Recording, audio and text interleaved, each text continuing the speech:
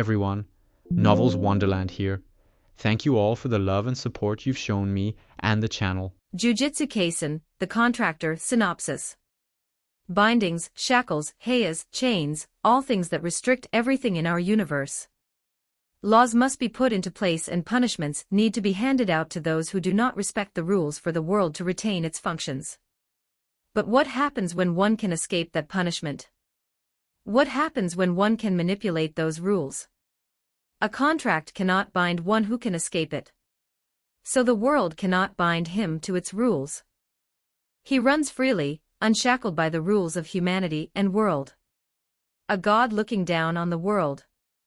Story is very slow and does not make the MC strong for the first 40 chapters. If you don't want that, then I don't recommend this book for you. I don't own the cover nor the story this fanfic is based on. Character profile, chapter 1 to 50. 540 words. Name, Arai Isao. Heavenly Pact. Hashtag 1 Danger Sense and Give Curse Energy. Consequences, loss of eyesight, smell, speech and taste. When amplified with domain expansion, the danger sense is broadened. Hashtag 2 Store objects inside ear and more cursed energy.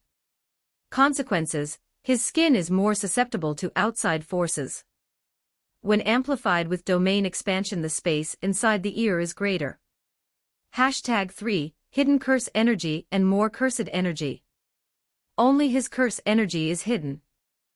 Consequences, always in a tense state and loss of 2 pinky toes. When amplified with domain expansion, the other people's eyesight will be blurry when looking at him. Plus forms of contract technique plus. Contract technique, gift. Description, utilizes cursed spirits forming a pact to sacrifice their lives for a burst of strength to inflict damage on opponents. Contract technique, debt. Description, K the debt of one or multiple heavenly restriction, accepting the restrictions be it temporarily or fully. Contract technique, sacrifice. Description, sacrifice the life force of years, making the user die sooner than supposed to. Can choose how many years. Other sorcerers are incapable of this. Contract technique, thievery. Description, steal a heavenly pact or pact. Not very useful for packs, as they are on one individual and stealing them is useless to the user. Contract technique, invasion. Description, a technique when the user invades one mind to attack it. Can be used when the opponent uses a domain expansion or innate domain. It leaves the user vulnerable in the real world. Reversal technique, connection. Description, connects one body to another. The world will consider them to be the same individual from soul and body. Arai is one-sidedly in control of the other as he inherits their techniques, and cursed energy leaving nothing to the other unless he allows them to. Reversal technique, return. Description, when the user dies, he is automatically reconnected to another that he is already connected to and can keep living inside them. Domain expansion, absolute authority. Description, when inside Arai's domain, he can make any rule that both he and the people inside have to respect. The rule cannot exceed his power. For example, he cannot say that, when inside his domain all people would have double the amount of cursed energy they have. It has to be within his limits. The more time spent inside his domain, the more rules he can place. Every 2 minutes, a rule can be placed. Anti-domain, falling blossom emotion. Description, unlike domain expansions, in which the user manifests their own territory while imbuing their techniques causing an auto-hit attack to whoever is inside of it, falling blossom emotion shrouds the user in an armor of cursed energy that counterattacks the moment an attack makes contact. The cursed energy will defend the user automatically, countering any attack with equal force to nullify it. Contracted beings. Unknown cursed user, storm manipulation. Description, utilize wind as its technique in a spiral motion similar to a tornado. Can utilize tornadoes to wrap around body parts or entire being. Can also utilize said tornado to wreak havoc around him. Hybra Ano, clay manipulation. Description, manipulation of clay, can harden or soften said clay making it versatile. Can create armor, weapons and etc. to attack foes. Chapter 1, Before you start. 329 words. You can skip this if you just want to get into the story, as this is just here for me to say some things, and where you can ask questions. First things first, my MC isn't OP yet. He's actually pretty weak in the beginning, and I'll make sure of that. So if you want an OP edgy protagonist that one-shots everything or simply snaps his fingers to explode his enemies with no effort, then this isn't the place for you. MC is gonna go through development as a character, so if you want just him be a badass from the beginning, then it's not here that you'll find what you're looking for. This will be before the current timeline, so expect some spoilers. Next, this story is 13 years before the original timeline. So 1 year before, Gojo gets the beaten the shit out of him by Toji Fushiguro. I'll actually be focusing on two side characters a bit. You'll see them in chapter 5 or 6. Don't remember which one. Power. Well, it's going to be explained in the next chapter. But let's just say he isn't the best for now. He has the skill but not the raw power. Romance. Ig. Like I really don't know if I'm even putting a romance here. Definitely not harem but romance. Give some suggestion and I'll choose. Oh, and don't say Nobara or Maki cause the age difference is quite something. 10 years in fact. So don't. I actually have plans for Maki, but don't worry as it will take time to get there. Story has a lot of character development as the MC won't only stay in Japan. I'm trying to expand the world with what info we've gotten in the manga.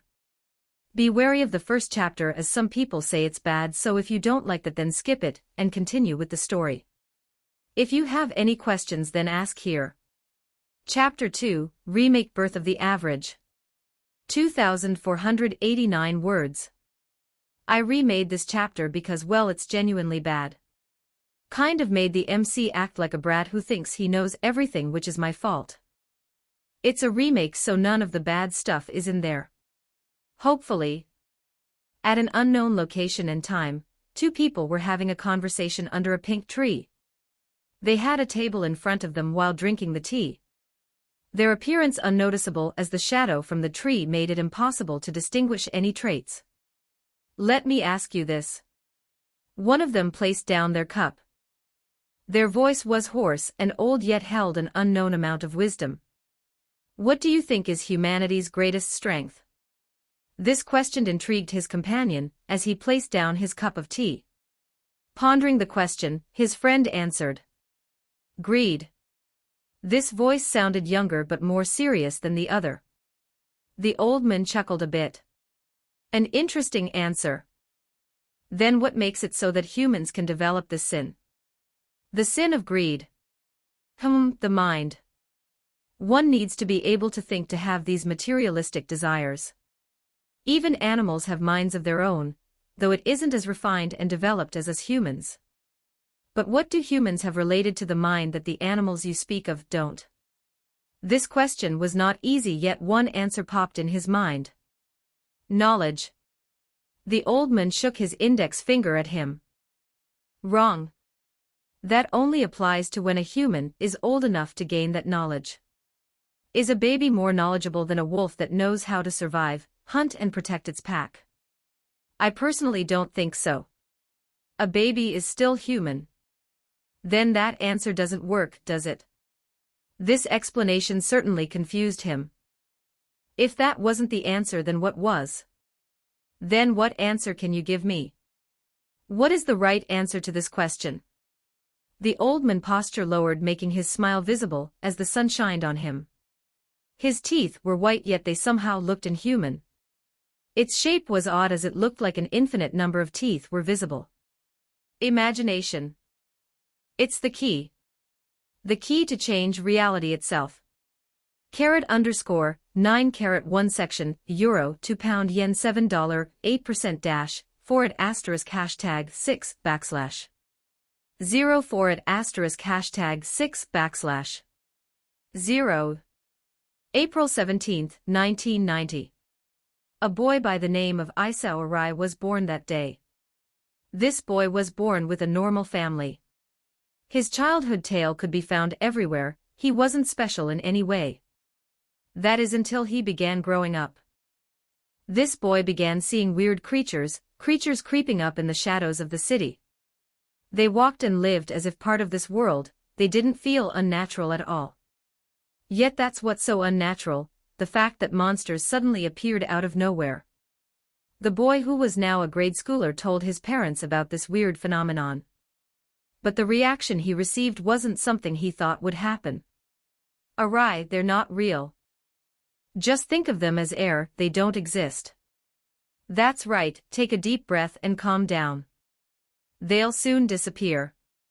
Advices like that kept being said to him, yet he could still see them.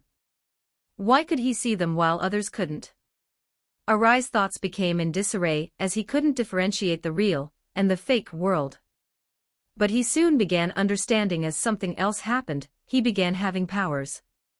A power coursing through his veins. He had unlocked a newfound power called curse energy, though at the time, he was unaware of the name. With this power, he realized that he could exorcise these cursed spirits. Arai grew up with the knowledge nobody had. A hidden world where monsters roamed around. Spirits that can kill and have physical contact with the human world. Being born with the ability to see curses was a curse in itself. A curse that isolates yourself from others. It was hard to relate to normal people, but he still managed to have friends. But due to an event, he was now alone. With no one to talk to, he could only turn to other forms of entertainment. Anime, mangas and the likes. This did appease him a bit as his sole hobby. But nothing can fill the void in his heart, the loneliness of being different, or so he thought. _9 section euro 2 pound yen $7.08 dash for it asterisk hashtag 6 backslash 0 for it asterisk hashtag 6 backslash 0. Walking back home was a young high schooler. One would say he was good looking, though he had a gloomy face, and was walking with his back hunched. It seemed that it was a habit of his. The high schooler had dark blue hair that were brighter on the end, his eyes were green, which was unusual since it looked out of place because it glowed a bit. The boy, Arai Isao, sighed as he looked at the dark clouds. You better not rain. And it rained as he was now soaking wet. Guess God hates me today. A chuckle escaped his mouth. But then, at the side of the road, he noticed something. A yellow small creature that was giggling with a high-pitched voice. It had round eyes and angelic wings on its back. A fly head. A weak spirit. A shadow loomed over its body as it looked back. Only to see a foot filled with blue curse energy stomp on it. Killing it immediately. I've been seeing these little guys a bit too often now. How annoying. Arai seemed indifferent as he continued walking. They were too weak for him to bother putting effort. Though that may seem arrogant, these spirits weren't threatening to him or anyone else. Though the problem was when they'd grow stronger. That was when Arai saw them as a threat. Throughout his life, he had only encountered one grade 2 curse spirit. At that time, he had been only 11 years old, and seeing a monster like that feasting on corpses had terrified him. It had scarred him seeing something like that. Seeing its powerful energy that was emanating made him know that he was so weak. He only had a fraction of its power. That was when he realized that he shouldn't be so careless. The monsters he encountered now were maybe weak, but there were stronger ones. So to not make them appear, you'd have to take them down from the roots. But anyways, Arai came back to his house. He was just about to unlock the door, but he felt something wrong. An ominous miasma was spreading, and his senses were warning him like bells hitting his head.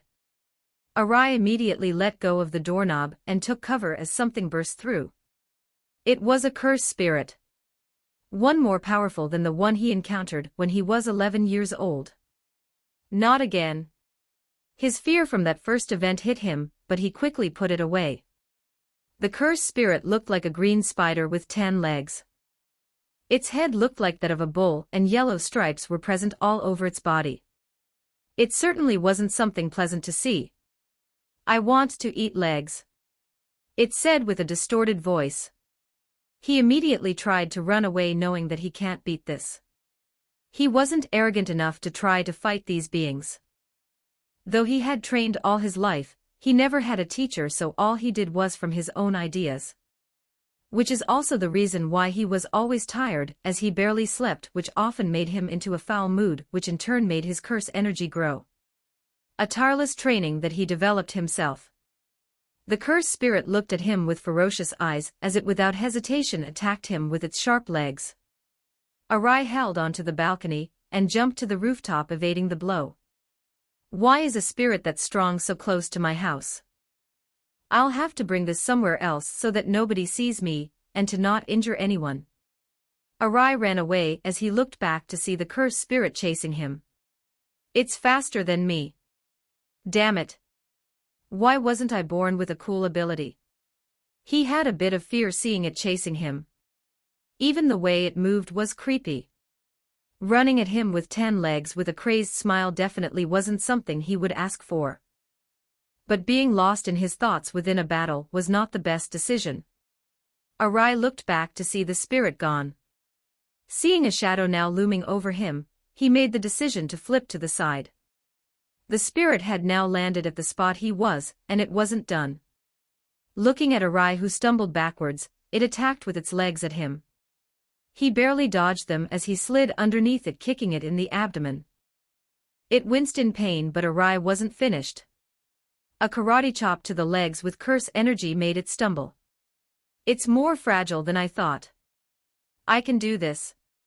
A new hope was discovered, only for it to shatter as the spider spit out string at him. It was at an incredible speed as he barely dodged the attack, but not before it cut his abdomen that was now bleeding. The cut wasn't too deep, but this showed the difference in power. "Damn, it hurts. It hurts so bad." Pain assaulted his mind as tears dropped. He had never felt this much pain. Though exorcising these creatures was a task only he could do, Arai had never actually felt like he was in danger. After all, they were weak monsters that he could kill. The worst that happened was a couple of scratches. That is until 4 years ago, when the cursed spirit he faced attacked his family without hesitation.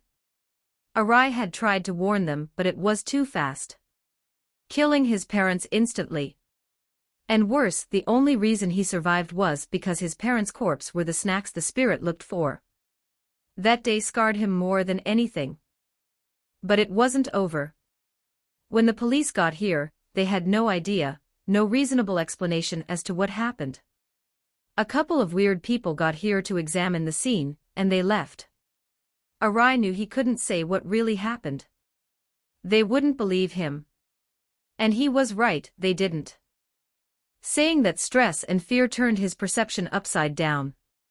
That he was at the age where he was thinking of Chinibu things. That he was watching too much anime. The report written by them stated that an animal had probably killed them and escaped through the forest. A worthless report. A lie. To make matters worse, some of his classmates who heard about their deaths began spreading the rumor that he had in fact killed his parents. Though most thought of it as fake, it still aggravated Arai. It angered him so much that it made him use curse energy on a normal human for the first time. They didn't die nor get any real disability. But this event isolated himself from others even more, the little group of friends he had left him, seeing him as a monster. The teachers avoided him, seeing him as a troublemaker with a bad temper. He truly was alone in this world. No one was there for him. But all of these events only reinforced one thing in his mind. Power was needed. He needed more power. He wanted power, enough power to never feel sad nor anger. He knew he was born special. The fact that he could see and use this strange power was proof of that. So he trained day and night, until he was so exhausted that he would faint. Every single day. But through this training, he realized how weak he really was. No amount of training can replace talent, only minuscule amount of growth happened. Arai was so pathetically weak that he began laughing at himself. A laugh not of joy but of anger. Anger that he now channeled through his fist. Regaining his balance, he glared at the cursed spirit with all his rage. That original blue energy now turned red, as he screamed out with rage and struck the enemy. Raw! Only for the spirit to break his attack as it giggled. To that curse, this was a game. It really did, and it found its toy. Arai looked down to see his shirt now dyed with blood. The spirit had stabbed him through the chest with its 2 legs. He coughed out blood and found his body unresponsive. No amount of adrenaline can help him. His body began falling, his eyes were lifeless. Inside his mind, he began to think. To think of how everything went wrong. He never grew. He was as weak as the little boy who ran after seeing his parents being eaten alive. He never grew stronger because he was so afraid. Despite all the rage and anger he had against these monsters, he felt more fear than anything. His thoughts were interrupted as the spirit brought its head forward and struck Arai's head with it. The bull head then struck his own head. It disoriented him as a ringing sound kept hitting the back of his ears. His skull cracked as blood spilled out.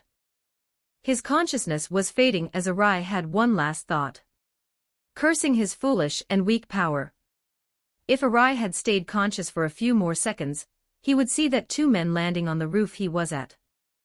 A grade 2 curse spirit at this place, and a kid that barely has any curse energy. Isn't that weird? The voice came from a young man as he had a mocking tone. Don't be so rude to a newbie. The kid did great.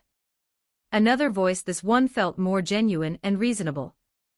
Besides, why are you calling him kid? Bet he's only a year or 2 younger than us. The same young man ignored the passing comment as his 2 hands grasped each other. The monster who was about to feast on Arai seemed to have had its limbs warped and broken apart. Purple blood spilled everywhere. You gonna eat that or kill it? The irritating man said. The other person ignored the passing comment as he walked towards the monster and touched it. The monster's body began turning black liquid as it gathered toward the hands of the man who then gulped it down. Tisk, disgusting as always. I would never eat it even if it made me stronger. The same young man said while showing a disgusted face. Let's bring the kid back to Yeri or he might die. Both agreed and the latter picked Arai and placed him on his back. The immature man began realizing that he forgot something. Did we put up a veil? Both looked at each other as the realization dawned on them. Yaga-sensei will be so mad at us. Chapter 3, You're a Sorcerer Arai. 1073 words. At Jujutsu Tech, within a class that was practically empty, 3 people were within it. A man who had an intimidating appearance, and a goatee with short hair, and 2 lines running across his head side as he looked at the 2 young men in front of him. So you're telling me that you forgot to put a veil again? Why do I have you 2 as students? Couldn't you have gone to Kyoto or somewhere else instead of being here? He grabbed his head as if he was experiencing the worst headache a man could have. Hey, Geto was the one supposed to put it. Not my problem. Go blame him. A man who wore a student uniform with amazing white spiky hair, and blue round shades that covered his eyes with a well-rounded body said with contempt. Don't try to lie your way out of this, Gojo. Yaga-sensei, Gojo was supposed to put it but he instead went up ahead, and attacked the cursed spirit. The one named Geto who also wore the same uniform shook his head in disappointment. Geto is a tall, slim man with long black hair partially tied up behind his head while the rest drapes down his back. He has small black eyes and bangs that occasionally cover the left eye. His earlobes are large enough to fit fairly large circular earrings. Gojo waved off his hand as if disregarding his statement. Hey, to be fair, I saved the guy. Shouldn't that be good? Getting a sorcerer for a bit of collateral damage is definitely worth it. Heh, you're just happy that you'd be able to have less work with him around. Geto glared at Gojo. I'm thinking you wanna fight. We can take this outside. Curse energy began being gathered as the two were now battle-ready. "Shut up!" the teacher yelled at the two, making them immediately sit back to their seats. "The kid has cursed energy that is enough for him to become a sorcerer. I already looked into who he is. Isao Arai is his name. From what you've told me, Gojo, with your 6 eyes, his curse energy manipulation is already good for someone without any teachings. We'll ask him when he wakes up about the situation and his intentions. If he wants to join the school, then that's even better." Gojo sat straight as his previous lax demeanor became a bit more serious. Yeah, his curse energy control was good. Really good for a young kid like him. "You're one to talk," Geto mumbled to the side. "Ahem." Gojo coughed fakely. "As I was saying, the kid is good. Having him join the school would be a pretty good idea. The thing is, we don't know what his curse technique is." "Agreed. That is a problem that we'd have to ask him." Yaga went into deep thought. "Oh, also another problem." Gojo broke his train of thought. "The guy has good control, but the thing is with his curse energy. It's refined to a really good level. He could use it well. The power is good too. But he has pathetically low curse energy for someone who has all of that, don't you think?" Geto nodded. "You're right. I feel that he's been killing curses for a long time. Just without anyone knowing. But if he did all of that, then he'd certainly have more curse energy with all that training. I'd say his curse energy level is probably 3rd grade. And that's just barely. How old is he again?" 15 years old. Yaga stated. "Ooh. We're basically the same age. Looks like a new friend is coming with us." Gojo had a playful smile. "No, he won't," Yaga said. "He'll be assigned with the first years next semester. You guys will already become second years. Treat him well." "Got it." That last sentence was added with a bit of authority. "Yes, sir." Both saluted like they were soldiers in the army.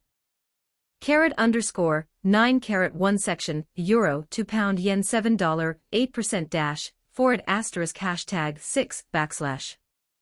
0 forward asterisk hashtag 6 backslash. 0. Where am I? Arai was in a dark room with white particles slowly falling down. He couldn't understand where he was. He had no recollection of ever seeing a place like this. But when he said this in his head, the echo of his voice sounded out throughout the entire void. "What?" Once again his voice was heard. "This is so weird. My voice is heard even though I'm just thinking." Arai thought as he looked around to see if there was something. But there was only this snow-type substance. He then tried grabbing one, but it slipped away, as if avoiding him. But just as Arai was about to question it, a bright light engulfed the entire area, as he was blinded by it. When the light started to dim, he looked up and saw something slowly falling towards him. It was like there were 0 gravity here. A glowing white light surrounded this thing that he couldn't make out. Only until it fell to his hands that he realized what it was. No, more like he was given the understanding of the object. It was a pact. A pact with nothing engraved within it. A pact that he could see. Pacts can't be seen as they aren't given a physical form. But Arai was able to see them. It was his technique, and he understood it. It had to do with pacts. He could do anything with pacts. But something kept lingering around this void. He realized his technique, but he was still here. Why was he here? He didn't have an answer, but soon he realized why. These snow. Now that he figured his ability, he could see the snow. But it wasn't snow.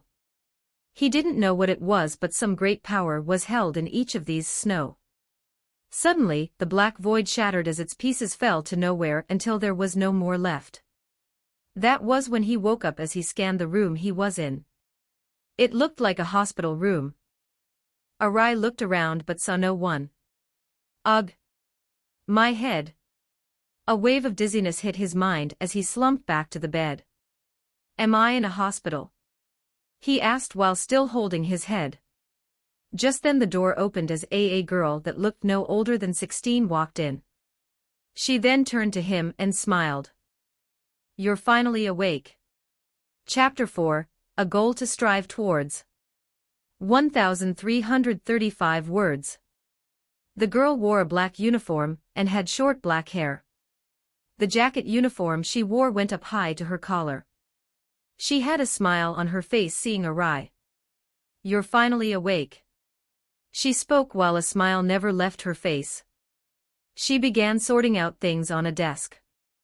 What is a student like her doing at a hospital seeing me? Arai questioned but quickly shrugged. I'm all right. May I ask which hospital I am in? She then turned to him holding a needle. Oh no, you're not in a hospital. Eh? Arai was confused. This looked like a hospital and he was injured, then where was he? But when he looked back at the girl, she still had the same smile on her. But knowing that he wasn't in a hospital, this made him be weary as he looked around to try to find a clue. Yeah, that's right. We didn't come there to save you. She then stabbed a needle through a jar filled with unknown substance. We brought you here to take your kidneys. She made a overdramatic gesture while laughing like an absolute maniac. Arai immediately got out of the bed and took on a stance. Curse energy gathered around his body as he prepared to fight. The girl then began laughing hysterically as she dropped to the floor. I was joking. Can't believe you actually fell for that. She wiped the tears of her eyes. But this really isn't the hospital. This is the infirmary of Jujutsu Tech. A private school. On the outside, we're a private religious school, and well I guess that isn't wrong. But we're more than that. She sat on the bed as she tapped on it gesturing him to take a seat as well, to which he did. Tell me. Did you feel lonely being the only able to see cursed spirits? Arai looked at her with surprise. Oh, I forgot to tell you. That's what we call them. And the energy you use is called curse energy. Born from the negative emotions of mankind. We call the ones who used it curse user or jujitsu sorcerers. But you still didn't answer my question. Did you feel lonely? Arai looked down at his hands. Yeah. I really did. I thought I was the only one who had that ability. I thought I was special. But weirdly, I feel that it's better that way. I really am happy that I found people like me. He smiled bitterly. I guess being special isn't as important as being alone. Specialness can't break the bitterness of loneliness. That's something I learned a while ago. Arai then laughed a bit as he covered his face. Why am I even telling you this? I literally just met you. It's the same reason as what you just said. You felt lonely and knowing that you weren't alone made you happy and want to share it. Yaga walked in as he held a piece of documents in his hand. I'm Yaga Mazamichi. A teacher at this institute. Yeri-san, can you leave us? Yaga asked and she nodded, leaving the room and closed the door. The two of them were now left in the room. Arai was a bit intimidated by this man. Now that I think about it, if I wasn't so confused back then, I would have realized that girl had more cursed energy than even me. And this Yaga has an even greater amount. Arai was beginning to sweat, but he calmed down remembering that both of them told him that this was a school. You told me that you're a teacher, right? Are you here to tell me to become a student here? If so, then I accept. Arai smiled wearily, trying to see what Yaga was going to say. Yaga didn't answer immediately. He instead pulled up a chair and sat down, looking at Arai straight in the eye. Tell me. Do you know what we do at this school? You teach students how to kill curses, right? He asked, puzzled at the question. That's right. We teach students how to kill them. But what we teach the most is not how to kill them, but how to survive against them. How to accomplish a mission without suffering a single casualty. In the end, we can't save everyone, but helping sorcerers is something that we at Jujutsu Tech can do. But getting into this world is tough. You'd have to be highly motivated and a little crazy. It's an unpleasant job that one shouldn't strive towards if they want to retain their humanity. Yet you've been doing without anyone telling you. You have the drive. So the question isn't how motivated you are, but what do you hope to accomplish by exorcising these curses? Yaga said. From all the reports he had received of Arai, he could immediately tell that the kid was ready. The problem is, if he wanted to study here, he could go out and do his own thing, but knowing the limit of his curse energy, Yaga wanted to help him grow stronger. You already know my answer. Since you heard the conversation I had with that girl. I want to fit in, and since this is the place that can give me that, then I'll grasp that opportunity that you've given me. Arai bowed respectfully. If these people can help me get stronger, then it's a good opportunity. But the thing is, I don't know the restriction. How much will they restrict me? How much will they obstruct me? I don't know yet, so the decision should be that of waiting for a bit. But can I test something out? Arai asked, looking up to Yaga, who nodded. I, Arai Isao, desire to form a pact with Yaga Mazamichi. Curse energy from Arai formed around him, as it slowly formed into a sheet of paper. That if he or I lie with the next questions asked, punishment shall fall down upon us. Yaga, who saw this, was stunned. A pact had been placed on him. A pact that he did not consent to. Yaga, who realized this, tried to resist, but ultimately let go. It wasn't a bad thing, as now Arai could confirm the truth from his words. So your curse technique is forcibly placing pacts, or is there more than just that? Yaga asked, curious. Arai panted a bit from the use of his technique. It seemed very draining. For now I think that's it, but I think there's more than that. I just awakened this ability when I woke up. Still not sure of his own capabilities. When he woke up, he didn't know why but he knew how to use this technique. It was like an instinct of his. Arai began asking his questions. My first question is, what did you have planned for me? We were planning to teach you so that you could grow stronger into a jujitsu sorcerer. Though from what I've seen, the best you could become is a grade 2 curse user. The rankings of the sorcerer are 4 to special. For being the weakest and special being the strongest. Yaga summarized. So I'm below average, huh? Well, placing pacts on people isn't the best, there are plenty other ways to defeat someone. Although sad, he wasn't about to give up. You know, you could be a window. It's a person that can see curses but doesn't fight them. They are usually used to monitor a situation, and put up veils, which are basically barriers to prevent people from interfering. I'll take that as a joke, since you know that I won't take that. I'll become a sorcerer. Whether you want me to or not. Confidence swelled up at him. But to him, it felt more like a drive.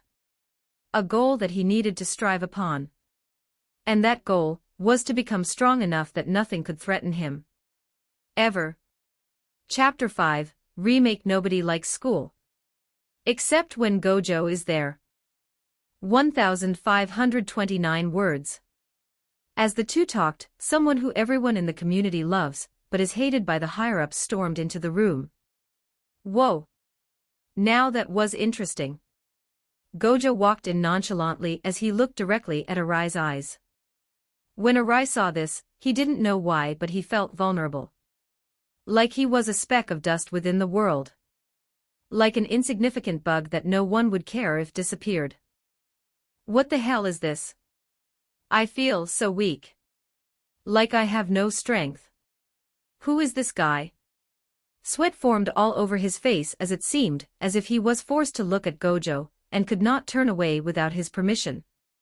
Just when things were about to escalate, Gojo put back on his sunglasses as he sat down like nothing just happened. Arai's breathing was heavy as fear overwhelmed all his senses.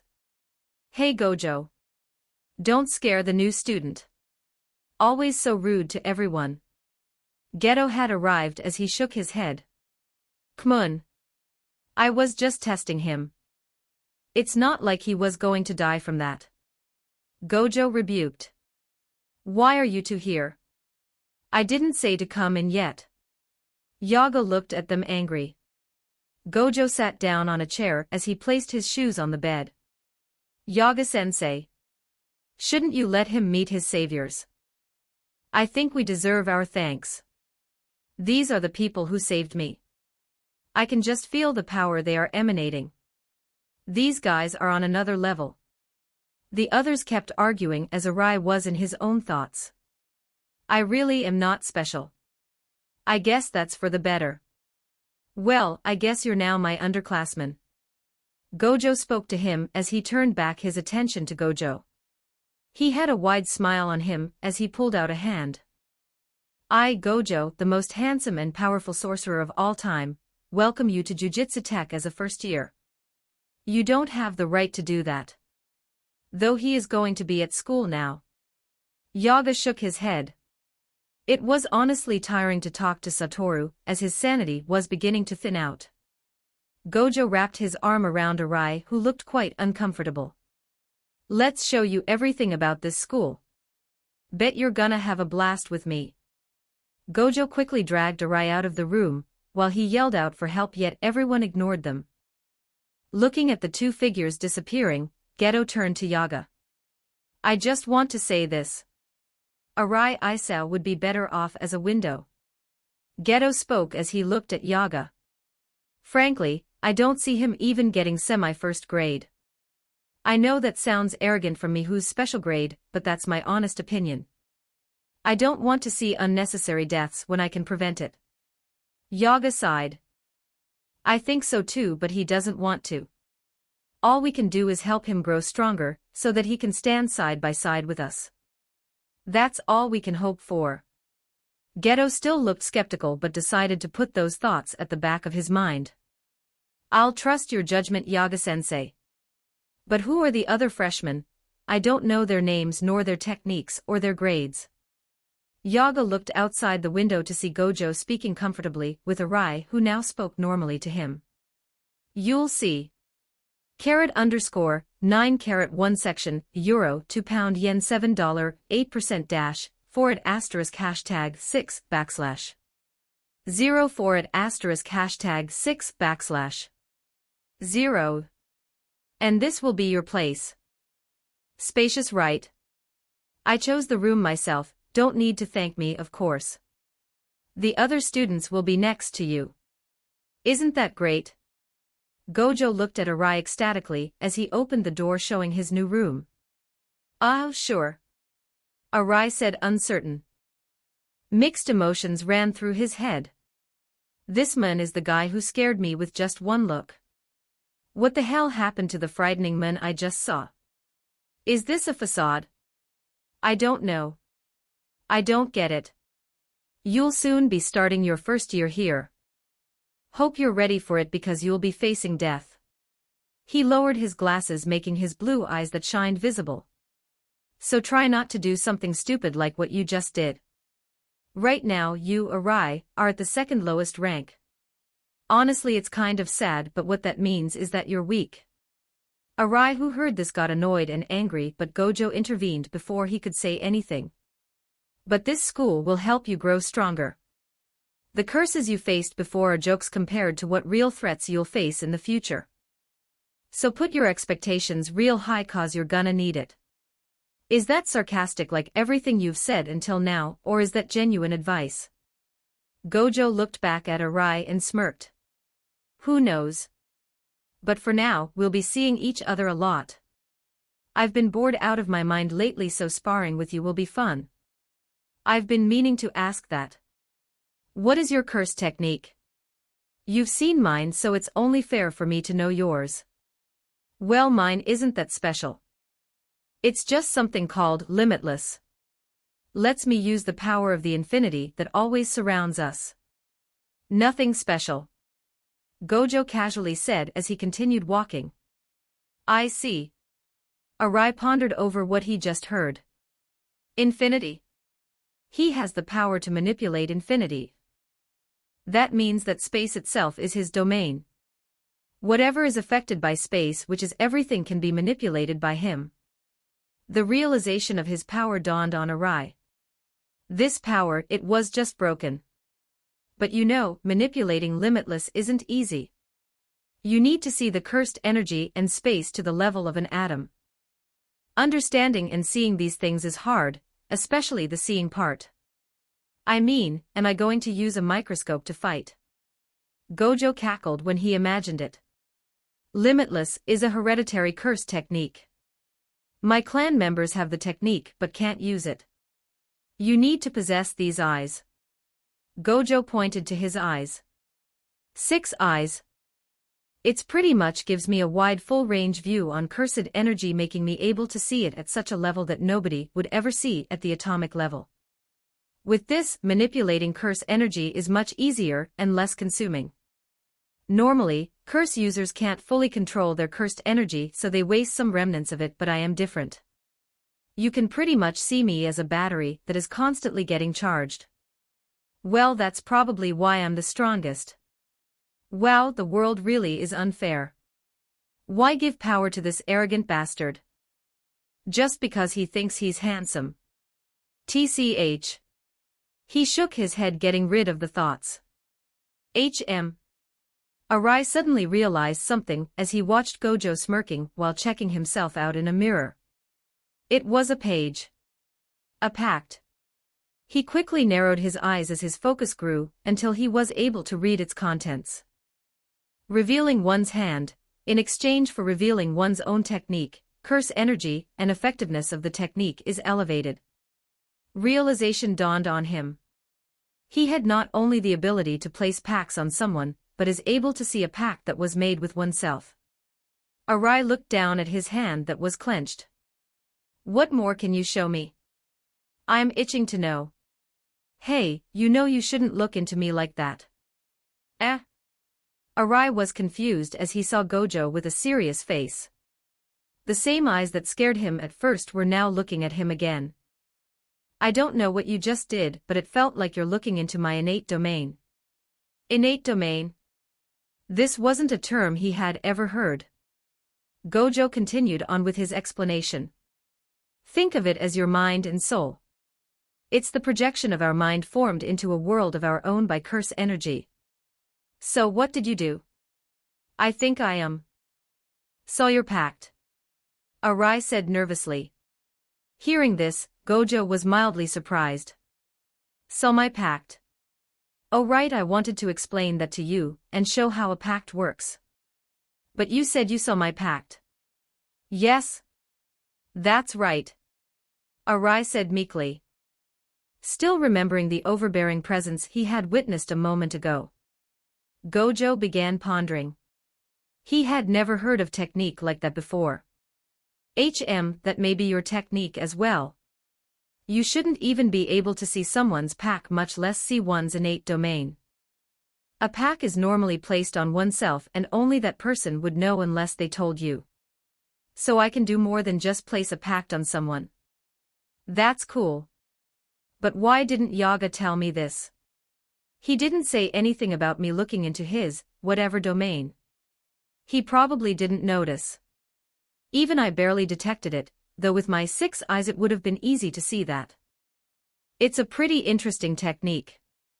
You should look more into that. Hearing that he could grow stronger gave him motivation. He had always been stagnated by his lack of power. And having someone affirm that he could still grow, made him reaffirm himself. Yes.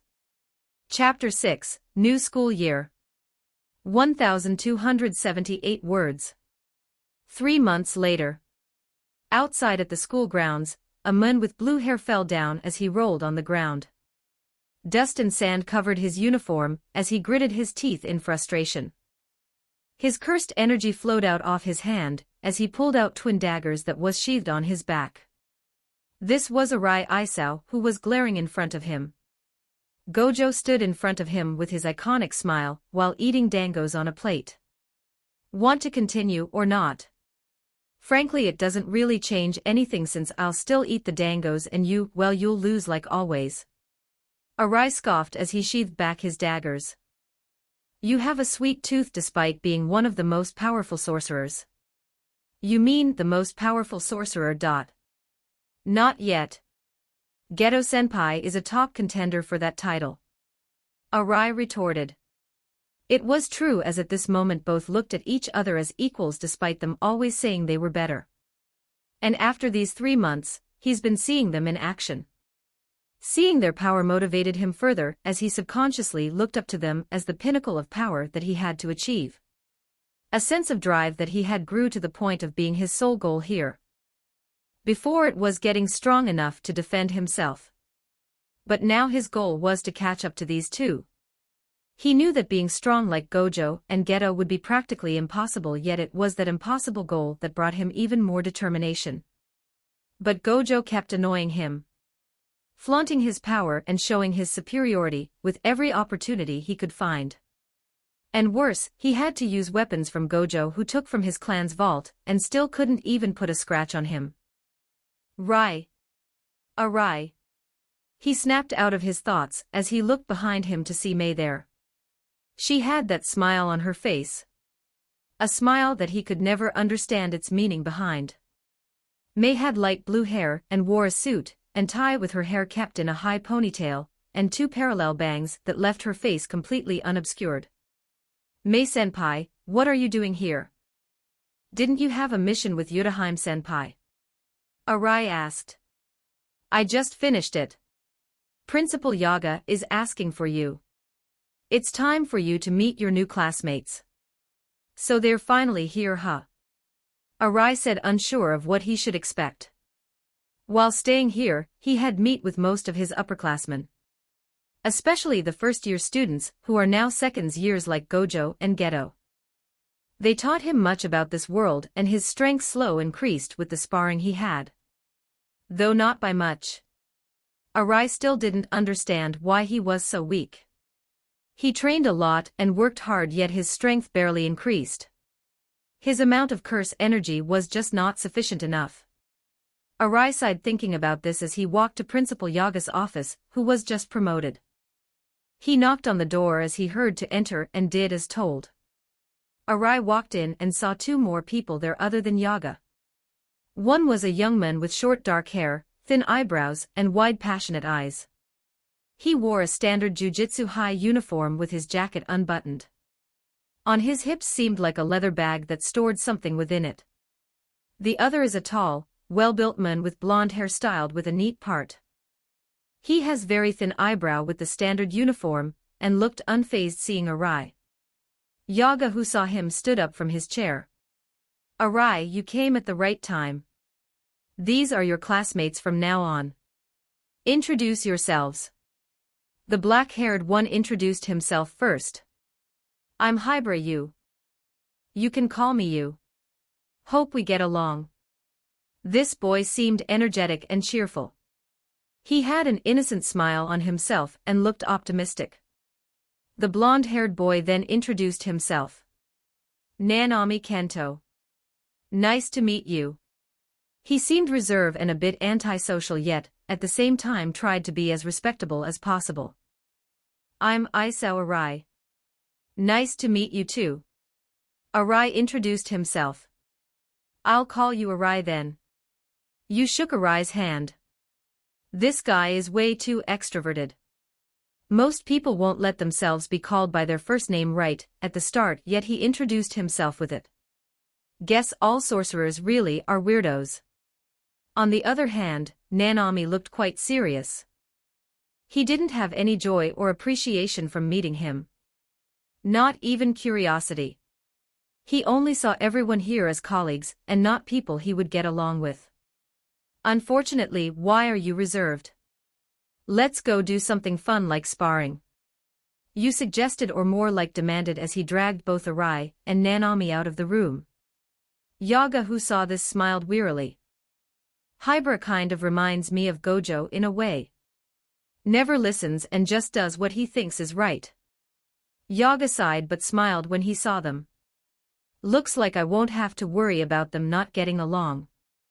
Meanwhile, Hybra had just brought them to the training ground with an innocent smile on him. The other two who were now covered in dust weren't very happy with the situation. And, just between you and me, Arai already had dust on him since he got wrecked by Gojo. Alrighty then. Let's get this battle started. Pure fighting intent was visible in his eyes as his cursed energy flowed through him. Hybra was a semi-second grade student, and he was at the top of the rank. His curse technique was quite useful and versatile, and depending on the environment, he could be a force of nature. Nanami, who saw this, pulled out a blunt blade wrapped in a seal that had a wooden handle. He too began using his cursed energy. Nanami was currently a second-grade student, and his intellect was one of his most redeeming attributes. Though his curse technique isn't flashy, it was powerful in the hands of someone like Nanami. Arai took on his position as pulled out 2 daggers from his back and stated one word. Fight. It was a key word as it released his curse energy. Arai always had a pact within himself. And it was that if he were to state fight, then his curse energy that was limited would then release. Though even with that, his curse energy was far inferior to both as it only increased his curse energy by 8%. I don't mind testing you guys. You said with a smile. TSK. I come all the way here, and the first thing I do is fight. Nanami commented. Let's get this done quick. Arai said as he cracked his neck. All 3 of them now didn't care about what happened before. They all wanted to see the capabilities of each. Though for different reasons. Hybra simply wanted to witness the strength of his classmates. Nanami wanted to see and judge the abilities of his colleagues. After all, they would one day cover his back. If they were incompetent, then he wouldn't trust them. Arai was the one with the biggest goal. He wanted to prove himself, to show that he could be standing here and deserve it. All this time training, yet he always lost. Though he didn't lose his drive, his confidence had indeed been shaken a bit. So comparing himself with people his age, that was what he wanted to test. To test whether he could keep up with them. Or to be left behind. This fight would determine that. Chapter 7, Your Battle is My Battle. 1,437 words. Nanami didn't waste any time, as he immediately charged at Hybra. His power cracked the ground as he swung at Hybra since he was closer. Hybra didn't let Nanami get near, as he pulled out gray balls out of his bag. Hybra threw those at Nanami, who looked on guard seeing it as he slowed down. The ball split into needles. Though Arai noticed that these attacks didn't look like it was made to be life-threatening. Nanami, who saw this, dodged to the side, narrowly avoiding the attack. He looked back at the needles and narrowed down his eyes. Clay. This time, Hybra was the one surprised. Wow. With only a look you immediately knew what it was. I wonder if you would be able to read all my moves as well. Just then, Arai appeared behind him with daggers in hand. He slashed at Hybra back, but the boy had seen through his attack. He had already dropped Clay behind him to defend himself. It turned into a wall that shielded him. Aira, who saw this, jumped back while clicking his tongue in frustration. My technique is called clay manipulation, which lets me control all the clay. I have imbued cursed energy within it. Hybra began explaining his technique, which placed a pact on himself to increase the efficiency of the cursed technique. I won't let him. Both Nanami and Arai didn't waste time, as they ran towards Hybra. When clay gets dispersed too much, it will lose its hardness, but my cursed energy gives myself the ability to harden it and change its shape without losing too much of its power. Despite that, clay gathered around him as it formed around him. The two arrived next to him as they attacked the clay. Like this, Hybra said with a smile as the round dome suddenly had spikes coming out of them. The pact had been made, but this time, both were expecting it as they easily dodged. Arai began shaving off the spikes. Since he's only a second grade despite having a powerful technique like this must mean he isn't too skilled at it yet. Or that his curse energy is limited. Clay is also heavy, so he can't be carrying too much. In a battle of endurance, it seems that this Nanami guy would win. I'll have to wipe both of them out quickly. Hybra, who was inside the dome, prepared a new batch of clay and planned for his next set of action. The biggest threat here is Nanami. I don't know any of their curse techniques, but the one with the highest curse energy between us three is him. I need to take him out fast, and then eliminate Arai. Clay slowly wrapped around his body like armor. One would think it was heavy, but it wasn't actually that much clay, but it was simply spread out to make it look like it was. Clay technique, Night, was its name. But just when he was about to get ready, the wall he had placed around him suddenly cracked and soon broke down completely. Who he saw enter was Nanami with his weapon in hand and unscathed. For the first time in the fight, he didn't have a smile on him. Only pure shock. How? With one strike. He broke through my strongest defense with one attack. How is that even possible? I know that his attack didn't have enough curse energy to do that. His confusion was as wide as his shock. Hybra put up his hands to guard just when Nanami attacked once more. His weapon clashed with the armor, but once again the clay that he formed himself was destroyed instantly. Does he have a technique to make my clay weaker? Damn it. Gritting his teeth from the blow. Hybra was about to pull out clay from his bag, but Nanami threw a kick to his chest. He coughed from the blow as his body was pushed and broke through his clay dome, as Hybra's control over it was lost. Looking in front of him was Nanami attacking once more, but this time with the back of the blade. But just then, Arai arrived behind Nanami as he slashed continuously at him.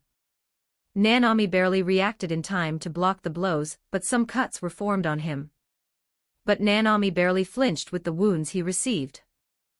Instead, he broke through the clash between them as he hit Arai square in the stomach, making him kneel down from the pain. Damn it. This guy is way more skilled than both me and Hybra. Every time he strikes something, his power is just on another level than the curse energy he puts. I don't know what his curse technique is exactly, but the best I can do is avoid every strike of his. Arai then noticed Hybra doing something in the back. He immediately jumped to the side as Hybra finished his preparations. Clay technique, Atlas. A gigantic pillar raced through the air and targeted Nanami. Quite a bold name for a pillar. Though Atlas could be interpreted that way as well. The single pillar holding the world in his arms. Hybra certainly chose an arrogant name, but that also reflected his goal. To be a supportive pillar in the Jujutsu world. To be the person he wants to be for both him and his sister. Nanami looked back from sensing such an amount of curse energy to see a pillar going straight at him. He focused all his curse energy to his weapon as his weapon clashed with the pillar. The pillar showed signs of cracks as the power difference was shown. But seeing this opportunity, Arai attacked Nanami once again, but this time he couldn't do anything. Stuck between two powers, his defense crumbled as both attacks hit him, knocking him out of the fight. One down. Hybra thought as his target changed. Arai took hold of Nanami's weapon and threw it at Hybra, to which he formed a wall to block the attack. The attack barely cracked the wall. I knew it. It's not the weapon but Nanami who was strong. Hybra smiled. A dagger was suddenly thrown at him to his right. He easily blocked it with shield, but he saw no one. To the left. Hybra ducked, knowing he couldn't dodge this one. And he was right, as the dagger barely missed his head. He really aimed for my head. Sweat formed on him as his smile began crumbling. But just behind him, Arai sneaked up and prepared to throw a kick at his head. Hybra managed to take out a ball of clay as he used his technique. This is the end dash. For you. Suddenly, Hybra felt something wrong. Something terribly wrong. His pact was severed. Before he could have time to think, Arai kicked him at the back of the head to the wall, shattering it. Hybra's mind instantly fell as he lost consciousness. The fight was over in seconds. It didn't took minutes to finish the battle, but to Arai it felt intense in every single moment. Arai breathed heavily as he dropped down to the ground. This is even more intense than fighting Gojo. These guys are way too good. I barely won by using them to fight each other. His mind slowly darkened as he was about to collapse. Suddenly, a pain hit the side of his head as he lost consciousness. Just before blacking out, he could make out a figure. It was this person that attacked him. This was Nanami. He wasn't down yet and struck Arai with the back of his blade. The exhaustion and pain was clear on his face as he fell down, but not before someone caught him. It was Gojo. He appeared and brought everyone to the infirmary. Ugh! How many times is Arai gonna pass out? Does he want me to always bring him? No way. Is he gay for me? I know I'm handsome but I'm still straight. And I kind of forgot to explain what Nanami curse technique was in the fight. And I couldn't find a good place to explain it, so here I guess. Nanami's innate technique can divide his target with 10 lines and forcibly create a weak spot at the ratio point of 7:3. The target's lines don't have to match up with the target's length or wingspan. Nanami can freely choose which part to divide, including the subject's head, torso, arms, and legs. This technique is also applicable to non-living objects. Chapter 8, Void. 1240 words. Hello darkness, my old friend. I've come to talk with you again. Because a vision softly creeping left its seeds while I was sleeping. And the vision that was planted in my brain still remains. Within the sound of silence, Arai was singing, Sound of Silence, just like he always did when he entered this place. When Arai finished singing, his surroundings was once again filled with the white snow slowly falling. Always drops when I say silence, huh? He looked to the snows that always avoided him like he was some sort of plague. Now that I think about it, the snow is from my mind, right? That means that even in my mind, everything avoids me. Guess even here nothing changes. He sighed exhausted as he contemplated his life.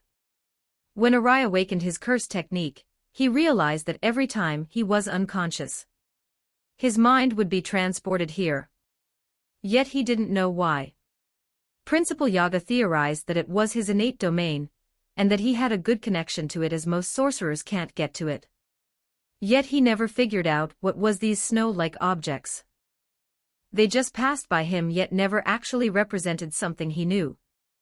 Normally every single thing within an innate domain represented something. Whether it'd be a bird or even a lake. Every one of them meant something to that specific individual. These snow, he didn't know what it meant. What it represented to him was a mystery. Did it mean that he would fall? Did it mean that he would die and disappear just like a drop of snow in the winter? An irrelevant piece of the world that can be discarded without consequences. Ouch! That last one hit deep. Arai chuckled as he discarded these thoughts. He had already figured out the void. It was a bubble that formed around him to avoid anything. Avoid contact to anyone before he had arrived at Jujutsu Tech. Though he didn't know why it was still here as he opened himself. Maybe he still hadn't opened himself completely and hid away a part of himself. Who knows? He sure didn't. And if he couldn't understand his emotions, who could? Certainly not his family. They were dead. Friends? Oh, they left him when he needed them the most. Gojo and Geto. Please. He only knew them for what? 3 months. Sounds about right. Why would he reveal everything about himself to them? Damn, this void really likes making me talk to myself. I wonder who was the one who picked me up after that Nanami hit me. Better not be Gojo. Maybe Mei. Or maybe Yeri. I wouldn't mind if any of them picked me up. Scenarios that would never happen popped up in his head. Now that I think about it, the girls in school are pretty good looking. Too bad their personalities are all bad. Well, I can say the same to all jujutsu sorcerers. Just then, the world shook. The snow-like objects disappeared as the world cracked open. Golden light could be seen illuminating everything within the void. Seems like it's time. Arai didn't seem surprised as he closed his eyes, basking in the light. When he opened his eyes, he was back at the infirmary he was also familiar with. He had been here countless times since Gojo had always beaten the crap out of him. Awake now, sleepyhead. Arai looked at his right to see Shoko smoking a cigarette. I'm pretty sure you're not allowed to smoke here. Principal Yaga will probably be mad. He will if you snitch on me. You won't do that to your senpai. The senpai who treated you when you got beaten up every day. Right? She didn't even try to hide her blackmailing while still smoking. I won't. Okay, he said exhaustingly. But he then noticed at the other beds were the people he just fought. They were lied down and slept. Noticing his gaze, Shoko spoke. They're more injured than you were, so they're still asleep. I always have to pick up everything for you guys. Gosh, I'm beginning to have eye bags. I think it'll look good on you, but never mind that. Principal Yaga will give us an assignment, right? Did you hear when he'd give us one? I think it's in a week or two. Since Gojo was there when you guys fought, then he can say that your skills are adequate enough. But to be honest, the assignment is more for Hybra. Kento Nanami has been in this field for a long time. And you, well, you're you. I'll take that as a compliment. Thank you. Arai got up and grunted. The pain on the back of his head was still there, but it definitely wasn't that bad thanks to Shoko healing him. I'll be going now. I'll come back to school when the mission is assigned. Don't come back beaten up this time, or I'll seriously start charging you. She made a circle with the smoke. Arai laughed out loud. You wish. I can thank school for covering it up. First and last time I'll be thankful for school. $_9 section, Euro £2 Yen $7 8% dash, forward asterisk hashtag 6 backslash. 0 forward asterisk hashtag 6 backslash. 0. He left the school after that and traveled far. Far away from the busy city and to a peaceful place. Arai was in a forest where he arrived at a wooden cabin. It didn't look fancy or anything, but this was his home. At least, one of them. Arai walked in the backyard where he could see 2 stone slabs. And written across them were names. Isao Ichika. Beloved mother and wife, Isao Mirai. Beloved father and husband, It was his parents' grave. He had brought their grave and placed it here. In a quiet place where no one could bother them. A gift from him to his parents. Even though he knew they weren't here, just giving him a sense of their presence was heartwarming. Hey Dad. Hey Mom. Been a while, hasn't it? On his face was a sad smile containing grief and sorrow. The light in his eyes dimmed as it no longer had that fire. Only a kid suffering from loneliness. I haven't been a good son, have I? Not even visiting his parents for an entire year. I really am a disappointment. But I made some friends. Surprising, right? Well, even if they annoy me a bit, they're good people. I'm sure you would have liked to see them. Arai awkwardly scratched his cheek. I've gotten surprisingly cheerful these days. Before I was always sad and drooping. But I guess being friends with them really made me happy. I bet if they saw me before for long, then they'd say I'm trying to be an edgy teenager. Arai continued talking to his parents all day. Time passed so fast that when he finally broke out of his trance, it was already night time. He was about to go to his cabin to sleep there but stopped midway. Don't worry, Dad. I won't be joining you yet. I'll become a son that you'll be proud of. And Mom, I'll take care of my hair and face. Oh, and also brush my teeth every day. Always forget to do that.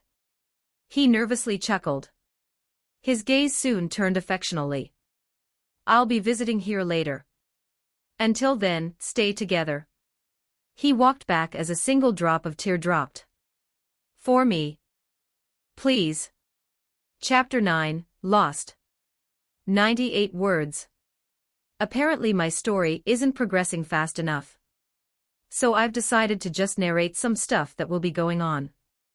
I mean, I was going to have the MC go through some ordeals, but maybe I'll scrap that idea and just get on with it.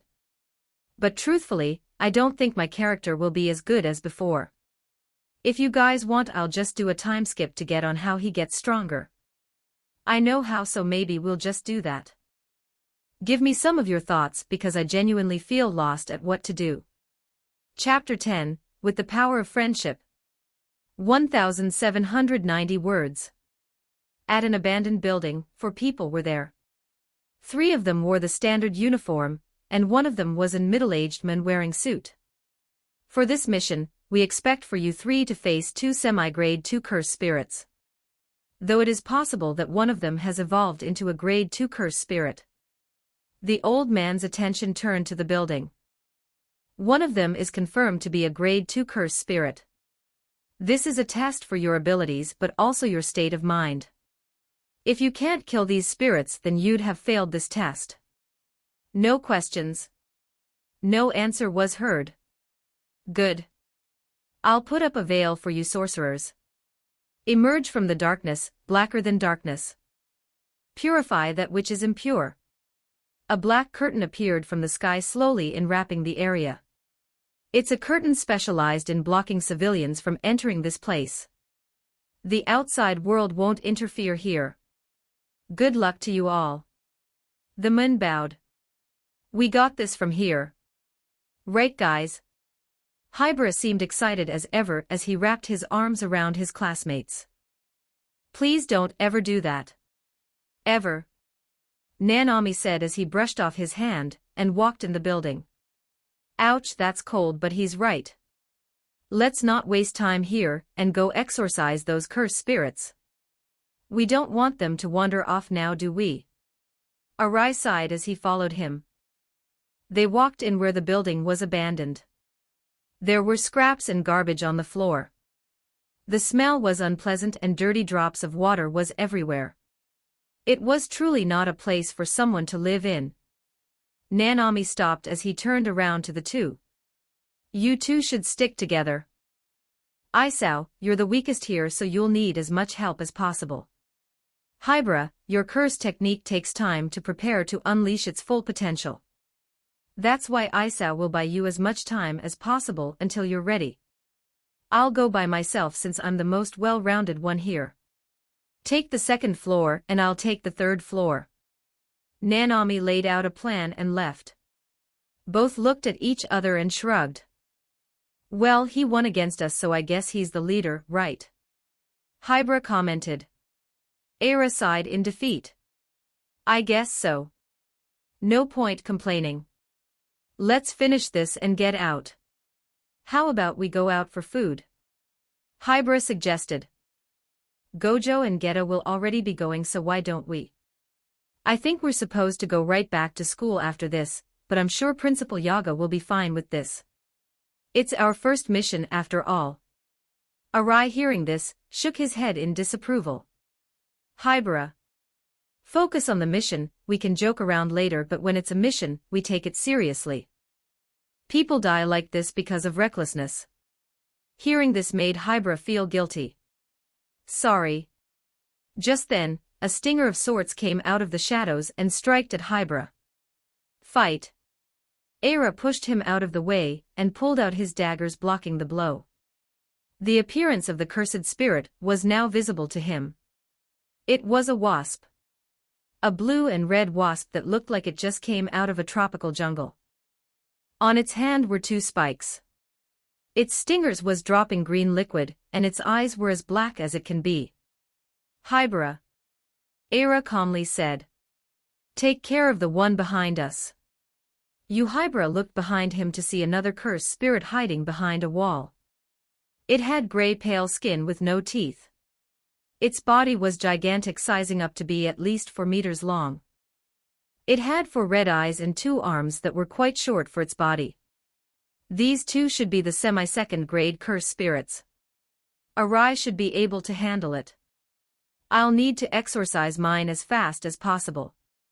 Dragging this fight for long is bad for my technique since I can't travel with too much clay on me. Hybra thought.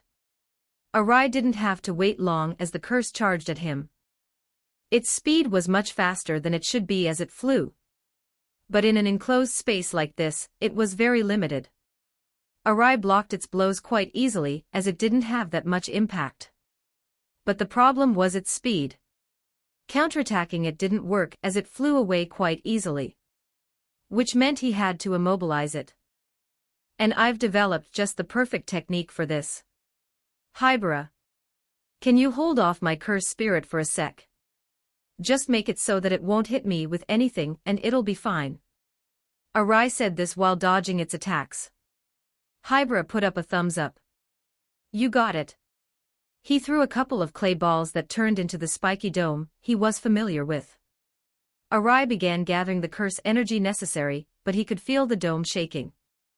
Cracks began appearing. Must be that other curse spirit. The one I fought definitely doesn't have that much power. Well, it doesn't matter. At this time, the dome broke down as the curse opened its mouth ready to devour him. A paper of sorts appeared in front of him as words were beginning to appear on the paper. As the monster was just 1 foot from biting his face off. The paper disappeared and Arai opened his mouth. Stay down, dog. With these words, the cursed spirit instantly felt like complying to the command as it did what it was told. It didn't move. Seeing this, Arai brought out his daggers and slashed its head multiple times, killing it. He puffed a bit as blood spurted out of his ear. There was a ringing sound in his ear which annoyed him greatly. Seems like using this should be a last resort. With my amount of curse energy, I can barely use it. What a pain. I doubt girls will like a guy bleeding from his ears. Guess I won't go out today. Arai thought. Seems like you're done with yours. Man. Here I thought I was going to finish mine sooner. Arai turned around to see Hybra smiling at him. Behind him was a crushed curse spirit within 2 slabs of clay. It seems like he was able to catch it and crush it. Although his rank is semi-second grade, he's more like a second grade right now. Maybe a bit lacking in experience. Arai analyzed. At this time, dust began falling from the roof. It began cracking as both Arai and Hybra jumped out of the way. The roof collapsed as dust clouded their vision, but when it dissipated, what they saw was Nanami sitting on a giant curse. Wow! You're beginning to resemble Gojo in a way, Nanami. Always trying to look like a badass. Of course, you actually do, but it's kind of annoying when you spend so much time with Gojo that you feel normal about it. No offense. Hybra said with a smile. Nanami pulled his weapon back and slammed it at the curse, splitting its head in 2. Let's get out of here. Job's done. He walked away as if it was nothing. Why do we always have to catch up to him? He always walks away when we're having a conversation. Can you just not avoid me for like one time? Arai sighed in defeat. Hey, Arai. I wanted to ask you this. He turned behind him to see that Hybra stopped walking. What's up? How did you stop your cursed spirit with just words? I thought that your technique was something to do with pacts. Arai nodded. Well, it is. I just forcibly placed a pact on it. The pact was simply that when I said the sentence once, then he'd stop moving. Took some inspiration from the Inumaki clan. They have a hereditary technique that can affect people and curse with words called curse speech. I just did something similar to them. Placing a pact forcibly is something only I can do. But it's not easy. I suffer feedback if my opponent is too strong. He pointed to his ears that were bleeding. Arai began explaining his technique. You see. When I place a pact on someone, I enter their innate domain. In layman's term, I enter their mind. To which I then place the pact I choose on them. Whether it works depends on how strong-minded my opponent is. He showed the blood in his hands. And if you're strong enough, you can even attack me since I'm the one who went into your mind. I'm the invader and you've got a fortress that you've spent your entire life building. Who do you think would win? The fortress would. Hybra answered. Exactly. You know about pacts, don't you? It has to be based on mutual interests. But my ability lets me play around that. I can forcibly place a pact without consent, but it's better if I don't. Just like when I stopped that monster. I could have just said stay or stop, but making the incantation longer will give me more of a weakness, making it more effective. Like all sorcerers say, if you pursue selfish gain beyond your means, you'll earn retribution. And I am no exception to that. So to put it simply, the Inamakis are better than me in this regards. Their technique is better than mine. I'm not as great as them in combat. His technique was only an imitation of the real thing. It wasn't on par with it at all. Knowing this just made him even sadder. I get it now. There's a lot of restrictions in your technique. Just like with packs. Still, that's pretty impressive. And you detected the curse faster than I did. What's up with that? Seeing Arai a bit depressed, Hybra tried to cheer him up. Yeah, my senses to curse energy is much higher. So is my control. Since I don't have much curse energy, I have to focus on other things that'll make me stronger. Even you can tell, my curse energy level should be at 3rd grade. That's what happens when you train from such a young age by yourself. You make do with what you have. Arai walked away to the exit. Make do with what you have, huh? That line made him remember his sister who was at home.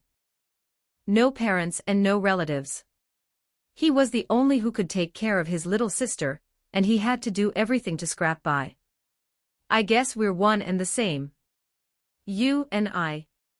He chuckled before catching up to his friends. Chapter 11, Emergency Mission. 1,231 words. Exiting the building. The group of 3 saw Gojo and Geto waving at them. It seems that they were waiting for them. Gojo clapped his hand. Seems like you guys did well. Honestly, I kind of thought that one of you would get hurt badly, but it seems like you're all fine. Ah. Hello. Arai pointed to his ears. I'm almost deaf because of these cursed spirits. My ears keep ringing. Annoying as hell. Gojo scowled with an annoyed face. Who the hell cares? Yeri can just patch you up. So you still up for it? I'll bring us to this really cool sushi place. Arai crossed his arms. No can do. I'll be watching anime and mangas that I left on read for too long. Training and going on missions took way too much time from me. TCH, otaku. Can't you go and have fun? You never even get out of your room except for training. God. No wonder you're so bad at getting girls. Hey. Anime is good and you watch it too.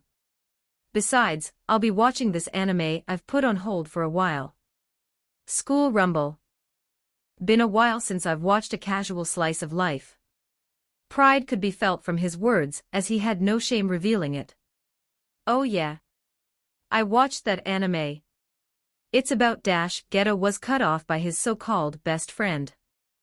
Gojo jumped in front of Gojo to do the one thing all anime fans hate. The blonde chick gets rejected at the end. It's hilarious. Gojo had crossed the line.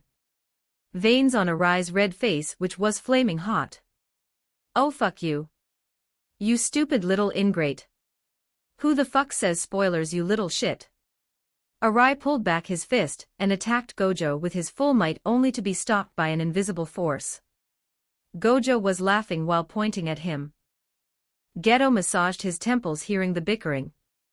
Arai, you shouldn't swear like that. Your screams are making my head hurt. So how about it, sushi? Tempura? Dumplings? If it's the last two then count me in. Always fried food for you, Geto. Gojo smirked. And always sweets for you, Gojo. Geto retorted. Hybra grabbed Nanami by the arm and jumped excitingly. Wow! Gojo and Geto are really good friends. Do you think we'll be like that, Nanami? Nanami on the other hand had a look of disregard. Don't know. Gojo-senpai, when are we going to eat? You'll pay, right? Sure. You guys just finished your first mission, so I'll pay this time. Too bad you won't get any food this time, Isao. Arai waved it off as he got in the car the window had prepared for him. Yeah, whatever. I'll go back. But before going, he lowered the windows and looked at Gojo's eyes. Don't think I'll forget this, Gojo. One day you'll pay for that. Arai left after that comment. That was just cruel, Gojo-senpai. You should be ashamed of yourself. Hybra spoke up. I didn't actually spoil the show. Frankly, I didn't even watch it, just saw some posters about it. He shrugged, uncaring of the situation. Ugh. That was dirty. All said in unison. _9 section, euro 2 pound yen $7 8% dash, forward asterisk hashtag 6 backslash. 0 forward asterisk hashtag 6 backslash. 0. At the infirmary, Shoko Yeri was wiping the blood from Arai's ears. Where's my money, Arai? She asked, recalling their last conversation. Arai seemed as if he realized something. Oh, I think I heard that Principal Yaga is coming here to take away your cigarettes. This is free of charge, of course. It's school after all. We're not getting put a price no matter how many times you get hurt. Yeri tried to put up a cute face. Arai sighed, seeing his friend being like this. Since when did you become so shameless for money? Did you get it from May? If you did, then you better stop. Just thinking of you two being one person just feels like a horror movie. Enough about me, did you have fun with your new friends? Shoko tried changing the subject. He chuckled hearing her question. I'm injured and you think it was fun? It hurts like hell. Though I did test out something I've been wanting to for a while. Results were better than expected. Then I hope you're ready for this new mission. Just then, a voice spoke to him outside the room. Arai turned to the door to see Yaga with document in his hands. Surprised by his appearance, Arai got off his bed and stood up from his bed. Principal Yaga. What are you here for? Read it. The principal only said this as he handed over a document to him. Reading it, he found out that it was a mission that Principal Yaga had handed to him. Still, it confused him. Why specifically him? Looking through the mission, he found its location. It was outside of Tokyo. A mission at the border of Tokyo. I don't mind since it's an emergency, but why me? There are plenty more people qualified. Normally you shouldn't even be able to go on missions alone yet, but we don't have time. Your classmates are unreachable, and I don't know why, so you'll have to do. Unreachable. I heard that Gojo was bringing them to eat sushi or something like that.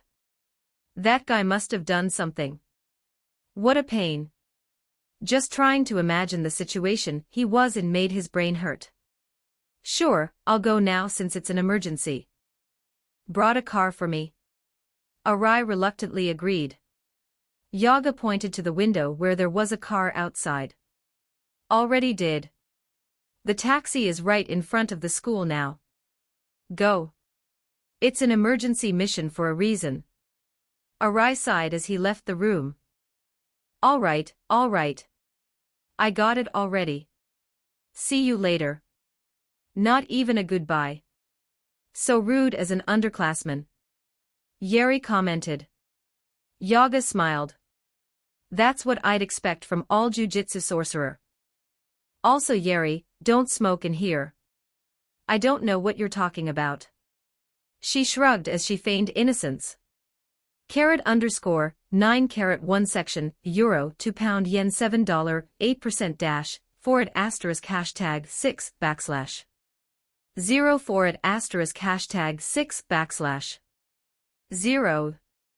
Meanwhile. Bois. Ecstasy could be heard from Gojo's voice as he greedily finished his drink. Now that was delicious. Bring me some more over here. Hibara, who was next to Satoru, face-bombed as embarrassment was visible on his face. Gojo-senpai. You're thrashing the entire restaurant. Having an upperclassman like Gojo certainly wasn't a good image as people were staring at him and whispering. Not realizing that some of them were looking at Gojo because of how handsome he was. Ghetto. He's not a good drinker. The guy is a special grade but doesn't even know how to handle alcohol. More importantly dash. What's more important than an out-of-control special grade curse user?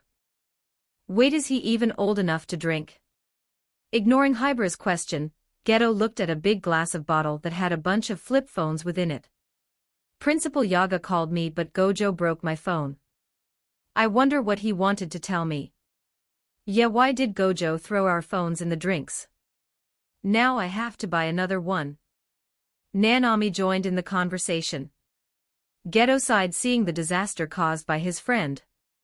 Let's just hope it's not something important. Fun fact, Gojo is a light drinker. So that's my excuse for him to not go on the mission. Pretty lame, am I right? Chapter 12, Mission. 1173 words. Arai, who was in a taxi, traveled to the west. His mission was at the border of Tokyo City. Looking outside the window, the city that was filled with skyscrapers was now much more warming as the buildings were normal-sized. It wasn't a poor-looking place but a more comfortable one. A typical environment that one would experience. But Arai turned back his attention to the documents handed to him. He began flipping through the pages as he recorded everything into his brain. But the summary of the mission was simple. Save a girl that was from a family of sorcerers. Though there was a lot of things obstructing it. The clan of sorcerers, which was named Nakayama. But it seemed that this family was in a tough situation. They haven't produced any sorcerers in the past 80 years, and are in decline. Their clan was about to be classed as disbanded since the higher-ups didn't see them as prominent figure anymore, but something interesting happened. The clan head had a child named Nakayama now. And that child inherited their technique. But that wasn't the most important thing. It was the fact that the child was born with a physique. A physique that permanently altered her body. A heavenly pact. The kid had a heavenly pact that made her gain 2 advantages to other sorcerers. First, the generation of curse energy that she produces is immense. It is so immense that it is almost as comparable to a semi-first grade curse user. Key word was almost. But even if it was, that was very impressive for a child. A 7-year-old kid comparable to a semi-first grade curse user. Now that's funny. Arai chuckled. The second advantage was also a disadvantage per se. Because the heavenly restriction limited her body in numerous ways. The girl couldn't see, smell or taste, nor could she talk. She didn't have 3 out of the 5 senses, and had a weak body, but obtained a different sense with her heavenly restriction. She could see threats with her new sense, which gives her a type of danger sense. Though it sounds strong, it was very limited as it wasn't a technique, but something she gained through the heavenly restriction. She can't fully see but feel the target. In addition to that, it wasn't exactly the most accurate thing. Actually, an experienced sorcerer would be better as their instinct is more reliable than this sense, which sometimes worked and sometimes didn't. Arai tapped his foot as he was in his thoughts. Her potential is immense. Someone like this is undoubtedly going to become a powerful sorcerer. Well, that is if she can improve that sense of hers and overcome that weak body of hers. Which is why dash. Turning to the next page was the assignment handed to him. It was a rescue mission. The girl had been kidnapped by a terrorist group of sorcerers named Q. They are a group trying to overturn the modern jujutsu world. It's pretty clear as to why they kidnapped the girl. To make her become a weapon for them. They will use her to try to take over the world. A look of disgust was on Arai's face as he read the report. Realizing he was losing his cool, Arai slapped his cheeks.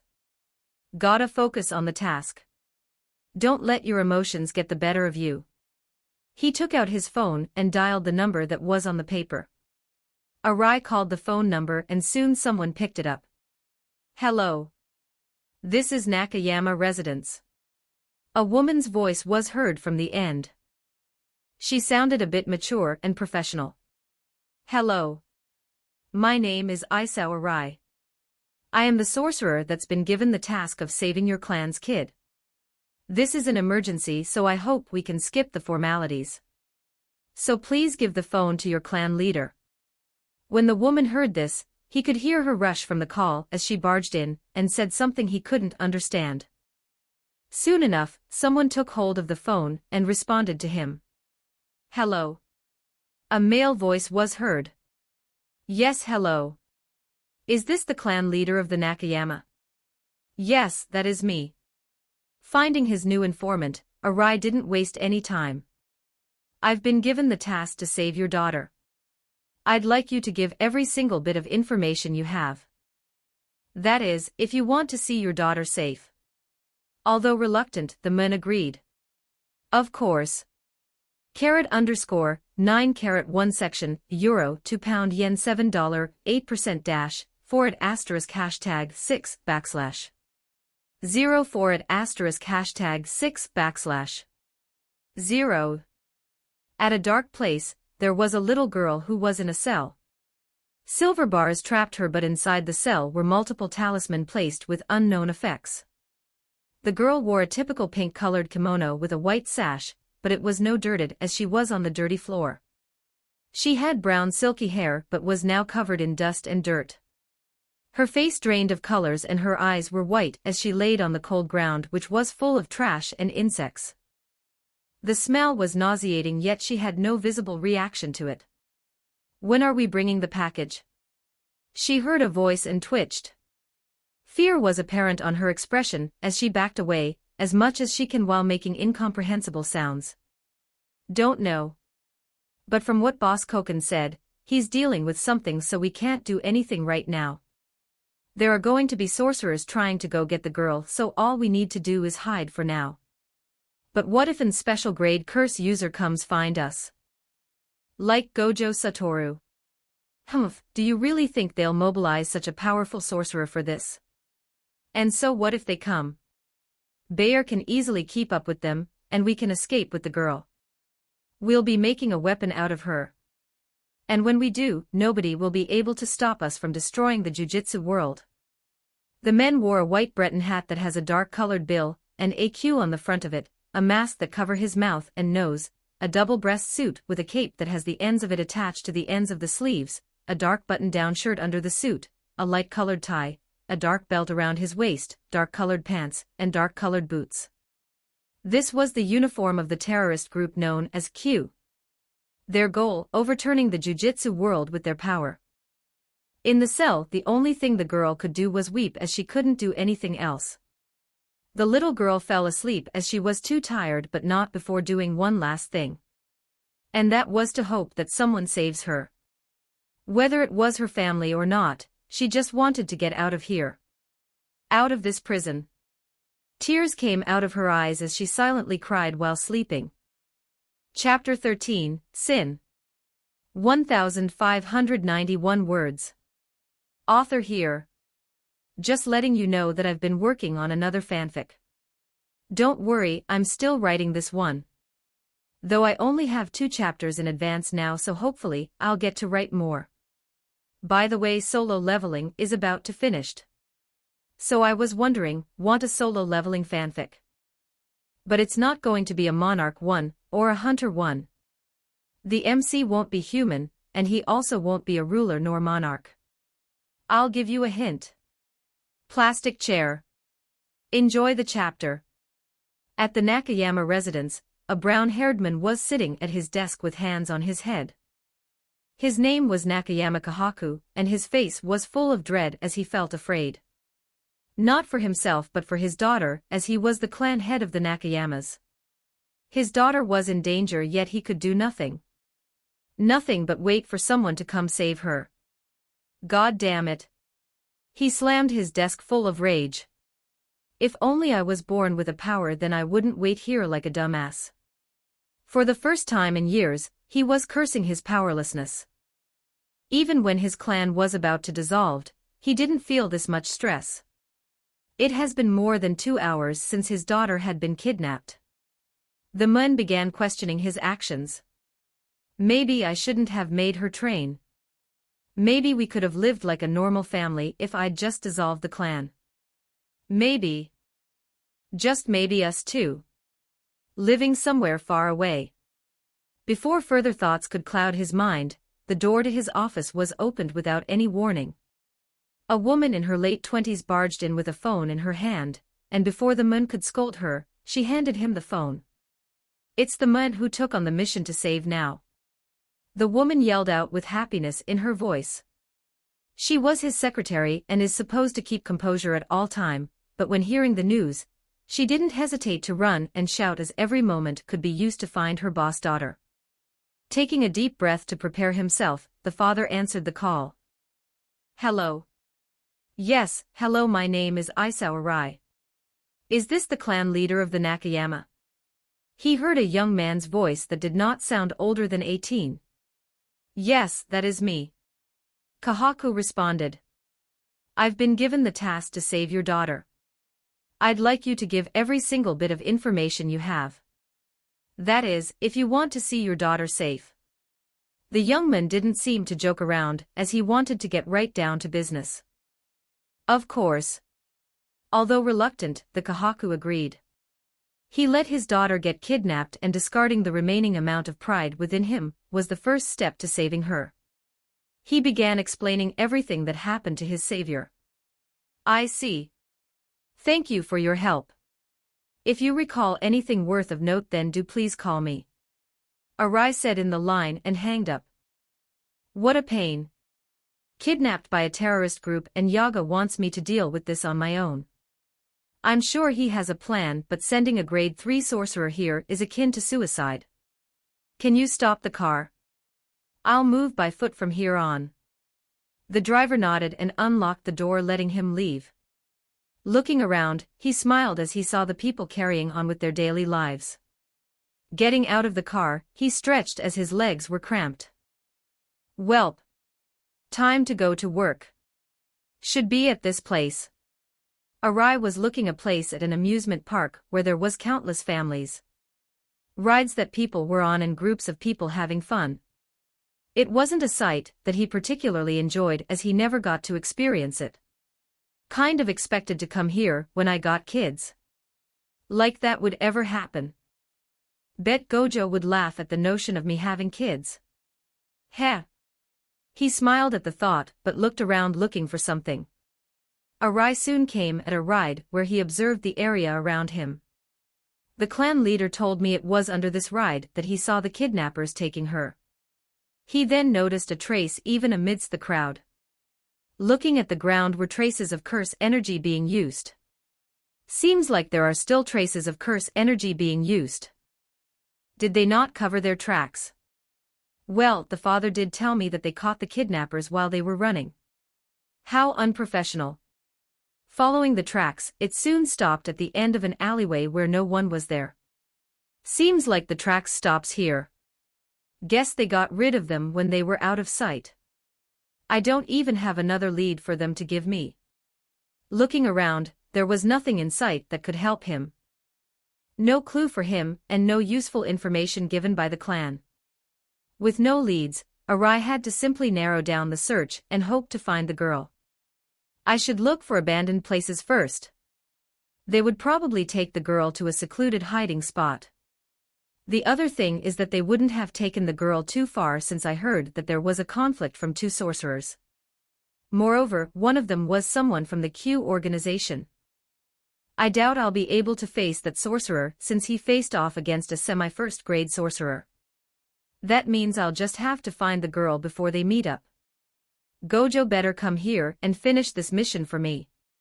_9 section, euro 2 pound yen $7, 8% dash, forward asterisk hashtag 6 backslash. 0 forward asterisk hashtag 6 backslash. 0. At the jail, the girl hugged her legs as she hid in a dark corner, hoping to hide herself from the kidnappers. Where is everyone? Dad. Where are you? Why aren't you here? At the jail, the girl hugged her legs as she hid in a dark corner, hoping to hide herself from the kidnappers. Egg. How long do we have to wait to get out of here? The impatient terrorist asked as his limit was nearing. The other clicked his tongue from having such an annoying partner. Stop complaining and stay here. If we run off to do something, our leader will kill us for it. So just control yourself for an hour or two. Yeah, I know.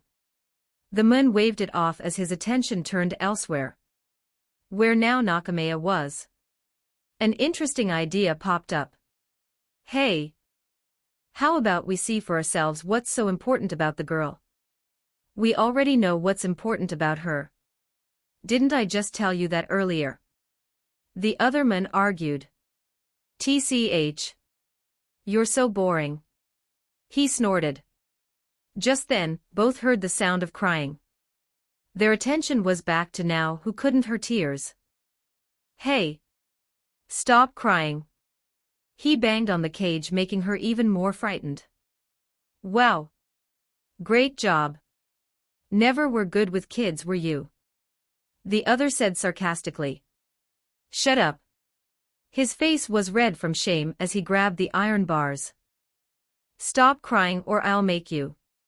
He said in a threatening voice which sent shivers towards the girl, but this only made her cry even more as she hid her face full of fear. Fine.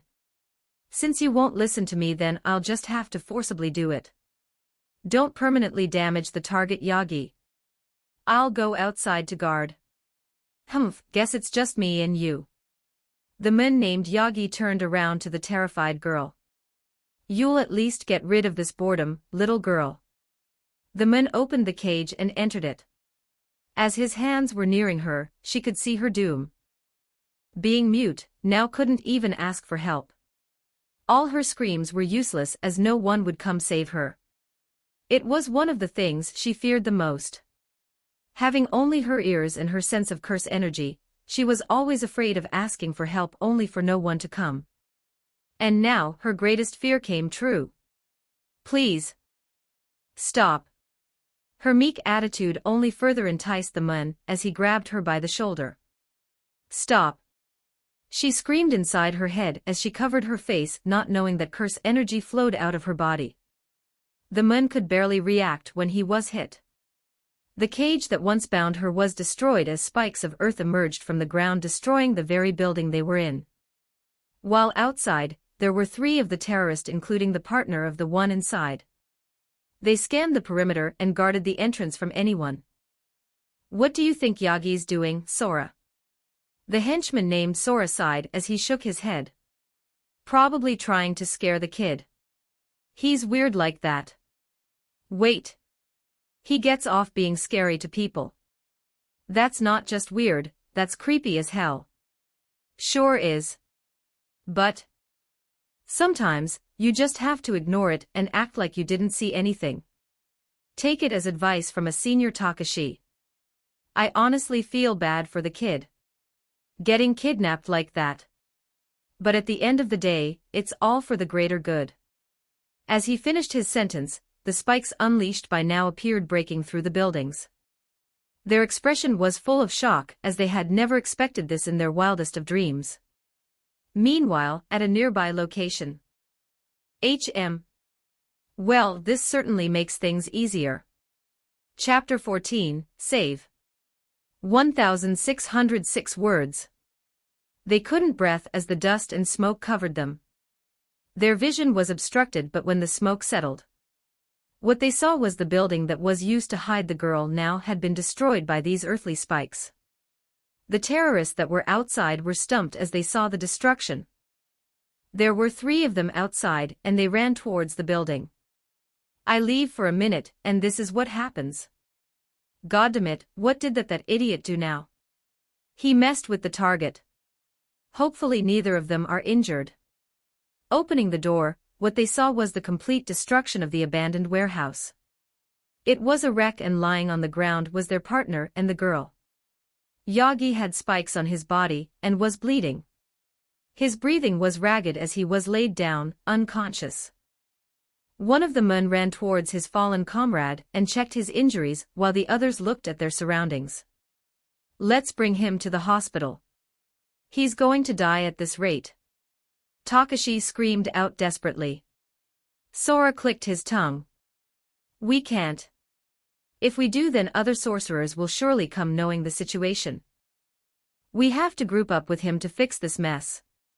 Bring his body with us and the girl as well. But before Takashi could even finish, he was cut off. Don't start it. It's his fault that we're in this situation. Sora said firmly, not changing his decision. We need to think of the bigger picture. Like our organization does, or did you forget our real purpose of coming here? Hey you two. Stop talking and let's get out of here. Takashi, call the boss and come bring him Sora. Come on, let's get out of here. We'll see Yagi off and bury him afterwards. Then please give him my thanks in the underworld. Hearing a voice behind him, the goon turned around only to have his throat slit. The assailant was Arai, who was nearby the destruction. Without looking back, Arai didn't hesitate as he charged towards his next target. It was so out of nowhere that both terrorists couldn't even react to it. Takashi and his friend just realized what happened and pulled out their weapons. You bastard! Takashi screamed out as he pulled out a sword and swung it at him. But he used both daggers to slide the weapon away, making it miss him. With both daggers now in reverse position, he plunged the dagger in his opponent's eye. Aha! Blood began spilling from his eyes as he screamed from the pain. Takashi grabbed the dagger and pulled them out from his eyes, making the pain even worse. Bad move. You know that pulling a sharp weapon from a wound will only make it worse, right? Arai commented as he grabbed his daggers. Who am I kidding? This guy's already dead the moment I stabbed him. While the man was screaming, Arai kneeled and pushed his daggers into the man's ears, killing him. Wiping the blood that splashed on his face, he turned towards the last remaining terrorist. Don't even move a muscle or she dies. Arai looked back to see the man holding the girl named now by the neck. A sword which was taken from his dead comrade was at the girl's neck. The blade scratched her neck, making it bleed. All while now had tears in her eyes without uttering a single sound. Arai gazed coldly at the man. Really? You expect me to believe that you'll kill your hostage? You believe I won't kill a hostage? Humph, you're a kid all right. You're too naive if you honestly believe that. He tightened the grip, making now flinch from the pain. The blade coming closer than it originally was. Arai, who saw this, shook his head. I never said you wouldn't kill a hostage. I said you won't kill yours at the moment. She's important for your plans, right? So how about we stop this little play and get to the fun your organization is so fond of? The two didn't speak another word as they both stared at each other. Their thoughts unknown to each, yet they both knew that they shouldn't underestimate one another. Just then the man let go of now and Arai jumped towards him. He slashed at the man only to be met with a spear. He narrowly avoided it in midair and slid on the ground. Incredible. He managed to dodge that. I thought I would be able to surprise attack this kid since he's young. But now I know, this kid is way better than I thought. Better be careful with every move I make. Arai gritted his teeth when he saw the spear. A spear. I dodged it with some luck, but that won't happen again. This guy is stronger than the two other lackeys. Grade 2 sorcerer is probably his level. Though I say this, he's definitely more skilled than both me and Nanami. This is going to be difficult. Hey kid, you can understand me, right? He spoke to Now without looking back. She nodded as to say yes. Good. Get to a safe distance. Just bear with it a little, and I'll be there with you in a second. She did as told as she ran as fast as she could. But with a weak body and experiencing a building falling on you wasn't good for her. Not going to use any techniques on me, kid. I'm offended.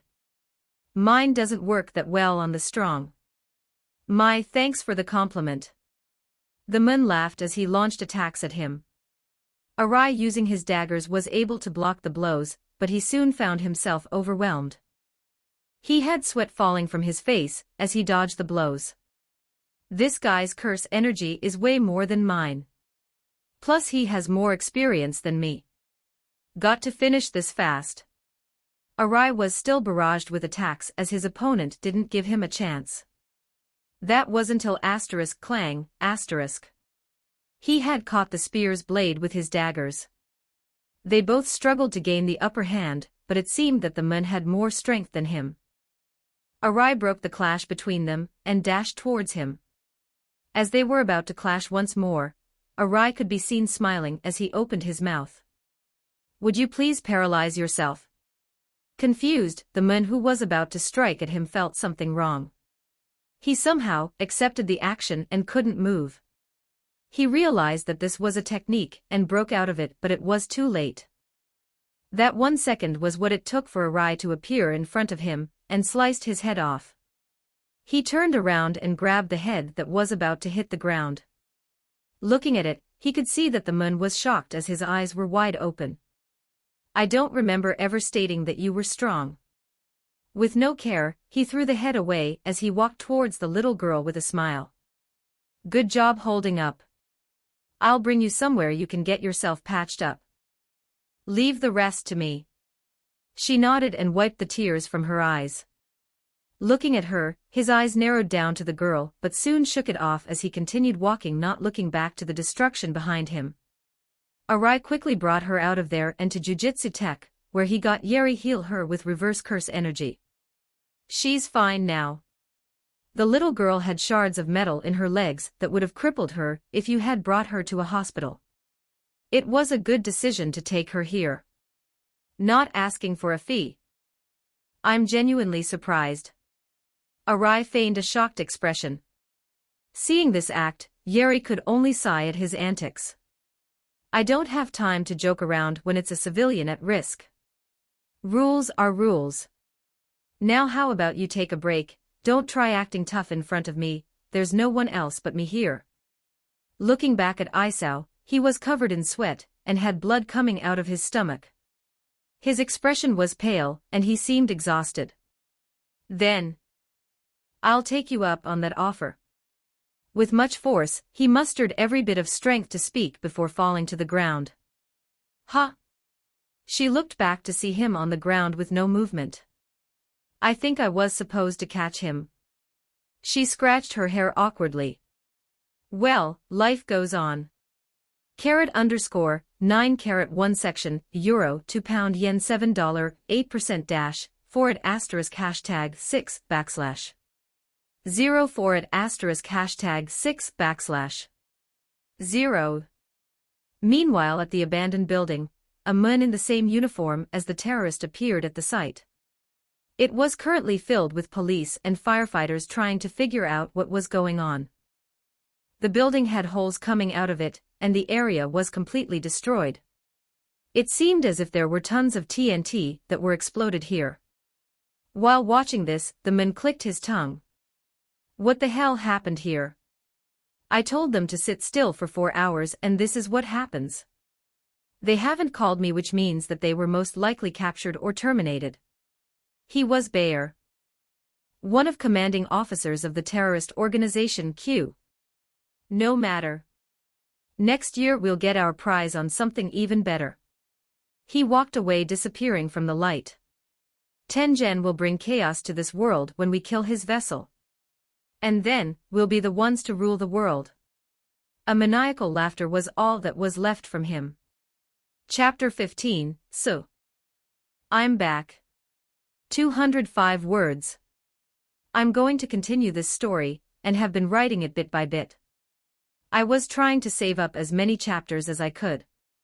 I took a break for 5 months and started writing again at April. Most people won't come back to this story, but those that do, I hope you can enjoy this story. I will not upload too frequently, as in like every 3 to 4 days, but I will try to have every chapter of high quality. I don't have much time since exams and everything, but I do enjoy writing this fanfic, so I won't give up on it. Got motivated with everything going on in Jujutsu Kaisen, and some of the newer JJK fanfics that were out. I will upload when Hikari vs Hashimo finishes. I won't say the reason why because I'm not even sure if what I want to see will be shown, but I need the confirmation. I re-edited some previous chapters that I didn't like, especially the first one, since a lot of complaints went into it. I won't change my writing style anymore since it didn't really go well with how I made this fanfic. Anyways, that's all I wanted to say. See ya. Chapter 16, Linger. 1617 words. I'm going to act like I totally meant taking a 6 months break for this fanfic, and not say anything about it. In the infirmary, a girl was sleeping on a white bed. She had brown rough hair and wore a gown. This was now the girl who had just been saved by Arai. Her injuries, which was mostly filled with cuts, were nowhere to be seen, and her ragged clothes were gone and replaced by a hospital gown. Inside her mind, she was replaying what had happened during her kidnapping. In her mind, she was back at the amusement park with her father. Though she could not see, now could hear all the laughter and noise from the surrounding families. Now. She turned to the voice, who she identified as her father. What do you want? Taiyaki or takoyaki? Hearing this, she shook her head as she pointed to her mouth. Looking at this, he slapped his forehead, realizing what he had done. I'm sorry now. I didn't mean it. I just forgot about it. She was unable to taste anything, nor could she feel anything. It was a painful way to live, yet inside her heart she wanted to be acknowledged by her father. For him to be proud of her, and not an embarrassment. Seeing her like this made him feel guilty. He barely had any time to be with her during all her life. And when he was with her, he was busy training her as a sorcerer. Now had never experienced the fun of simply going to a park. Or even simply playing with other kids. Because she couldn't feel anything, and because her father would never let her. This was actually the first time where he had brought her somewhere only they can enjoy themselves. Now. She turned to him, showing her white dull eyes that lacked any light. Do you want to stop being a sorcerer? Her expression turned into surprise, but she still seemed reserved as she didn't give an answer. Listen to me now, if you feel that something isn't good for you, then don't do it. Even if I force you to. Sometimes you may be wrong, but that's just human nature. He kneeled down and placed his hand on her shoulder. What I'm trying to tell you is that you can stop this. We can leave the sorcerer world and just live on as normal people. You don't have to force yourself. Not anymore. If she could see, then what did she witness is her father having tears in his eyes. His face was full of regret to have put his own child into a mess adults were supposed to resolve. We don't need money or fame now. I'll even bring you to school where you'll be able to have friends. Thinking it through, she did want to accept it. But deep inside her heart, she couldn't take it. To her, this was her father giving her a path to a new life. But that meant that she'd had to run from her current one. Now didn't want to be weak anymore, as knowing that her father saw her that way would crush her even more. Not knowing what to do, she remained silent as she kept fidgeting. Seeing this, her father panicked as he didn't know what to do. But seeing a stall gave him an idea. He picked her up and brought her to a shop where he bought a teddy bear for her. Here, press its chest. She did as told and pressed it. I love you. A childish voice came out of it, surprising her, but then smiled as she hugged it with a wide smile. Seeing her smile warmly made him smile as well. Do you have any cuter ones with cute lines for her? Her father talked to the vendor, but her attention was solely on the teddy bear, which she embarrassed tightly. Even without being able to feel it or see it, it was simply a heartwarming experience that she felt. Though it wouldn't last long, as she was suddenly grabbed by the shirt. Let's get out of here. She heard an unrecognizable voice but knew something was up. No. She could hear her father yelling to her out far, as his voice was drowned by the surroundings. Until she could no longer hear him. Her fear kicked up as she was frightened. This was a kidnapping. And she had been the victim. Don't worry, little girl. She heard a creepy voice behind her. We'll take good care of you. No. No. No. No, no, no. Just then she woke up, realizing it was a dream. She calmed down as her breathing became stable. Maybe this isn't the best time to come in. She heard a sweet voice coming from a girl. It was Shoko Yeri, who had just entered the room with a new towel. Sit still. Yeri changed her towels and bed sheets. They're all done. She said it with a smile. You're safe here, so don't worry about it. But that's not what you worried, is it? Now was confused. What did she mean by that? You want to see your dad, don't you? Even though she heard this, she didn't budge. It would seem that she was quite shy. Seeing this, Shoko sighed as she rubbed her eyes. Okay, look. I'm not great at doing motivational speeches, but I can tell you this. You look determined to do something. So just do it. If you want, I can call a taxi here and bring you to your house. Unfortunately, I don't have a driving license. But you still didn't answer my question. To this, she nodded as she accepted frantically. Then let's get out of this place. It smells like smells quite bad. She got out of the bed and followed this woman, who she had yet to know the name of. But she knew that she was with the men who saved her from those people. And they were about to bring her to her father. Oh, but before we go. Yeri turned back. You should go thank your savior. I'll bring you there. She picked the girl up and brought her to a bed where Arai was asleep. Shoko held her hand and placed it on his forehead. This is the guy that saved you. Though he's asleep, you should thank him in your heart. Can you do that? Nodding her head, she did as told. Thank you. I'll never forget this, Mr. Hero. She thanked him inside her mind, but the sweet moment was broken. How about we have a little fun, since he's always bothering me? Yeri picked up a permanent marker and drew on his face. That looks good. Let's get out of here before he finds out.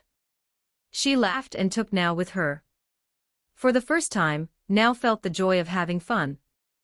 This lady who she had never met felt closer than everyone she had ever met. She couldn't understand why, but she didn't need to. She just knew that she was having fun and smiled along. Meanwhile, in Yeri's mind.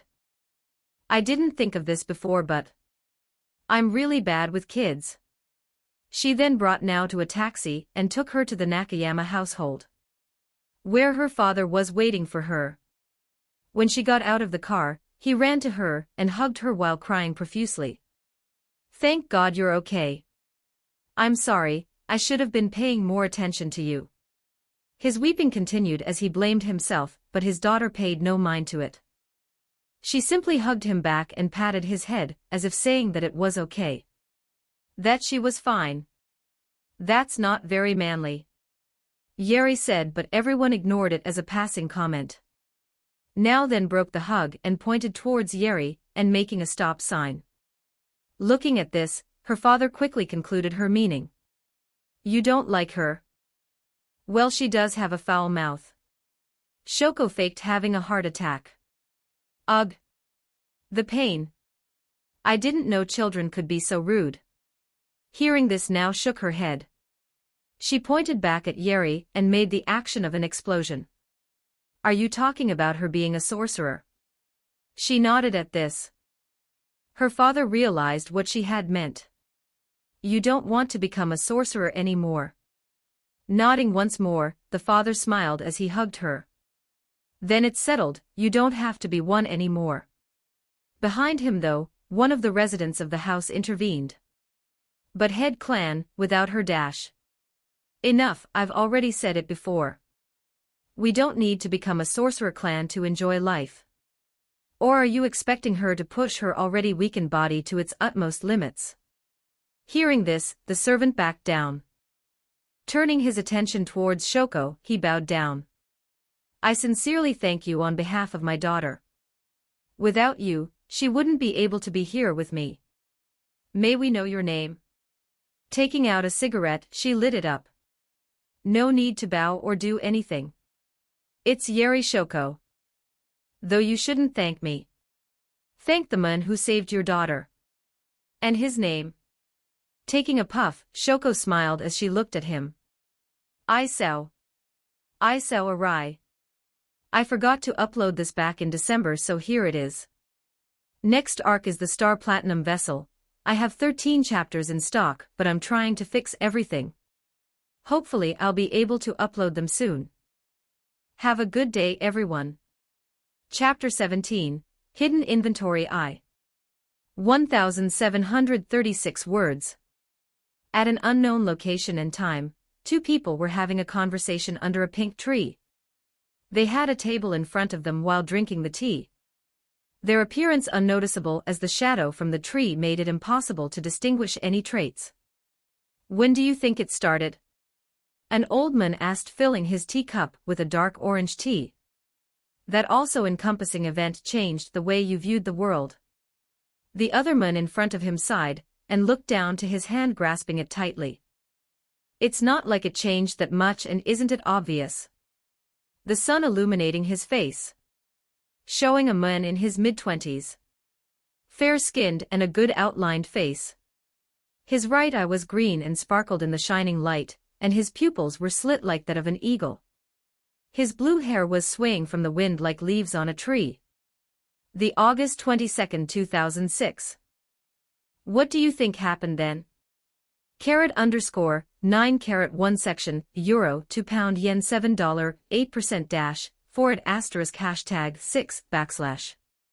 0 forward asterisk hashtag 6 backslash. 0. It was the first day of the month August. Summer was about to finish to everyone's disappointment, and cursed spirits were beginning to rise up quickly. In a particular mansion within the city of Hamamatsu, there were two women who were in a hallway. These two were Meimei, a second-year first-grade sorcerer, and Iori Yutaheim, a third-year second-grade sorcerer. She had her hair in two pigtails and wore a traditional Miko outfit with a white-colored top and a red-colored bottom, along with brown-colored boots. Damn! How far does this hallway go? Yutaheim said as she looked at the never-ending hallway. Looking at her watch, May determined the time. I'd say we've moved about 15 kilometers in 30 minutes. I don't see any of the markers we left. Right now, they were trapped in an endless cycle of walking through the hallway yet never reaching anything. Analyzing everything that happened, it was a domain that had a set of rules that one had to abide to. May, who saw this, quickly concluded. In that case, the cursed spirit isn't using a barrier that creates a loop in the mansion. It keeps overlapping space as we move forwards. Or it's a ridiculously huge barrier. Yutaheim commented to the side. Probably not, since it isn't even a first grade. May said as she walked to the wall and tapped it. When she did, it made a sort of ripple effect that spread throughout the wall. These walls seem impenetrable as well. Let's split up. The overlapping theory is the most probable one. Let's split up and move unpredictably. If the cursed spirit's barrier can't keep up, then one of us should be able to get out. Then we'd be able to attack from the outside or ask for backup. Looking through the options, this was the only way. Sounds good. Let's do it. May said this, but then the walls around them began cracking until the building they were in was completely destroyed by a powerful attractive force.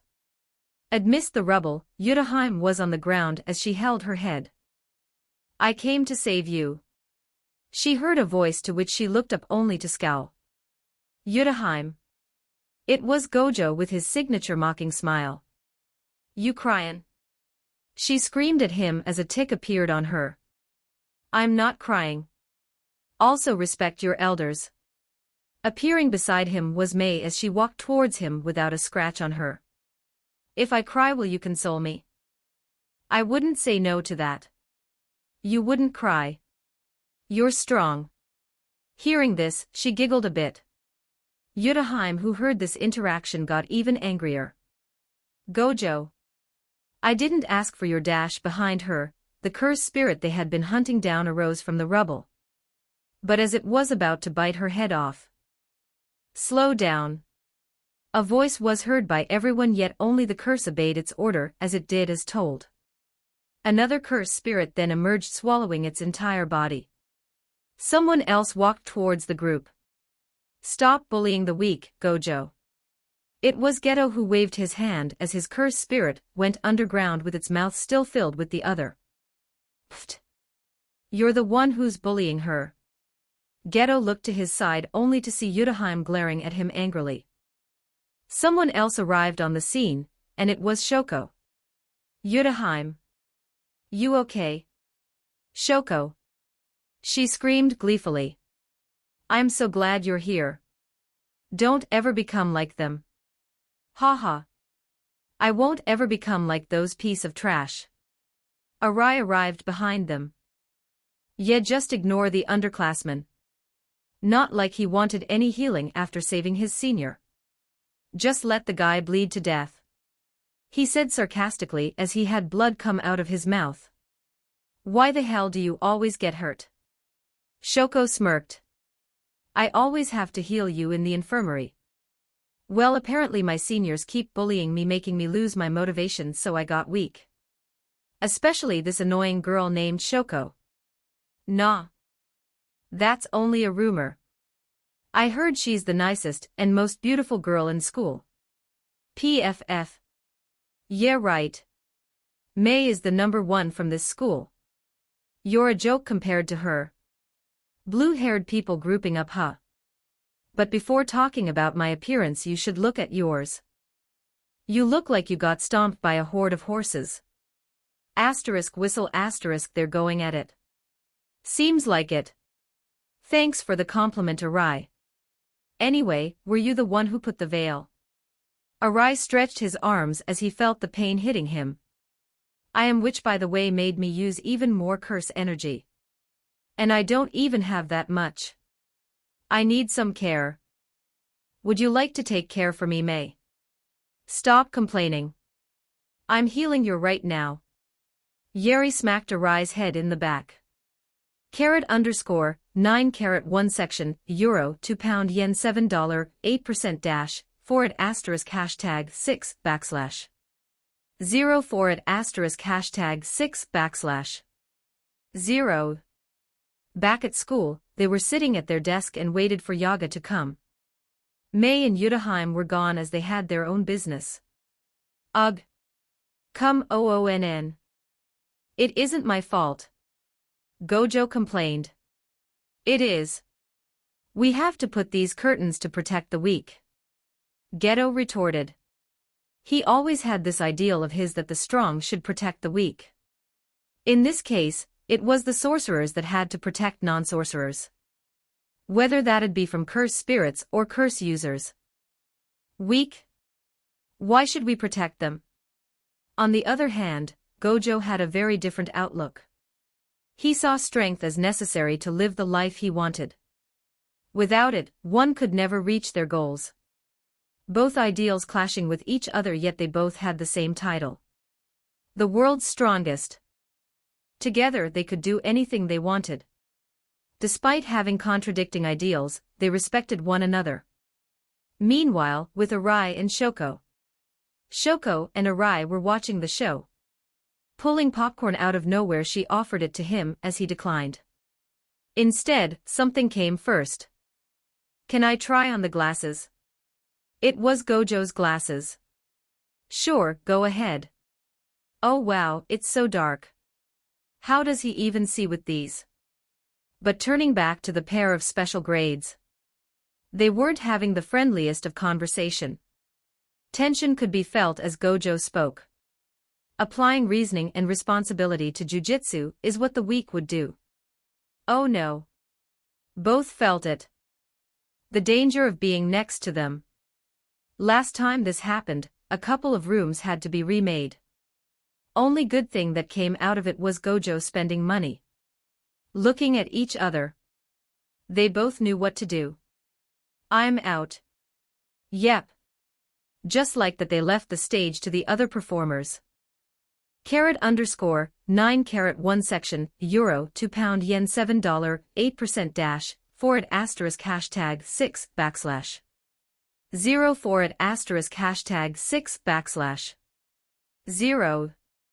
So this is Okinawa, the air feels as fresh as in the woods. Arai commented as he smelled the air. He was at the airport of Okinawa with his team, Nanami and Hybra. Right now, they had been called to assist Gojo and Suguru on their mission. The mission was to protect a girl by the name of Riko Amanai, the star plasma vessel, and escort her to a mun named Tengen. Tengen is a mun with an immortality innate technique, but the problem was that he needed another person, a vessel, to remain human because he will ascend and become a being on another plane of existence. And the problem was that if he does become that, then he'll maybe become an enemy of humanity. It occurs every 500 years, so it is rare for it to happen, but it is a very important task. Right now the problem was escorting Riko. She was being targeted by two groups. The terrorist curse user group Q. And a group that worships Tengen as a god named Time Vessel Association. They needed to protect Riko from any harm, and escort her to Tengen. I still don't think this is an appropriate mission for first years. Nanami complained. Well, I wanna show Geto what I've got. Besides, our senpais are putting their life on the line to save an innocent girl. We'll have to do our part. Hybra tried to cheer him up. Arai, who heard this, sighed. I think you just want Geto to acknowledge you. You've gotten closer to him now that I think about it. Of course. He's always nice to me. Why not show him my kindness? I think anyone can tell you're kind, but whatever. We're tasked with protecting the airport, so let's just dash. Ring. Their conversation was interrupted as Arai received a call. He took out his flip phone and saw the caller was Gojo. Picking up the call, Gojo said something to him that the others couldn't hear. Are you serious? No, we won't, and he just hung up. The others could see that Arai was upset but ultimately gave in. What did he say? Hybra asked. Arai put away his phone. We'll have to stay here a bit longer.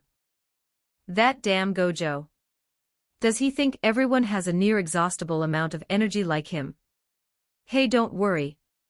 Let's just do our part. We've got to protect the airport, right? Gojo and Geto Senpai are doing all of this to protect an innocent girl. Let's do our best too. Hybra made a thumbs up while Nanami was wondering whether Gojo was really taking this seriously. Gojo was not taking this seriously. Chapter 18, Hidden Inventory 2.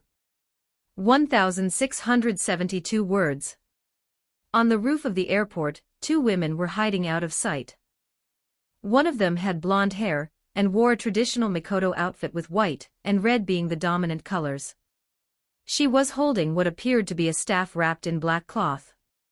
The other was a black-haired woman wearing a black outfit covering everything but her eyes and hair that was tied as a ponytail. One would say she looked exactly like a ninja. On her waist were weapons and bags filled with senbons and daggers. The former was named Mizuno Mimoko while the latter was called Isa Hikari. Both were on their phone with their eyes glued to it. On it was a picture of a young slim girl with long dark hair, which is braided in the back and extends past her shoulders. On her head was a light hairband on the top of her head, and she wore her school uniform. A description was written next to the picture. Riko Amanai. Renchoku Girls Junior High Second Year. Wanted dead or alive. Time left, 26 hours 14 minutes and 20 seconds. $250,000 a bounty on the Star Platinum vessel. This is gonna be a good job, Mimoko said while licking her lips. Around 30 million yen. Not bad at all. Isa smirked. Hikari put her phone back and stood up. Then we can both agree to kill her, right? Splitting up the reward. Looking below, she could see the people of the airport oblivious to her presence. Of course, but I want to be the one to kill her. Go ahead. I won't stop you, but be sure to have the body intact. Or else that money is gone. No need to tell me, I know. Mimoko unwrapped the cloth on her weapon, revealing to be a wooden staff with golden and red engravings on it. A weapon crafted with care could be seen. We've done this more than once after all. $9 section, euro 2 pound yen $7 8% dash, forward asterisk hashtag 6 backslash. 0 forward asterisk hashtag 6 backslash. 0. Arai. This ramen is so good. It's even better than in the countryside. I don't know about that, it certainly is up for debate. What do you think, Nanami? I want to eat kaskrut. Too much salt for me. The three were sitting at a restaurant in the airport eating ramen for dinner. They were tasked by Principal Yaga to protect the airport as other sorcerers may attack it to block off the Star Platinum vessel escape. They were also tasked to kill or incapacitate all sorcerers with hostile intentions and lighten Gojo's and Geto's burden. I seriously don't understand why they even dispatched us. Gojo and Geto are more than enough to take care of every problem. Arai grumbled after finishing his ramen. They are the strongest, even if it's 3 or 4 days of non-stop using their techniques. They'd still be able to fight. I can't imagine something dangerous to them. I'm pretty sure we'd be the ones in danger, not them. Nanami nodded in agreement. Agreed, this is hardly an assignment. Principal Yaga must have wanted us to experience more combat against sorcerers, and not just cursed spirits. With so many assassins tempted by the prize, it's Northwest wonder that this place will become a battleground. So Yaga really does care about us. He's so stoic that I almost thought he wouldn't care about us. Slamming the empty bowl of ramen down, he licked his lips and ordered a new one. Another one, please. Isn't this your 4th one already? Arai asked with his eyebrow raised. Isn't 4 bowls too little? He asked confused. It is? It isn't. Hibara, you really know how to annoy someone, don't you? I'm not doing this on purpose. Don't mind him, Hibara, he's just quick to anger. Their conversation was interrupted as Arai felt something.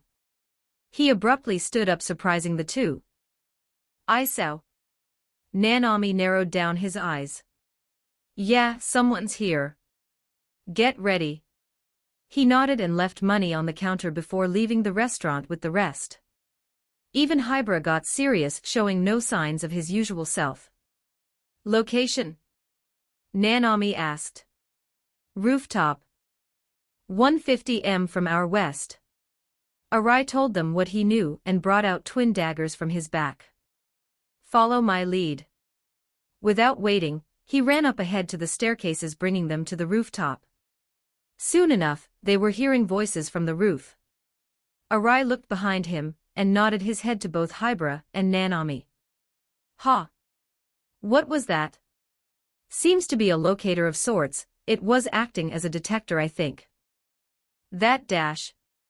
Suddenly the door that led to the roof flew off towards them. The two assassins were shocked but maintained their composure. Mimoko immediately grabbed hold of her weapon and knocked the iron door out the way. While they caught them off guard, Arai was analyzing them. Curse users. 2 of them, Seems to me that the one in ninja garment is the weakest, and has the least amount of curse energy. Since she is also wearing ninja garments, that would mean that her technique and skill is most likely focused on assassination.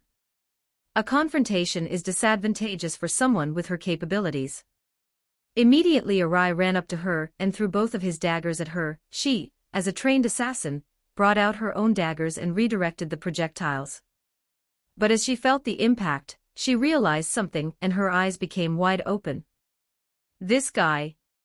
He's the one who dash. Seeing her come to realization, he smirked before muttering, "Gift." Before she could finish her thoughts, she was blown away and crashed to the other side of the roof. Hikari. Mimoko, who saw her friend in danger, was about to jump in to save her, but two figures appeared before her. It was Hibara and Nanami. Hibara brought out clay from his pockets while analyzing his opponent. A semi-grade 1. Seems about right. That's right. And if you kids know what's good for you, then get out of my way. Hibara chuckled when hearing this. It's not like you're the only semi-grade 1 here. The badass over there is pretty good in his own right, he said while pointing to Nanami. Mimoko narrowed her eyes down on Nanami. He's right, this blonde kid has even more curse energy than I do. And that black-haired one isn't far behind as well. This is gonna be a challenge. She took on her battle posture and prepared her curse energy. Look closely, kids, I'll teach you today that talent isn't everything there is to a sorcerer. Bringing out his own weapon, Nanami put on glasses of his own. Seems like most sorcerers tend to overestimate themselves these days. He pushed up his glasses, making his eye now visible. It's time to put them all to their place and bring them down to reality. While Nanami and Hibara got to meet their opponent, Arai landed on the roof and looked in front of him. The roof was damaged and it looked like something was dragged along until it hit another cabin that held the entrance to the roof. TCH, she isn't here. A ninja is sneaky all right. Looking around, he saw no signs as to where she was. There was no sign of curse energy or technique used by her, which meant that it wasn't a technique that was used, or it was a technique that was able to hide her own curse energy. But if that was the case, then he wouldn't have been able to see her curse energy.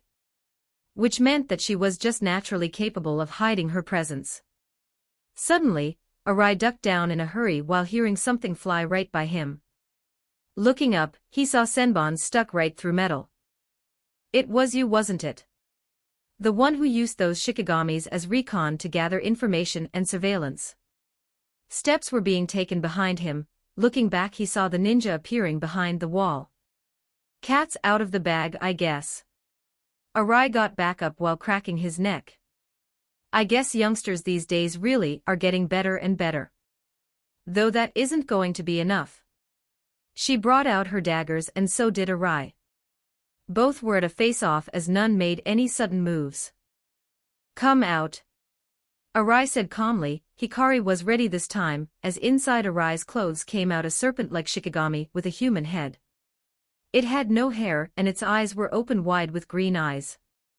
A Shikigami, from what I can tell it is a semi-grade 2. He most likely doesn't hold a storage Shikigami since they're rare, and he held it outside. But a semi-grade 2 isn't a threat to me, she thought, quickly jumping into the battle and throwing senbons. Arai quickly reacted by dodging or blocking the senbons. With help from his Shikigami, no projectile had actually hit him despite Hikari throwing more than dozens at him. All senbons were simply laying on the ground. This guy has amazing reflexes. He's trained to a high level, but that's not all. He's smart enough to use a Shikigami that is flexible and able to block the attack. It's weak but just strong enough to block them, and it doesn't hinder his own movements. He's also able to sense curse energy at a really good level. Even if he could see all the senbons, which I doubt, he was able to choose the perfect way to counter them. He's good. No, he's more than good. Knowing this, she put back the remaining senbons left and pulled out her daggers. It's time to unleash my curse technique. I won't underestimate him. I'll say this now, I have plans for some characters before the main story begins. And also that the main plot won't start anywhere soon, don't expect to see Yuji here. But some characters I have plans for. I don't want to say who now cause I don't like spoilers. But rest assured that some beloved characters will be seen. Chapter 19, Hidden Inventory 3. 1902 words. Ha! The rooftop was struck by a staff destroying it. With the dust settling, Mimoko twirled the staff making the dust go away. On her weapon, there was little pink leaves attached to it with brown roots rooted inside of it. So that's her technique, huh? Yeah, it's pretty unique. Hibara and Nanami were up against Mimoko, and despite being a 2 against 1, they were struggling a bit. She had by far way more experience than them, and she was skilled. But the thing that was difficult was her curse technique. Both sides were trying to find opportunities within this battle. Mimoko knew that she was the disadvantage, so she had to not drag this fight. Making this fight as short as possible was the best way to win. And that's not all, they put up a barrier so that no one can see us nor get hurt. The civilians below are completely unaware of us despite us causing so much chaos. I'm pretty sure it also has the effect of not letting anyone get out of here. They're not leaving any openings either. The leaves on her staff grew more and more as they almost completely enveloped it. I guess I've got no choice. My curse technique isn't that great at all. Mimoko started revealing her technique. It's weak, a pathetic technique. That was what everyone told me. I mean, how could growing peach leaves be so threatening? She's revealing her technique. Nanami thought. Revealing one's technique will amplify its effects, making it more powerful than before. This technique gives me the ability to form peach leaves. It's simple really. But what's so good about it is that I don't need to create them. I can take existing ones and use my technique on them, making it a very good curse energy conductor. She demonstrated by taking one of the leaves and using her curse technique. The bright pink leaf turned into a darker color when it was applied. And if I apply curse energy within them, the leaf enveloped by curse energy was thrown by her and pierced right through the iron door. They get strong and sharp just like this. Hibara smirked. Thanks for the lesson, how much do I have to pay you again? Around his body, clay began being made into armor. Clay technique, night. With your life. Blossom technique, scarlet nail. Dozens if not hundreds of leaves gathered around her, they all turned into a darker shade of their color with curse energy wrapping around it. She omitted the fact that she can control the leaves without any physical contact to have a hidden card. Hibara clenched his teeth as he gathered his clay. Against an opponent that can throw large amount of attacks like her, Nanami is in the worst situation. I also don't have that much clay on me since it's heavy, but she does, as leaves aren't that heavy so they can be transported in mass quantity with ease. This is going to be tough. Both looked at each other and nodded. They both dashed to opposite directions, dodging the horde of projectiles. Mimoko, who saw this, rubbed her chin with her thoughts. So they're trying to separate the amount of leaves I can control. They know that I have a limit, I can only control in the low hundreds. If I could control thousands, then I'd have already been promoted to a grade 1 sorcerer. Since the leaves were imbued with her curse technique, then that'd mean that control over them was easier, but since she had to control hundreds of them, it was going to be taxing on her, both curse energy and mentally. I can last for about 7 minutes, probably 4 since they'll keep trying to attack me. That would mean that I have to finish this fight in that time. I won't mess up. Mimoko gritted her teeth and launched her attacks at them. Damn, her attacks have such a wide range. It's time to use the plan. Hibara gathered a large amount of clay and sent it to Nanami. The clay that was surrounding became a thick layered dome. While the dome was closing, Hibara could see Nanami smile. I see, he's trying to protect his teammate first. Since he has armor on himself, he will be sustaining less damage. How dumb of you. Mimoko cackled and focused her attacks on Hybra. How dumb can you be? To protect your friend before yourself.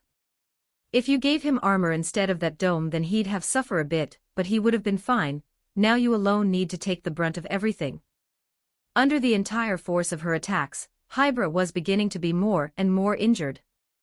Cuts were formed on his clothes and blood seeped through his wounds. The pain he could feel was immense. To him it was like having his skin being pierced by nails and dragging it along. This hurts. But this won't be enough to stop me. Placing his hands to the ground, all of his remaining clay transformed a giant wave going straight to Mimoko. What? He still has that much clay on him. It's able to make a wave that will sweep through anything on its path. But it's slow since the weight of clay is too much. If it was water, then I'd have been caught in it. Thankfully, I have the perfect move against this.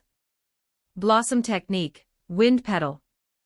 The peach leaves gathered towards her legs and made a platform in the shape of a petal. It gathered and almost looked like an actual giant petal. She lifted her finger, and as if the petal was alive, it began floating until it managed to fly, dodging Hybra's attack. You'll never be able to catch me with clay. It's way too slow, she said, mocking him. Humph, we'll see about that. He reached his hand to the clay, and when made contact, it turned into a hand that reached 4 meters in length. It was coming towards her, and was trying to grab her. A surprise attack. He made it seem as if it was his last-ditch effort, but he was still able to muster this.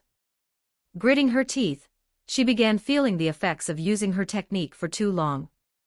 I'm almost reaching my limit here. I'm also keeping an eye out for that blonde one, but I can't face both. I've got to finish this now. Clasping her hands together, she brought forth all her curse energy. Blossom technique, autumn's fall. Jumping back, she commanded her leaves to go straight to Hybra. With that command, they all flew at lightning-fast speed and came crashing onto Hybra. The hand that was about to grab hold of her was completely shredded apart. His armor was beginning to fall apart, and with almost no clay left on him, he became vulnerable for a finishing blow. Seeing that, Mimoko took out her staff and swung it straight towards his head. This is the end, she shouted gleefully. But as it neared him, the two of them heard a voice beside them. Ratio technique, collapse. Without a moment to react, both Mimoko and Hybra felt their footing falter as they realized that where they were standing, it completely collapsed, with nothing to hold on to. Both began falling from the rooftop. This guy. He wasn't protecting that blonde kid, he was covering him out of sight with that dome, so that he could gather enough curse energy to completely cut away my footing. Since it holds curse energy as well, it was hard for me to notice the immense amount of curse energy he was gathering. It must be some type of curse technique, since there's no way he can cause this much damage by himself. Mimoko glared at Hybra, who when saw her glaring at him winked at her. And since I went airborne, then that other kid forcefully placed me on the ground so that their plan can be set in action. Damn it. Warn me next time, Nanami, Hybra shouted. Mimoko, who heard this, widened her eyes as she looked back to the dome of clay that was falling with them and saw Nanami coming out of it. I'm not giving her have a chance of getting away. This ends now. Then let's do that. Clay technique, Atlas. A gigantic pillar formed from the last of Hybra's clay and was thrown directly at Mimoko. With her falling, she had to use the remaining of her curse energy to make herself float, but with the pillar that idea was out. She was an easy target now, having no other choice but to block the blow. Damn it. You guys are so persistent. Focusing the power within the center, the pillar broke apart, scattering the pieces and obstructing her view. But as she destroyed it, from the rubble she saw Nanami using the debris as stepping stones. His right hand was bleeding due to having used such a destructive move like collapse, and was wrapped in a dotted pattern wrapped in bandages. Looking at her falling figure, Nanami's eye flashed through the glasses. 10 black lines along one long one appeared on her body. With a 7-to-10 ratio, he pulled his fist back and with all his might just on one of the rubble expelling him forward. Momoko widened her eyes as she realized how close he was. She could no longer use her curse technique at the moment, and exploiting that fact, Nanami took up that opportunity. "Sit down," Nanami said before punching her straight to the gut. Gah! Nanami's technique was the most devastating out of his peers. Momoko coughed up blood while her mind was blank. A crack could be heard from having her ribs broken. But Nanami didn't let up as he kept going, kicking her right in the face. His blows were devastating, and she couldn't regain her control. Her concentration was completely broken. The fall soon came to an end as they both landed onto the barrier. Looking down below, he could see people walking by, oblivious that a fight had just happened. With this one well-placed attack, he made a semi-first-grade sorcerer out of commission. Ouch! That really hurts. Getting up, he patted the clay dust off of him. Coming down as well, Hybra slid down with a rope made out of clay. Good thing you set it up beforehand. Nanami tied her with his bandage, restraining her. I'll go help Isao. He might be in trouble. You stay here and cover your wounds. They aren't life-threatening, but it's better to make sure there won't be any permanent damage. Hee hee. I may have taken too much attacks. Guess I'm still not as good as you, Nanami. Hybra smiled sheepishly while awkwardly rubbing the back of his head. It's Nanami. And I need to know your opinion on a decision. Basically, there is going to be a time skip, but I want to ask whether you guys want me to show how the MC became stronger, or show the reason as to why he got stronger but not write a chapter on it. In simpler terms, want me to show the process, or just skip to the end product while slowly unravel the reason. Chapter 20, Hidden Inventory 4. 2,772 words. While Hybra and Nanami was fighting, so was Arai with his own opponent. I guess you'll be forcing my hand. You may have chose me to fight because I don't have as much curse energy as Momoko, but you'll be regretting that. Hikari said while spinning her daggers. Though when Arai looked closer, he realized that the blades had a transparent liquid running down. It wasn't water, as it looked denser than it and held no curse energy. Poison, I think, that fits the ninja style. But there being no curse energy means that she either doesn't want an opponent to know that she has poison, as they can sense it, so she opted to use a normal poison, or that the poison has a very small amount of curse energy but unable to be detected at this range. I think the former is most probable. Arai stayed alert, knowing full well that his opponent was an expert at fast and silent kill.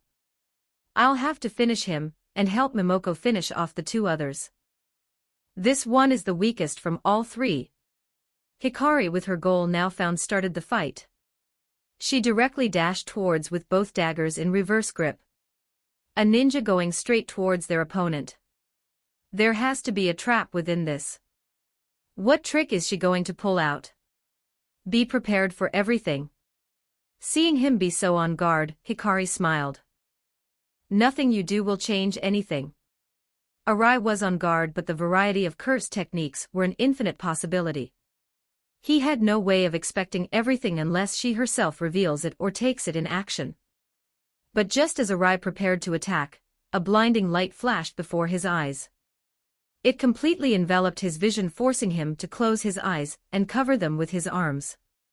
Light. So her technique is generating light, I think. I really didn't expect someone who was wearing ninja uniforms to have a technique that is the polar opposite of it. Now, with his sense of sight gone, he focused everything on his other senses. His cursed spirit was also affected by it and screeched in pain. It couldn't help him in this situation. But he was taken by surprise as all of a sudden she appeared in front of him. Her presence just suddenly was there, and he had no time to react. With both daggers in hand, she attacked. Her attacks were shallow but precise, as everything was aimed for vital parts. Now the light faded. Arai and his cursed spirit were finally free from it.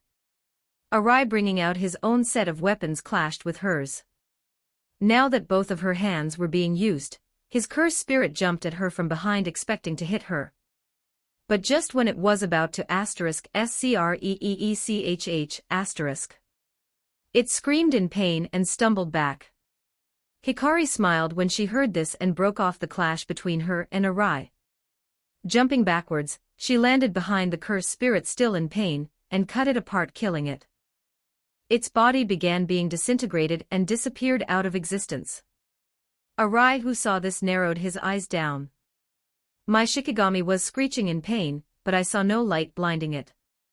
Even if I was directly standing in front of her, and she used it behind, I would still be able to see the light shining. That means that her curse technique isn't the generation of light but something else. Looking back at him, Hikari wiped off the purple blood on her blades and walked to him. The poison should start working now. It isn't that dangerous, since in a fight like this a poison that acts quickly is better. It's a deadly poison, but its first effect will be sluggishness and fatigue. Then paralyzation and finally death.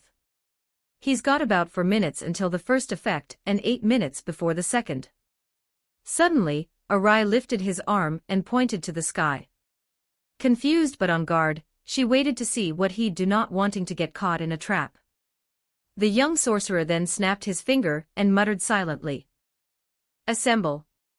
Hikari, who heard this, looked around her to see Shikigamis surrounding her. There were 7 of them here, all ranging from 4th grade to semi-second grade. She began sweating as she realized the situation she was in. 7 Shikigami. 1 semi-second grade, 2 3rd grade and 4 4th grade.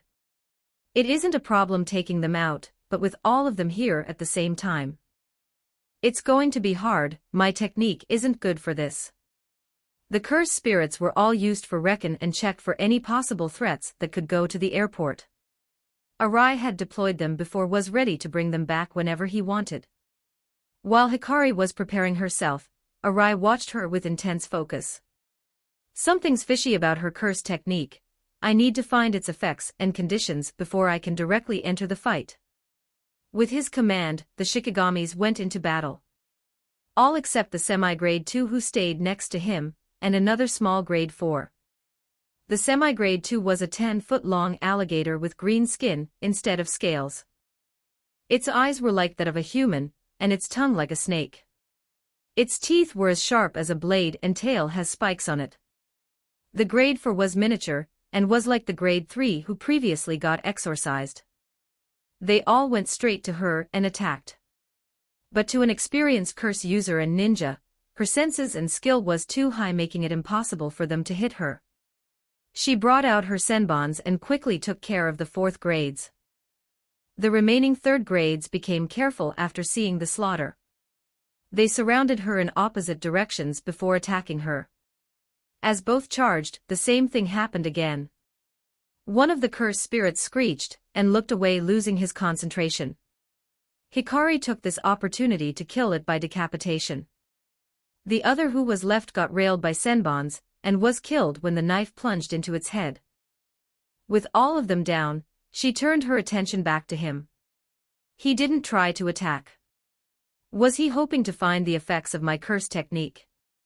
Either way, I won't be revealing it. But looking around, she seems to have found something missing. The grade 4 curse spirit was missing. One seems to be missing. It must have slipped away when I was busy fighting the Shikigamis. I'll have to keep an eye out for any possible hidden attacks. Still, it's a grade 4. It's not much of a threat. If he had kept a grade 3 or semi-grade 2, then I would be in more trouble. I guess he isn't as smart as I thought. So that's how it is. No wonder I got caught in it. Breaking her train of thought, Arai chuckled and began walking towards her, leaving himself alone. He's not even using the curse spirit. Did he really figure it out? No way. I kept it well hidden and didn't even use it that much. It's a bluff to have me lower down my guard. Arai dashed towards her and attacked while she also did the same. He threw both daggers at her and filled it with curse energy. Throwing both weapons and leaving yourself open. Did he really think I'd get caught off guard because it's close? Foolish. Hikari easily blocked the attack. She activated her technique, making the light completely overwhelm Arai. Though he looked unfazed as he closed his eyes with a smile. I know what your technique is. It's projection, isn't it? You make a wall of curse energy and display an image in it. Kind of like a TV screen. But it seems like you can't make something too complex, otherwise you wouldn't have used a blinding light. An illusion of you doing something else would have made you an even trickier opponent. And you can only use one wall, it seems, or else when my two Shikigami who were facing you would have both been blinded. That's why you appeared out of nowhere before. It was because you were behind the wall, and only after you crossed it could you be detected. Still, you can't beat me with just that.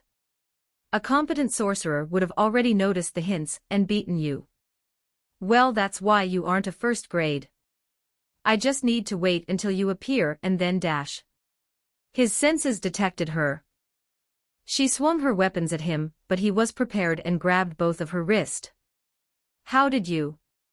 She exclaimed, shocked at how he knew where she was coming. You're just too obvious. Hikari struggled, trying to break free but couldn't. Knowing she was trapped, she tried pushing her dagger, and it was nearing his eyes. Attack.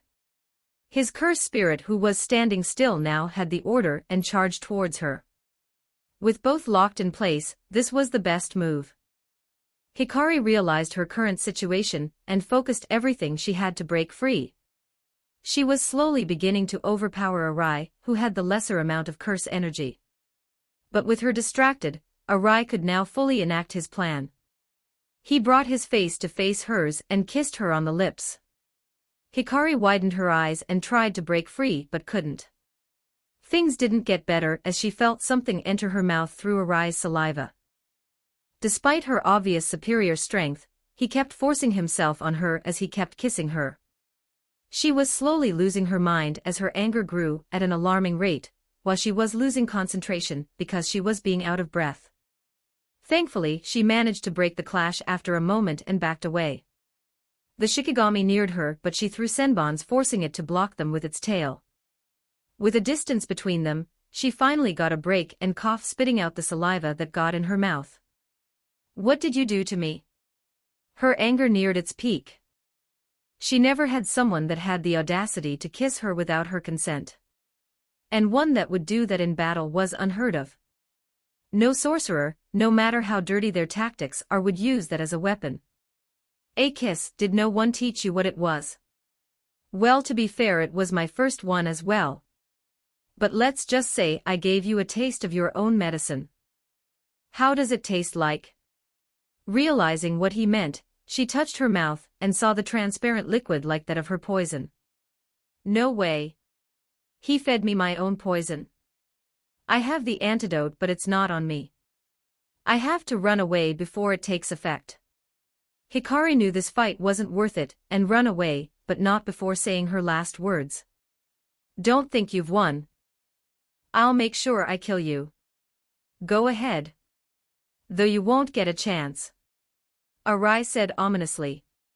She felt that something was wrong, but still knew if she stayed here then her death would be sure. It doesn't matter if I can't win. The poison already circulated his body, and he'd drop dead soon enough. Mimoko should be having trouble, but knowing her, she'd be able to get out of there before it gets too serious. I hate this. Losing to a brat of all people. And one that doesn't even have that much curse energy. No one can know about this, or else everyone in the group will laugh at me and kick me out of there. Back to Arai, he watched her leave with no intention of chasing after her. His plan has been enacted and was finally ready to be set in action. I'm sure Nanami and Hybra have already captured that other girl alive. They aren't as slow as I am. Glaring at her leaving figure, he smirked before snapping his fingers. So I don't need you. Alive, that is. Contract technique, gift. Hikari looked back to see Arai not even looking at her as he walked away. He has the advantage and should have chased after me. He probably doesn't have much curse energy left, which is why he backed away. But with his Shikigami it would have been able to slow me down at least. No matter, when I come back I'll have his head. But all of the sudden, she felt a foreign curse energy becoming rampant inside her. It was at a great level, but what was worse was that its location was her heart. Wadash. She didn't have time to finish before an explosion happened. Her death was instant as her body imploded itself. Pieces of her body flew everywhere, and blood sprayed the roof. Intestines, eyes, bones, everything from her body was scattered everywhere. Arai, who saw the result of his work, nodded, appreciating his work. When Hikari had injected poison into him, he knew he was done for if he left it alone. So what he did was a dumb plan that could work. Have a cursed spirit go into his blood veins and remove the poison from his body. Luckily, he had a cursed spirit that could minimize its size while elongating its length. Going into his veins and removing the poison was no easy task, as he had to command it where to go and what to do. His Shikigamis don't work like other Shikigami users. They don't have charms to control them. No, Arai had forcefully enslaved them to his own will by placing a non-negotiable pact on them. In layman's term, he made them his slaves that would do his bidding without a will of their own. An auxiliary chapter explains a bit better. The cursed spirit who swallowed the poison was affected by it, but it was made to kill a human, not a cursed spirit. So it was able to last longer. Arai, who kissed Hikari, then had his cursed spirit, who was in his veins, go to his throat, so that he can cough it out, and forcefully injected the cursed spirit through his own mouth into hers. And by doing so he deceived her into thinking he injected the poison into her when in fact it was his cursed spirit. But just in case she escapes, he used his ultimate trump card. Contract technique, gift. Gift was a technique developed by Arai inspired by his senior in school Mei. Mei had the technique blackbird manipulation, and as it entails, it lets her use blackbirds. But what was so great about her wasn't the technique, but how she used it.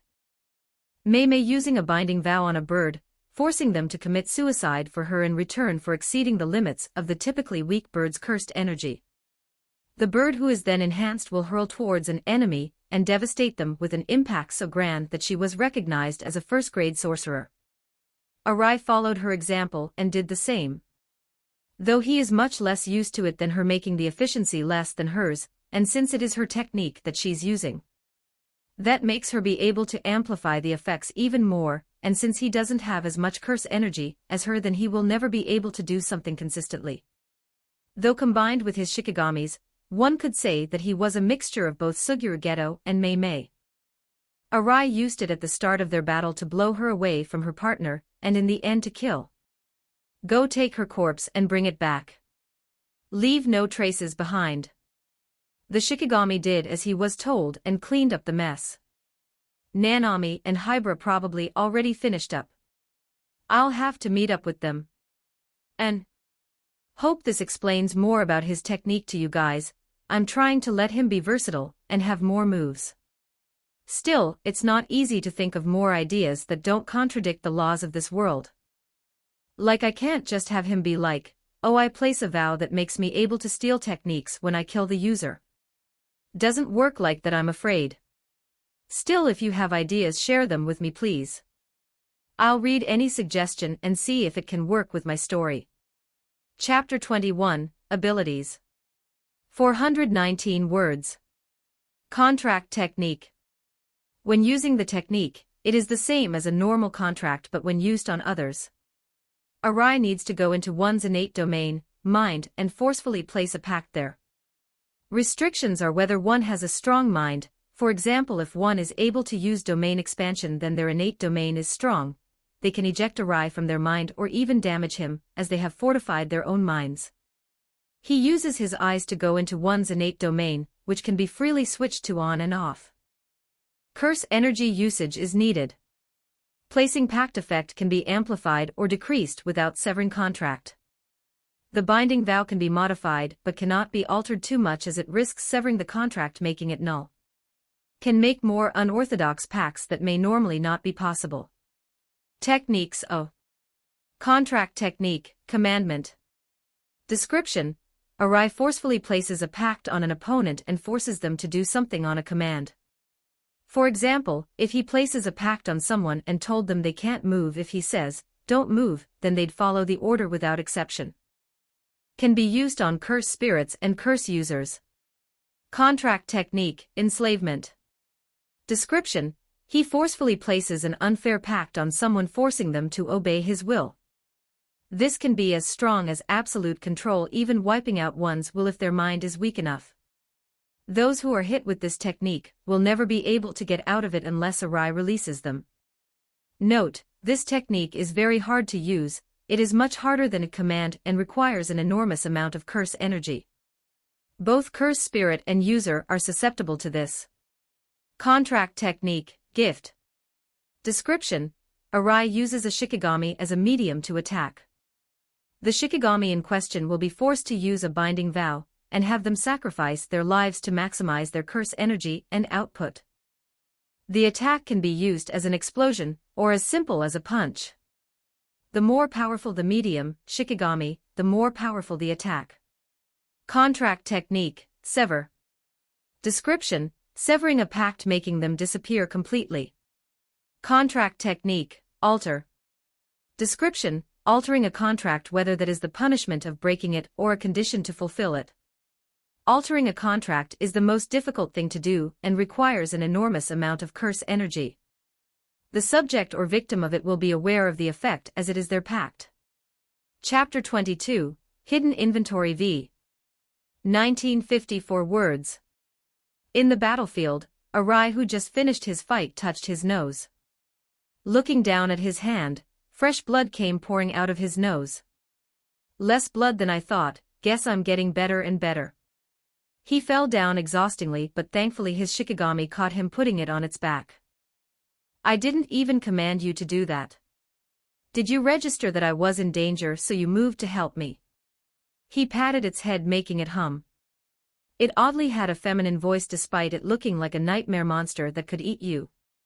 Soon enough, Nanami arrived with sweat on his face as he panted a little. Both were far away from each, and with his fight, it was no surprise that he was a bit tired.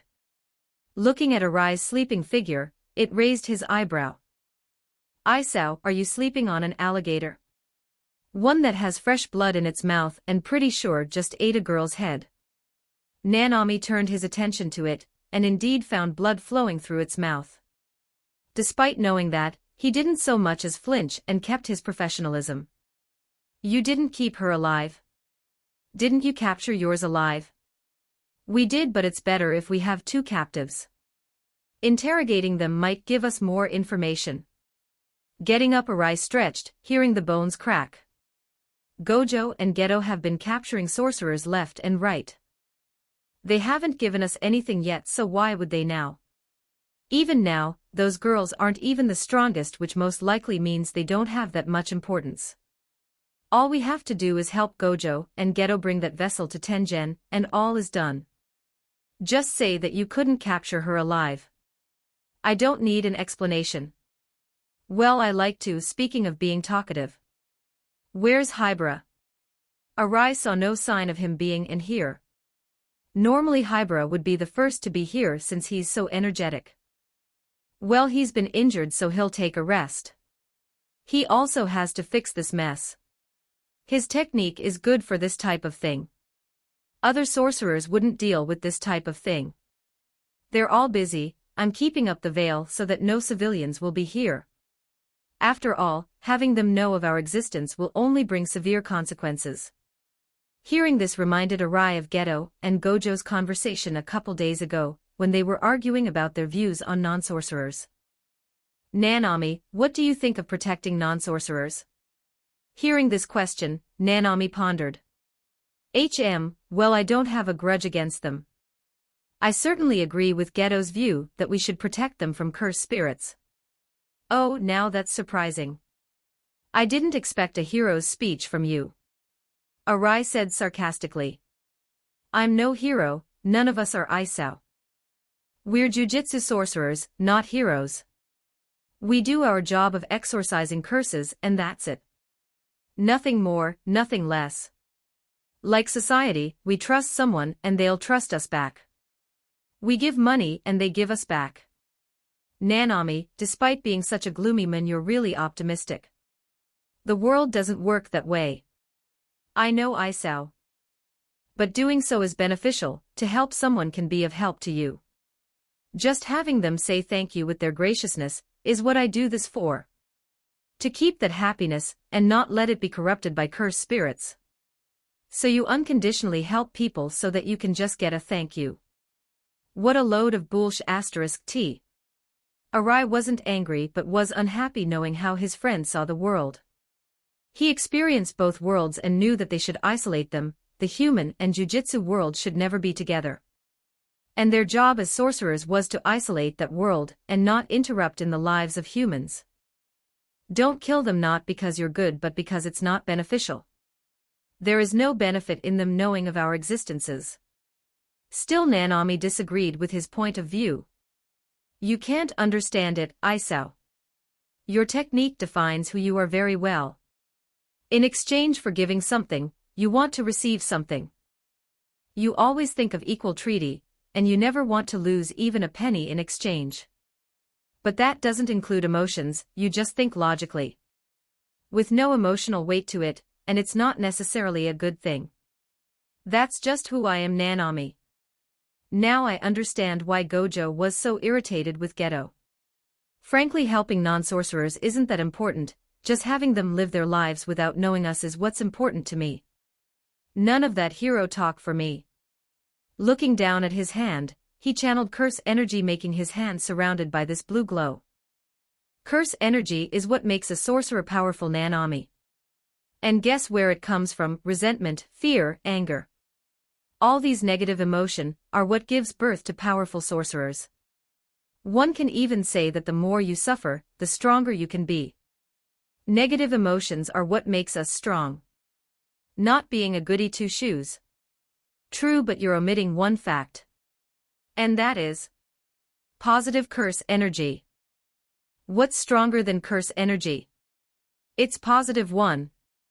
It's highly effective against it, and it can even heal wounds. Nanami sat down next to Arai. Do you know why positive curse energy heal wounds? It's because no matter how much pain you endure, you can recover if you find something positive to do or simply receiving that positivity. Do you know why positive curse energy is the exponent of curse energy? It's because no matter how much pain and suffering one receives, having someone do the equivalent of same deed in a positive way can wash away the negative energy. Getting up, both saw Hybra waving at them with a wide smile on him. He had finished repairing the damages and now came to them. He sighed when hearing Nanami's argument. It wasn't exactly wrong, but it didn't work to him. As a sorcerer, he had felt more alive than just being a regular human. He had never fit in with them, so why try to? It's true that positive energy is good, but have any regular human managed to do that? Even most sorcerers would never see positive curse energy. It was that rare, so even if the argument could be said to be correct, curse energy would always dominate the Jujutsu world. I guess we both have different views. Hybra probably wants to help as many people as he can too. That and his sister, last time we went to his house he was weirdly really overprotective of her. It's not like I'm interested in a kid. What does he have to worry about? It was odd. It certainly was. $_9 section, Euro 2 pound yen $7 8% dash, forward asterisk hashtag 6 backslash.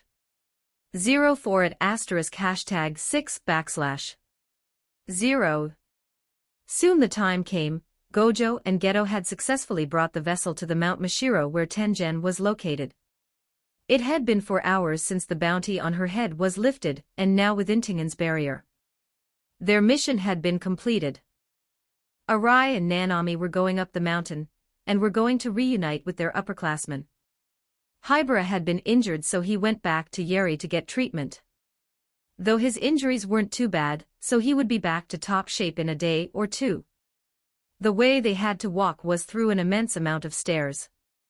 It probably numbered in the thousands, and to reduce the need to walk, he is riding on his Shikigami with Nanami on its back as well. Geez, this shouldn't even lasted that long.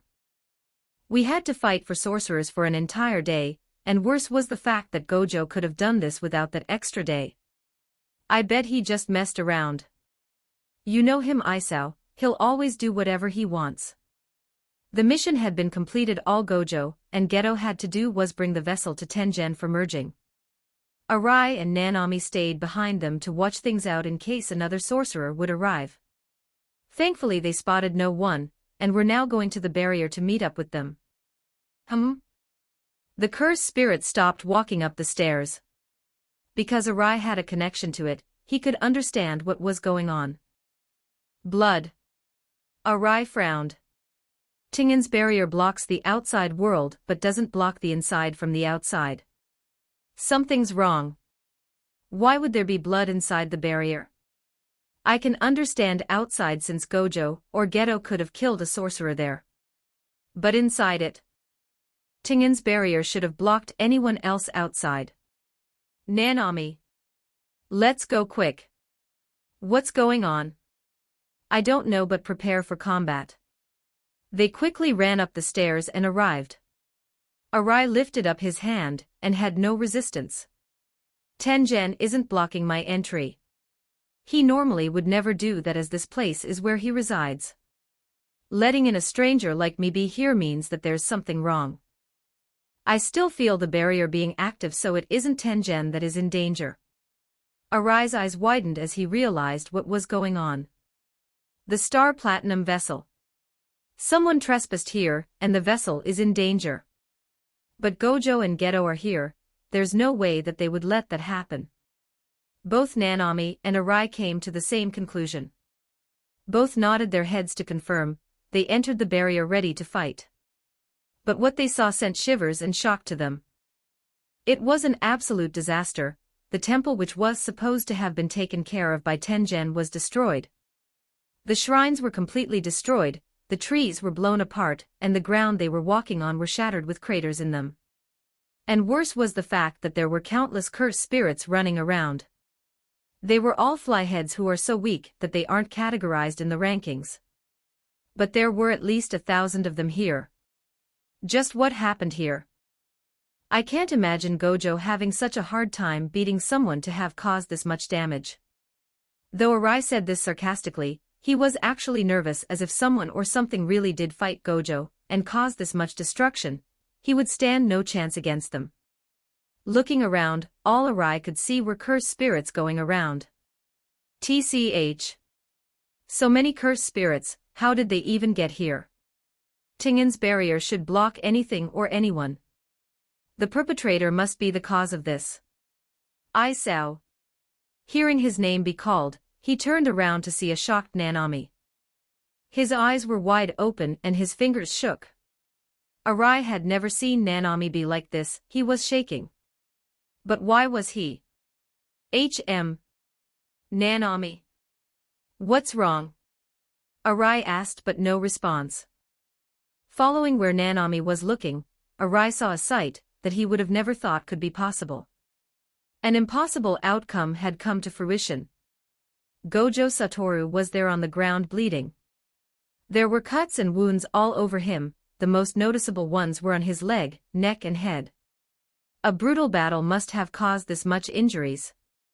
No movement could be seen from him, and it seemed as if he wasn't breathing. Gojo, there's no way.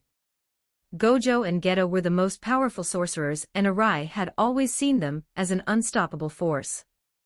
Instead of caring about them, he should look out for himself. After all, they were the strongest. There was no way that they would ever lose. An invincible force of nature. Yet at this moment, all of these thoughts disappeared from his head. For the first time in Jujutsu history, a god shed blood. Chapter 23, Hidden Inventory 6. 1,426 words. Arai, who was still shocked from the sight, was shook violently by Nanami. Isao. Snap out of it. Nanami's demeanor was no longer the cool-headed person he was. Sweat was running down his face, and the nervousness from the situation was making his mind unstable, but Arai was far more affected by it. Seeing Gojo in this state put fear in his mind. though he was still a sorcerer and soon got over it. His rational thinking came back, but the fear wasn't gone. He was now on full alert and was ready to go into battle. Rewrite, Nanami, go check on Gojo's condition. Take him to Yeri if you can. We still have to accomplish our mission, so I'll try to find the Star Platinum vessel. Nanami went to check Gojo while Arai stood guard. Damn it. Just what the hell is going on? There's no one here, and no hint of someone being here. I don't see any residuals from a foreign sorcerer. Arai, he isn't breathing, but I think I just saw his finger twitch. A suspended death state. Go bring him to safety. I'll go see what's going on. Got it. I'll try to bring backup as well and find a first-grade sorcerer. Maybe May is at school right now. Good luck, Nanami. You too, Isao. They separated after the exchange. Nanami brought Gojo's body to the infirmary, while Arai stayed to see if the vessel is here. Gojo may not be breathing, but it's Gojo we're talking about.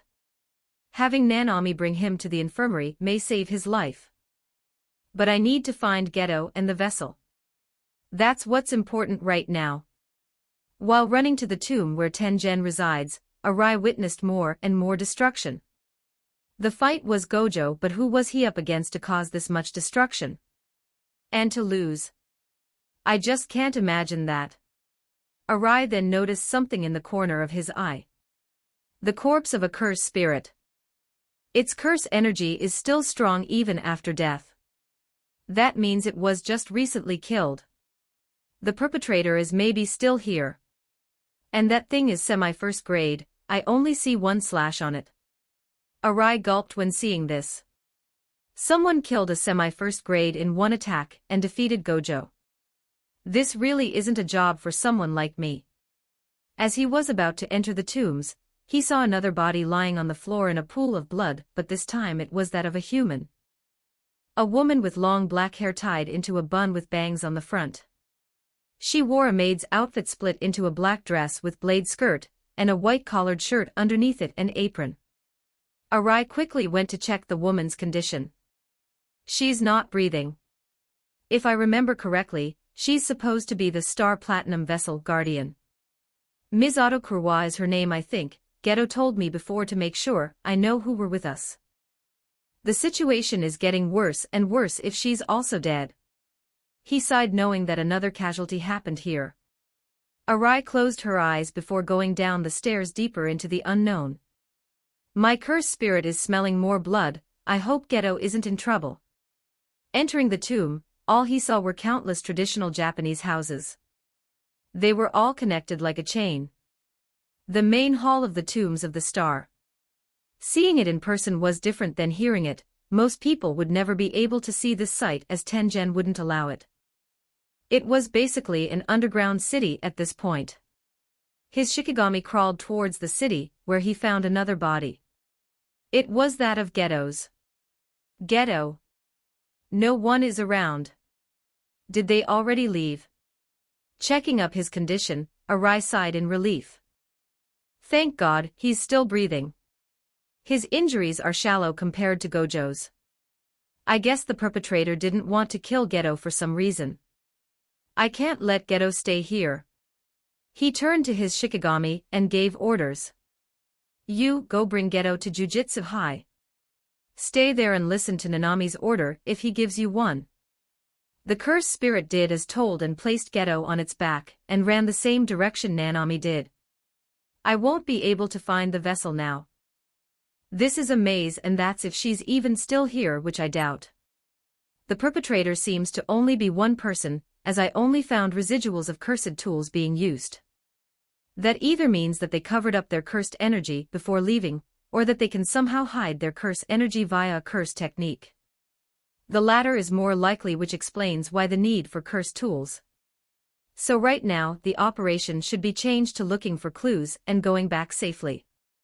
After looking around for a bit, Arai found more clues and quickly analyzed everything. There are signs of combat here. Two powerful curse presences here that were semi-first grade, but I can feel another one that is much weaker. Geto wouldn't pull out such a useless curse spirit, so maybe it's a Shikigami from the enemy. I also found splattered brain matter, which can only mean one thing. Knowing the mess this was, Arai sighed and gripped his fist. Geto and Gojo lost and failed their mission. His classmates and friends were beaten up while he was just walking and chatting. It pained him knowing that he was useless. Even if he was there, he would have just simply been a liability, and made the situation worse than it already is. Individual strength was the most important thing to a sorcerer. Something he lacked very much. I am weak. So pathetically weak, but what I can do is help them now. Pushing these thoughts away, Arai headed back to Jujutsu High to report everything he found and to see the conditions of everyone. I can only conclude that things went a bit like this. Gojo was attacked first, making Geto use his curse spirit while running away with the vessel. While that was going on, Gojo was defeated. The assaulter then went down and killed the guardian, and after that killed the vessel, judging by the pool of blood and a bit of brain matter. Lastly, Geto fought and lost as well, but was spared. Probably because of his technique, which lets him store curse spirits which they didn't want to deal with when Geto dies. So that's how it is. Yaga, who was listening to his report, looked mad yet calm, at the same time making a weird combination. He was the principal and had to always maintain his composure. Even when his students can be faced with death. What a mess. Geto will be alright, but I can't say the same for Gojo. Are you sure that you saw him moving? Arai slumped into the couch, tired. Nanami did. Did he just delude himself into imagining that, is what you're asking, right? I doubt it, since Nanami isn't the kind of person to do that. He's too tough to delude himself. Then we can only hope. Their conversation was interrupted as both felt something. Someone was releasing an immense amount of curse energy. Just feeling it made both Yaga and Arai shocked. This was a foreign curse energy, and it was the first time that both felt something this powerful. They needed no words as both immediately headed to where they felt it. Arai prepared his daggers, which were the ones from Hikari, the ninja girl he had killed. Yaga, on the other hand, had curse corpses ready and activated them, having them run beside him. Yaga, who was a first-grade sorcerer, overtook Arai and commanded his puppets to smash through the door. They finally arrived to see a scene out of a movie. It was Gojo, who still had blood on his face and shirt, but with none of his wounds, found floating in the air and looking blankly to the sky. The room, which was an infirmary, is completely destroyed, and seemingly everything was pushed away with him at its epicenter. His blue shining eyes glowing brightly despite being daytime. Gojo was gazing at the bright sky before soon his eyes stopped glowing and returned to its normal appearance. His demeanor changed as he smirked with his usual arrogant smile while pointing to the sky and ground. Throughout the heavens and earth, I alone am the honored one. Chapter 24, Hidden Inventory 7. 2,216 words. Alternate title, The Enlightened One. In the outskirts of Tokyo, there lied a temple-like building with shrines and other aesthetics, making it worthy to be called a temple. But this place was no temple, it was a place where a cult gathered. The cult of the Time Vessel Association. And walking down the hallway to the exit were two men. One was an average-build adult man with short black hair that's longer on the top than the sides and the back, and wears a generic black suit. He has dark eyes, thin eyebrows, and an even thinner mustache. The other, though, was more remarkable, instead of having professional clothes. This man is a tall, muscular man with mid-length straight black hair that reaches to his ears. He has green eyes, thin black eyebrows, and a sharp scar over the right side of his mouth, just on the edge of his lips. He wears a tight-fitting short-sleeved shirt and sports tan baggy training pants with a black belt weaved through the waist, as well as black martial arts slippers. On his right shoulder was a curse with an elongated body. It had the face of a human, always smiling with closed eyes, and had no limbs. The former was a man who works for the Time Vessel Association, named Shukong. The latter, though, was a mercenary. The cult that hired a certain mercenary to take Gojo and Geto down. The two strongest sorcerers of the time had been taken out by a single person. Most people would laugh and think this is a joke if they heard this. The two strongest sorcerers beaten by a man who possessed no curse energy would be the joke of the century to all sorcerers who would have heard about this. Though it sounds ridiculous, it was all true. He was one who defied fate and changed it. The person that single-handedly did this was Zenin Toji, the sorcerer killer. Well, let's eat some grub with that cash. Take me to a place with a grand reception, he said to Shu, who was beside him. No way. I know you don't pay the bills for men, you bastard. He pulled out a cigar and smoked it while chuckling. I've decided that I'll only involve myself with you for either work or in hell. Nowhere else. Parting ways, Toji walked away from the temple and was about to leave the grounds but was stopped by someone. Someone he never expected to see nor be here. He was shocked as he was filled with puzzlement. Yo. Long time no see. Are you serious? A man that he had personally killed was standing on his 2 feet. He had stabbed his throat, cut apart his leg dozens of times, gashed his side and stabbed through his brain. Yet here he was, acting like none of it ever happened. The only indication of it ever happening was the blood on his face and clothes, but no wounds could be found. A man that stood here alive despite having supposedly died just moments ago. The Enlightened One. Gojo had arrived and he had a crazed smile on him, unlike his normal smile. It wasn't full of arrogance. There was a feeling of freedom around him. Like he wasn't bound by the rules of this world any longer. The closest feeling a human can ever describe to what Gojo was feeling at this moment was absolute freedom. Freedom from everything. From rules and responsibility. From pain and enjoyment. Simply free from the world. Yeah. I'm alive and well, Gojo said while pointing to his bloodied head. A reverse curse technique. Correct. His smile widened even further when he saw his opponent's surprised face. I gave up fighting back when you crushed my throat. Pouring all into perfecting this technique. Cursed energy uses negative energy. It can fortify the body, but it can't regenerate it. That's why it's needed to multiply it with the same amount of curse energy to create positive. In other words, reverse curse technique. While Gojo was explaining, Toji only had one thought. Is he high? He's talking an awful lot. Gojo, who was oblivious or simple didn't care about his opponent's thought, continued his explanation in a daze. But I couldn't do it at all. That is until now. The only person I knew who could do it can't explain for shit either. But I finally got it when I was on my deathbed. The core of cursed energy. You lost because you didn't cut off my head, and because you didn't use that cursed tool when you stabbed me in the head. Lost, Toji pulled out a dagger out of the cursed spirit's mouth. The fight has just begun. Yeah, I guess so. Well, I guess you're right. Just as they began fighting, Arai had entered the temple. He was full of sweat and breathed heavily. Having just seen Gojo wake up, he tried to talk to him, but he instantly disappeared and vanished. Just seeing Gojo float in the air was already surprising, but now he could teleport. This made Arai reach a conclusion.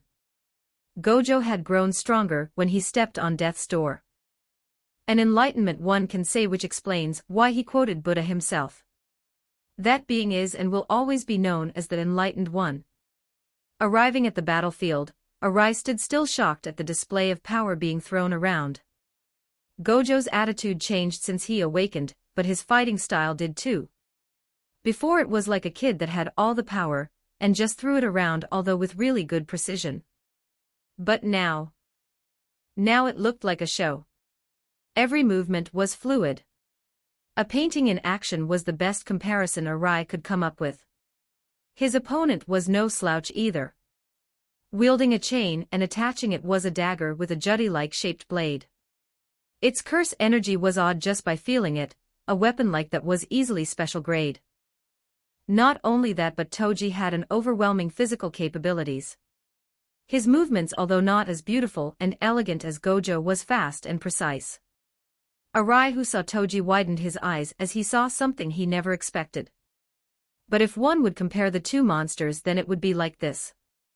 Gojo would be like a warrior who incorporated dancing into a fighting style, while Toji was like a seasoned warrior who didn't care about how he looked. Simply going for the kill, and not leaving any movements wasted. But despite that, one can easily see who was winning. Gojo was just playing around with that smile of his. Unfortunately for Toji, Gojo didn't wait any longer. Two of his fingers straightened as a red glow gathered from seemingly nowhere to the tip of them, forming into a dense red orb. Curse Technique Reversal, Red. The new technique Gojo released sent a red orb that flew at an incalculable speed straight to Toji, blowing him away across buildings. He landed on the temple with blood flowing down his head. Luckily, with his instincts, he had blocked the blow with his hand, or else more damage would have been done. "Ha, damn monster," Toji said with a smile on his face. Toji chuckled and stood back up with little to no effort. Despite bleeding and suffering internal injuries, his face showed no pain. This guy just took that blow and shrugged it off like it's nothing. Arai, who saw this, was even more surprised. This fight was simply out of his league, and all he could do was watch with his mouth wide open. Toji went back to the fray and struck at Gojo while the latter just floated in the air. Both had similar thoughts, their regrets were starting to show. Gojo regretting not being able to save the girl he was supposed to protect, while Toji was feeling unease at his composure.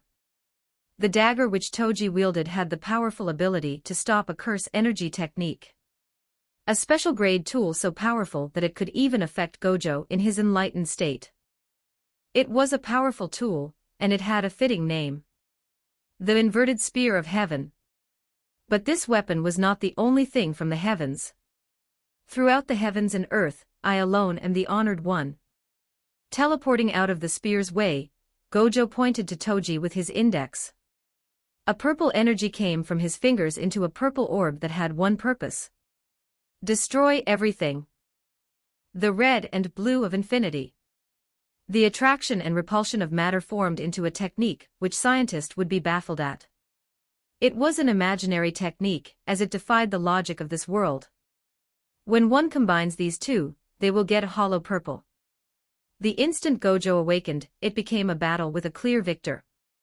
Toji was there still standing, but his entire left side of his body was gone. Blood flowed down his wounds, his left arm was on the floor in a pool of blood. His eyes on the verge of closing, not because of death, but because he had realized his demeanor. He was a selfish person who only cared about money, but he was wrong. He deluded himself into fighting Gojo instead of running away. Wanting to fight the strongest and defeat him. I thought I had discarded that pride. His voice was low, as if he was talking to himself. Looking up, he could see Gojo gliding down, landing in front of him with no smile on his face. No ounce of hatred, arrogance nor victory. Any last words? Nah.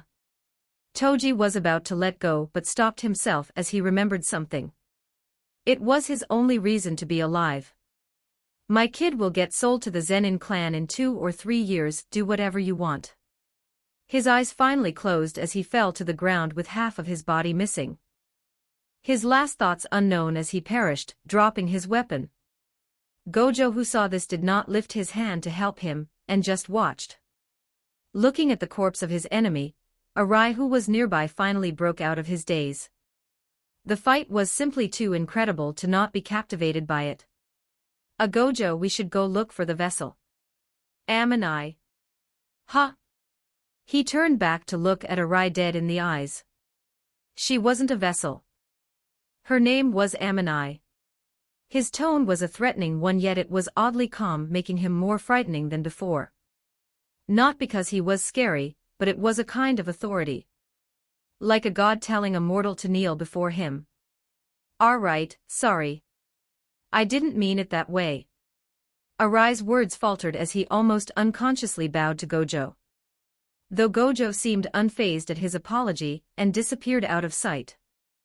When Gojo was gone, Arai turned his attention to the body of Toji. His eyes narrowed down at the gaping hole, but his thoughts were unknown. Later on, Geto met up with Gojo at the headquarters of the Time Vessel Association. He had far better sense than Arai did, and was able to instantly tell that Gojo was completely different from before, both in personality and power. The three of them went to the secret basement and found Aminai, the vessel. Her head had a hole right through it, and they could see she was still bleeding. Her face still had a smile that seemed sad but filled with hope. It is a shame that hope only brought her demise. The people who were here were non-sorcerers, but they knew what they had done. Killed an innocent girl who just wanted to live her own life. Aware of their crimes, yet the only thing they did was smile. A fake smile. A smile filled with nothing but glee as they watched Gojo hold the corpse of the one he was supposed to protect. "Should we kill them all?" Gojo said, looking at the sorcerers still clapping. "I'll probably feel nothing even if I did." "No. There's no meaning to that. As far as I can tell, the main offenders who did this already fled. They can't escape from the situation now, and were a problematic organization to begin with before. They'll soon be dismantled soon enough." Though Geto said this, he was looking down all the time, not daring to look at Gojo. As if he was saying it from a textbook, but did not really mean any of it. Meaning, is there a need for that? It's important. Especially for sorcerers. Arai could see the torment going to the two of them. Unlike him, they knew the girl and bonded with her during the course of these past days. He had never interacted with her nor her bodyguard. The regret, pain and loss that they felt could not be transferred to him. Still, this event not only cemented into Gojo and Geto's life, but Arai's as well, as it drove him to gather more power.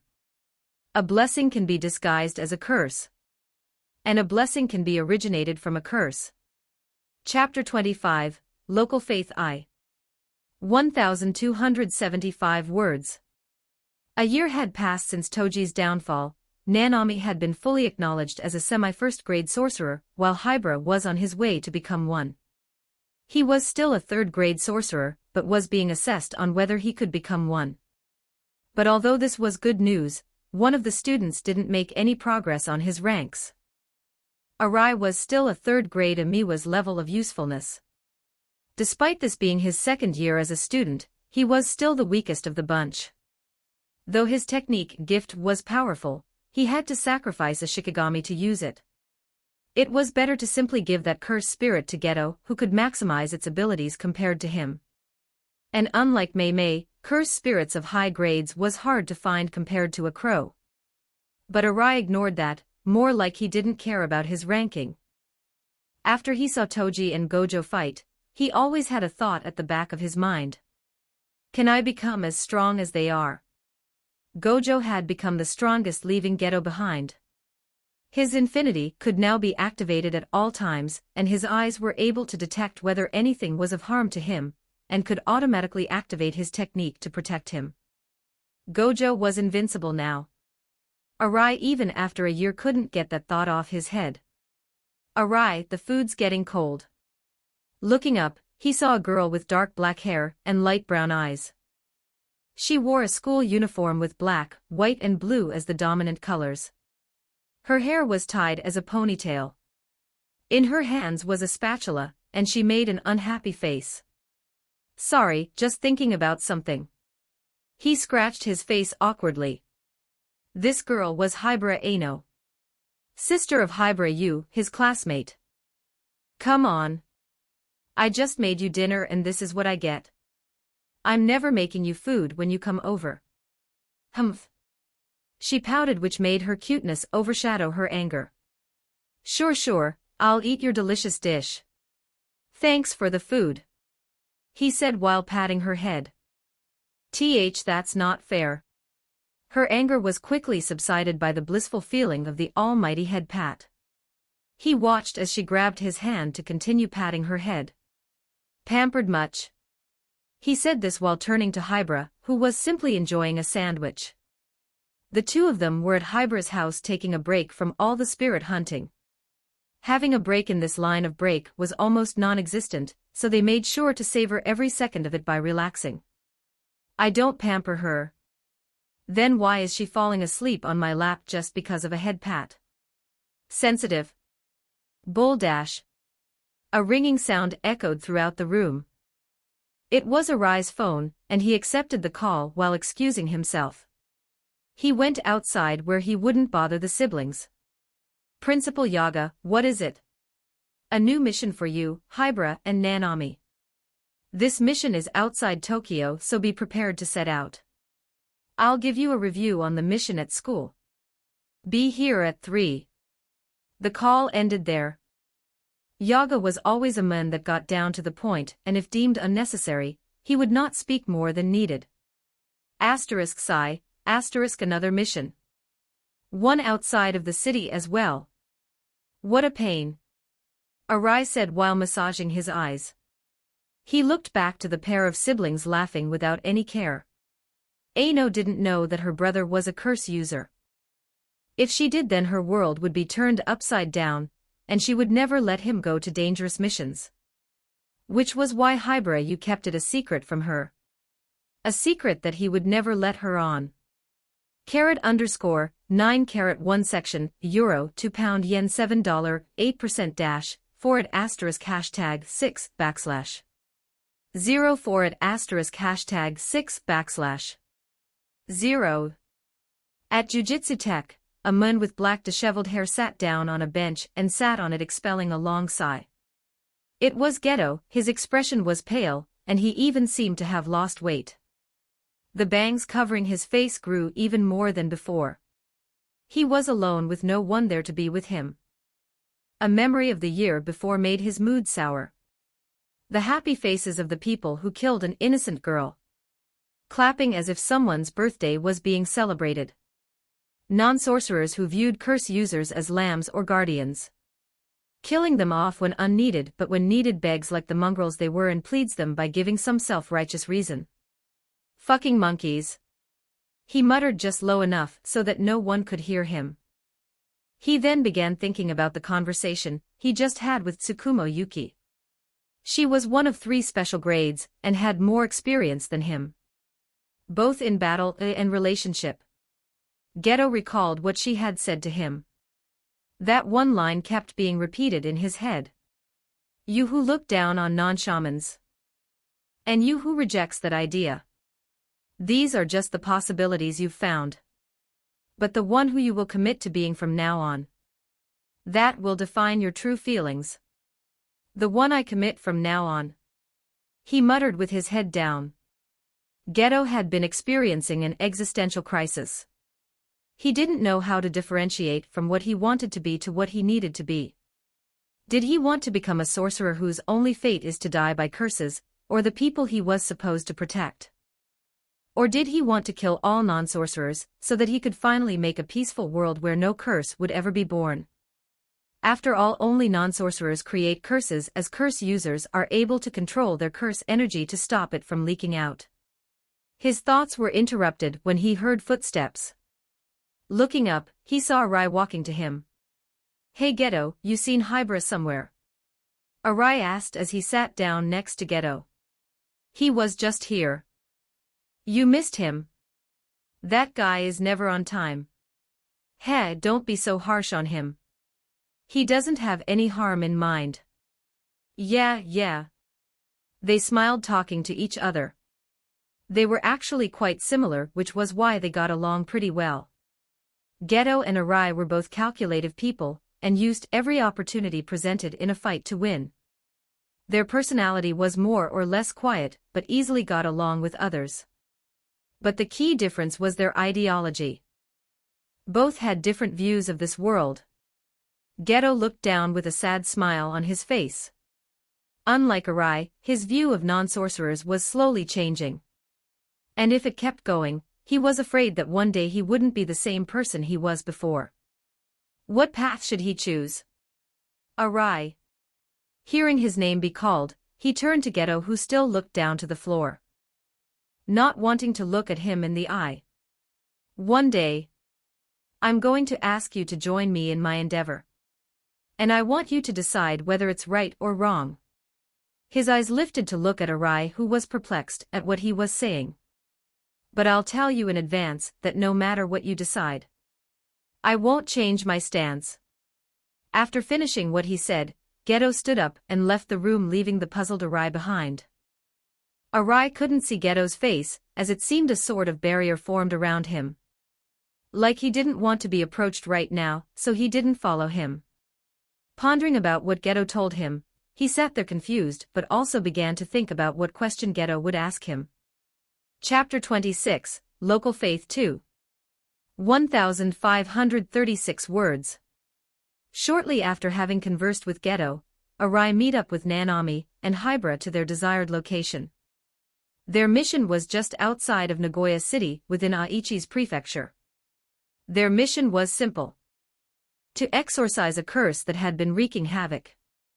It had killed over 20 civilians, and a sorcerer was dispatched before, but no response was answered back to them. The conclusion was that the sorcerer was dead, and the curse must be a second-grade curse. Still, I don't why they dispatched all three of us to kill one grade 2 curse. Nanami and I can go on solo missions and beat it. Hybra muttered nonchalantly as he grabbed a snack and munched on it. Arai snickered hearing this. Well, it's not confirmed to be a second grade. It can be a semi-grade 1, which is why Nanami is here. It's his first mission as a full-fledged semi-first grade sorcerer, so I guess you can say that it's to fully prove himself to the Jujutsu higher-ups that he's competent. You know, Arai, I don't like the higher-ups. That's surprising. I thought you would like everyone in the world before you die. No one likes people who manipulate everyone, hiding behind the corrupted system just so that they can exploit it and gain power. Nobody likes people like that, Arai. Well, that is if you're not one of them. Can we please focus on the mission? Nanami broke the conversation and walked ahead of them. They were at an abandoned shrine where the people worshipped their gods. Specifically the Japanese gods Amaterasu, goddess of the sun, and Tsukuyomi, god of the moon. Normally people in Japan don't really worship the Japanese gods anymore. They are less religious than before, especially when their world was developing faster and faster, making the things like shrines only be represented in festivals or during specific events. Only in rural areas like they were at could they find shrines like these around. This one was definitely bigger than most, as the shrine stood at 18 meters tall with the symbol of the respective gods that the locals worshipped. This shrine was actually made around 7 centuries ago, and was still standing to this day. It was said that one of their ancestors, who was an actual sorcerer, built this to please the gods so that divine protection would come to protect them. But the sorcerer left out one of the 3 gods of Japanese culture. Susanoo, the god of the storm.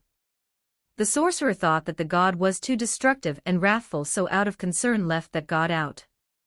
The god that saw this felt infuriated that a mere mortal ignored him, and instead worshipped his siblings. His wrath encompassed the village in the form of a storm, and destroyed the sorcerer and his family. He was about to do the same to the people living in the village, but was stopped by his siblings, who then had the humans make a promise to build a shrine and worship him. To never forget his wrath, or they shall know pain. Gods, what a joke.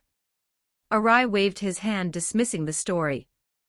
If gods really existed, then they would come down here to rule us. They're not going to stay in heaven and look down to us, they'll prefer their sheep to follow them like good pets. Hybra continuously nodded his head. Honestly, I agree. It's not like the gods will strike me down where I'm standing. A lightning strike suddenly struck the shrine, making it fall apart and crumble. The 3 stood there looking back at the shrine that was destroyed. The sky wasn't even dark, nor was it raining, but lightning fell down right when they were talking about gods. All right, moving on. Moving on, they stepped into the grounds of the temple. It wasn't maintained anymore and had plants and vines grow everywhere. The smell was foul, but not enough to break the 3's composure. The ground they were at the back had a statue of a woman with black hair and a sword in her right arm. She wore a pink traditional kimono and had white makeup on her face. Despite the temple being deserted, this statue was oddly maintained in good condition, which made it seem out of place. That thing's not a curse, but it's clean. Did the villagers forget to tell us that someone cleaned this statue recently? Hybra asked, curious but also on guard. Not that I know of, just stay on guard and let's keep looking for that curse.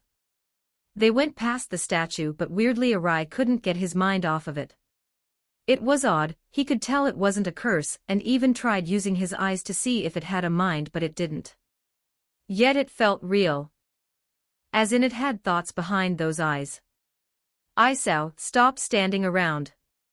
Let's go. Nanami called him, and he woke up from his stupor. He wasn't one to lose his composure in a tense situation like this. It only happened twice, including this moment. And the other one was when he saw Gojo and Toji fight.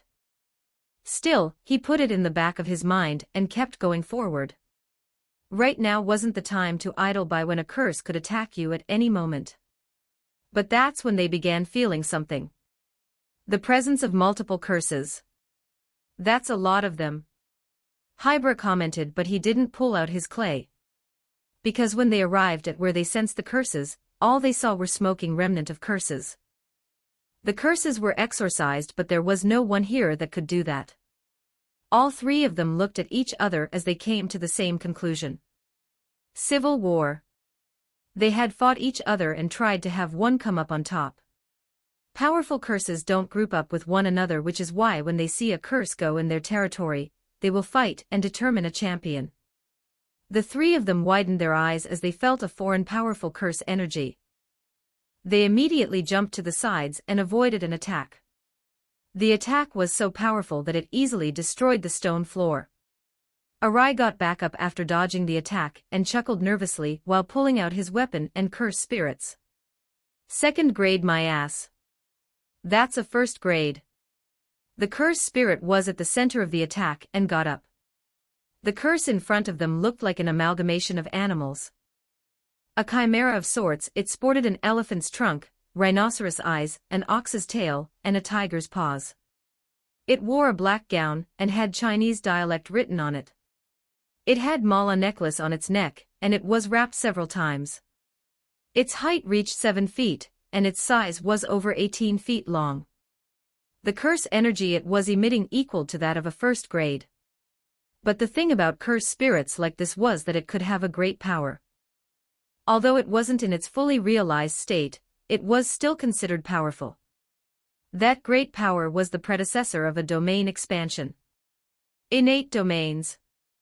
The power to manifest your mind into reality. Innate domains refer to both the mind and the predecessor of a domain expansion. Are you all right? The curse spoke with a distorted voice. Like an echo that was ringing right next to your ear. The three young sorcerers immediately realized the situation they were in. Innate domains, although powerful, would never be used by sorcerers. The reason being that it doesn't create a space unlike the domain expansion. It doesn't make its own territory, which means an innate domain can't go up against a domain expansion. And the most known fact about domain expansions is that it has a guaranteed hit effect which an innate domain does not possess. Using an innate domain when one makes a domain expansion is useless. It requires years of training, which most people would prefer to focus on their own innate techniques or domain expansions. The second thing is that its range is much more limited than a domain expansion. So much so that it's just best to focus on your innate technique without a domain. Lastly, innate domains always need a condition.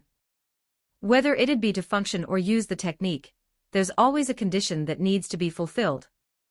Some domain expansion needs conditions, but not all of them. An innate domain is simply an extension of an innate technique. The three who studied and learned about this knew what that cursed spirit was talking about. It was a condition. A question that needed to be answered by the three of them, or they won't be able to attack. Hybra, I'm as fine as one can be. Arai, the usual. Nanami, I'm well enough. With the three answered the question, the condition had been fulfilled. They could now move, but the cursed spirit could now use its technique. Baku. The three students would now come face to face against an innate domain. Chapter 27, Local Faith 3. 1,580 words. In the countryside, there were two people who were at a playground having fun. They both had black hair and bright smiles in their faces. One of them was a boy while the other a girl.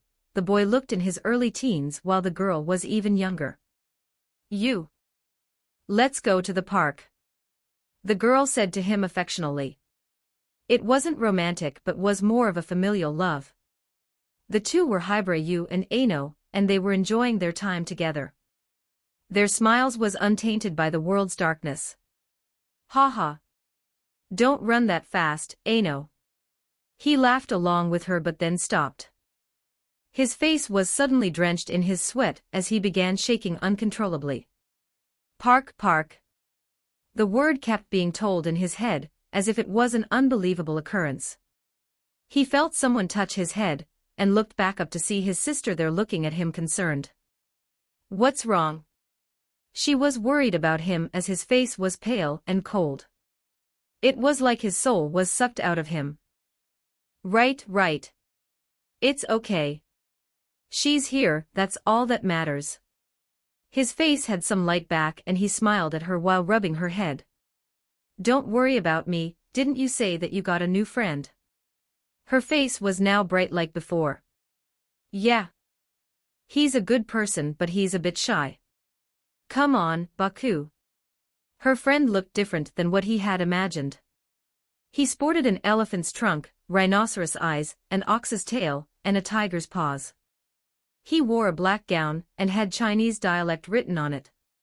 He also had mala necklace on its neck, and it was wrapped several times over. She grabbed both their hands and had them shake. "You, this is Baku. Baku, this is you." Her friend was certainly wearing an odd outfit, but it didn't bother you. He smiled and gladly shook Baku's hand. "You can call me Hibara if you want, Baku. Are you all right?" Baku had a weird voice as there was always an echo that followed it, but Hibara simply dismissed it as a foreign accent. But weirdly, his hand began twitching right as he was about to answer. Like a reflex that warned him, a danger of sorts. But this was his sister's friend, there was no way that there was danger here. It was all right.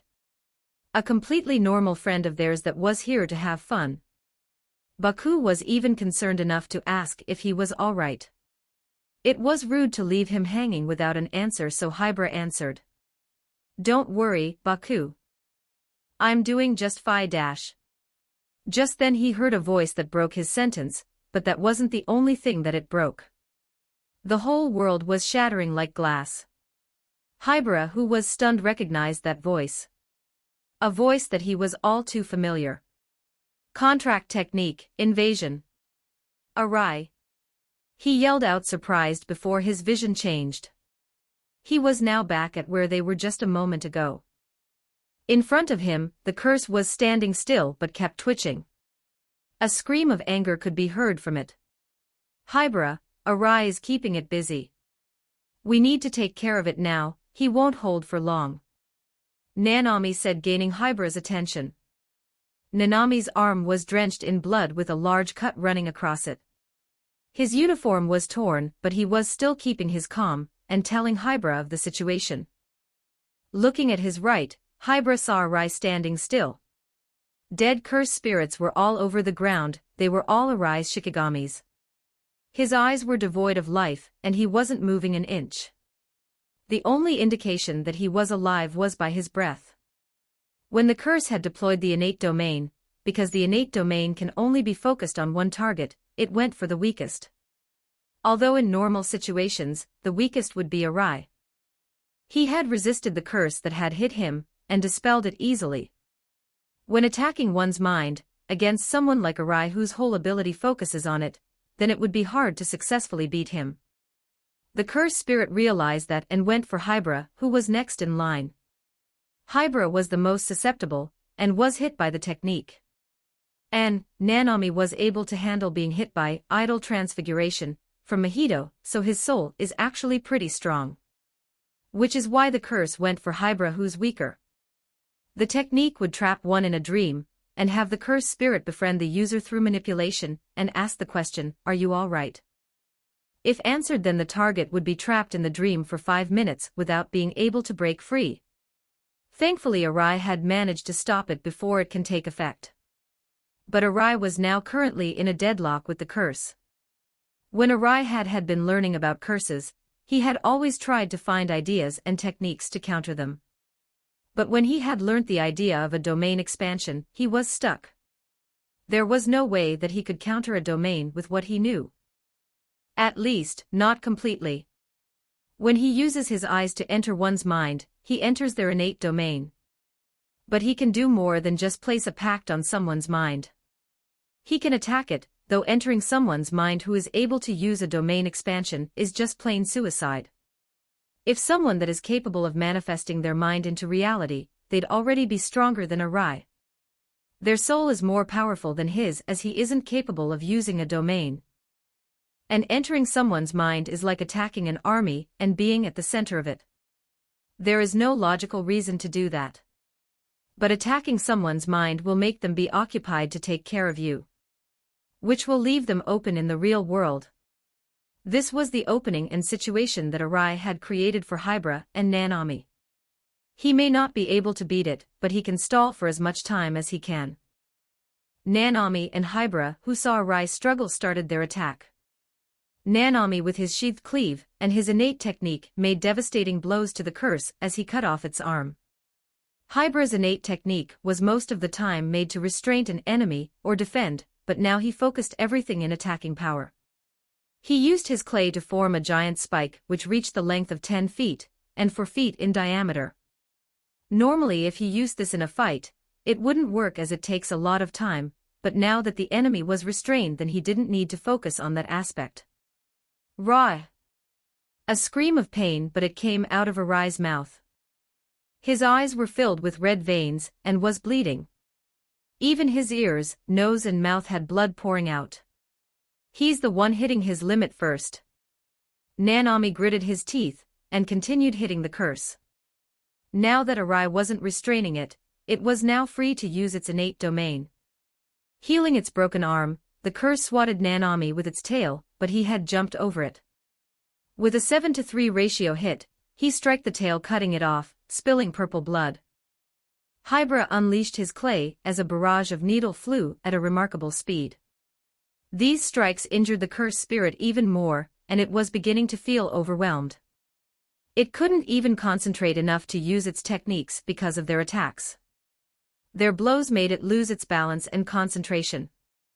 At the end of the barrage, it fell to the ground on death's door. Holes all over its body and missing limbs. The clay had entered its body through the wounds and membranes, slowing it down even more. That was tough. Nanami commented as he wrapped his shredded clothes to tie his left arm, which was bleeding very badly. Yeah, we were lucky this time. If it wasn't for Arai, then we'd have had more trouble. Hybra said, relieved and thankful for Arai. He was the one who broke the innate domain and stalled for time. Arai was lying down on the floor, still conscious, but was heavily injured. He had no real injuries, but his mind was almost obliterated. Someone or something that can make an innate or domain expansion have their souls be a fortress.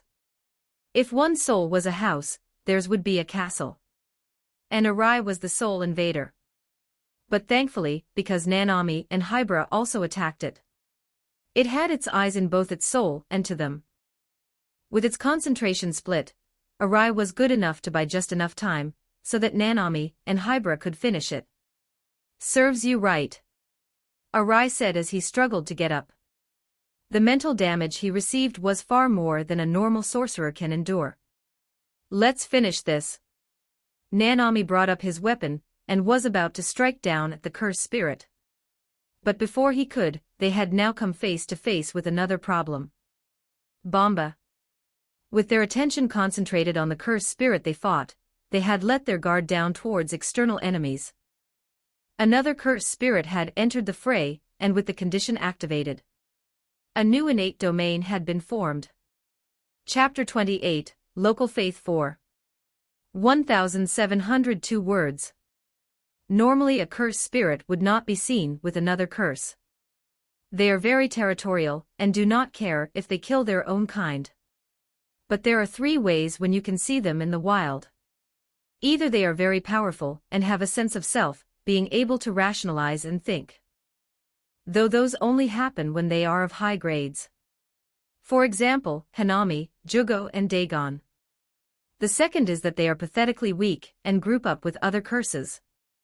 Only 3rd grades and lower than that group up with others. Lastly, the reason 2 powerful cursed spirits being near other meant that they are rivals, fighting each other to kill the other. A territorial battle had occurred, but Arai, Nanami, and Hybra had entered the shrine without knowing this. They were now surrounded by another 1st-grade cursed spirit, and had no way out. Trapped between 2 walls. Are you kidding me? Another 1st grade, we're doomed. Arai struggled but managed to stand on his 2 feet. He wiped away the blood on his face, and took hold of his daggers. Right now, he had no Shikigamis on him left. Facing against a 1st-grade cursed spirit, they were all easily killed. With nothing left, Arai would now have to fight in close quarters, which isn't his forte. 1st-grade cursed spirit, Akuma. His size was equal to that of a bodybuilder, and height about 6 feet. A humanoid cursed spirit that had blazing red hair and black scara. Its iris and pupil were one and the same with a blood-red color. Its skin was foggy as if it was a spirit, not tangible to the material world. But this cursed spirit held an even greater amount of curse energy than the other. The 2 cursed spirits each held more curse energy than any of the sorcerer present. And now with its entrance, there was no certainty of this fight's conclusion. Bomba. The new cursed spirit had deployed an innate domain. Unlike the other cursed spirit, this domain didn't have a complex set of rules to follow. It had a simple technique imbued within it. Explode. Activating its technique, it forced an explosion at Arai's location. Arai was the weakest, and a curse would always go for an easier prey, and since he had just suffered a blow to him, Arai was full of openings. I can't dodge this. The attack appeared right under him as he ground shined brightly. The light grew and grew, engulfing Arai's entire body. The explosion was about to be activated, but luckily he wasn't alone in this fight. Hybra quickly used his clay to push and covered Arai from the blast. Arai, we're separated from Nanami. We need to take care of this cursed spirit so that we can help Nanami, or vice versa.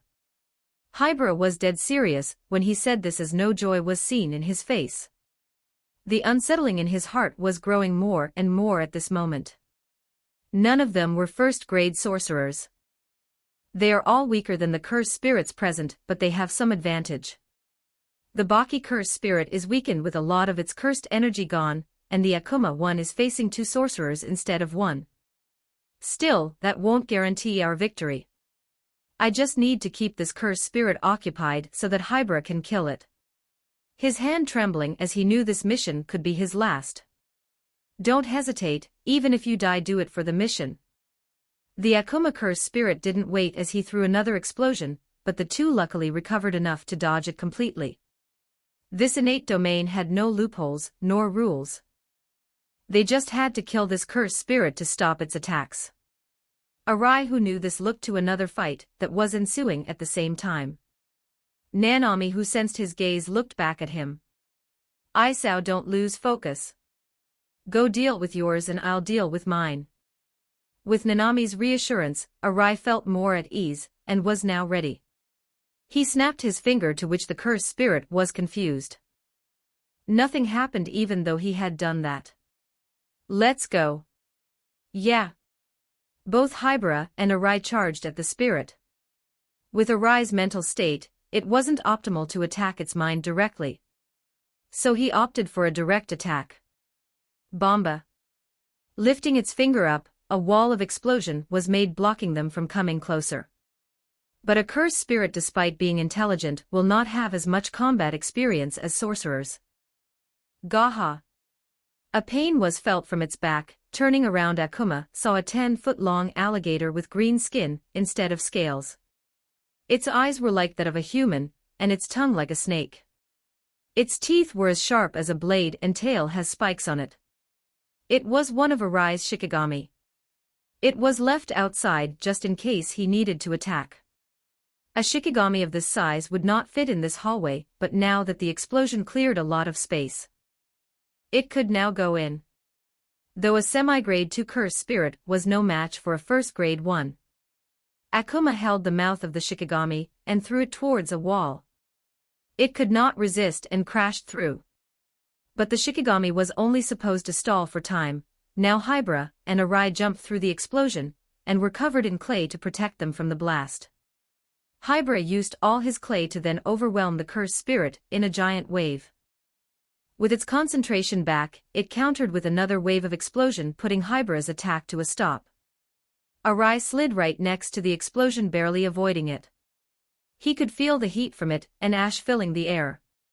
His knives slashed down at the beast, but the only thing that got damaged was his weapons. Against a first grade, weapons of this quality wouldn't even scratch it. The cursed spirit, who noticed the pitiful attack, glared at Arai. "Well, this isn't going to go well," he sarcastically said before being launched across the battlefield. A backhand from the cursed spirit was all that was needed to beat Arai, flinging Arai to the air. Damn, its output is insane. I doubt even Iori has more power than this thing, Arai thought. His skin was ripped apart when getting hit, as his flesh was more in the open. But I'm not done yet. His eyes glowed green as he forcibly entered the cursed spirit's mind. Entering its mind, Hybra immediately noticed the lack of response from the cursed spirit and figured out Arai's move. Even though he's really hurt, he's still taking that risk. I won't waste it. His clay gathered around and he immediately wrapped all of it to the cursed spirit. Still, a first-grade cursed spirit wasn't so easy. The cursed spirit had been here and was watching the fight. It had intelligence and could determine when was the best way to intervene. Knowing that if it fought 3 sorcerers at once it would lose, it determined that it should help its fellow cursed spirit and kill the sorcerers, leaving its fellow cursed spirit for dessert.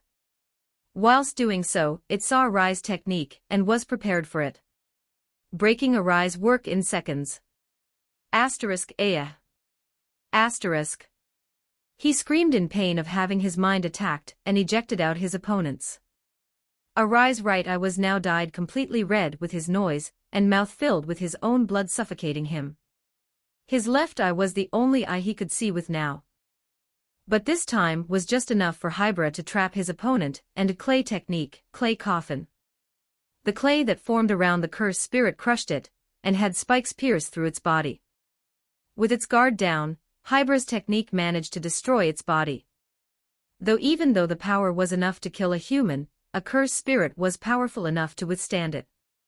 The clay that was trapping it was being illuminated, indicating it was about to explode. TCH. With an impending explosion, Hybra had no choice but to protect himself. Arai was out of the range of the explosion, so Hybra didn't bother protecting him. The explosion was powerful enough to completely destroy Hybra's clay, rendering it useless now. And now, walking through the smoke, Hybra saw the cursed spirit slowly heal its injuries. Come on, even that isn't enough to exorcise it, Hybra muttered with sweat running down his forehead. His curse energy was running low, but he could see that the cursed spirit was on its last legs. Just one more good attack can take it down. You bastard. Arai, who was on the side, smiled crazily when he saw this opportunity. Contract technique, gift. His Shikigami, who was earlier blown away, had a new order. It charged to Akuma and detonated itself. With its power, it easily passed through the first grade and blew a hole through it. Gah! A hole through the entire body was no easy feat to recover from. Even if it had its full curse energy, the only thing it could do was die. But the manner of which would determine its fate. A cursed spirit will always be hostile to humans in general. With its last attack having failed, it determined only one way to win this. Cursed energy gathered into one spot, with its technique activated. Hybra and Arai could now see a bright yellow ball of light resembling that of the sun completely blinding them. It's not done yet. How much can this thing take? Arai and Hybra were in a tough situation. They realized what it was about to do and tried stopping it. But Arai's cursed energy was plummeting, and his mind was so damaged that he could no longer invade his opponents. Hybra could still attack, but his clay was far too slow to stop the explosion. Bomba! The cursed spirit screeched out before releasing its technique. The explosion engulfed the entire shrine, as even the villagers outside heard the loud explosion and smoke coming out of the shrine. Chapter 29, Local Faith v. 3033 words. Cough. Amidst the rubble, a figure could be seen stumbling through the pile of rocks. The building was completely destroyed and the figure was holding his right arm in pain. His right eye dyed red with blood, his right arm was charred like black coal, and his face was ripped of its skin. Where? He continued muttering this in a daze. Each step was off-balanced. Arai had survived the suiciding explosion, but he was wandering aimlessly. His eyes devoid of light as he kept walking looking for someone. When the explosion happened, he was protected by Hybra who formed a dome of clay to protect him. After that, he just woke up with injuries all over his body. Anyone, where? The wounds worsened after every step and the pain increased more and more. The adrenaline was gone after the fight, and he had to endure all the pain hitting him at once. Rumble. Arai's attention turned to a piece of rock being falling. A hand reached out from the rubble and crawling through the debris. Quickly pushing the rubble off him, Arai identified that this person was Nanami. His condition was grave but not as severe as Arai's. He still had burnt marks but had no real life-threatening injuries. But soon, he collapsed and fell losing his balance. Though just as he was about to hit the ground, Arai appeared next to him and caught him. Good job Nanami. You can rest easy now. Arai smiled bitterly and brought Nanami over his shoulder. Arai noticed the presence of a cursed spirit right near Nanami, and thought that it was still alive so he went after it. Failing to realize that it was dead, Nanami had used its body to cover himself and survived the explosion. But unlike Arai, the shockwave hit him, and he was knocked over and almost got blown away by the resulting explosion. Bringing Nanami with him, Arai walked towards an area where a broke shrine was. And leaning on it was Hybra. Conscious but heavily injured. His chest and stomach were charred black with burnt wounds all over. His eyes were gone and had holes in them while half his hair got burnt. His left arm was gone and so was his right leg, the wounds he received from protecting Arai. Is that you, Arai? Yeah, it's me. I'll bring us to safety. Arai said, reassuring Hybra, or more like he said it to himself. He took hold of Hybra as well and started walking away from the shrine. It was difficult for him, especially since he only had one useful arm left and his face was constantly in pain. Though he'd like to cover these wounds, it was better to bring his team to safety first. Arai. Sorry about this, I know it's hard to bring Nanami, but with me it's a lot harder, isn't it? Arai heard Hybra whispering, his voice broke at the end of the sentence. He felt guilty knowing that Hybra was responsible for him being alive. Hybra could have protected himself but decided to save him first. It was his good nature showing, and now it was responsible for his current state. Don't worry about it. Just take a deep breath, it'll be fine. Yeri is near us, we can get you the help you need. Arai. Looking down, Arai could see Hybra holding his arm firmly. The arm holding him was wobbling. His eyes devoid of light as hope could not be seen, yet his voice was still strong even with the blood threatening to choke him. We both know what's about to happen. There's no second chance for me. Silence was all there was left. Arai had stopped running, he knew the seriousness of his injuries yet for some reason it just went over his head. The moment he saw his friend injured, the logical part of him just vanished. Denying the fact of reality. Arai placed him down gently, his back and head leaned on the wall. His breathing was heavy as every breath could be heard. You know, the first time I meet you I thought you were antisocial or something. Tried to be friends with you, but I just had this lingering doubt that it would work out. Thank God I persisted, or else I would have never met the best friend I could ever have. Tears welled up in his eyes as he smiled weakly. I hate it. I really hate this. Why is it always that people around me suffer? His fist clenched as he remembered his parents' death. More and more anger leaked out of Arai. How can you say that when I had the time of my life being your friend? Just stop talking. You're going to choke on your own blood. Arai had known after seeing Hybra's wound that he wasn't going to make it. He had gone to look for Nanami and luckily found him fast. Now he was faced with seeing his friend dying in front of him. Hey Arai. Hybra's voice was now even lower than before. He was whispering and could barely be heard by Arai. Take care of my sister. Don't ever let her be a sorcerer, don't tell her I died to curse spirits. Tell her I got killed in an accident. And promise me this, let her enjoy her life. No matter what. The two gazes were on one another. A moment of silence ensued as Arai stayed silent. I promise. Arai said after gathering enough strength to say it, knowing that this was the last time he would be able to talk with Hybra. Hearing this, Hybra smiled and sighed in relief. I trust you. After all, promises are what you're the greatest at. His eyes closed, his breathing was cut as all the tension in him left. No longer resisting, and accepting his death. Thanks Arai for everything. The last words coming from Hybra before he breathed his last. For a moment, Arai felt as if the world stopped. Just him, looking at the corpse of his dead friend. It felt ominous to the outside as it would look like a murder scene. But for Arai, it was a tragedy. Another incident where someone close to him had died. The iron taste in his mouth, the blocked from the smell of blood, the silent sound of fire lighting in the background, and the feeling of death crawling through his skin. Arai gritted his teeth in anger, making the sound of his teeth cracking. Yet at the end stopped as he sighed. Good job, Arai. You really know how to lie. He muttered to himself, while chuckling almost maniacally.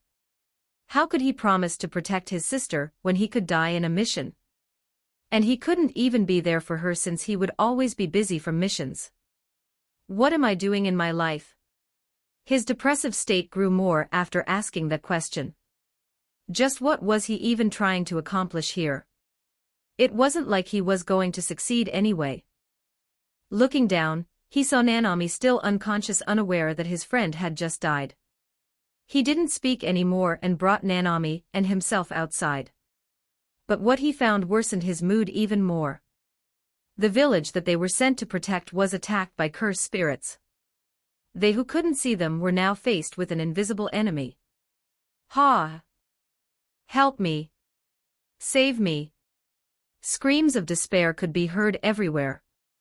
Their cries for help. Pleas for salvation. The cursed spirits who were originally too afraid to fight against the first grades once have revealed themselves. They are now free from any influence and can take everything and anything they want. Amidst the chaos, someone had noticed Arai standing at the top of the shrine and came running. What did you do? You were supposed to help us. Not kill us. He was the village's chief, but now he had no sense of reason in his eyes. His own villagers were being killed, yet Arai saw him pushing others to the curses. Trying to buy enough time for himself. A desperate attempt to save himself. But it wasn't like he was the only to do this. Multiple people made the same action, pushing their neighbors or even family to the stomach of monsters to save their own skin. Human salvation at its full display. You bastard. Just what did you do down there? It's your fault. All of your fault. You sorcerers and all of you. His anger was justified. After all, they were supposed to come here to save these villagers, not doom them. Yet Arai didn't know why, but for the first time, he decided to dump all of it out. He didn't care anymore. What did his logic do? Did it save Hybra? Did it protect Nanami? Was he even helpful in that fight? Wasn't he just a burden? Nanami and Hybra could have gone to missions by themselves, but decided to have him go with them. They decided to be with him. But they didn't need him. Hey! Save me. You're supposed to save us. So do it. The men yelled in anger and began shaking Arai violently. Curses were running rampant, yet he just stood there. Why was he standing here? It had no logic behind it. No logic. Arai muttered before walking towards the curses, killing, feasting and ripping humans apart. I should have done this a long time ago. Maybe if I did, I could have saved Hybra. Maybe I was too scared. A coward. But I guess now that I can't have a shield behind me, I let my real self out. Arai chuckled, scaring the village chief. In a situation where people were dying in front of him, this man just chuckled with a smile on his face. I guess this is why I didn't cry. I was just glad that my shield saved me. Pure relief is what I felt. Glad that I was alive. Logic and reasoning is important, but if too constrained by them, then I will only weaken myself. Arai took a deep breath and exhaled. His mind was oddly calmed, more than it ever was. The realization of his true nature gave him a new view to the world. Cursed energy was a psychological power. If one restricts themselves, then they will be restricted. If one doubts their abilities, then they'd most likely fail. If you believe that you are the strongest, then you are the strongest. The power of imagination was the roots of cursed energy. And when one accepts themselves, and I will still be after this, they would be able to bring forth more power than ever. A limit breaker. Sacrifice. Arai's cursed energy was filling up and even grew past what was his limit. Though just having a new outlook would not necessarily mean that you'd get stronger. At least not strong enough, it did make him release his shackles and gave him a bit more cursed energy, but a natural limit was always placed on oneself. If everyone could get a gigantic boost by releasing themselves from their shackles, Gojo Satoru would not be so special. He alone was the honored one. And he alone was the strongest. That boost of power in his near-death state was not something people could ever experience nor witness. Which is why Arai brought forth a new way. It brought him new and more creative ways to use it. And the most powerful pact is one where you put your life on the line. A contract to the world. One where you sacrifice your life to have an immense increase in cursed energy. But unlike them, Arai didn't use this. With his curse technique, he made a deal. He would sacrifice 10 years of his lifespan for an immense increase in cursed energy.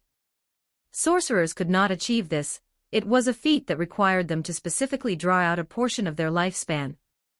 If they mistakenly use all of it, they would instantly die, which was why most people never used this even when they were going to die.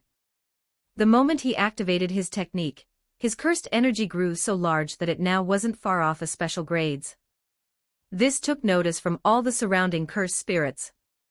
They were made of cursed energy, and sensing the amount that Arai had, it made them feel it. Fear. Arai didn't waste a second. He already knew how to use this newfound amount of cursed energy. His output increased even more so when he jumped towards his targets. All they saw was his disappearance and reappearance when he reached them. He had no need of weapons now. With his bare fists, his output reached a level where it surpassed Nanami's even with his curse technique. The massacre towards humans turned into one of cursed spirits. With his masterful control of cursed energy, he managed to destroy them one by one. His style now was more beast-like as he had no need for any techniques. Pure destructive power was something he had never held, and he wanted to make full use of this experience. The grotesque sight of cursed spirit having their limbs getting torn off would be traumatizing, but thankfully for the humans, they couldn't see it.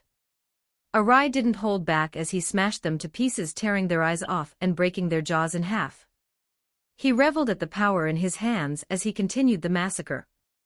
It didn't take 5 minutes before most cursed spirits were all exorcised. The ones who were left ran away. Even cursed spirits held fear within them.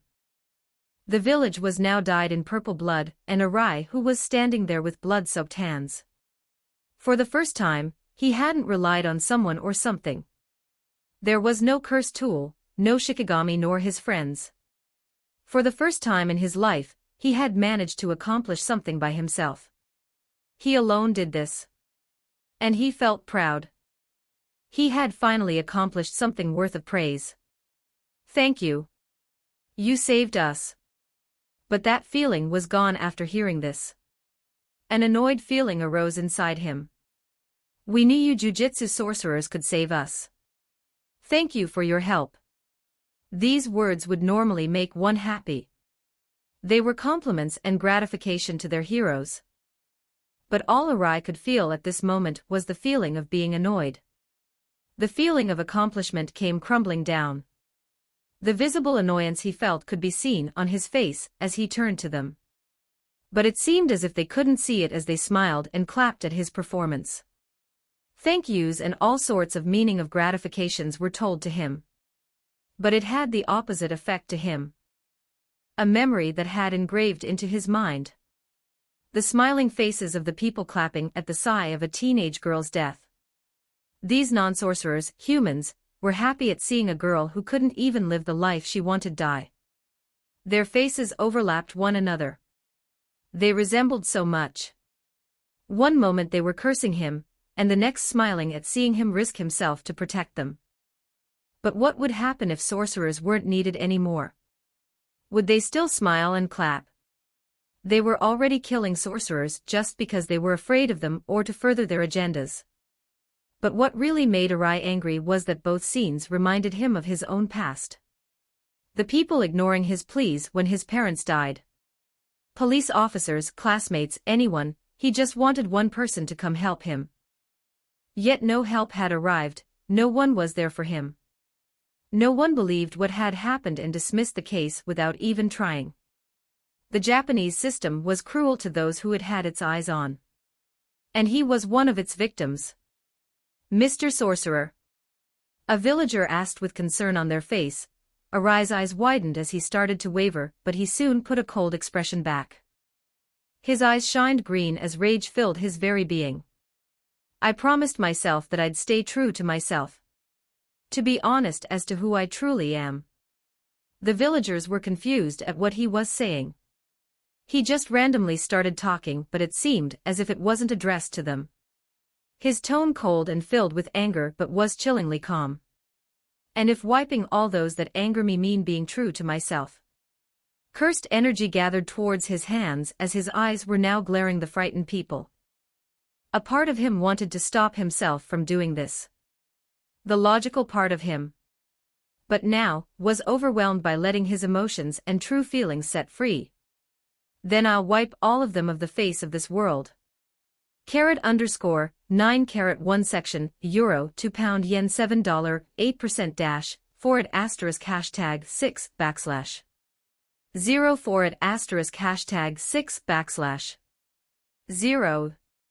How many casualties? Yaga said in a stern voice, but it seems that it was more of anger this time.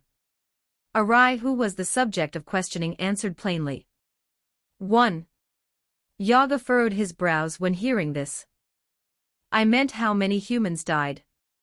Weirdly, Arai smiled in a strange manner, almost as if he was mocking not Yaga but the people who died, and replied coldly. All died, quite unfortunately.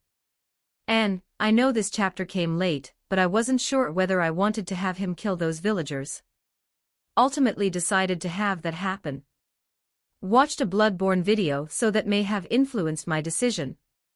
It may seem unnecessary to have him use the sacrifice technique, but it will be important later on. Logic is a major part of Arai's character, as he is always someone who tries to be logical about everything. But since cursed energy is a psychological power, if you are too narrow-minded then it will affect your performance. It comes from emotions and Arai tries to never show it. I mean, look at all special grade sorcerers. Are any of them constrained? Well, maybe Yuta at the start. Anyway, that's all I wanted to say. See ya. Chapter 30, Premature Death. 2107 words. In the infirmary of Jujutsu Tech, one known as Yeri Shoko was currently treating Nanami. His wounds, although bad, was quickly healed by her. She was the sole sorcerer capable of using reverse curse techniques on others.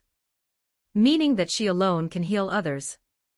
Not even special-grade sorcerers like Gojo and Geto were able to achieve this. Which is why she was so valuable, and was almost never dispatched to the field unless she was protected by powerful sorcerers. In her case, she always hanged out with Gojo and Geto since they were special grades, and she was their classmate. Taking a smoke, she huffed out a cloud of white smoke. Taking a smoke right next to a patient. You really have no standards. Turning to the door, she saw Arai leaning on it while shaking his head. Oh? Did you come here to get healed up again? Give me the fee or you're not getting any help from me. Her attitude towards him hadn't changed at all. Even after hearing about Nanami's death.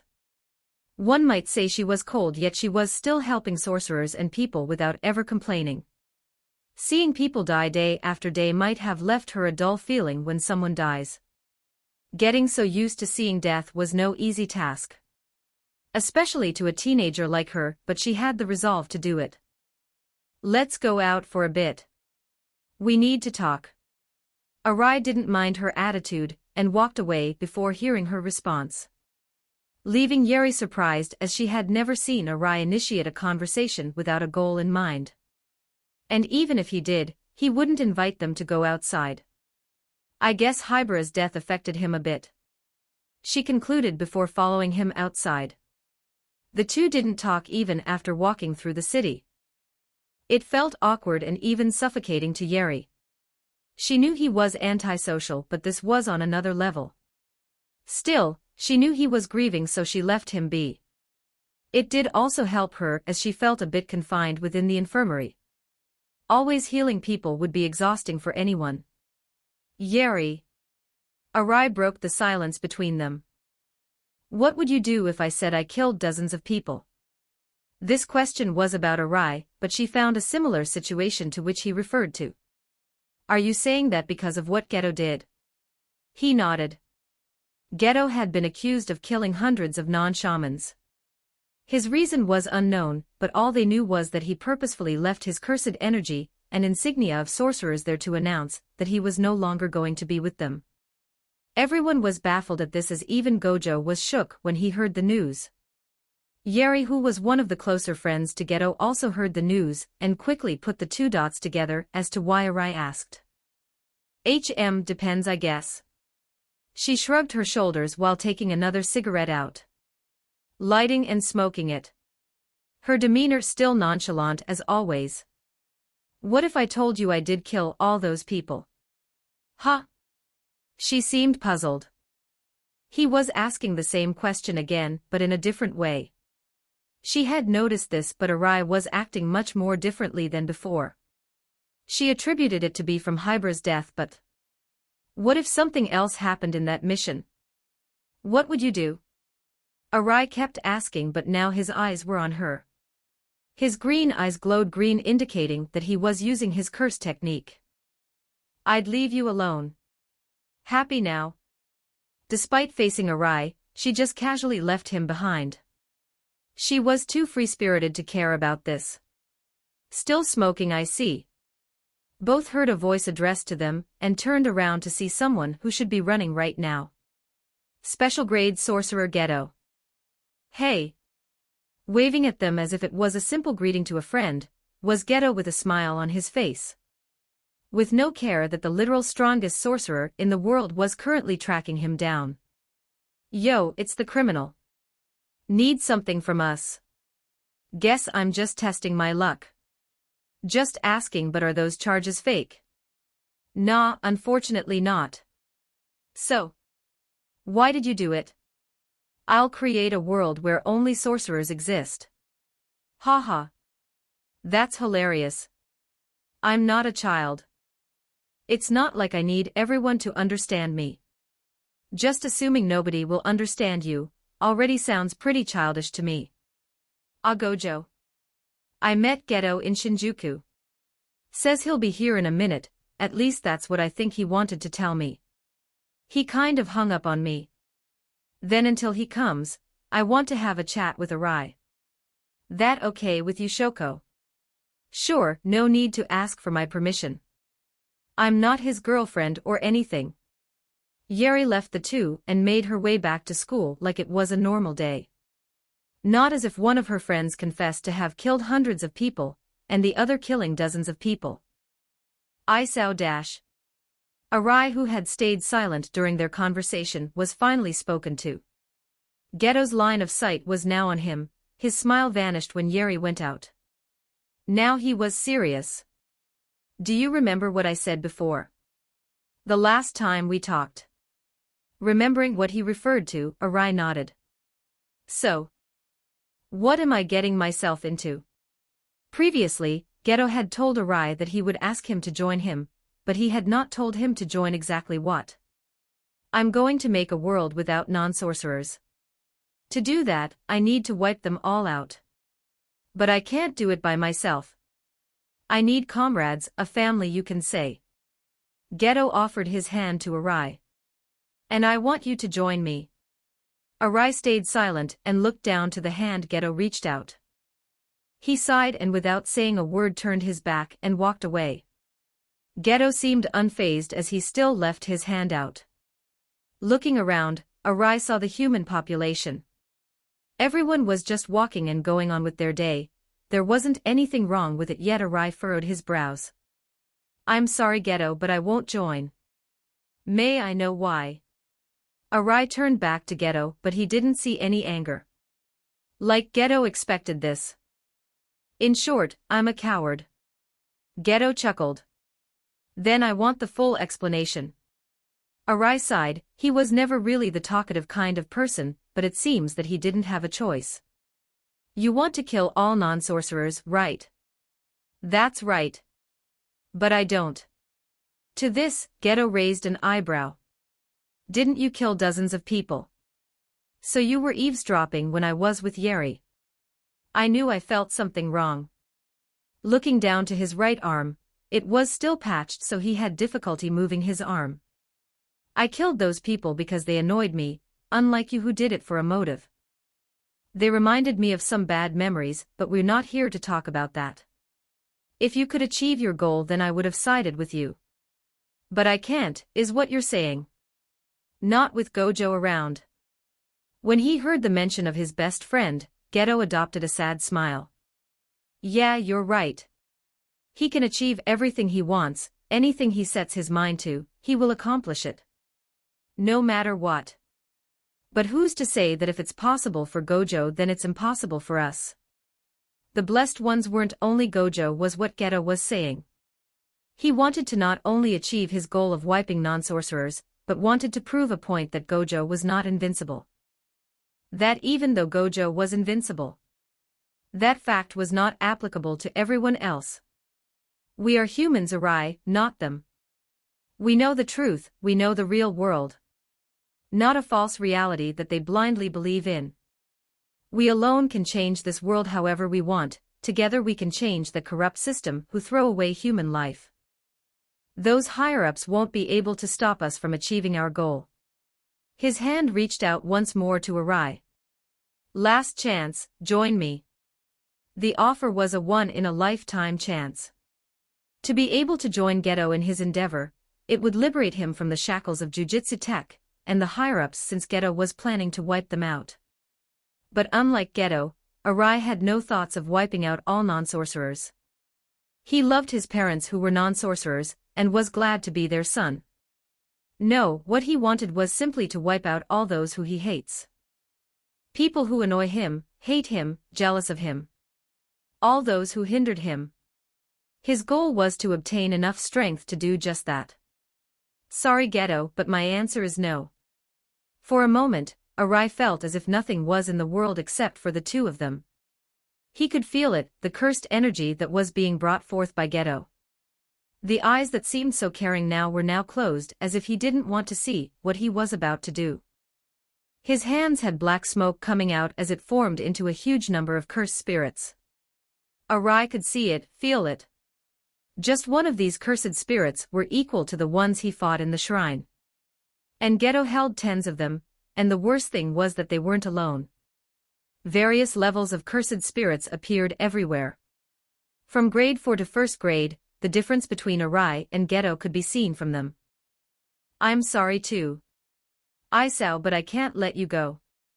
Unlike Yeri, you are not that important in the grand schemes of things, and will only be a nuisance in the future. That is right. Unlike Yeri, who could use reverse cursed technique, Arai had nothing special. He always knew it, he always told himself that. It was a fact, not an opinion. Yet when someone told him that straight to his face, all he could feel was anger, so much anger. He told himself that he would live true to himself from now on. And he would do just that. Pulling out his daggers, he was on guard, looking at the cursed spirits as his opponents. I won't just stand there, Geto. Arai muttered. It was futile. He knew it. Geto knew it. The power of these cursed spirits was too much. The people surrounding them oblivious as Geto placed down a barrier blocking them out of their view. Taking a deep breath, he exhaled as his eyes focused. Gathering up his cursed energy, he was going out with all his power. Geto's eyes sharpened as he realized what was about to happen. He opened his eyes to look at the futile resistance Arai was showing him. Geto originally assumed that Arai was going to try to find an escape, but he didn't. Frankly, he didn't expect Arai to even deny his demand. He was always someone calculative, and would preserve his life first. Seeing him denying him like this, it surprised him.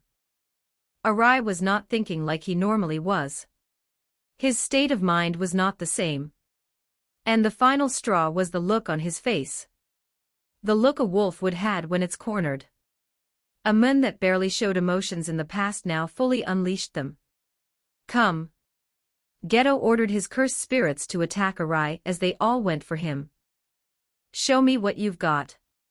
Arai focused on everything he had no Shikigami on him, his daggers were weak against opponents of this level. All he had was his life, and he would utilize it with everything he had. Contract technique, sacrifice dash. But just as he was about to activate his technique, the barrier suddenly collapsed. The cursed spirits that were unleashed, exorcised and crumbled into dust in an instant. A figure descended from the sky from the shattered barrier. You're finally here. Geto smiled as he looked up to see an old acquaintance. Gojo. Arai's eyes widened as he realized what had just happened. Gojo had arrived, wiping all cursed spirits in an instant, and he was not happy. The rare genuine tint of emotion that leaked out from him was now on full display. What do you think you're doing? Taking off his glasses, his light blue shining eyes glared down at Geto. Geto. The reunion between best friends was not one of joy. Chapter 31, Premature Death 2. 1794 words. Gojo had arrived to the scene, easily dispelling Geto's curses and barrier with a swat of his hand. His eyes were on full display as he glared down at Geto, who, despite taking the full brunt of pressure, didn't even show a tint of nervousness. Although Gojo was the strongest, Geto was still a special grade sorcerer. What do you think you are doing, Geto? I'm simply greeting a fellow classmate. Why are you interrupting us, Gojo? The once best friends now had their words oozing a venomous tone to each other. Both didn't have their usual smile plastered on their face. Now Gojo's was of anger and Geto's was of sadness, but acceptance of their differences. Isao, what are you doing here? Gojo asked, but did not turn behind him to face Arai. A coincidence? No. More like Geto tracked me and Yeri down. Probably wanted to say his goodbyes before leaving. I get it, now leave. This is between me and him, so do me a favor just this once. His speech was blunt like always, despite facing his now best friend betrayal. Arai accepted what he told him, and decided to leave. Though he decided to be true to himself, he would do that at all times only when he had gained enough strength. And now he was but a drop of water in an ocean filled with powerful foes. Logic will prevail, that is until he wouldn't need it anymore. Don't leave us yet, Arai, we're comrades, aren't we? We're both guilty of the same crime. So why not just stay friends? Arai's eyes widened as he turned around frantically to see Geto smiling deviously at him, and Gojo's attention turning to him. So how many did you kill? Those monkeys. Arai nervously held the daggers that he had just sheathed back. Geto, you're ratting me out, huh? Piece of shit. What Arai was truly afraid now, was to incur the wrath of Gojo. What is he talking about, Arai? His blue eyes penetrating his very soul, making it tremble in fear. The eyes that once looked at him as comrades were gone, and were now replaced with one who looked at him as an enemy. I don't know. Arai nervously answered. Don't lie to me, Arai. The truth. Now. His voice even more demanding than before, as it was a command. Not a request. Arai was on the verge of running up to Geto and rip his head off. If it weren't for him babbling, the current situation wouldn't have been up against him. Knowing this, he let go of his daggers and stepped forward. Trying to run would not get him anywhere. Yeah, I did it. Arai admitted and said bluntly, surprising Geto and Gojo a bit. But so what, have any of you never killed? Those were evil sorcerers, not innocent civilians. Gojo said with a sneer. Even after Gojo said this, Arai didn't back down. But they all fit into one category, people that annoyed you, people that you hate, people who angered you. So what's the difference between what I did and what you did? Are you seriously asking me that? Yeah, I am. A silence ensued as Geto watched them with interest. Gojo, though angry, contemplated what Arai had just said. But Arai was the only one nervous in this situation, as sweat ran down his back. Still he wanted to prove his point, and by doing so would get out of here alive. The problem here is you, Gojo. Ha! Me? Don't blame me for your incompetence. Arai inwardly flinched from the comment and gripped his fist. He knew his situation better than anyone. You are what many would define as a god. Yet here you are, in the lands of mortals. A god is someone, something that will watch over us, not inhabit with us. Arai lifted his arm and pointed at Gojo. You're a man acting like he wants to be a god but truly wants to be human. What in the hell are you talking about? You're like someone chosen to be a god but chooses not to because he wants to stay human. Those 6 eyes signifies your ascension to godhood, but you remain here as a human. You can become stronger than you are now, but you don't want to. You don't seek to become stronger because you are already the strongest. Your growth has stagnated and that won't change. That's the difference between you and us humans. The fact that you don't have a path anymore. You've already finished yours, yet to us humans, that path will never end. An endless pursuit for knowledge and power, but you already have both. But that is also why you'll never become greater than you are now, because that's what you think. Everything is possible for you, right? He looked down in shame as a memory of his now deceased friend appeared in his mind. Had he saved Hybra, would he even be here? In this situation? If everything was possible, then why didn't you save Hybra? When they heard this, Arai could see both of them flinch from the question. Yes, they were strong, so strong that they were unbeatable, but did that mean that everyone else around them was? Not everyone was as strong as them. They could die at any moment, unlike them who have always had the confidence that they were invincible. People like Arai have always been faced with the fear of death. But those two had never thought about themselves dying. That just goes to show how much power they wielded. So this question shook them. Their moral view of this world. Why don't you just end all cursed spirits in the world? Why don't you just end war? End violence, end the cycle of hatred. Gojo was the most powerful sorcerer, and he could do anything. Frankly, it wouldn't even be far-fetched to state that he would be able to wipe out all of humanity. He could have everything in the world, but he doesn't do it. Not because he's not selfish, but because he is selfish. You know the answer to that, don't you? Because it will make everyone fear you. You don't care about what everyone thinks, is the image you always give off, but in truth, that would mean that you wouldn't care about people like Geto, Yeri, and the others. If you did, then why are you even at this school? Nobody can teach you anything anymore. The fact that you don't want to do that shows that you are human. And one day, someone will take advantage of that to further their own goals.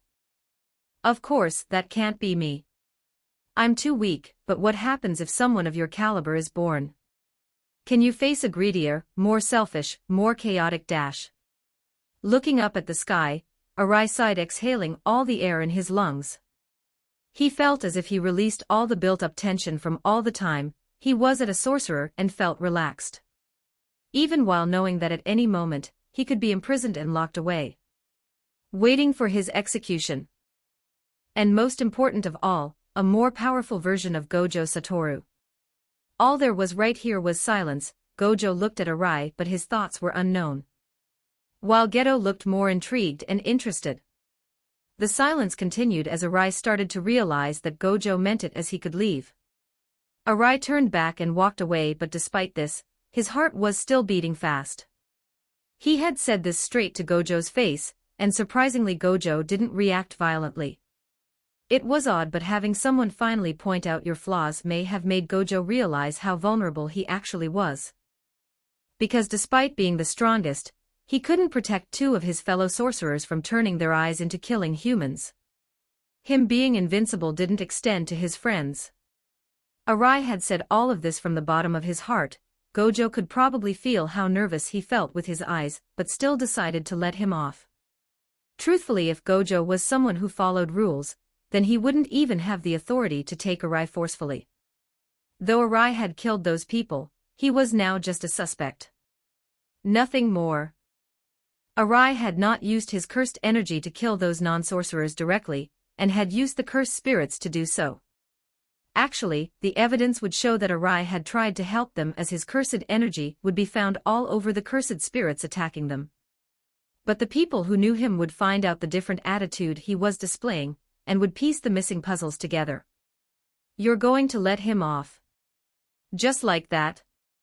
I guess he and I weren't the only ones to have changed. Geto walked up to Gojo and shrugged his shoulders. Don't act so confident. I let him off, but that doesn't mean that it will be the same for you. I'm not nice to people who kills their own family. Gojo glared at Geto. Or one that attacks their own friend for their goals. Geto chuckled. Gojo threatening him was practically part of his daily routine, but now he didn't even know if he would really kill him. With those eyes of yours, I'm sure you could have already seen that I wasn't actually going to kill him.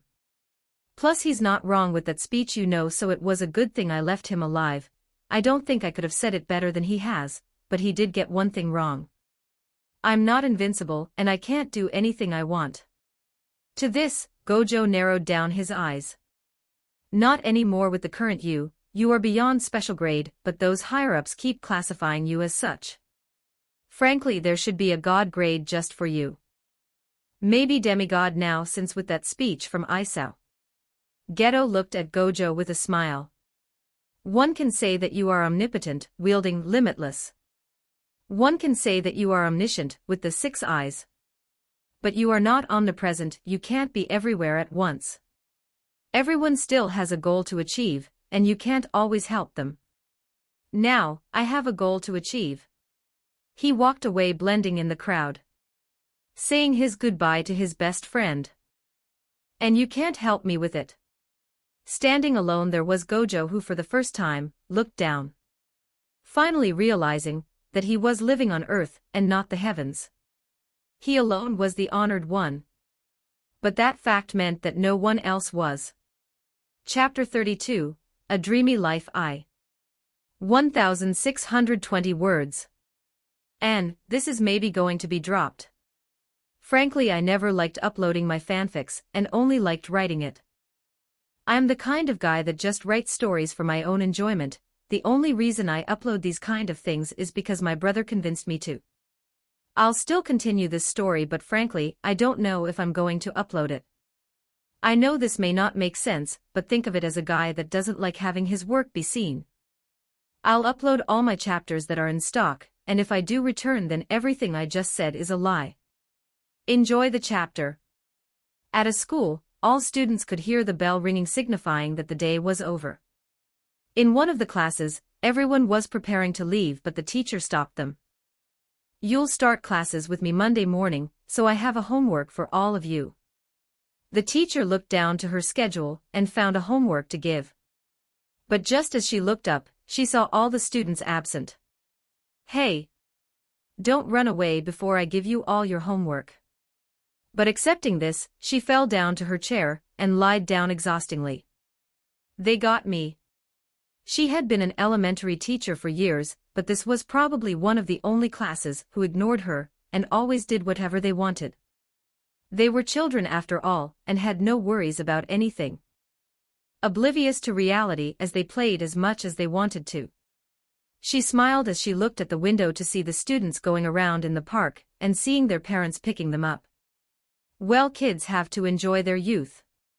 Just then she felt a tug on her shirt, which prompted her to look down. There she saw a brown-haired girl that looked to be 9 years old holding her shirt, as if to catch her attention. Now, what are you still doing here? The other students had already left, but this seemed to have stayed there. The girl had brown hair and wore the Renchoka girls' school uniform. The uniform was designed with striped cuffs and collars on a white long-sleeved shirt with a black skirt, black stockings, and black shoes. She has also worn a black dress with white shoes. Her eyes were covered with dark glasses, and her body was smaller than her classmates.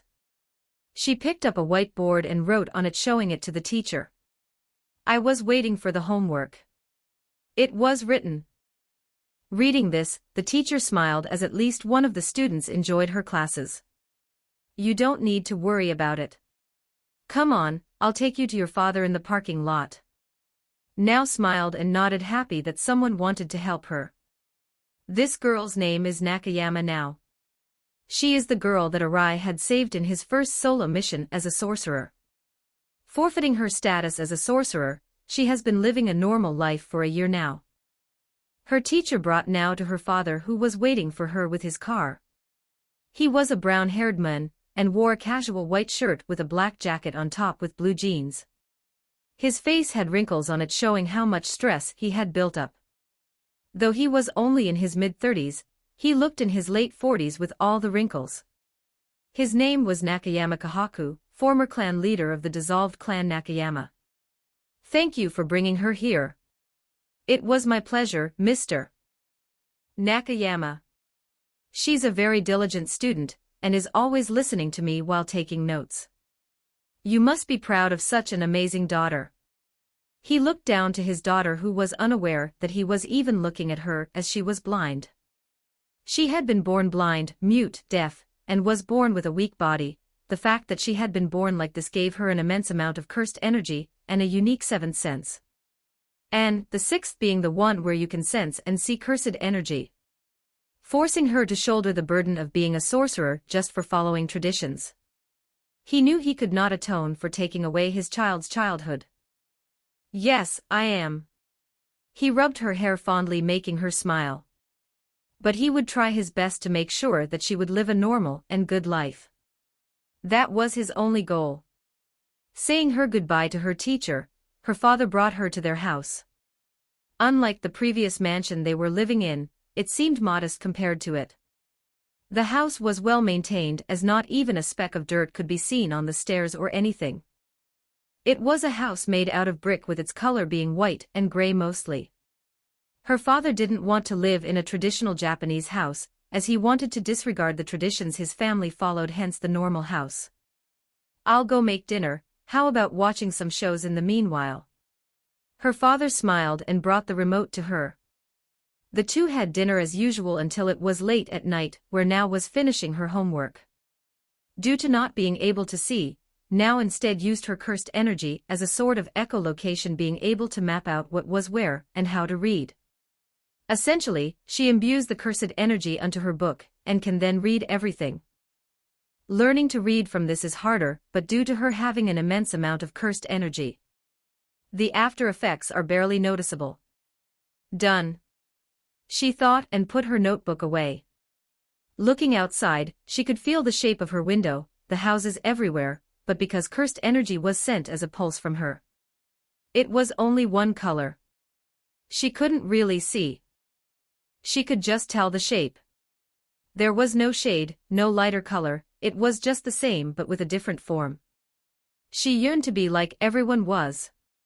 To be able to live like they do. To eat food and say it is delicious. To see a moonlight and comment on how pretty it is. To smell a garden of flower and tell how it was a refreshing scent. Living her life as a student, she had come to enjoy her daily life. Living without having to bear the weight of expectations of an entire clan was liberating. She felt free and even started having friends despite her disabilities. Children her age still played and talked to her. But she still felt a distance between all of them. It wasn't intentional, as they still want to talk and play with her. The problem was that some things she couldn't do with them. Because of her frail body, she could not play sports a lot, and they wouldn't choose her to play for their team. Physical activities were the only thing she couldn't do. Her father had told her not to use cursed energy, as it may endanger these people's lives. This sense of distance was faint, but now had noticed it and feared that it may endanger her friendship with everyone. Something that she wouldn't want to happen. Now laid down on her bed and closed her eyes. There were so many things that she wanted to do but couldn't. But she accepted her flaws, knowing that one can't have everything. Accept what you have and not be too greedy, was what she had always done. So despite feeling distant with all her friends, it was something inevitable because of her condition. It was impossible to change that, something that was placed on her the moment she was born. It could not be treated as it wasn't a disease but an authority. It was always when she was about to sleep that she began having these thoughts, so she pushed them away, and soon began falling asleep. She had a free day with her father tomorrow, and she wanted to have all the energy she could. Now was about to fall asleep, but suddenly felt something with her cursed energy sense.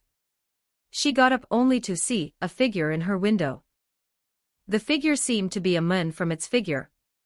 Her face showed shock, but despite having an intruder invade her house, if one could see her, they'd be able to tell that she was actually excited and happy. She could not see how the figure looked, but what she could see was his cursed energy, and it was one that she had already seen before. She could never forget that day, as it was a trauma, but also the reason as to why she was finally free. Her savior, she had always wanted to repay him. Or even meet him. She had seen his face, but had never actually seen him awake, as the only time now saw him was when he was unconscious from having gone to save her.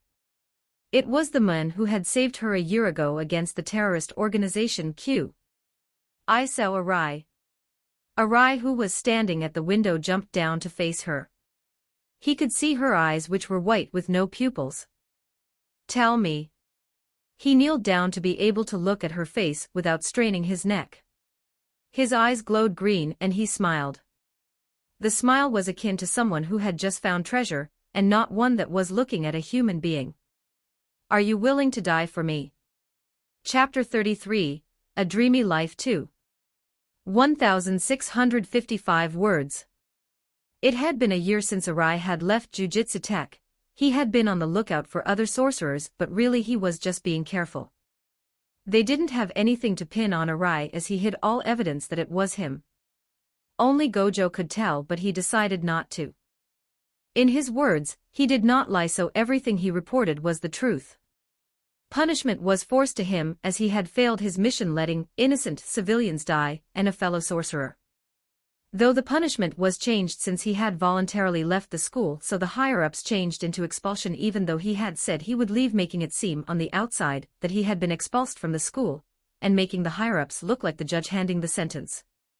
Although Arai's action had brought him in this foul situation, he wasn't exactly displeased. In fact, he was happy he did so. His actions weren't made from the spur of the moment, he had wanted to get out of the school as they had nothing to teach him. Everything else needed to be gained from the outside.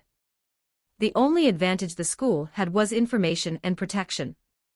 But staying there was akin to a bird trapped in a cage. His actions there only made him hurry up his plan, as he wanted to get his hands on something else. Power. Power influenced his worldly vision. And what greater power than that which comes from the heavens? That day, there were 3 existences that originated from the heavens. One was Gojo Satoru, enlightened and carrying knowledge from the world, holding the power of space and eyes that see through everything. A true heavenly being. The second was a weapon. A tool that had managed to reach Gojo, who carried the power of limitless. Special grade tool, inverted spear of heaven. Holding the power to stop all cursed techniques, it was a divine artifact. A one-of-a-kind weapon. But the third was something that was engraved into someone. It wasn't the person that was holding it that came from the heavens, but the power he held. A power that Arai could potentially wield. Toji Zenin held a gift and curse from the heavens. A heavenly pact. Even if it came from the heavens, a pact was still a contract. And what would happen when someone who can see pacts came face to face with it? Arai knew the moment he saw Toji, that he wanted that power. Unfortunately for him, the man had died not leaving him the chance to see that power. The inverted spear of heaven was also destroyed by Gojo leaving himself as the only one who can bear witness to the heaven.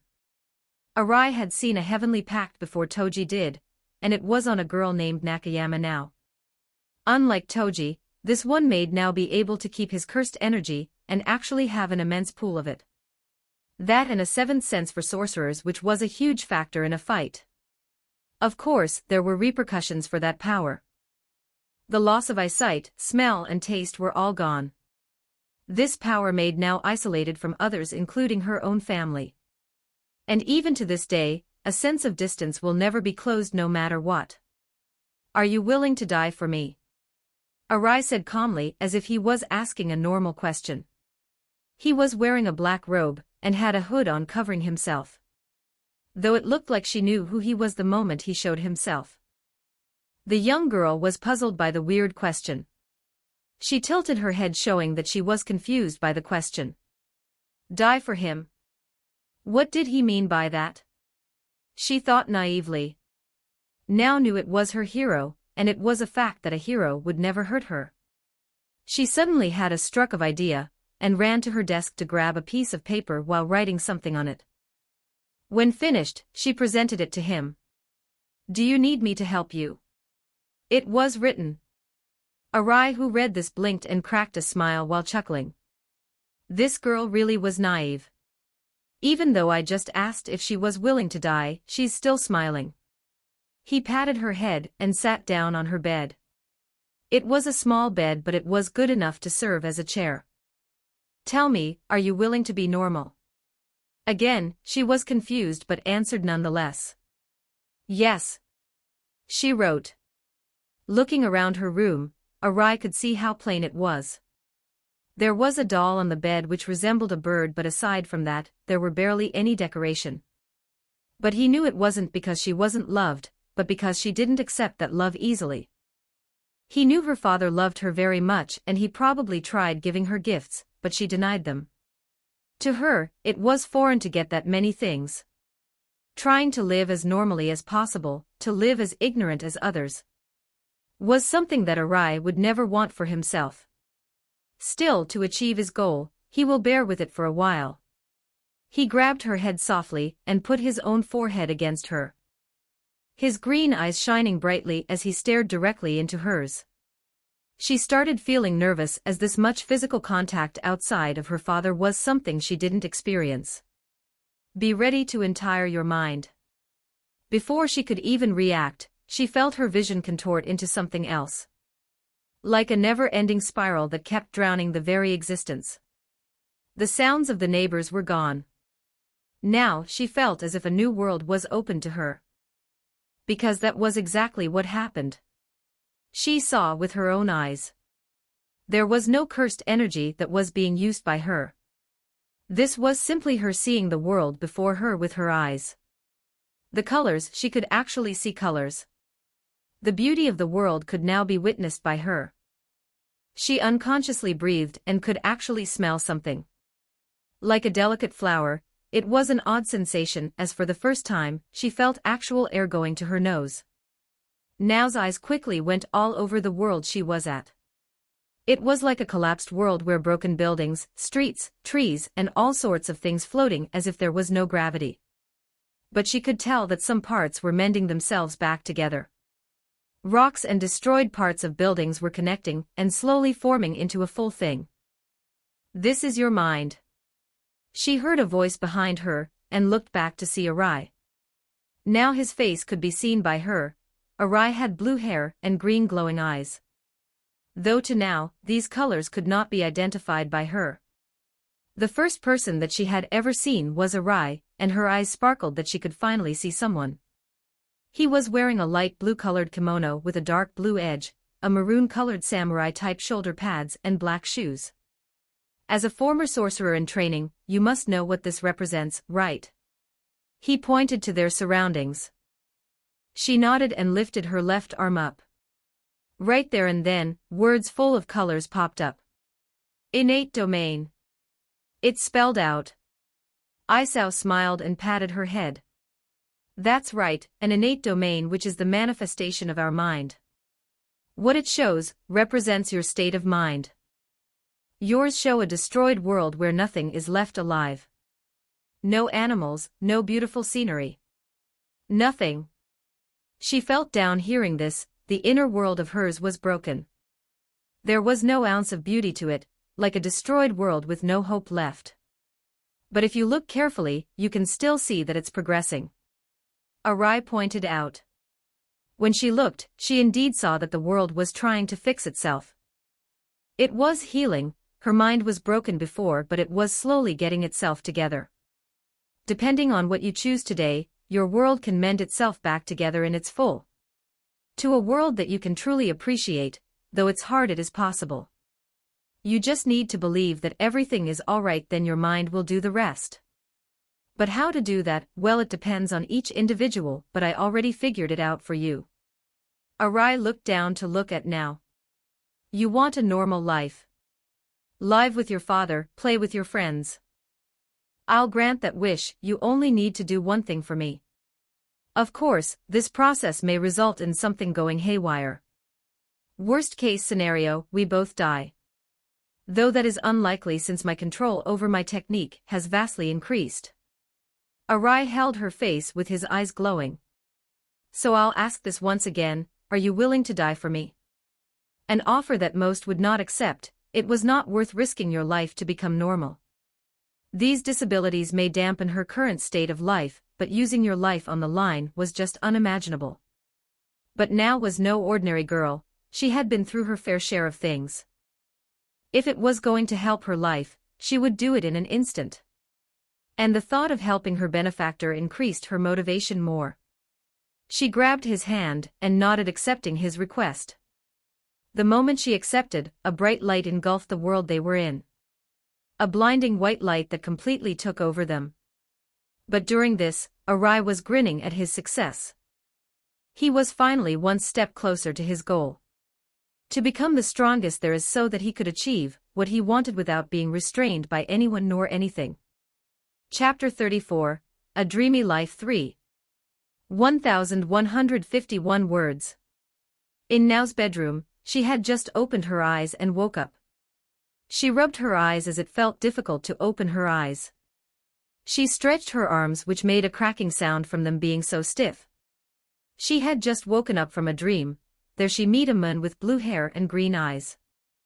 He was her savior from the incident a year ago where she was kidnapped by sorcerers, and were planning to turn her into their weapon. It was frightening to her, but he was luckily there for her, saving her at her darkest hours. But he wasn't just her savior, he had come back after a year to offer her the dream that she had always wished for. To take away her disabilities, she knew it was impossible to fix them. Not even reverse curse technique can, but he could. All she had to do was take a leap of faith and accept it. Accepting his hands, the world she was in was engulfed by a light that took over even the horizon. And that was the last thing she remembered before waking up. Her eyes opened as she could now see the vivid colors of what she could only assume was the sun and the sky. She was no longer blind. Ecstatic, she tried to feel if she could now have the other senses. She rushed down to her kitchen and saw her father cook holding a kind of metal long item that was used to swirl a kind of liquid. Now you're awake already. It's Saturday dash. But she ignored what he said and rushed to what her father was cooking. Immediately she was hit with a smell. She didn't know how to describe it, but she knew that it a fragrance that she herself liked to smell. Dipping her finger into the stew, she put it in her mouth, and a taste exploded in her mouth. Her senses that were gone throughout her entire life had manifested. She began crying as tears of joy flowed down her cheeks. Her father, who was surprised she rushed here and tasted the soup he made, grabbed her. Now, what are you doing this early in the morning? Did something happen? Her father was concerned, as she was never this rash.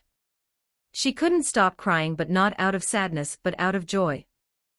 Joy that she could finally experience the feelings that the world had hidden from her. All she wants to do is have a happy life. Getting her senses is only the first step.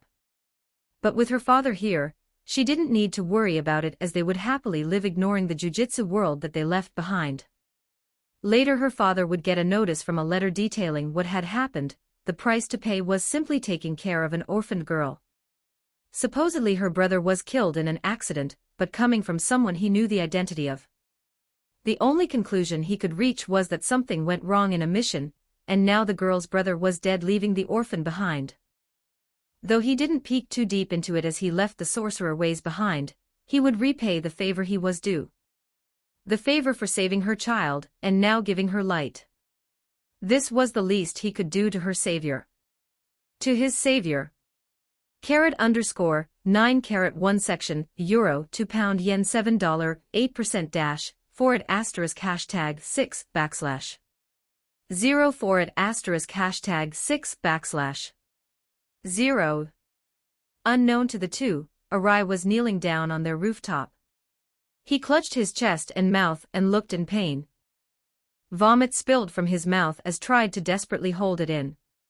His body felt as if it was being trapped by burning coal. His innards felt as if it wanted to throw away everything inside of him. His heart rate exploded through the roof as it entered the 250 BPM. Arai could not focus or form any thoughts, as this unfamiliar pain overwhelmed all his senses. But deep down he knew what it was, the cause of this phenomenon. It was the transformation that he was achieving, but taking in a gift from the heavens was not without its consequences. Arai would have to pay for it. His eyes slowly losing the bright green eyes he held, his sense of smell and taste was deteriorating.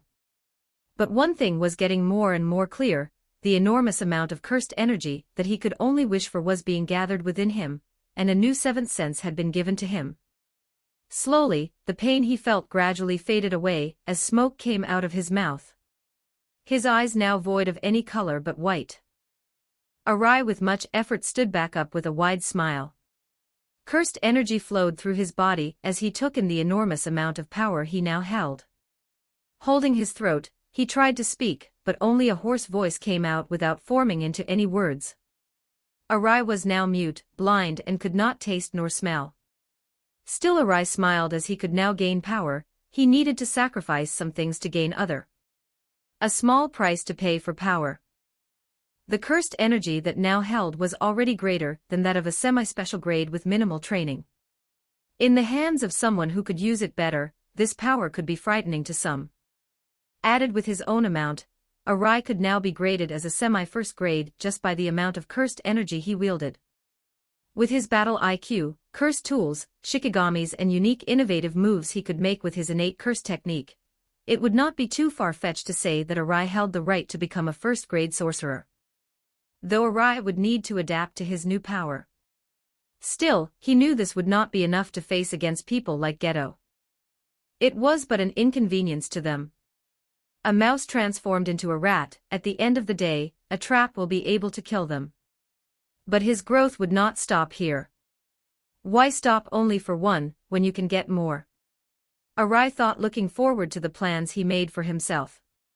Thinking back to all of his struggles, blaming his talent for his incompetence, but in truth it wasn't his talent that made him weak. True, his innate technique manifested later than most, and didn't seem like it had any combat focus. But that was simply because he didn't use his imagination. His technique gave him so much potential to become stronger.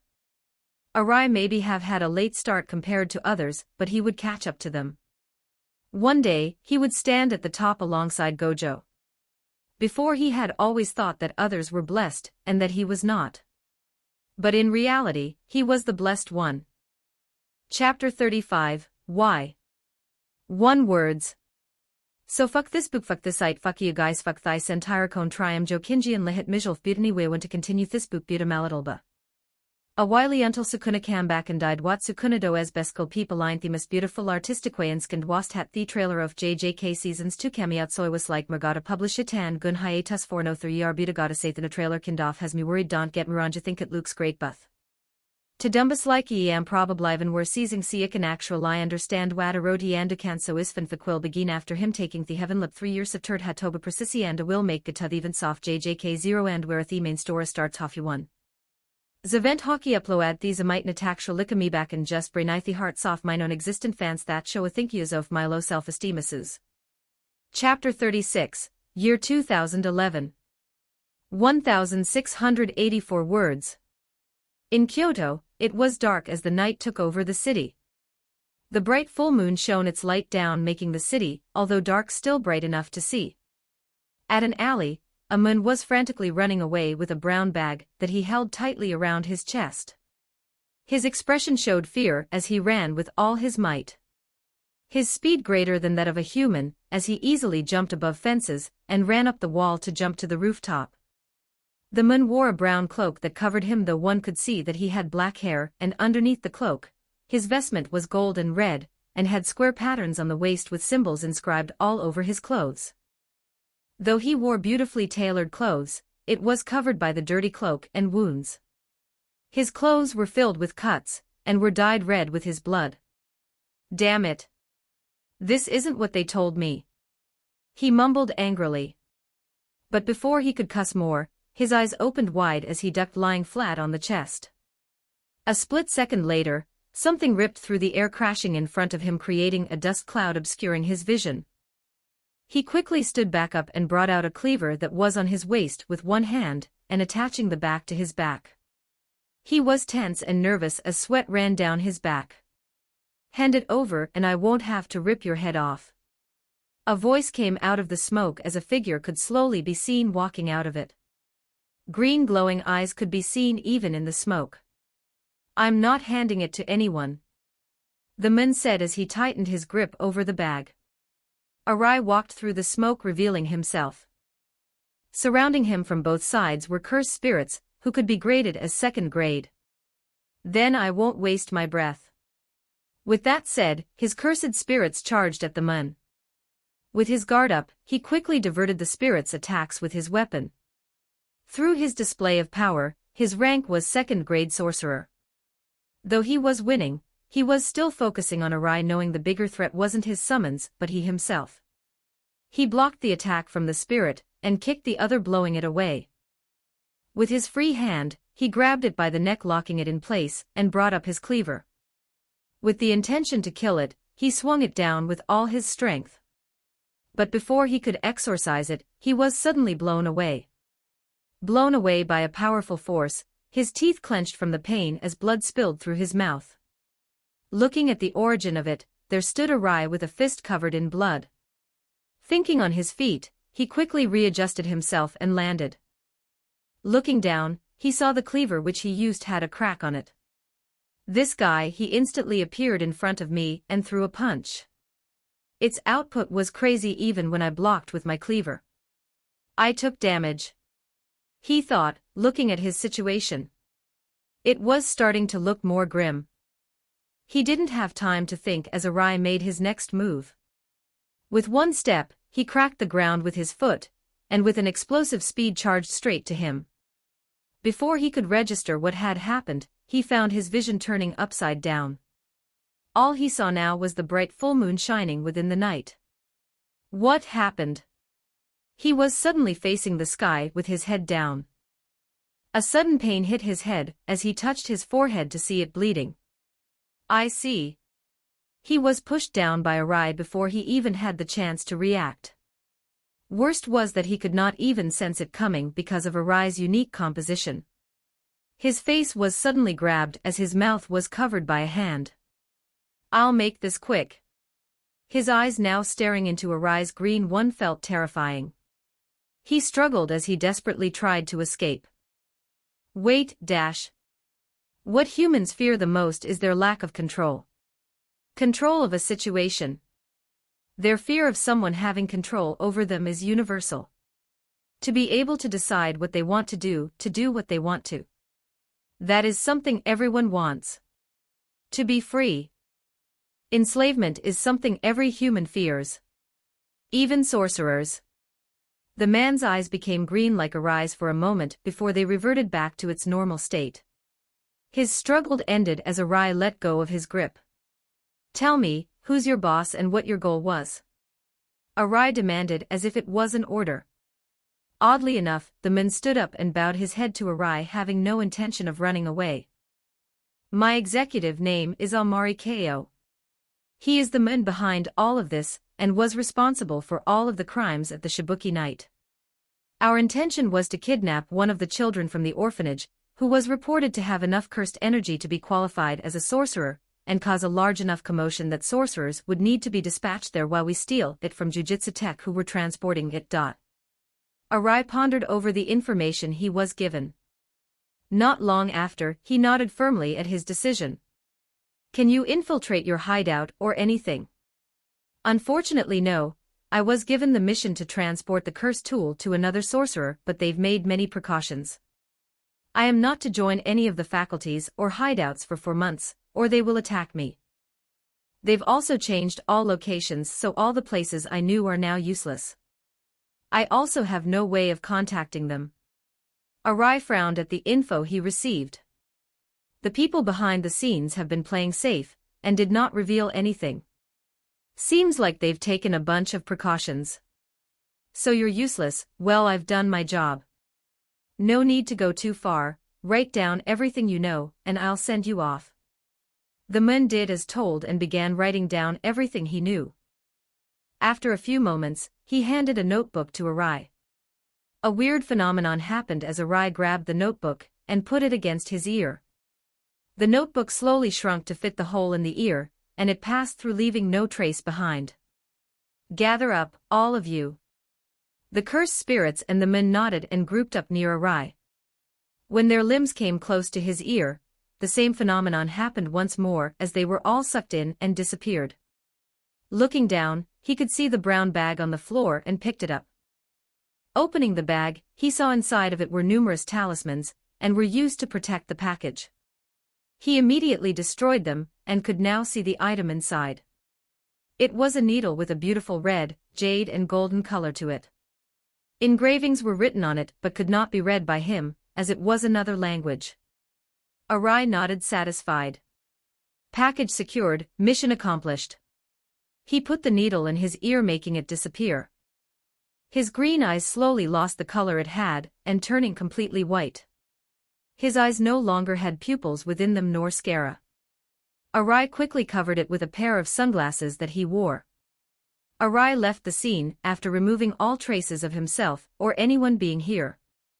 $9 section, Euro 2 pound yen $7 8% dash, forward asterisk hashtag 6 backslash. 0 forward asterisk hashtag 6 backslash. 0. Here it is fully intact, not even a scratch on it. Arai said before slamming the item on a desk, not caring whether it was damaged. Now. My money. Arai said in a demanding tone. Facing Arai were a group of men in black suits. They all had a muscular build and kept their hands behind their back. Their faces were blank as if they were emotionless with tattoos painted over their body. Sitting at the desk and in front of the men in black suits was a lone man. In his mouth was a pipe that he was smoking, his skin was tanned for a Japanese, and above his right eye was a scar. His build was smaller than the bodyguards, but each movement was made with an odd sense of elegance. The clothes he wore were a white suit with black pants like an ordinary office worker. The man looked back to his men and nodded. One of the men in black suits then brought out a suitcase and placed it down in front of Arai and opened it. Inside, there was cash and it numbered in the 100,000 yen. The man sitting opened his hands wide presenting the money. Of course, I saw. Here it is, in full. After checking its contents, Arai picked up the suitcase and got up preparing to leave. Just as he was about to leave, the man spoke to Arai. A pleasure doing business with you. Arai stopped when he heard this and turned around. I'm sure it is, Mr. Masaru. Not long after, the group of men could not see Arai anymore as he had left. The man sitting at the table narrowed down his eyes at where Arai stood. He does his jobs well when we hire him. Too good in fact, I hate to say it but there's Northwest sorcerer that comes close to him in this field. He doesn't disclose anything and keeps to himself, he doesn't find more trouble when he doesn't need to. Well, even if he did then I'd go up against him, and hire other sorcerers to kill him. Masaru thought but quickly threw that idea out the window. I'm not dumb enough to go up against him. He got up and looked outside his window showing the city of Kyoto, and the bright full moon shining down on it. He took the pipe out his mouth letting out a white smoke in the shape of a ring. First-grade sorcerers are truly terrifying. Back. Chapter 37, Deal. 2,409 words. In the night outside an abandoned factory, the door opened and walking out of it was Arai holding the suitcase. He inserted it inside his ear making it shrink and enter it. This should be good enough. Arai muttered before walking away from the building. Looking down at his arm, he lifted his sleeve to find a watch. It was currently midnight, and he was mentally exhausted from everything he was experiencing. His headaches have been really bad, but it's been a bit more bearable lately. Arai left the factory, and went to a motel where he could stay the night. Taking his clothes off, he saw his body full of scars. All from past mistakes he made. In 2 years he had reached this state, and he was now 19 years old. Searching for power, he saw the potential of heavenly restrictions and took them from those who have it. Taking in this power came at a cost though. First was the fact that the individual had to willingly give that power away. Arai, no matter how strong he had become, could not change that fact. Second was the consequences to that, like now Nakayama. Arai had to suffer from blindness, mute, and the lack of taste and smell. The good thing was that even though they are packs that needed to be inputted there, Arai could temporarily take off the consequences. For example, he could with the heavenly restriction of now make it so that he doesn't suffer from blindness, and now he could see. But now came the third problem, it was just for a moment. This change could not be made for long as Arai needed to use his curse technique for that change to remain. It was named a heavenly restriction for a reason. One cannot change a blessing from the heavens so easily. Though Arai still took in that power, it was a small price to pay for that power. Now Arai held 3 heavenly restrictions within him. He had tried to get more but found he could not. His body would naturally reject his decision even though he had tried, and also because it warned him. With this newfound power, Arai had become equivalent to a first-grade sorcerer. Taking the shower he needed desperately as the smell he had was awful, Arai laid down on the couch and closed his eyes. Now what do I need to do? My growth has stagnated for a while. I'm stuck at this stage, and can't find a way to become special grade even with all the heavenly restrictions I have. I'm sure I can face a special grade curse spirit, but a sorcerer would be something else. He sighed as his consciousness was slowly fading away.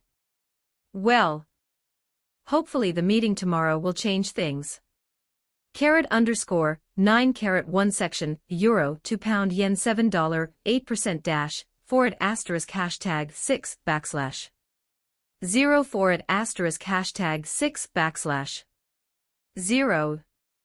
At a certain household, two men were walking down a hallway. The hallway was made of shojis, and to their left was a garden that was well maintained with a fountain. Their surroundings had a very traditional Japanese style to it. So it's today, I really wonder why the patriarch wants to meet him. Did you not listen in the last clan meeting? The clan head wants to sell them, and get rid of all connection that they have with our clan. One is a middle-aged man. He has dark-colored hair that is styled into a pompadour with sideburns. His outfit is a formal light-colored uniform. The other is a young man with a slim build and a short stature. He has wide, light-colored eyes with long eyebrows and dark disheveled hair tied into a low ponytail. The young man wears a light-colored kimono and dark-colored hakama bottoms. The former was Nobuaki and Ranta. Both were part of the same family as they came from one of the three great sorcerer family. The Zenin clan. Nobuaki looked down to check the time on his watch. Right. Oh well, would you look at the time?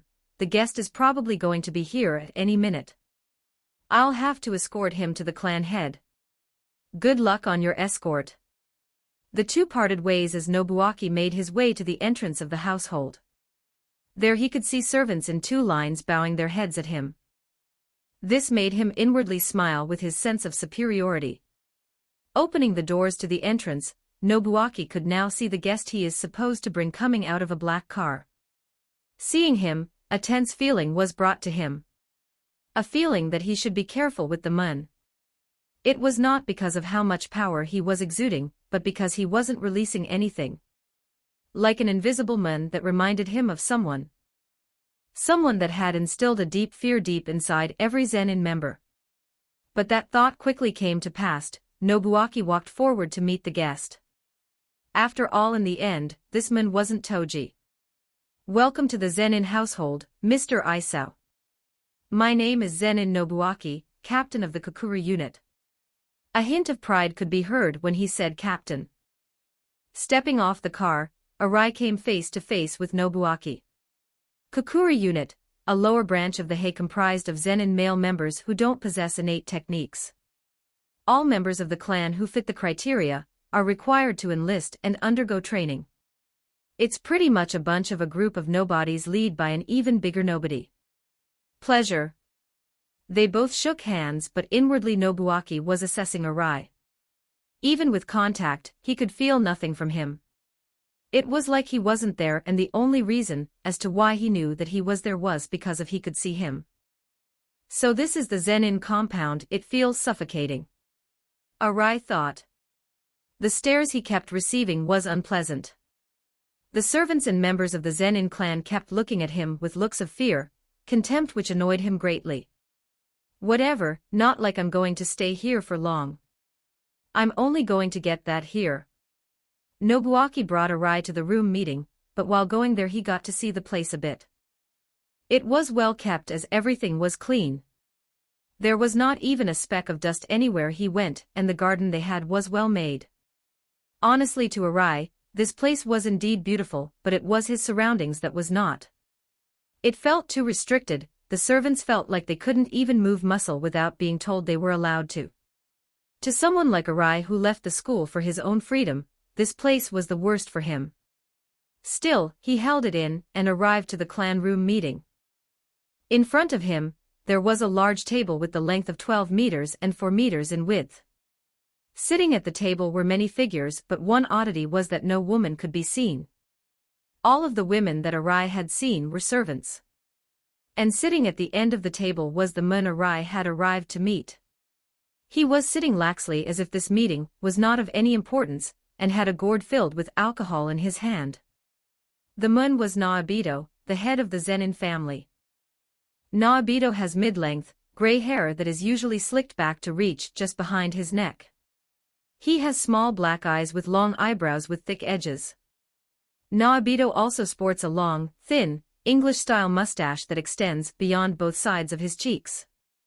His clothes consisted of a casual brown yukata, with a black sash and Zora sandals. Took some time, people are going to think you're the old man, Naobito said with a mocking tone. His figure was so undignified that one would doubt whether he really was a leader of such a big clan. Arai, who had just arrived, scowled and sat down. Well, I'm not the fastest sorcerer in the world. Arai shrugged just as he sat down. The table in front of him was lower than the Western ones. He sat on a cushion and placed his legs under the table. And unlike you, I don't enjoy being second fiddle. The room turned cold in an instant. Nobody dared to speak, but their eyes and expressions could reveal their thoughts. His eyes darted around as he saw different emotions on each. Some had smirks while others had angry faces, like they were trying to kill him with their glares. The act of insulting their leader meant that he had no respect for them nor their clan. Bwahaha. Did you wake up at the wrong side of the bed?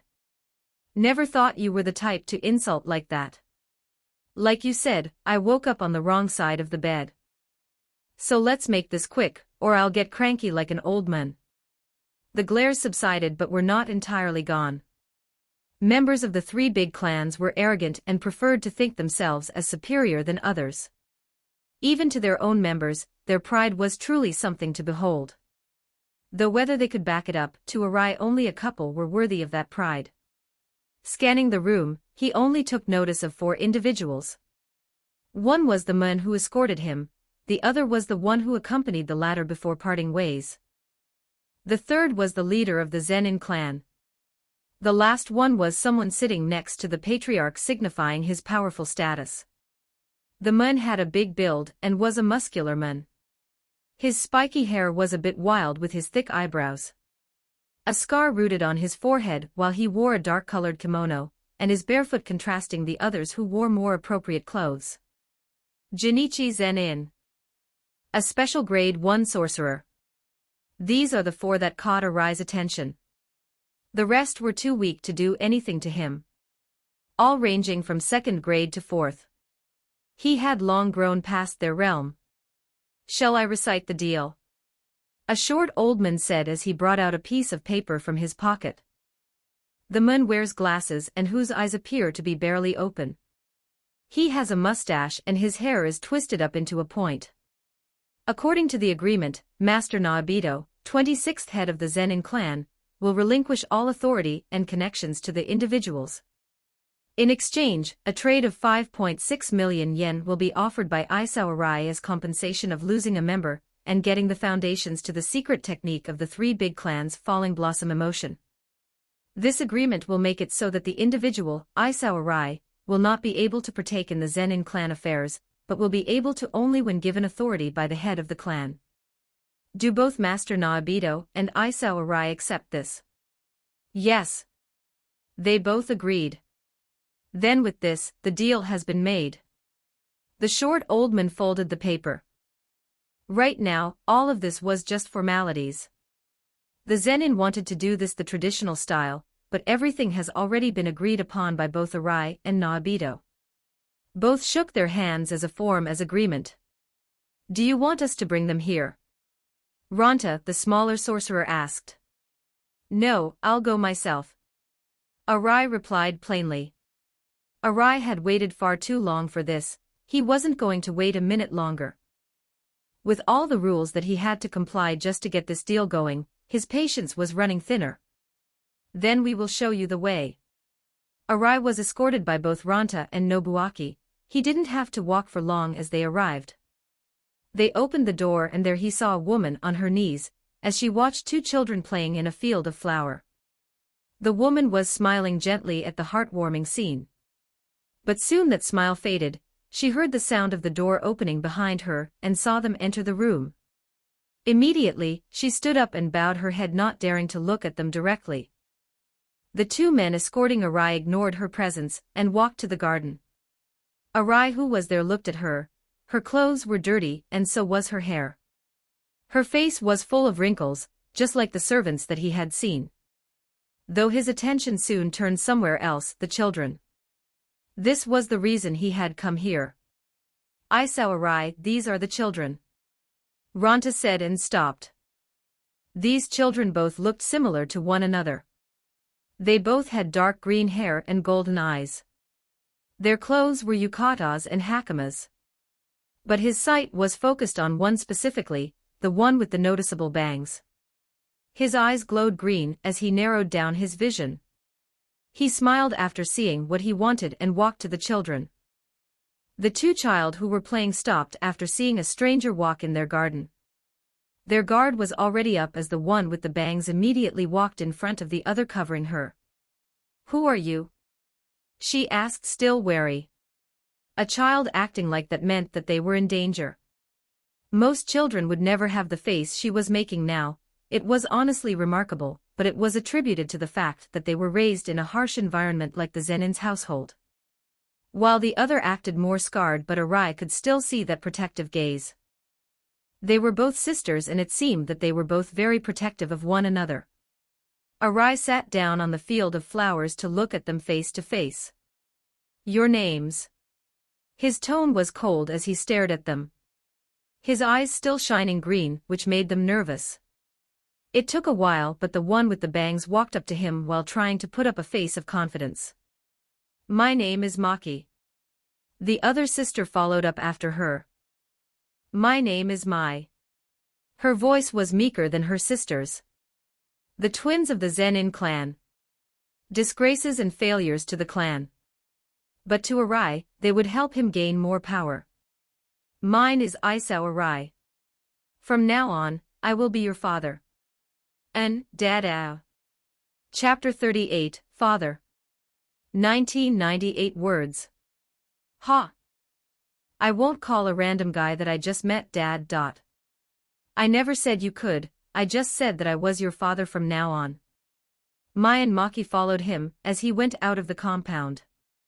They were nervous as someone who they just met was now going to adopt them. Their mother could only watch the scene with sad eyes. Unable to do anything. Their real father wasn't even here, not caring whether they get bullied or sold. The men didn't even make an effort of coming here, and instead opted to go on missions. They were now left alone, with a stranger that they don't know. Not knowing his motive nor reason. The twins were now outside the gate of the compound. Arai was busy talking with Nobuaki while they were left alone. Maki held her sister's hand while looking at Arai. She knew that if he wanted to do anything to them then they wouldn't be able to resist. She may not know who he is, but the fact that the leader of the Kokuru unit respectfully talked to him showed his status. Maki was about to go to him, but was stopped as she felt her sleeve being pulled. There she saw her sister Mai, scared as she held her older sister. "Maki! What's going to happen to us?" Maki could see her trembling. The fear that the clan brought to them was always the same. Bullying, neglect, torturous training, and most of all the barrage of threats to them. But one thing they didn't have to worry about was something new. They knew their routine, the same and the same. Now that they were leaving the Zenin household, no one could guarantee their safety. All they had were themselves, with only the hope that their new father wasn't going to kill them. "Calm down, Mai. If he does something to us, I'll stall him and you run." "But dash." Maki grabbed her sister by the shoulder with a reassuring smile. "Mai, I'm the older sister, remember? We'll always be there for one another. Didn't we promise each other?" They lifted up her finger and Pinky promised. Mai, who heard this, smiled and hugged her sister. "Have a good day, Sir Isao." "Yeah." Maki hugged her sister while watching the exchange her new father had with Nobuaki. Her strength was very limited, and she knew that if this man wanted to do anything to them, they'd be powerless. Despite reassuring her own sister, she herself felt nervous but still kept a strong image.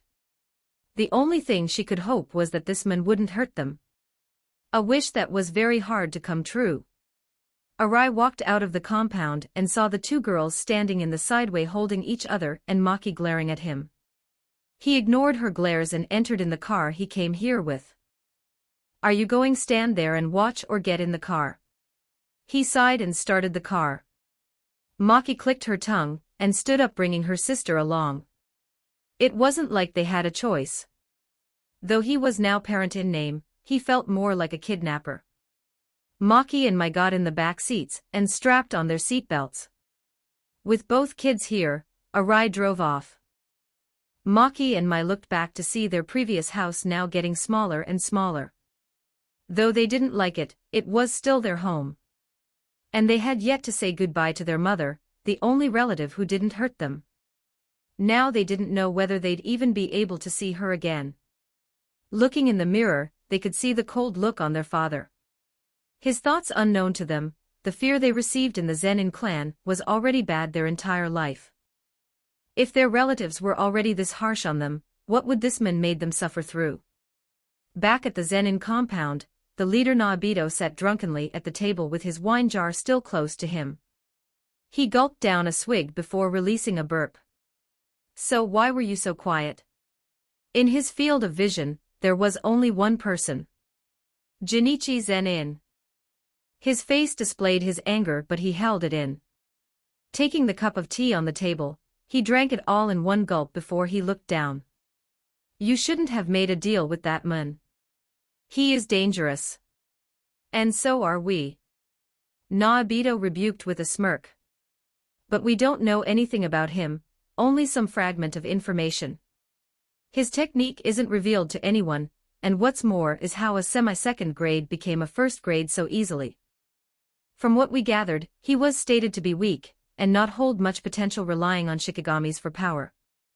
But look at him now, he's talking to us as if we're his equal. Junichi tried to warn Naobito, but he seemed to not care.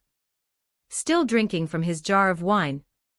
As he was about to take a sip, something made him hesitate before he ultimately placed down the jar.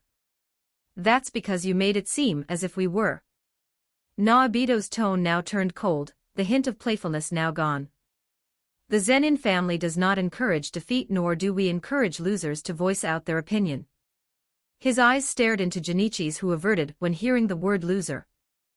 So they should know their place.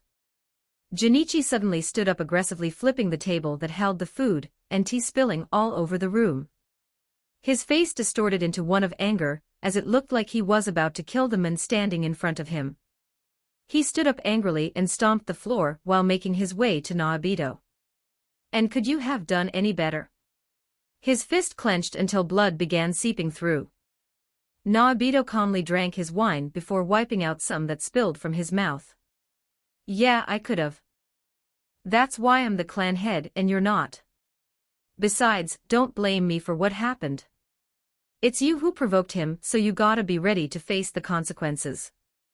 They both knew what Naobito referred to, and it put shame on both of them, but especially on Junichi, as he was the one who received that.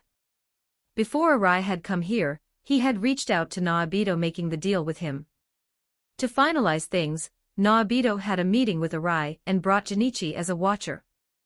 This contract. Is there anything you want to add in? Not in particular. The two signed the contract and were about to leave, but Junichi stepped in. His domineering presence would make even normal people afraid, but to the two it barely made them bat their eye. Naobito, who saw this side, and left the meeting first, leaving the two having a stare-off. What? Want to talk about politics? Arai said before walking off, but just as he was about to go through the door, a hand was placed on his shoulder forcefully. Junichi had stopped Arai from going any further. I'm here to talk about that attitude of yours. We both know that the Zenin clan is something too much for you. If you know what's good for you, then start by respecting your superiors. That is, if you don't want something bad to happen to you. The threat was valid, the clan had been in power for hundreds of years, and it wasn't going to be taken down so easily. But in here I thought you wouldn't be the type to talk about that kind of stuff. Guess I judged a book by its cover and was wrong. You don't look like it, but you're a real chatterbox. Junichi was about to leave but stopped. Besides, you aren't much to look at. Comparing you two is too embarrassing. I guess even siblings each have their own trait. Arai looked towards Junichi and saw him turning around. His eyes had blood-red veins in them, and his fist clenched that he swore could see blood. What's his name again? Arai's smirk widened as he saw him look like he was about to kill him. Right. Toji Zenin. That moment sparked the conflict. Junichi had immediately jumped to Arai, while using his curse technique making images of large fists appearing when he threw punches in the air. Each of those strikes would be able to shatter the concrete without any difficulty. Arai, who was the target of the barrage, started making his move. But an odd phenomenon happened. His movements were too good and precise, dodging every blow. It was as if every single movement was made to be as efficient in dodging these fists. Junichi's eyes widened in astonishment. His strikes were fast and powerful, yet this man had dodged them, and the distance between them was closing. In all his life as a sorcerer, there had been almost no one who could do that. Only 2 people have managed to achieve this. One was Naobito, who was the head of the clan boasting the fastest speed in jujutsu. And, other than Gojo. And the other, though he hated to admit it, was his brother. Toji, the man who was ridiculed for having no cursed energy nor technique. The lowest of the low, yet he managed to make all the Zenin clan fear his strength. The moment he met Arai, he felt the similarity between the two. And that was because he couldn't sense any cursed energy in him. An invisible man. But the arrogant attitude he showed was similar to that of Toji's. The disregard to a hierarchy. Junichi gritted his teeth at that thought. Toji had escaped the Zenin influence by himself, even defeating him easily. He would not let another threat to him appear. Not when he could stop it. I'll kill him. This time, he decided that he would kill him. He was not going to hold back. Fully utilizing his technique, he was now going for the kill. Arai, now in front of him, could see the difference in strength to the previous attacks. Still, his face looked unfazed as his eyes glowed green. They both were about to go all out. But just then, Arai sensed something coming towards him and immediately jumped back. The instant he got out, a figure suddenly appeared and held Junichi in place. When making contact, Junichi suddenly became frozen and was trapped in an animation frame. Arai, who narrowly dodged that, narrowed down his eyes. So this is his technique. He's not just fast but was able to freeze someone in place. Kind of like a frame. Interesting. Naobito was the one responsible for this, and he too was mildly surprised. Arai had managed to escape his grasp even when he tried to surprise attack. It felt like he had eyes behind his back, and during the whole ordeal with Junichi, it felt as if he could read all of Junichi's attacks. Naobito's instincts warned him of Arai the moment he met him. Just him being here felt wrong, as if his existence shouldn't be possible. Arai had cemented himself as a first-grade sorcerer. Now, let's not get too ahead of ourselves. I'm sorry for my companion, Isao. Can you forgive him for his blunder? I'll punish him accordingly. Naobito smiled, though it seemed so fake that it made Arai irritated. Reminding him of a past memory, one at a particular village. Arai shrugged off his thoughts and walked away. Make sure you control your pets. They're no good if they don't obey, he said before leaving the building. No matter how strong he was, challenging an entire clan was no easy feat, and Arai didn't want to risk anything. He still had a deal with them and needed to gain the girls.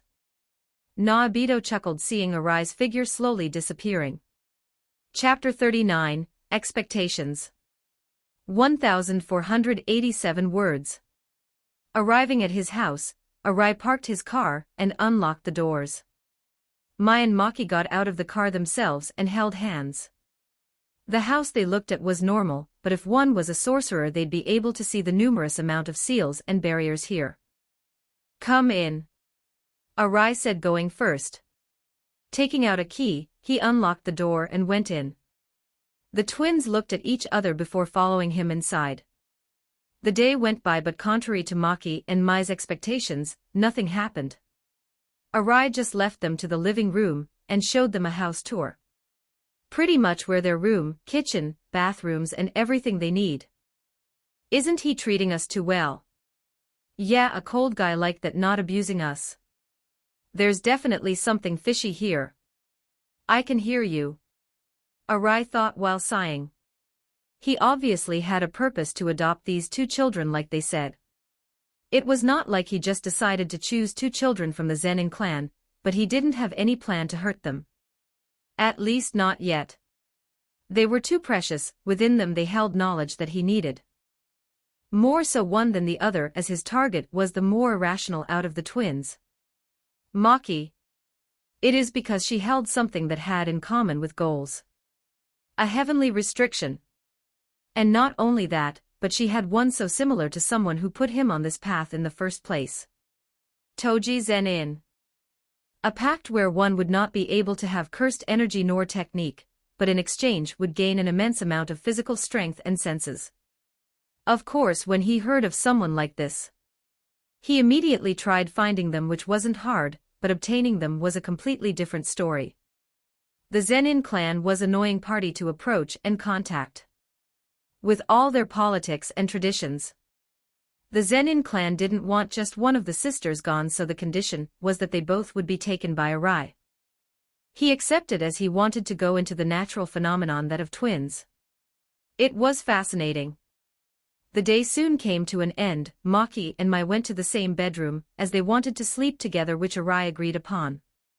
Their room was bland as the wall was painted in a bland white color, and had no decorations. It simply had a bunk bed, a desk with a chair, a closet and drawer. A display of Arai's terrible taste in decorations. Maki, who slept above, peeked down to see her sister asleep. Gosh, how can she sleep in this situation? Maki thought, but smiled seeing the peaceful face her sister made. Still, she was tense. Living in this new environment, it certainly was different than that of the clan, where all they did was bully servants. That included them. Now it was quiet, too quiet in fact. The man who adopted them didn't make a move. At least not yet. If he was, then what was he waiting for? I just hope that everything will be fine, she thought as she slowly fell asleep. Not knowing that the moment she entered slumber, Arai opened the door with a cursed spirit beside him. Its presence was blurry, as if a fog covered it, with yellow glowing eyes and hair flowing to the top. Go back, Arai ordered, and it followed, disappearing. His eyes narrowing down to Maki's sleeping figure. Seems like the curse worked well. It's unfortunate that it only works on weak opponents. He grabbed hold of her face and activated his technique, making his eyes turn green. If only I can sleep as peacefully as you two. Arai chuckled. Let's do this, he muttered, using his technique to enter her mind. But as time went on, he realized something. His powers weren't activating. It was as if she hadn't had a mind of her own. He could not enter her mind. Arai was confused and pondered. That's odd. My technique is working correctly, so the problem isn't me but her. Is it because she is a twin? That's the only thing that differentiates her from other people. Arai had already tried this on people with heavenly restriction, so he knew it wasn't the cause. Maybe. He looked at Mai, who was in deep slumber. Arai held both of them and activated his technique. This time it worked, as he felt his mind being transported elsewhere. The next thing he knew, Arai was laying down on the ground. The sky was a clear, beautiful blue with bird flying together. This was the mind of not just Maki but Mai as well. Twins have the unique constitution to being linked together. Whether it would be their growth or mind, they would always be linked. That must be why I had to use my technique on both of them. When I did it only on Maki, it's as if I used a key to open the door when in reality the door needed two. He got up and looked around to see that he was on a beach with the ocean in front of him, and him on the sand. Behind him were houses devoid of any life, as it was calm. An innate domain represented the state of the individual. Everything here had a meaning. The ocean represented something, and so did everything here as well. Finding meaning to them, though, was a hard task. Even Arai had not found the meaning to his, so how could he found this place meanings? But his eyes soon narrowed down as he could feel something. Knowledge rushed into his mind. It took a moment for him to register it as he smiled. Heavenly restriction. in exchange for an immense physical strength, no cursed energy nor technique being gifted. So this is it. Arai analyzed the restriction. From what I've seen, Maki doesn't fully fulfill the conditions of this restriction. She still has cursed energy, though it was a very little amount, which means that she doesn't fulfill all conditions. Is that why she isn't as strong as Toji? I assumed that it was because she was young, but maybe that's not it. Seems like I have something in common with her. Maki was not the only one who didn't fulfill the conditions of heavenly restriction. Arai was doing something similar to her, only that he did it purposefully and temporarily. His contract that he took from Nao Nakayama was originally one where he would not be able to speak nor see. But since he delved more into heavenly restrictions, he had experimented a bit, and found out he could temporarily disable conditions. Of course, that would make it so the benefits of the contract would be less effective, so the amount of cursed energy he wielded was less than it was supposed to be. I was planning on taking her heavenly pact and replace one of mine, but now it seems like I shouldn't. That old man didn't let me see her before finalizing the contract, so I couldn't know of this. Still, this is good since it gave me good info. Arai's attention turned elsewhere as he heard a voice. There he could see the twins laughing and playing in the water. Their faces was full of joy as they enjoyed this moment. Seeing this, Arai decided to leave, not wanting to bother them, and have them enjoy their dream, not wanting to taint the scene with his presence. Arai left the innate domain and found himself in the real world and saw Maki still sleeping. If I can have someone of Toji's level as an ally, then that'd be good too. Don't let me down, Maki. And looking down, Mai had a peaceful face. She looked much more like a child than her sister, more innocent and shy. But in an environment where sorcerers needed to fight and face death, an attitude like Maki was more desirable. I can't believe they would give up on these two girls. They have so much potential. Still, it is true that they are restricted due to their circumstances.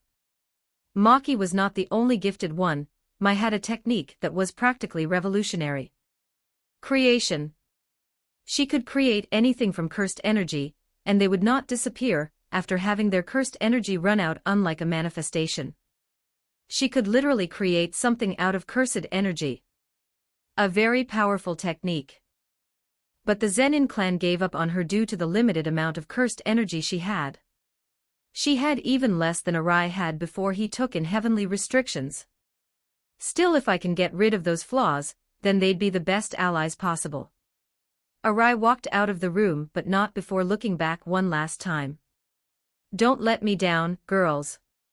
Chapter 40, A Family. 2,163 words. At a street stall, a middle-aged man was making food. He wore the typical white cloth wrapped around his head with a blue apron. The man was doing what street food chefs did best, make great display of their culinary skills.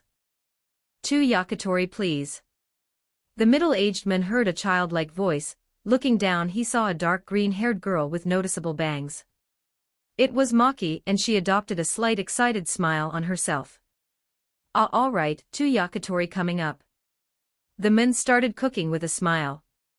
It was a little odd seeing a child no older than 8 going to a stall and order food. Still, he didn't question it. Making food for children was more enjoyable than adults, as they had no filters and gave their honest opinion. Maki then placed something on the counter. Here. It was 300 yen that she had placed. That should be enough for the order, right? Yes. He handed her the 2 yakitori. They had a golden color, and were skewers with a glazed sauce put together with bite-sized pieces of grilled chicken. But while he handed it to her, he had but one thought. Does this child have no filters? She speaks as if she disregard me. But he could tell that it wasn't intentional. It was her way of talking, and although harsh, had no ill intentions in them. Maki took the skewers and left without saying a word, leaving the man scratch his head in confusion. Maki walked to her destination, which was a park. Their laughter and screams of children could be heard. She walked over to a bench where Mai was sitting at, and sat next to her. Here it is, the best yakitori in all of Japan. But didn't you just buy it at that stall? The best is oftentimes found in obscure places. Now eat. Maki exclaimed as she dug in her food. Street food was something that the two had not experienced. The food they received was mostly plain like rice and a small portion of soup. Sometimes even hard bread was given. Neither of them had any taste nor were they very filling. So finally experiencing this type of delicious food, it was something they relished. In matter of moments, the skewers were gone as all that was left were the sticks. That was delicious. Maybe I should have gotten 2 for myself. Do you another? Maki asked as she got up. Despite her small body, she had quite the appetite. Mai, who heard her sister's suggestion, scratched her cheek awkwardly, knowing her sister's hunger. I think I'm full now, Maki. Then I'll dash. They were interrupted as sounds of footsteps came to their ears. Looking at their right, Arai came in their view while holding a plastic bag. His eyes were now covered with sunglasses, and his outfit consisted of a black t-shirt and white pants. Food is here, he said before he saw the wooden sticks in their hands. You bought your own food? Arai frowned. I told you to buy drinks with that money. What's the point in buying food when I was already going to bring it here?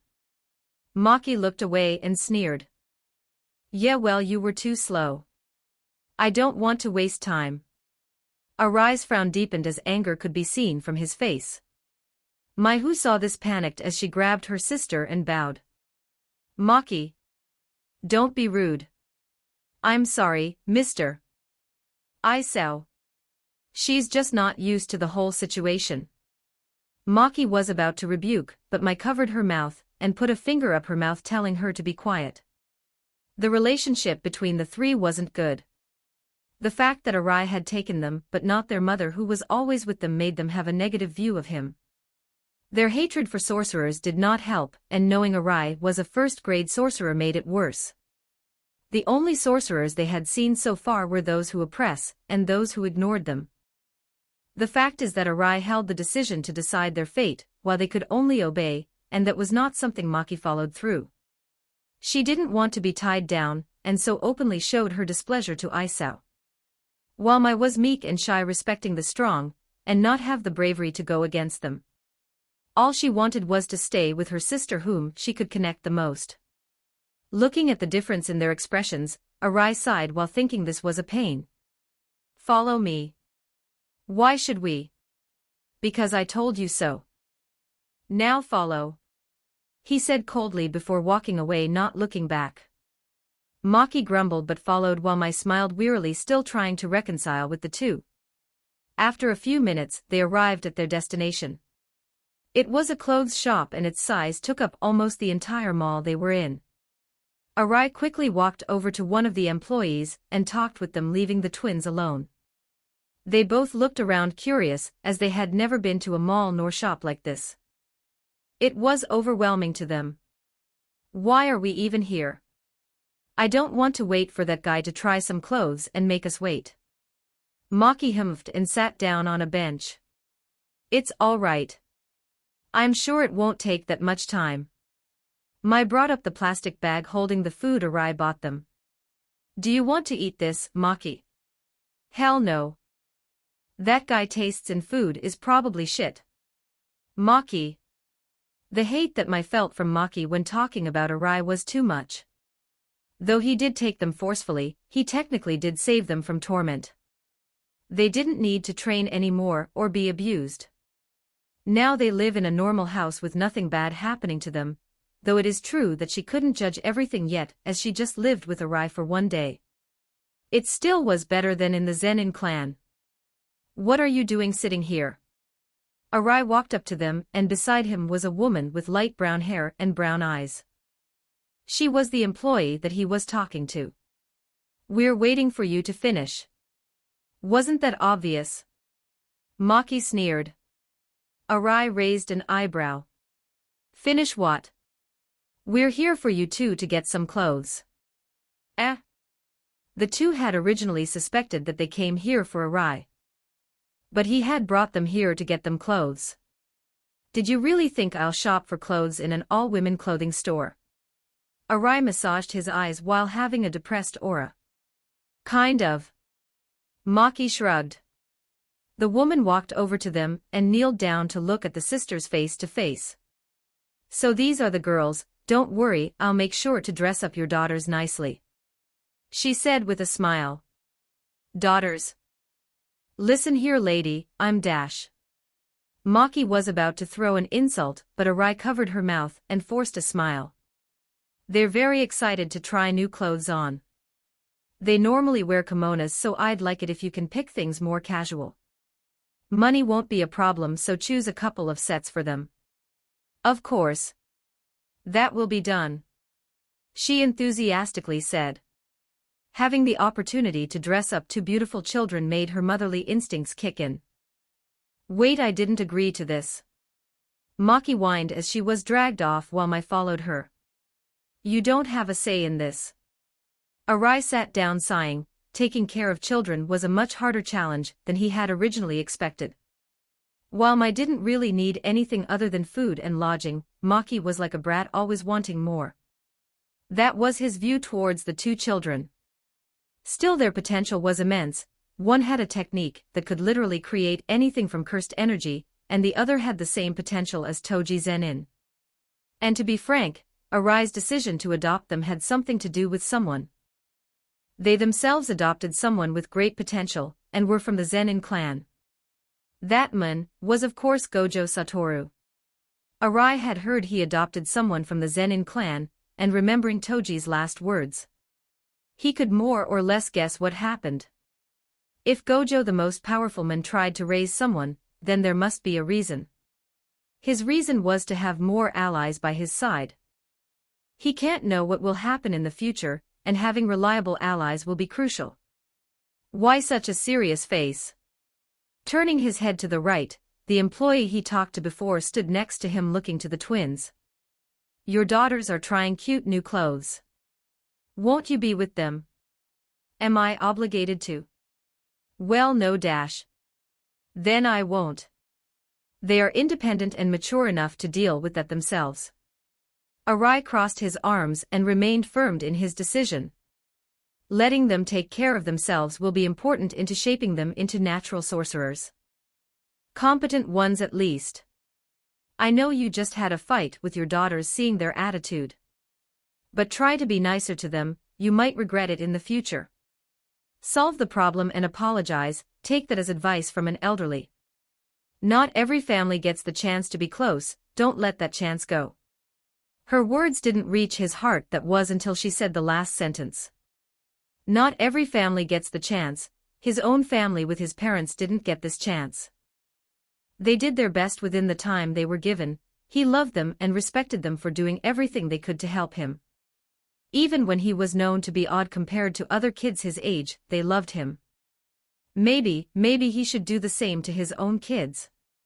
Even if they weren't his real ones. Maybe the real reason he wanted to adopt them wasn't because he was trying to follow Gojo's path, nor get powerful allies. Maybe it was just trying to follow an example of what his parents had done for him.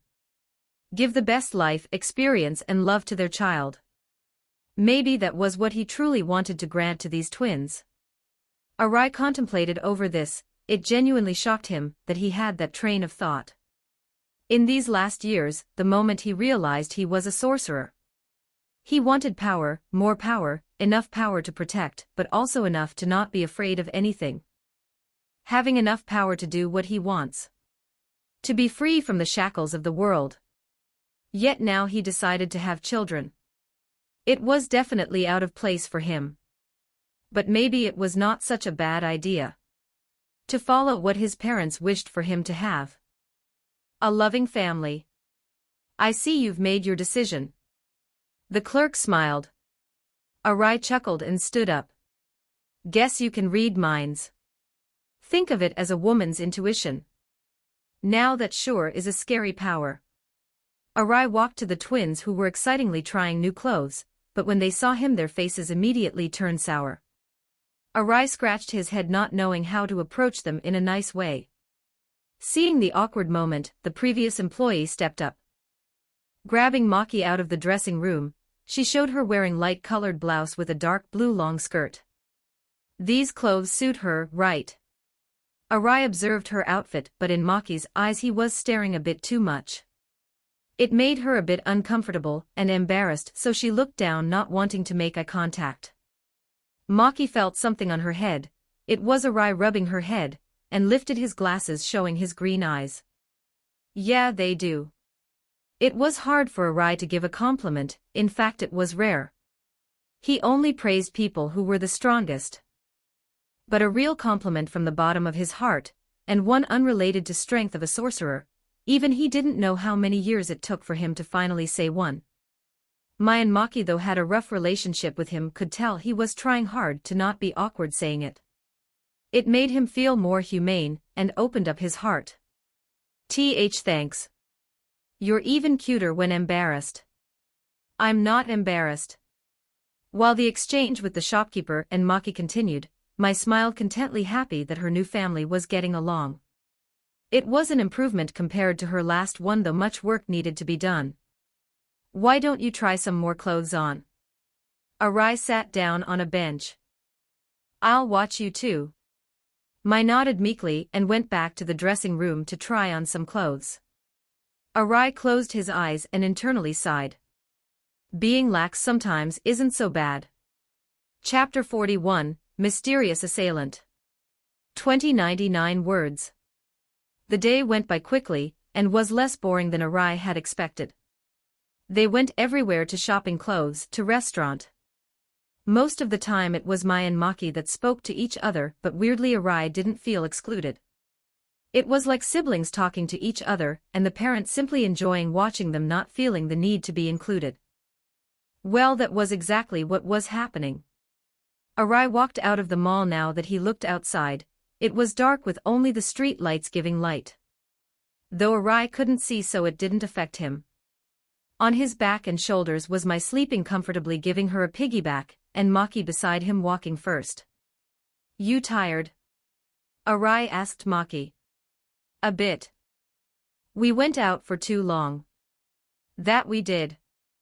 They soon arrived to the parking lot where his car was.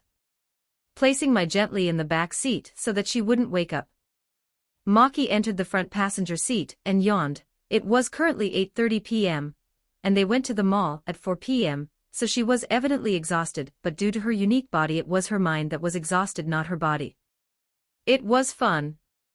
She muttered silently, as if she didn't want anyone to hear it. Arai heard her but decided to remain silent. If she didn't want to say it to him, then he'd pretend to not have heard it. A single trip wouldn't completely change their relationship, but at least she was a bit more open, and did not completely ignore him. And doing all of this reminded Arai of when he went here with his parents. The sisters left their mother involuntarily, and their father, who knew of this, did not care. The least he could do is try to be a father figure to them, and if he could not do that, then he'd be their guardian. That's the least he could do as someone who adopted them. But this sweet moment came to an end. Arai sensed something enter his range. His eyes narrowed down, a cursed spirit in the form of a blurry, as if a fog covered it, with yellow glowing eyes, and hair flowing to the top, and a man in black suit crawled out of his ear. Take care of them and bring them back to my house, Arai said before leaving the car. What's going on? Maki was surprised seeing a man appear out of nowhere. Seeing Arai's serious face, she knew something was up. Arai kneeled down and patted her head with a smile. Nothing, just go back to sleep. I'll take care of everything. What? The cursed spirit, who was in the form of a fog, let some of it into Maki, making her fall asleep. Her eyes closed, but not before seeing multiple figures appearing around their car surrounding it. Go. Arai commanded the unknown human, who quickly drove off. Arai's hands clenched, looking around himself. There were multiple people wearing a black mask. Their outfit was a traditional uniform consisting of a black shirt and dark blue pants. And outside of their encirclement, he could feel two barriers that was formed. One where connections are cut off, and one for keeping him from escaping. That alone proved that these people were professionals. Now then, I hope you people have a good excuse to take my time. Arai took off the glasses, his white pupil turned into a glowing green. If you don't, then I'm going to be pissed off. The assailants did not speak and remained silent, unsheathing their blades. They did not have any intention to talk, and were here for one reason. To kill Isao Arai. Fine. Arai put his hand into his ear, pulling out a sword with a jet-black blade, and white strings on the blade's handle. Cursed energy flowed through the sword, his eyes closed and his hand was brought forth. Come at me. $_9 section, Euro, £2 Yen $7, 8% dash, forward asterisk hashtag 6 backslash. 0 forward asterisk hashtag 6 backslash. 0. Somewhere close to here, there was a hooded cloaked figure on a rooftop. The clothes they wore were ragged and dirty with rips and tears everywhere, but the little hair that it showed was long and bright red. Under the cloak, one could see that the right side was a bit hunched, as if their arm was abnormally longer and bigger than it should be. The left arm of the mysterious figure was shown, as the figure brought it outside the cloak. It seemed as if chainmail covered a part of her skin, and the other was rotten with the black dead skin, and flesh showing with cracks showing. It seems that they are present. The voice was feminine yet held a chilling cold tone. The figure jumped roof to roof, closing in on her destination. Her speed and movements showed how fast and skilled she was. Around her was deadly silent, nothing could be heard. Not even the sound of cricket echoing through the night. Facing Arai was a group of sorcerers. Arai had them all in the palm of his hand. They were mercilessly getting beaten, even when they planned and strike together, all it did was make it so that they were beaten up together. His speed was unbelievably fast, as every time he moved, the concrete under him would shatter. Arai, who was faced with trained assassins, did not flinch nor sweat in face of his enemies. They were far too weak for him to try. They were already all down, grunting and gritting their teeth from the pain. Pathetic, here I thought you'd be better than that. Arai walked towards them with his blade covered in their blood. One of the assailants looked back in fear, opening his mouth wide as he prepared to bite down on something. But before he could, Arai appeared in front of him in a burst of speed. He pulled back his arm and shoved it inside the man's mouth. The assailant opened his eyes wide in shock and tried to take out the arm. There it is. Arai muttered before retracting his arm. His hand unclenched as he found a tooth in his palm, but looking carefully one would notice a small plastic container holding a green liquid. So this is why you were so confident, even if you fail you wouldn't give any info up since the poison would kill you. Arai crushed it in his hand, letting out the liquid. Unfortunately for you, I've got good a sense. A very good one, in fact. Before the man could talk, Arai grabbed him by the face as their eyes locked. His green eyes soon dimmed down as he let go of the man. He stood back up, looking around as the other assailants woke back up. Now then, you're going to tell me everything. And I mean everything. Of course, sir. The assailants were now in Arai's control due to his technique taking over their control. The power he possessed now was incomparable to his previous self. Right now the difference between the two would be like comparing night and day. His 3 heavenly packs made sure of that. Each of them gave him huge amounts of cursed energy. The first was a heavenly pact that allowed him to have a danger sense, originally from Nakayama. Now, everything within his range, Arai could determine how much an item or even a person is dangerous. Not necessarily how powerful it was, but what danger it possessed be towards him. So even items that do not harm him, but bind him, can be categorized as dangerous in this sense. And unlike its predecessor, Arai had been able to expand that range into a 150 meters diameter. A 7th sense. The second stored objects, people, anything inside his ears. Though the amount is limited to that of a normal-sized house, it was an incredible ability, but the consequences of that was his skin died fast, making it susceptible to exposure from the outside. The pain he receives would be far worse than it should be. The last one that he had taken was one where his cursed energy was hidden. An invisible cursed energy. This made it so that even outside of his control, his cursed energy would always be invisible. No remnants would be left of him, and tracking him down was far more difficult. The flow of cursed energy was important in battle as one could predict what their opponent's next move would be. But for Arai, his opponents would have to instinctively react. Not by distinction. The cost of it, his mind was always in a tense state, and loss of his two pinky toes. And at this moment, his danger sense warned him of an impending danger. Objects at high speed flew down at him, but looking carefully with his senses he could tell that their target were the assailants. Arai reacted immediately as he used his blade to cut down all the projectiles. They were all carefully aimed, and since he didn't know who it was. Looking down at the broken projectiles, they were made of wood and had a metal point to the front. Arrows. Arai concluded one thing after seeing their behavior: they were a last resort. To kill the assailants should they have failed. The moment the bowman failed in dealing the final blow, he immediately ran away and tried to escape. Their escape route is unclear, and since the barrier is blocking me, then I have to destroy it, which will take some time. That will be enough time to escape. Not a bad plan, but this is why I always plan ahead. Arai smirked before snapping his fingers. The bowman who was running away placed another arrow in his bow. Damn it. That isn't what that old fuck told me. He gritted his teeth as he remembered what his contractor had told him. Isao Arai is the one that stole my cursed tool. Find it and bring it back to me. Make sure he dies and spill everything out. I want everything from what ability he has, and where he hid my cursed tool. His rank? Heh, probably a semi-first grade. Yeah, I know you shouldn't look down on him, which is why you can take these 8 sorcerers. Though they aren't strong individually, together they should easily be able to stall him. Find an opening and kill him. Those were the words he told him. He trusted his words.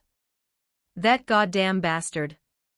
But he didn't have time to think of the past. He stopped in his tracks as he sensed multiple targets. They were all cursed spirits, more specifically Shikigamis.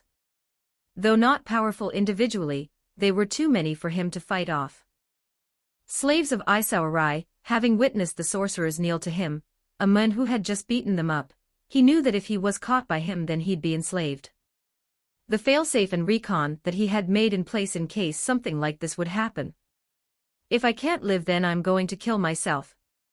Like the others, he had poison inside on of his tooth, and biting down would let the poison out. He didn't want to die, but being a slave, one that completely obeyed their owner, was far worse. But when dealing with Arai, one would always have to expect a backup team. Just as he was about to bite down the poison, something unexpected happened. The cursed spirits that were about to kill him were cut in half. Their body twitching as if it couldn't register what had just happened before exploding in a burst of black smoke and purple blood spilling everywhere. His body unconsciously shook as a mysterious figure appeared before him. Their cloak covering their face had now been dyed with purple blood. Stretching out of the cloak was a golden prosthetic arm made out metal. In its palm was a long stretched curved blade similar to that of katana. That presence alone was enough to install fear into him. Unlike Arai, whose fear he instilled was mysterious, incapable of knowing what he thought or was going to do. The fear of the unknown. But this woman, the fear she gave off was like that of a wolf. Hunting its prey, not out of amusement, not out of joy, but out of necessity. A hunter that hunts and only hunts to get what they need. A hunter needs to make sure he doesn't in turn become the hunted. Chapter 42, Pest. 1062 words. Arai, who had just finished breaking the barrier, looked towards a rooftop with mild surprise. His cursed spirits had been wiped out almost instantly. Arai knew the strength of the bowman, and he did not have nearly enough to wipe all of them out. An outsider? Or maybe some kind trap to kill them all. Arai dashed towards the location while thinking of what could have happened. Although they weren't exactly strong, the cursed spirits he deployed were all about semi-second grade to second grade. The higher grades were kept within himself. Still, he made sure to deploy at least 10 of them, seeing how they were all killed instantly. The opponent either had a technique with a large radius of attack, or they were simply so fast that they killed the Shikagamis that fast. Either way, his opponent through this display already showed a high amount of strength. Annoying. Arai muttered as he landed on the rooftop where his Shikagamis had been destroyed. Their residue was still here, and so was the bowman. Though none of them were alive, the bowman had been decapitated in one fell swoop, and no traces of anyone else was here. So I was right, an outside interference was the cause of this, and they are at the level of a first-grade sorcerer. They also destroyed all residues of their self, not leaving anything for me to know. I know most first grades, so at least that will give me info. Still I can't think of anyone, maybe Junichi since he has a grudge against me, but other than that, I don't have any leads. Looking carefully at the corpse, he could see traces of strain on his neck and struggle. So he was tortured, probably to gain information. His brows frowned as he looked at the mess around him. Looks like I'll have to get rid of some pest. Away from here, the hooded figure landed on a parking lot and shattered the glass of a car, making the car let out an emergency siren. She quickly broke the siren, making the sound, and entered the car with a sigh. This is bigger than I had originally thought. I came here because those hooded people originally had the cursed tool, and I wanted to get them to tell me where they hid it. But now I find out that that man took it from them and gave it to someone else. I could have fought him right here and there, but from what that bowman told me, he should be equal to a first-grade sorcerer, and I don't know his technique. For now it's better to play it safe. She was frustrated as she couldn't get what she had come here for, but risking her life was not something she could afford right now. She too wanted power, more power, so that she could free them from their seal. She had comrades to save, but if she were to die then they'd have no way of freeing themselves. Soon, just wait a bit more. When the time comes, I'll free you all.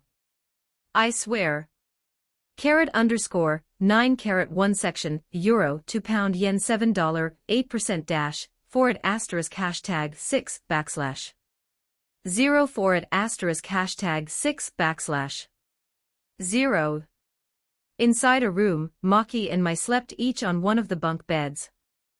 Mai was sleeping peacefully as she was covered by a blanket, while Maki was in an odd position. Her blanket was on the floor and snored like a beast. The duality of twins, though they may share the same DNA, their behaviors are different to one another. Maki was the more outgoing of the two, which coincides with her power, while Mai was the shyer of the two. At this time, Arai opened the door to their room and opened the curtains, letting the light illuminate the bedroom. His eyes now covered by the glasses he usually wore. It's morning, time to wake up. The light's sudden flash woke both sisters up as they grumblingly woke up. Maki in particular rubbed her eyes before glaring daggers at him, as if she wanted to rip him apart. You better explain yourself. Arai smiled before saying.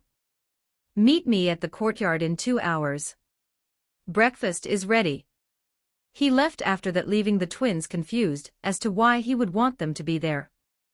After doing their morning routine, which consisted of brushing, eating their breakfast, brushing their teeth, and taking a shower, they arrived in time to the courtyard.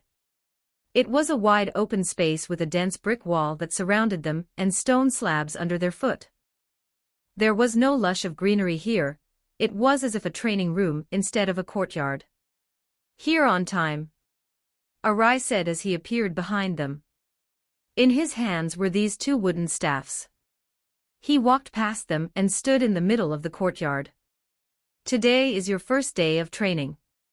I'll be overseeing you both and teach you how to get stronger and ways to improve yourselves. This training regiment will be applied every day, so you better make sure to sleep a lot. This training is to make you stronger, so to do that I won't hold back and give my all to do just that. Any questions? Finally having the time to have her say, Maki raised her hand. Yeah, what the fuck? Excuse me, language. You tell us to come here and all of the sudden you force us to train. I know you adopted us and all, but we're just kids, and you are making us go through a training regimen. If that's how you are, then you're no better than those Zenin bastards. You're saying that, but can't you hide that smile on your face? That was right, Maki was smiling. She had always had one goal since childhood, to get strong enough to get out of the Zenin clan's shadow. To throw her identity as a Zenin member out, though she had partially achieved that since she was now officially not a member. But she knew that even if they disowned her, if she wanted to become a sorcerer, then they'd keep harassing her with their authority. To prove to herself and everyone that she had surpassed the Zenin clan, she would need to become a notable sorcerer. And what better way than to have a grade 1 sorcerer teach you? Chapter 43, Training, 1. 1284 words. Twins, a rare phenomenon where two children will be produced from a single womb. An even rarer phenomenon would be twins that would become sorcerers. Twins were always considered to have a deep meaning, but in the Jujutsu world, that meaning is a curse. The world considers twins as one individual, two parts that are separated but connected. One needs the other, so to become stronger, the two would need to put the same amount of work. A way to get rid of this would be to wipe one of the twins of the face of the earth, making the other not burdened by their partner. I was going to do just that when I heard of Maki, but now having known about Mai's technique, it would be a shame to kill her. The two have immense potential. All I need to do is figure out a way as to make the world consider them separate entities. To have them be able to fully unleash their power. Arai pondered over the training ground watching the twins train. They each had been assigned their individual training. Right now, the training wasn't that intense as they were just children. Frankly, he himself thought he was being too soft, but for the first day this would be fine.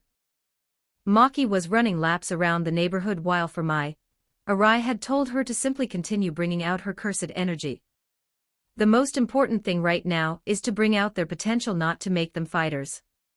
Maki just needs to grow in strength, and Mai just needs to control her cursed energy better to make use of the limited amount that she has. While they were training, Arai's thought came back to yesterday's event. After enslaving the assailants, he had gotten wind of the hidden plot. Before he had adopted Maki and Mai, he had one more stop. He sat down and took out his phone, dialing in a number. Soon someone answered the call. Hello. Who is this? It's me, Arai. I need to have a chat with you, Masaru. This man was Masaru, an underworld boss who had a lot of power. He and Arai had working together for 2 years. Masaru may not himself be a sorcerer but had knowledge about them. His power came from his money, hiring sorcerers to do his dirty work. Arai had been his best mercenary until he had retired. I thought you said you weren't going to get involved in the underworld anymore. The man said in a surprised tone, surprised that Arai contacted him. Someone is targeting the curse tool I stole for you, and I don't mean Amari Ko. Someone else is in this, and they killed the assassins he sent. I'm not exactly sure how strong they are, but they are very skilled. So you're saying that Amari Ko has sent men after you, and that a third party was involved? Although I expected it, I thought they'd target me, not you. Yeah, they probably thought that since I was on your side then taking care of me would take priority, but I already left the underworld. Hi. I'll look into it. I'm going to auction the item anyway so that Amari doesn't need to target you nor me anymore. And well, since you killed all his men. Killed? That would be a waste of manpower. Arai smirked at Masaru, oblivious to the truth. Do you want to come? It will be the last time I'll contact you, but I'll make sure it will be worthwhile, and this doesn't have a second agenda. I'm not crazy enough to make you angry at me. I'll go, just make sure no dumb bastard causes a mess of things. That's great. I'll make sure it will be worthwhile. Until then. The phone call ended there, leaving Arai in his thoughts. Since Masaru is going to auction the cursed tool, Amari will need to get it by betting. Even if he loses, he'll target the winner of that auction, not me, so that's one less annoyance, but that assailant. I need to find out if they were after the item and not me. I know most first-grade sorcerers and none of them were like them. Letting an unknown figure out in the open doesn't sit well with me. While Arai was talking on his phone, Maki glanced at him. The training that she was given couldn't even be called training. Running laps. Was this all? Even the training from the Zenin clan was better. She wanted to get stronger, not stay lax and get weaker. This was not what she wanted, and she was going to tell him that. She walked up to him. The two were face to face now that Arai was sitting. "Hey Dad, if you frown that much you'll get wrinkles." "Well, more than you already have. Calling me Dad for the first time just to ask something of me, so what do you want?" "I want better training." "Running? Is that it? I thought you said we would become stronger. At this rate I'll grow weaker." "I'm going easy for the first day." "Easy? Do I look like I want the easy course? Show me what training you did to become a first grade so that I can get stronger." You don't have cursed energy, the training I did won't work for you."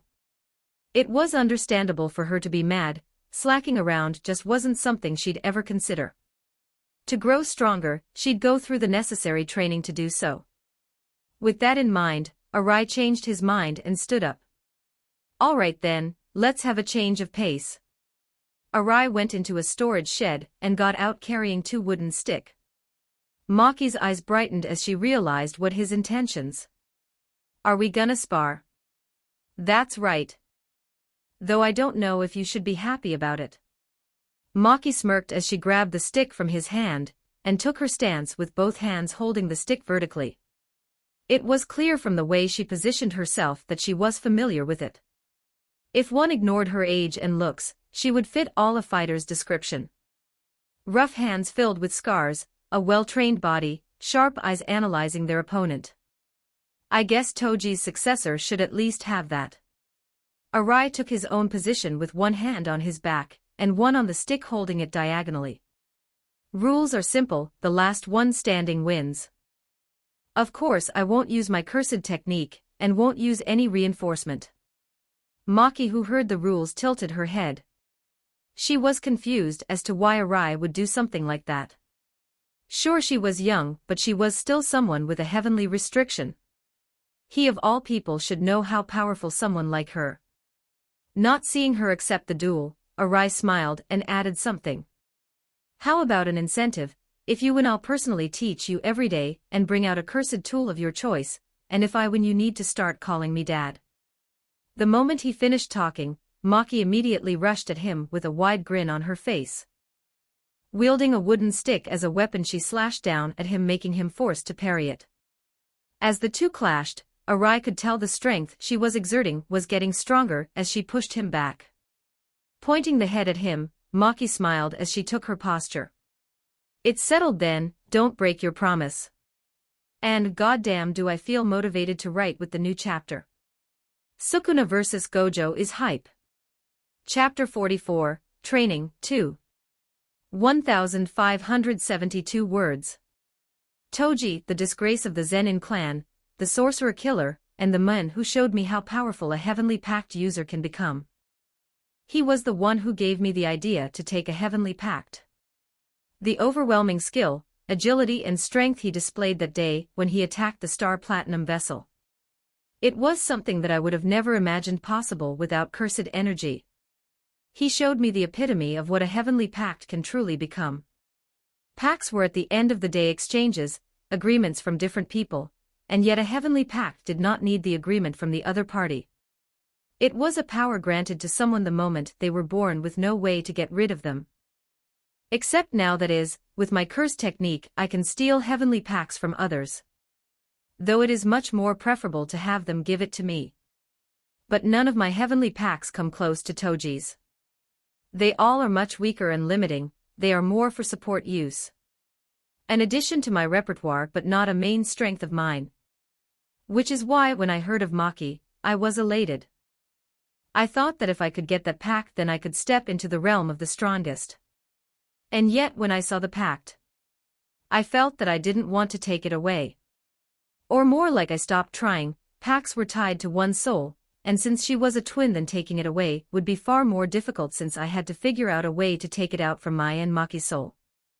But I also thought that I wanted to keep my cursed technique and cursed energy.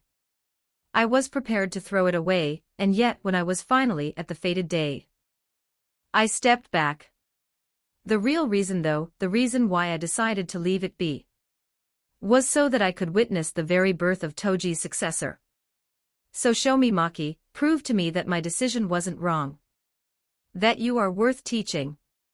You can do it, Maki. For the first time, Arai heard Mai's voice since taking her in. She had never even uttered a single word when in his presence, and Maki, who heard her sister's encouragement, found herself more invested than before. Maki with her weapon in hand slashed down at Arai. With her superior strength, she managed to push him down as his footing was slipping. With the newfound opportunity, Maki swung the back of the stick and hit the bottom of Arai's jaw. Ha! That all you got, old man? The confident smile of hers hadn't changed throughout the ordeal, as she rushed at him again, not letting him recover. And maybe fix that attitude. Arai rubbed his jaw in pain. Her strike would have dislocated a man's jaw despite her not having enough space to properly swing it. But that is nowhere near his skill. Show me, Maki, show me that you can replicate the skills that he had shown me. Something that only your heavenly pact can do. Don't wander in your dreams when fighting me. They clashed once again diagonally, and Arai was being pushed back. I feel like my muscles are going to get ripped apart. She really is strong for a 9-year-old, but ... Her wooden staff was about to hit his side, but he managed to bring his knee up, blocking the blow. With the height difference, he used his superior weight to push down her stick to the ground, and used his elbow to hit her in the face while following up with another hit on her with his wooden stick. Blood spilled from her nose and mouth as she stumbled back. Maki touched her nose in shock and saw the blood on her hands. She wiped the blood off her nose and snickered. What a shitty-ass dad, not even going easy on their daughter. Sorry, but I don't go easy on anyone, even kids. Arai retorted. He was not going easy on her. A sorcerer could die at any moment. Judging an opponent's strength by their appearance would be a fatal mistake even for the most powerful of sorcerers. Maki, who realized this, pondered over what she should do. It wasn't easy beating Arai. Arai without cursed energy wasn't anything special, but the skills and experience he had gained over the years made him be able to keep up with Maki. I guess I shouldn't have looked down on a first grade. Let's keep going. Right now in stamina, strength and agility I have the upper hand. If I just keep putting up pressure, I'm sure I'm going to win. Maki had superhuman strength even as a child. The fact that Arai, who had none of that without using cursed energy, and was still able to fight her, was amazing to her. Every time I clash with her, I feel like a tractor is trying to rip off the muscles in my arm. I think I have a grasp of what she can do. It's time to finish things up. Arai prepared to move but stopped as a noise rang throughout the yard. Ring, ring. The sound of a phone call was heard by Arai, making him stop just as he was about to engage. With a heavy sigh, he dropped the weapon he was holding and walked towards his bag he had left next to Mai. Hey, come back here. We're not done yet. Yes, we are. It's over, we'll take about this later. Maki yelled at him. The battle had been interrupted due to the call, making her frustrated. Maki wanted to prove to Arai that she was worth teaching. No, she wanted to make him want to teach her. To become a sorcerer, a powerful one, and yet now just because of a phone call her battle was interrupted. Him denying her request made her brim with anger. Masuru, why are you calling? Well, I need to tell you the time and place you need to be for the auction. You can just text me the info. Whatever, just tell me since you already called. Arai sighed. He was tired of dealing with underworld affairs and wanted no longer any part with it. Frankly, most people wouldn't be able to do that. Leaving the underworld like that was difficult, but with his authority and reputation, it was fairly a simple task. If he wanted to leave, then he'd do just that. Most people would even be happy as there was one less obstacle to them. Arai's danger sense warned him right before he caught an attack aiming at his head.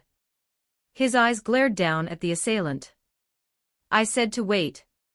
His voice annoyed as he looked at Maki, having an angry face. When you are in a fight, there's no break. Maki was the impatient child between the twins. Her desire was to show up to the one who looked down on her, abusing her sister and her. A constant loop of pain every day. Now Maki was someone who hated her family name, and everything that represented it. But most of all, she hated those who looked down on her. You used cursed energy to block, didn't you? Maki's voice sounded as though she would at a movie theater jump out of the chair in excitement. Yeah, so you win. Not yet. Maki didn't stop as she broke out of Arai's grip and swung her weapon whilst Arai diverted all of her attacks elsewhere with one hand. When is it going to be? 8 p.m. in 2 days at the building Oiwa. The building is big so you can't miss it. Go to the underground section with the ticket I sent you in mail, and you'll be able to enter. It's a place where the powerful gather, so there's definitely going to be some conflict. I'm still surprised you're going. Don't you hate these kind of things? I'll be there. Arai closed the call, not wanting to answer. A certain midget wasn't letting him rest. Don't ignore me, Arai. Her voice now ice cold and low as she lost the smile on her face. Now she was truly pissed at how Arai ignored her, even having a normal conversation, disregarding her existence like it was a pebble in the passing wind. Arai knocked the wooden stick out of Maki's hand and proceeded to grab her head. Let go. She screamed out as she struggled to break out of his grip. Arai's eyes glowed green before dimming down once again. He let a sigh and chopped the back of her neck, knocking her out. He looked to the side to see Mai up on her feet, with her eyes wide opened and her hands clenched. He felt the hate in those eyes, yet also the passive nature behind it. That single moment was enough for Arai to understand her. She was like him before, a girl full of fuel to keep on going forward, yet is too scared to actually take a step. Needing someone to give them a helping hand just across the street. His teeth clicked, rubbing his blue hair in frustration. Arai was left with just one question. Just how the hell did Gojo raise a kid? Chapter 45, Auction, 1. 2,710 words. At a remote location in Kyoto, a man with tan skin with a scar in his right eye was waiting in front of a building. His black hair swaying the same way as the wind, the sky was dark and there was a downpour of rain. His umbrella covering him from any rain. He brought out a cigarette, lighting it before taking a puff, letting the white smoke come out of his mouth. He was Masuru, the man who worked with Arai for 2 years in the underworld. Is he late? That's surprising since he is always a punctual guy. Masuru thought before taking another smoke. Yeah, from the start he was always an organized man. He remembered the day he met Isao. Masuru had a small-scale war going on with other gangs. Back then, he was the right-hand man of the org he was now in charge of. Their organization before was much less humane. They did all they could to gain power and territory. Their actions involved kidnapping, murder and torture. All to the cause that they would live a better life. It was risky, yes, but to gain more power, this was a great way. That was until one day, they had heard about a certain piece of info going around. A girl having the ability to control Earth. Everyone back then was joking around saying that it was dumb rumor, nobody would believe it. But their boss was intrigued by this, no more than intrigued. He had eyes full of greed. Their group had no ties to the sorcerer world back then. Only after did Masuru learn of it, as to why their boss was so keen on this. He ordered a group to go kidnap the girl. That night still seemed so vivid to Masuru. A group of 25 people were in this mission. Everyone thought it was overkill. That was almost a quarter of all their people just for a girl that isn't even old enough to know what she wants to do in her life. Now, knowing that a sorcerer was there guarding that very girl, 25 ordinary men were definitely not enough. Isao Arai was there on the roof of the girl's house. He wore sunglasses in the dark night with a black suit. The next thing that happened was evident. The group stormed the house, but before they could even take a step, all of them were brutally massacred. As if invisible monsters were devouring his men. Though the boss seemed to be the only able to see them, he fought hard, but against Isao his struggle was futile. Before his very eyes, the boss disappeared as if he was never there. Even to this day, he did not know what happened to him. In the end only he remained. He remembered asking why Isao would spare him. I need someone to clean the blood up. You're a janitor, no? Yes, he was indeed the janitor. Always cleaning up his boss' mess. A Yakuza janitor, but never in his life did he think he would actually clean the dirty streets off blood, and worse was that it's his comrade's blood. All he could do was obey, not wanting to be killed. Delivering the news to their organization that the boss was dead. He took over and was now a great power in the underworld. Though that day left him a clear message, there are far greater powers that a human can ever comprehend. What are you doing in the rain? A voice woke him from his thoughts. As he looked up, he saw the eyes devoid of any color in them. The sunglasses on the head with an umbrella covering him. The very man he just thought of was now in front of him. He had seen Isao so many times, and every time, he had the same train of thought. Should I kill him? He has to pay for killing them. But that thought quickly fades away and turns into, is he going to kill me? How is he going to do that? Are those monsters going to devour me?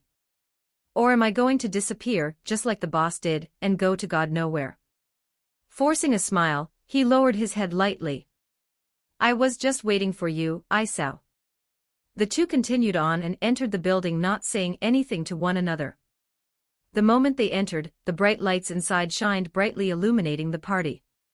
Chandeliers that were bigger than 3 grown men, carpets that were elegantly crafted, and people simply chatting with one another whilst consuming the service offered. This was the party before the auction began. One could immediately tell that all people here were from high positions. From politicians to CEOs, there was a wide variety of everyone's origin. Arai, who noticed this, frowned and turned to Masuru. I thought the people here were going to be sorcerers. They certainly don't like one, in fact I can't sense a single one in this place. Masuru heard this and chuckled. Of course there isn't. This is a normal auction house, it is just that there is going to be the cursed tool that you brought, and sorcerers are in further, they tend to not like to mingle with us normal folks. You've got that right. Arai ignored the party that was happening, and entered the back with Masuru. Together they entered a booth and sat down. They had to wait for 30 minutes before the auction finally began, as the guests started coming. This place felt more like a stadium, as every guest was in a booth. All facing the stage as light shined, illuminating the woman on the stage. The woman wore a typical suit adopted by men, black suit and black pants with a white shirt underneath. Her face covered by a mask that was half green and half gray, making it an odd look. She tapped lightly on the microphone, making a loud ringing sound, catching everyone's attention to her. The woman coughed, clearing her throat, and smiled.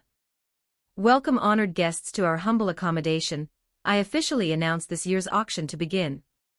$_9 section, Euro £2 Yen $7 8% dash, forward asterisk hashtag 6 backslash. 0 forward asterisk hashtag 6 backslash. 0. This is boring. Arai commented while munching on the snacks the auction offered. Ha. That's normal, items in this place aren't cursed tools, remember. All but the one you stole for me, that is. Masuru said while sipping some wine. Yeah, but that single item brought a little attention, didn't it? What do you mean? Arai looked around at the other booths. There are other sorcerers here. In total, I can confirm there are 7 sorcerers in the auction, though I don't know if there are outside since it's out of my range. Quite more than I anticipated. Masuru began tapping his chin as he contemplated. If there are as many as 7, I hope they will at least not try to fight it out here. There are way too many civilians here and outside. Hopefully at least one of them will put a veil to block the outside world. They will, that is if they want someone like Gojo to come up here and beat their ass. Nobody is that dumb nowadays. Sorcerers might all be crazy, but crazy does not beget logical thinking. There are sorcerers that are smart even if they are crazy. Masuru smirked before lighting up a cigar. Does that included you? Which part? The two of them. Arai took another bite of his snack before answering. I'd say I am crazy in the way that my sense of morality isn't really all there. I'm the type of person who would kill if it is the most optional way without remorse. In that sense, I am crazy, but if I had to say whether or not I am a logical thinker, then I'd say I am. Don't you agree with me? In that I do. The auction continued. It lasted for hours as people bid after bid incredible amounts of money for these items who only held symbolic and historical value. Arai had recognized some items as those that had been stolen, or had been long lost, but somehow they had found their way here in the auction. But Arai had noticed it, the sorcerers that were dispersed around had not made their move yet, and that is because none of the items had actual cursed energy in them, making them useless in the sorcerer's eyes. Now for the second last item, we have the Great Wave off Kanagawa. The auctioneer exclaimed as gasps and murmurs were made in the crowd. Everyone was surprised, even Arai, who held no attention towards these things. The painting was infamous even outside of Japan. The Great Wave off Kanagawa is a woodblock print by artist Hokusai. It was painted in 183 and depicted 3 boats moving through a storm-tossed sea, with a large wave forming a spiral in the center and Mount Fuji visible in the background. The bid will be starting with $1 million. The presenter said before starting the bidding. 1.2 million. 1.4 million. Bids after bids were placed while Arai and Masuru were watching the ordeal. Ho ho. Now that is surprising. Who knew the famous painting from the Edo period was here? I heard that it was stolen in 2008, still to think the robbers actually brought it to this auction. The one who wins the bidding will really need to hide this well, else the government finds it or some powerful rich folk. Masuru leaned down to see the painting closer. Or it could be a sorcerer. Arai said, attracting Masuru's attention. Why would a sorcerer want that? They need money like everyone else, they can't just go around and take someone's food and lodging. Sorcerers don't live on the street, and since it's just stealing a painting, I bet one of the sorcerers here will try to steal it from the winner. Trust me, sorcerers are as greedy as any other living being, if not greedier. Our literal power comes from negative thoughts and emotions. It's no wonder so many sorcerers are crazy. The final bid was over and the final price was that of $2.7 million. Arai, who looked at the other sorcerers in the area, smirked. He knew they were going to make a move for this painting. Looking to the side, he saw Masuru clinging to the window while drooling. Damn it, if only I could get that painting. That's what you get for being poor. Arai said nonchalantly while eating a sundae. Besides, you should stop focusing on that, the real show is about to begin. Tonight's going to be a shit show for everyone. Well, at least I am going to have a show to look at. And now at last we have arrived at our final item. The presenter stated as 2 men brought out a carriage covering the item in a red cloth. For the final item, we have Dash. Revealing the item behind a case of glass, it was the needle that Arai had stolen. A needle with a beautiful red, jade and golden color to it with an engravings written upon it. Originated from Mongolia during the reign of Genghis Khan, it is said that to stitch the wounds on the battlefield Genghis Khan had made a solemn oath to only use this one needle and none other. The loop of thread attached to that needle represented his duration of lifespan. Until it runs out he would not die. Now only the needle remains, originally a bright jade color. It is said after its owner had passed away the needle turned into a dark crimson red. For now only the needle is left as the threads had long disappeared. We will now begin the final item. The bid will be starting with $1 million. The bidding ensued as it finally ended with someone placing $3.1 million. Arai looked at the reaction of the sorcerers, knowing that they were perhaps going to make their move. They aren't moving yet? Masuru asked as he finished his glass of wine. Arai shook his head. Not yet, right now so many non-sorcerers are here. Even if they're reckless, they wouldn't show themselves to the public world. Is that a rule that all sorcerers follow? Arai was about to confirm it, but he remembered that a certain white-haired man existed. Only those weak enough to be unable to fight against the world. Indeed, only Gojo could fit the criteria that Arai had set, well, that was from the people he knew. But his reminiscent about his past colleagues was cut short, as he had noticed something. He immediately stood up as he turned his attention to the ceiling, which had a large glass window showing the sky, that was if only the observer was a normal person. If they were a sorcerer, they would notice the barrier forming outside covering the entire auction house. Masuru, who had noticed Arai frown, became serious. What is it? Get yourself out of here, a barrier has been formed trapping us all. I don't doubt that there will be a battle here. If you don't want to get caught in the crossfire, then you better get as far away from here. Well, that is if there is even a place inside this veil. He nodded, not questioning its authenticity, and left the room, calling his bodyguards with him. Arai turned his attention to the sorcerers inside the auction, and saw them moving erratically, clearly surprised at the barrier that had just been formed. So none of them are a part of the force that had formed the barrier. Attacking 7 sorcerers with citizens on top of that, the person in question must be confident in fighting these sorcerers and beating them. Arai deduced as he stayed inside the booth waiting for something to happen, and that he didn't wait long, as his sense of danger warned him of an enormous amount of cursed spirits crashing through the window. They were all in the form of butterflies, colorful ones at that, but the main color that they all possessed was the fiery red in their wings. The people who were leaving were shocked at the frightened glass, but not the butterflies, as they could not see them. I don't know what the intruder wants, but it's better if I just hide, at least until I find out what's going on. Arai thought before lunging back into his chair. His eyes darted to the people leaving the auction house without care, as they did not know what was happening. Arai expected them to be blocked by the barrier, but then something odd happened. When the people came in contact with it, nothing happened and they passed through. Arai's eyes widened in surprise. The barrier's function isn't to block people. What can the purpose of the veil be?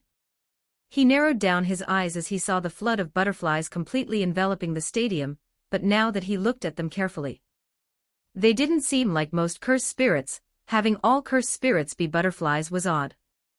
Arai quickly concluded that the enemy must have a technique to make butterfly shikigami.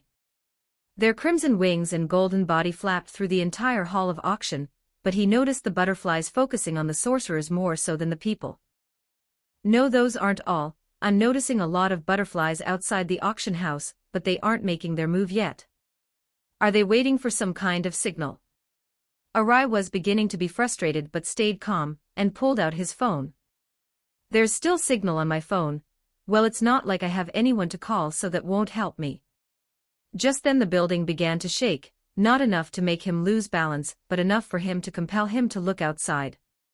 There he found the butterflies destroying the pillars holding the building together. He sported a nervous look and chuckled. Oh, you've got to be dash. His sentence could not be ended before the entire building collapsed, taking with it an enormous amount of lives. Chapter 46, Auction 2. 1641 words. The auction house had collapsed, turning it into ruins. Its remains was scattered everywhere, while dead bodies from politicians, businessmen, and alike were everywhere, not able to leave the building in time before it was broken apart. But walking amongst the rubble was a hooded, cloaked figure. Their clothes were ragged and dirty with rips and tears everywhere, but the little hair that showed was long and bright red like fire. Though now the cloth she wore was more ripped, showing the fur on her clothes with dirty yellow, resembling the clothes not made out of cloth, but out of fiber. Her tall figure and flaming hot hair stood out from the destruction. This was the same individual who Arai had found tailing the assassins sent to him. The woman eventually stopped and looked down. Her arm reaching out from her cape as it revealed a prosthetic arm, golden arm, and attached to it was a long curved blade resembling on of a katana. She slashed at the rubble, easily cutting through the concrete. Her quick movements revealed an encased glass, and within it was the needle of Genghis Khan. Smashing through the glass, she picked up the needle and carefully held in her hand like she was holding a baby. At long last, I have found it, she muttered. Her head suddenly jerked to the side as she narrowly dodged a blade aiming at her head. Backing away to gain some distance, she now had time to find her opponent. The man before her was one of the sorcerers originally planning on taking the needle at the auction. Unfortunately for him, she had completely broken his plan. "Are you crazy, woman? Your actions are practically begging the world's attention. Now more attention will be put on the sorcerer world. I can't believe someone this stupid exists." The man grumbled. The woman though did not even shed a glance at him as she still looked at the needle in her hands. "It does not matter, a couple of human lives is far worth trading for this cursed tool." Clenching the needle in her hand, she then proceeded to stab her arm with it. The pain from when she jammed the needle into her arm then disappeared. It was a seething pain but went as fast as it appeared. That was the effect of the cursed tool, the ability to nullify any sort of pain while retaining one's senses. The needle then proceeded to lunge itself deeper inside the arm, and clogged up the wound, replacing the skin that was there with the metal at the top. There her body shook as she took a deep breath, audible even to the men facing her. Finally, she muttered only to herself. The man may not have understood what she was doing, but he knew that he wouldn't get another chance like this. Immediately he attacked her with his weapon in hand. But even distracted, she was by no means open. Her blade met with his, making a loud clank noise. The man struggled, but just then he noticed something strange. Her cursed energy was cutting through his. His sword was being cut despite him having enough cursed energy within them. "Now!" he screamed at the top of his lung. Without a moment to waste, 6 more people jumped from the rubble. Originally hiding themselves, they had waited for someone to create an opening to kill this intruder. After the destruction, the sorcerers had banded together to fight this foe, and now upon facing her, they now understood that it was not overkill to go against her. The woman seeing this sighed deeply. "I did not wish to fight, only to take this item, but indeed a massacre should never end with letting a simple few live." The woman took off the robe covering her, revealing the golden prosthetic arm and legs. Her clothes were gold and red with fur on her coat. Cracks and rotten flesh was all over her skin. On her head was a golden helmet covering her eyes with wings coming out of the back. "I shall take your lives just as you did to my brethren." Tracing with her finger to the blade, cursed energy ran through it as it took in shape a sharp edge. The 6 sorcerers jumped at her and attacked. Their attack though did not find their target as she jumped up high in the air, drawing the blade attached to her palm as backwards as she could. Her movement could not be described as anything but a flurry of fast strikes. The speed at which she swung her blade was so fast that none of the sorcerers could correctly deal with it before perishing, resembling a dancer putting into action her set of moves. The attack seemed as if even a drop of water would not be spared from her blade. A waterfowl dance. "Monster!" the original sorcerer muttered in shock and fear as he stared at the woman with the corpses of sorcerers surrounding her. With a swing of her arm, a clean cut appeared on his neck as his head slowly slipped off its original position. The 7 sorcerers who had originally planned on killing her and taking the needle for themselves in a matter of seconds were all killed. "If you had planned on hiding yourself, then it has not worked." Her voice trailing around herself, but it wasn't clear as to who it was directly at. Until the rubble was pushed off, revealing a distinct blue-haired man with sunglasses. Arai cleaned off the dirt and dust on his clothes and said irritably, "Those butterflies sure are annoying." The butterflies that she had released not only served to distract the sorcerers and destroy the auction, but to find any other survivors. And unluckily, they had found him. "Just my luck, I hid under the rubble, and with my heavenly pact I was invisible to them if they searched with cursed energy. But I guess normal humans have so little cursed energy that they prioritized finding others with simple vision." Arai thought before squashing a butterfly.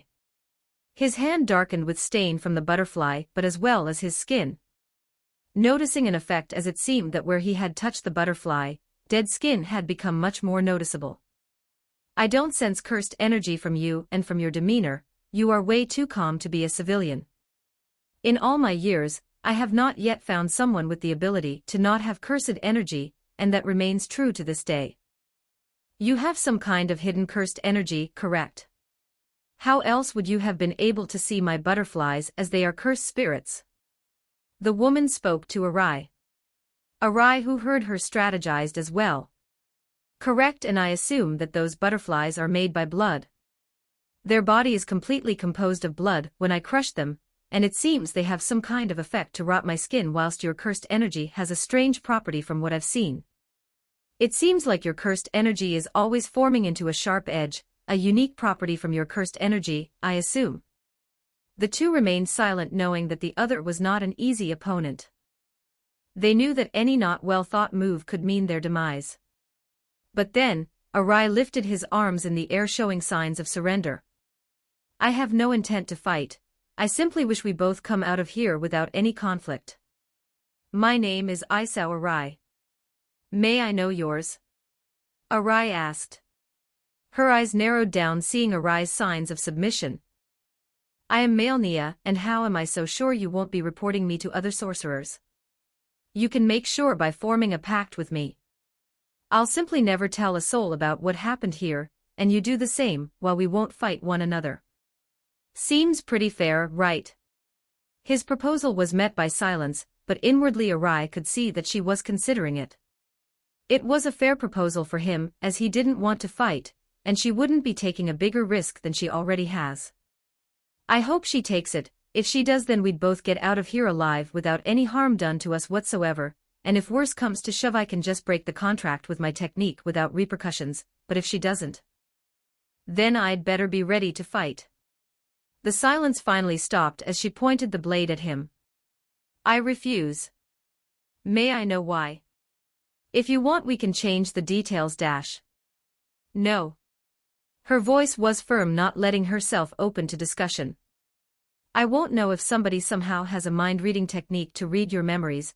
That won't break the contract now, would it? That would be disadvantageous for me. Arai shrugged his shoulders. That is a hypothetical and highly improbable situation.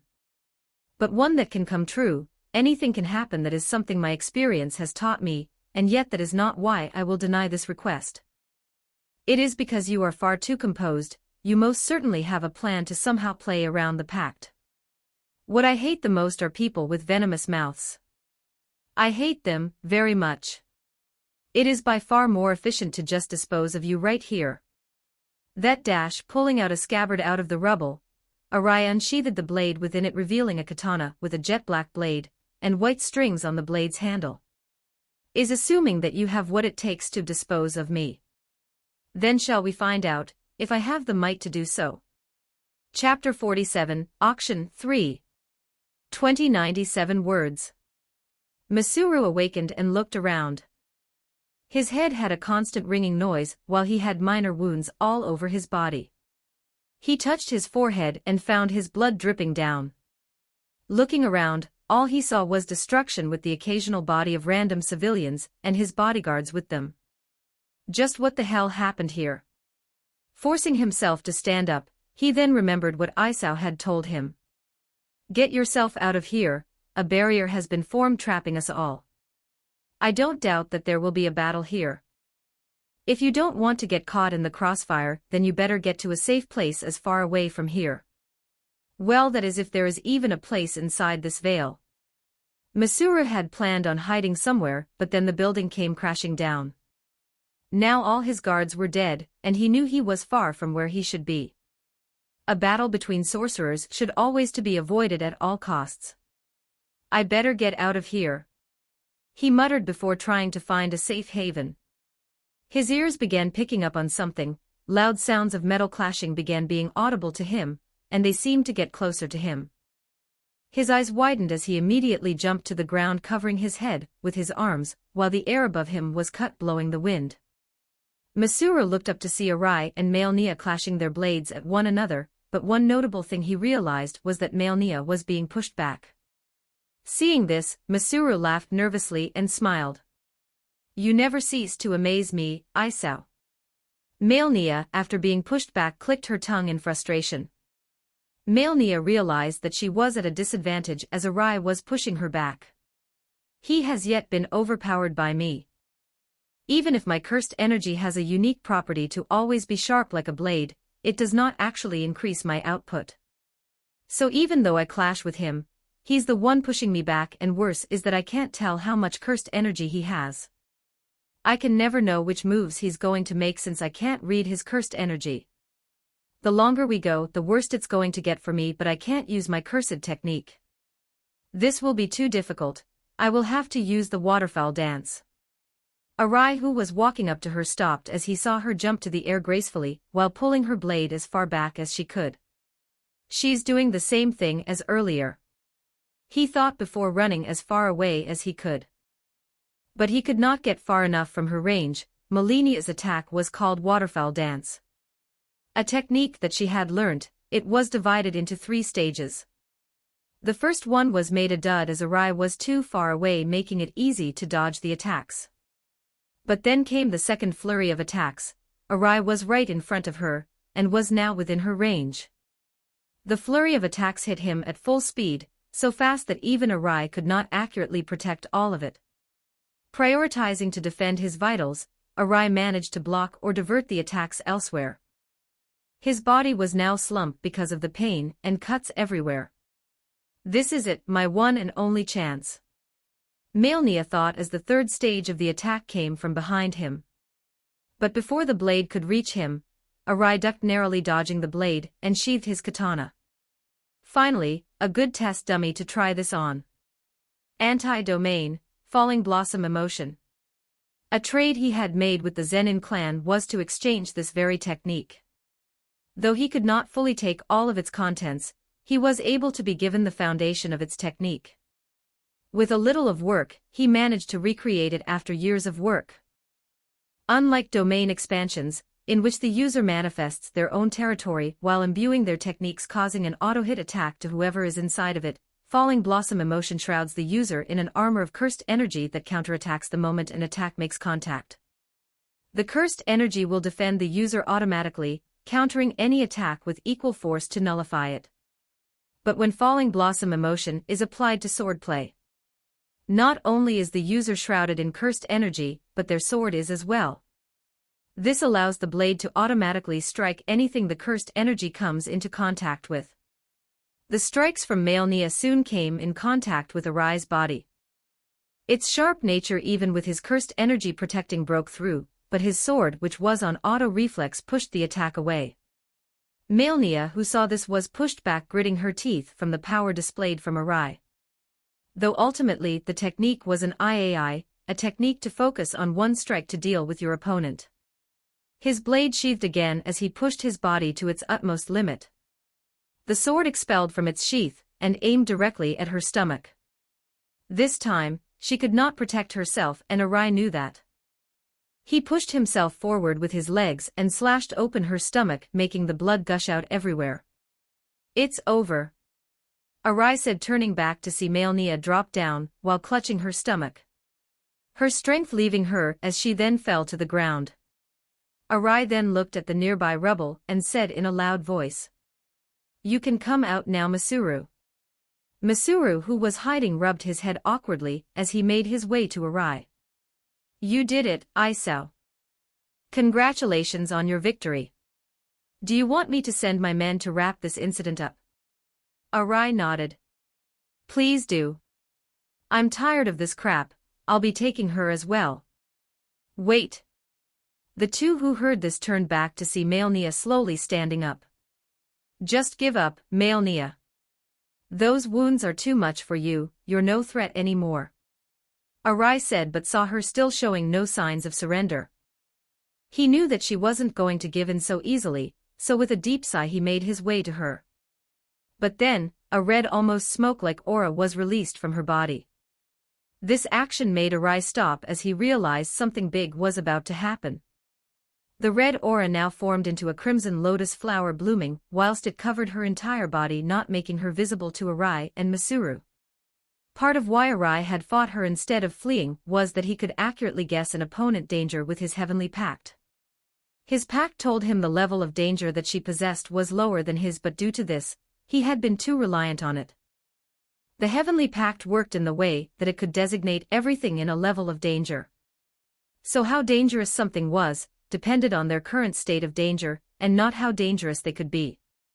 As the lotus bloomed, the shape of a woman could now be seen. Slowly the lotus became transparent as male Nia was now clear to see.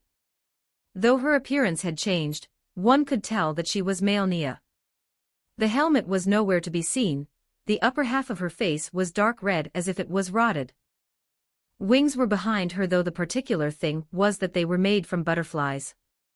The wound that was supposedly be at her stomach was now covered in rotted flesh. The scarlet flowers blooms once more. The wings flapped, leaving her airborne as she looked down at Arai. The moment he had witnessed her new form, Arai knew he was in trouble. Sweat ran down his face as he realized that his heavenly pact had placed her as a greater sorcerer than him. You will witness true horror, now rot. Damn it. Arai muttered before dashing off. Wait for me. He yelled out to the escaping figure of Arai, but he had not stopped. His head slowly rotated to see Melinia's gaze upon him, glaring him down. She had no eyes, but he was sure that she was looking at him. Masuru covered his face with his arms, awaiting pain. Yet pain had never arrived. He quickly peeked out and saw male Nia ignoring him completely and chasing after Arai.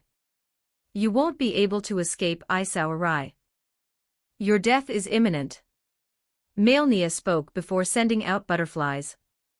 These butterflies gathered together to form the same figure as Melinia's. Now looking back, Arai could see 6 clone figures of male Nia diving at him. Arai's danger sense warned him, not even glancing back, he dodged the attacks whilst continuing to run. Clones made out of butterflies, eh? That's interesting, but with my sense, attacks from a long range is easier to avoid than closer range ones. Male Nia, who was flying, frowned, seeing her technique not working. Deciding to discard the idea of long-range attacks, her figure slowly transformed into the same lotus that she had made earlier. That again. This move is the most dangerous ability I've seen her use. I'm sure of it, if that thing hits me then I'll be in trouble. Melinia's lotus formed before she dove at him at an incredible speed. Barely managing to dodge it, Arai gritted his teeth, as he knew he was in trouble. With this, the flower bloomed, spreading a red aura around, and upon contact with Arai's skin, it began being rotted at a visible rate.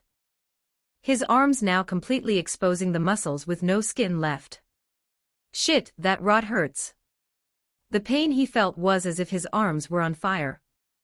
There is no escape. He heard her call out from behind him.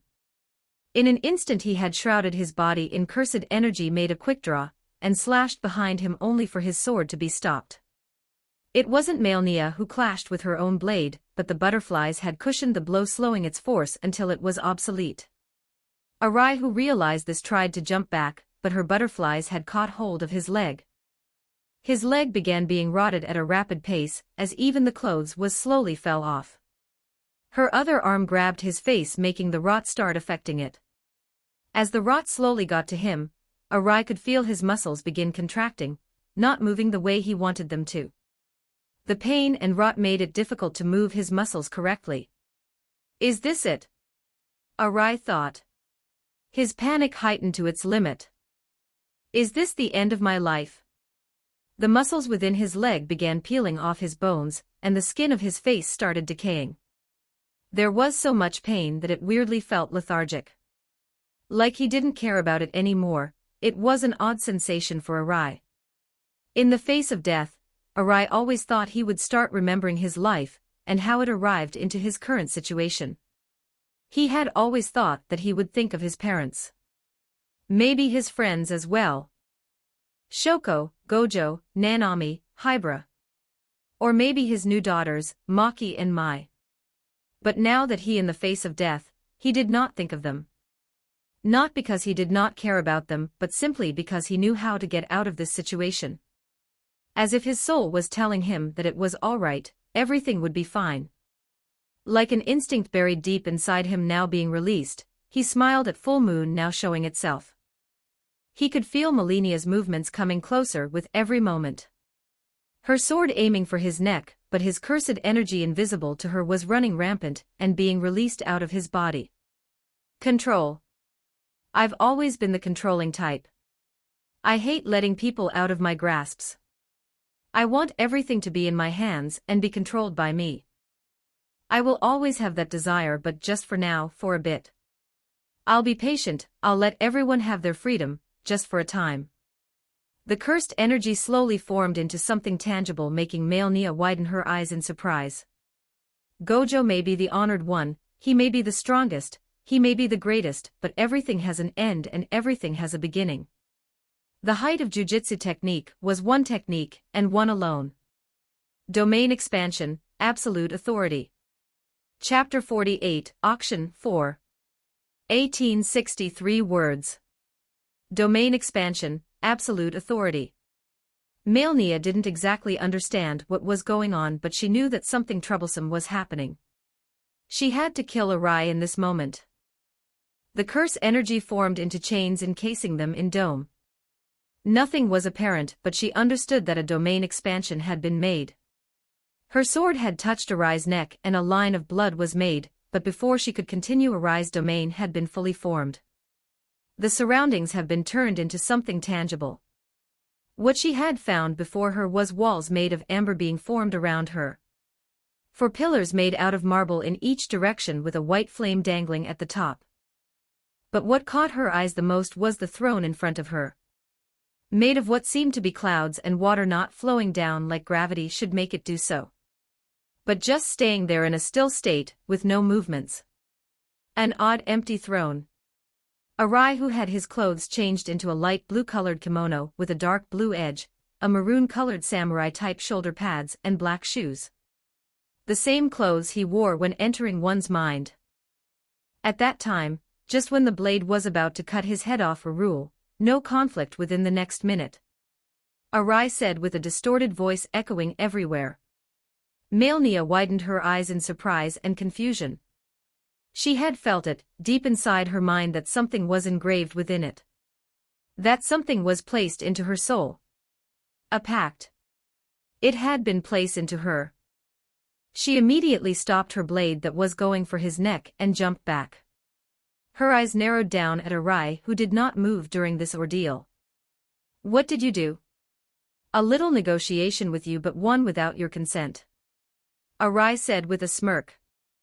The two did not move, knowing that if they break the pact then severe damage would be placed upon them.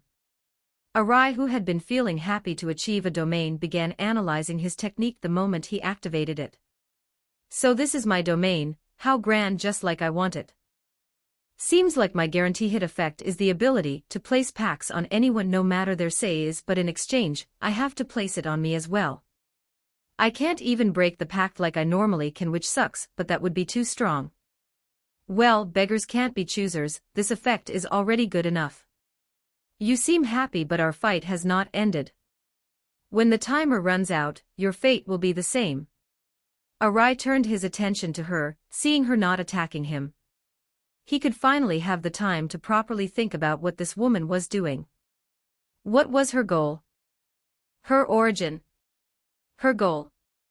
She was clearly here for the hairpin, and it had the effect to nullify pain felt by the one who is pricked by it while retaining their other senses. Now why would she need of an item with such effects? It was quite obvious. Your own body is being affected by your technique. I did notice parts of your body affected by your own rot, you can't stop that, can you?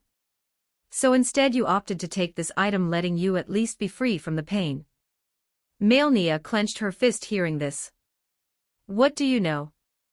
Don't try acting like you understand me. I know about you as well, your body is weak to rot. The rot is taking effect on your body faster than everyone I have seen. Well, she's not wrong, due to my heavenly pact, my skin is weak to things like heat, cold and rot. Thankfully I turned that heavenly pact off when I realized it. So I may have less cursed energy than normal, but losing the ability to store things in my ear for rot being less effective is a good exchange. Arai thought. Arai then began walking towards her, making her own guard. She understood that both he and her were under the effects of the pact, but she did not know what else he had under his sleeve. 15 seconds. Well, you are correct, I don't understand you nor do I want to. His steps getting closer to her, she had stepped back but the barrier created by the domain had made her unable to get away. She had turned off her butterflies and wrought fearing hurting him, and invoking the pact. But I do understand this, you are not human nor curse. Her eyes widened as she looked at Arai in disbelief, as he circled her. It's obvious, really. Your technique runs on your blood and yet you haven't passed out of anemia. You may have a physical body like humans, but your body is not acting according to one. If you wanted to use that technique as a human reverse curse technique, would need to be used which you haven't. I heard of something that occurred in the past, a human curse spirit hybrid. I heard they were all top grades beings. What were they called again? 3. Right, I remember now. Arai looked at her, their eyes locked with one another. 2. Her eyes looking at him whilst twitching, the red veins in her eyes made it seem as if they were bleeding, showing the absolute anger that she held within them. 1. The offspring of Noritoshi Kamo, the death paintings. 0. Immediately when the minute finished, her entire being was wrapped in a crimson lotus, exploding outwards, forcing Arai to jump backwards to avoid the radius of rot. You really know how to push my buttons, Malnia said while clenching her teeth. You're just too easy of a woman, no wonder your father ditched you. He must be so disappointed. Arai scoffed and took his sword out. She rushed at him at blinding speed with her wings out, making it so her speed increased. Arai dodged the strike aimed at his head. He slashed diagonally at her body, making them clash. Her sword channeled with her rot should have been overpowering him, but that was not what had happened. Instead they were locked and no one could overpower the other. Indeed, the domain expansion increased one's manipulation of curse technique. Arai's curse technique was not a power to be made visibly powerful at first. His was a technique that utilized packs, and with his heavenly packs being powered up, his senses had broadened. His output had increased. And his invisibility had started to, instead of just making his cursed energy invisible, also made her vision blurry when looking at him. He had become a new powerhouse in the world. After clash and chasing one another for a moment, Malnia calmed down and noted her observations. She had understood the new powers being shown, and had adapted to them. The blurriness was not a big ordeal, and his output had only made him equal to her to physical combat. Though in range, she had much more power. But the fact is, something kept nagging her. Arai's behavior was off-putting to say, he was fighting her, yes, engaging in close combat, but most of the time he spent it on running, dodging blows and clashing with her blade. No real attack had been made on her yet. She cut with her blade arm once more at Arai only for him to block it and jump back, gaining some distance. What is he trying to do? Is he making this a battle of endurance? I don't know how much cursed energy he has, so maybe he has more than I do. If he is, then I need to end this fast. With this next moment I'll make sure to kill him. Arai could feel the cursed energy being gathered by Malnia, as the lotus flower began blooming again with butterflies flying all over the dome. Malnia jumped in the air and let her wings carry her, her sword pulled back to use the waterfowl dance one last time. About time, Arai thought. He got into his stance and used anti-domain, falling blossom emotion. Unlike last time, Arai had immediately used his technique, and did not wait for the last stage of Malenia's technique. Malnia, who understood this, frowned. So you're trying to take this head on, fine by me. I'll cut your head off. Malnia with her army of butterflies and crimson lotus rushed down at Arai.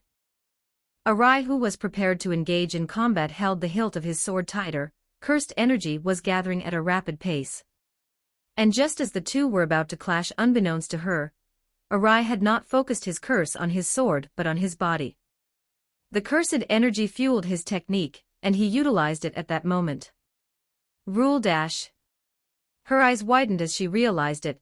Arai could make more than one rule. He had been biding his time waiting for an opportunity, and she fell right into his trap.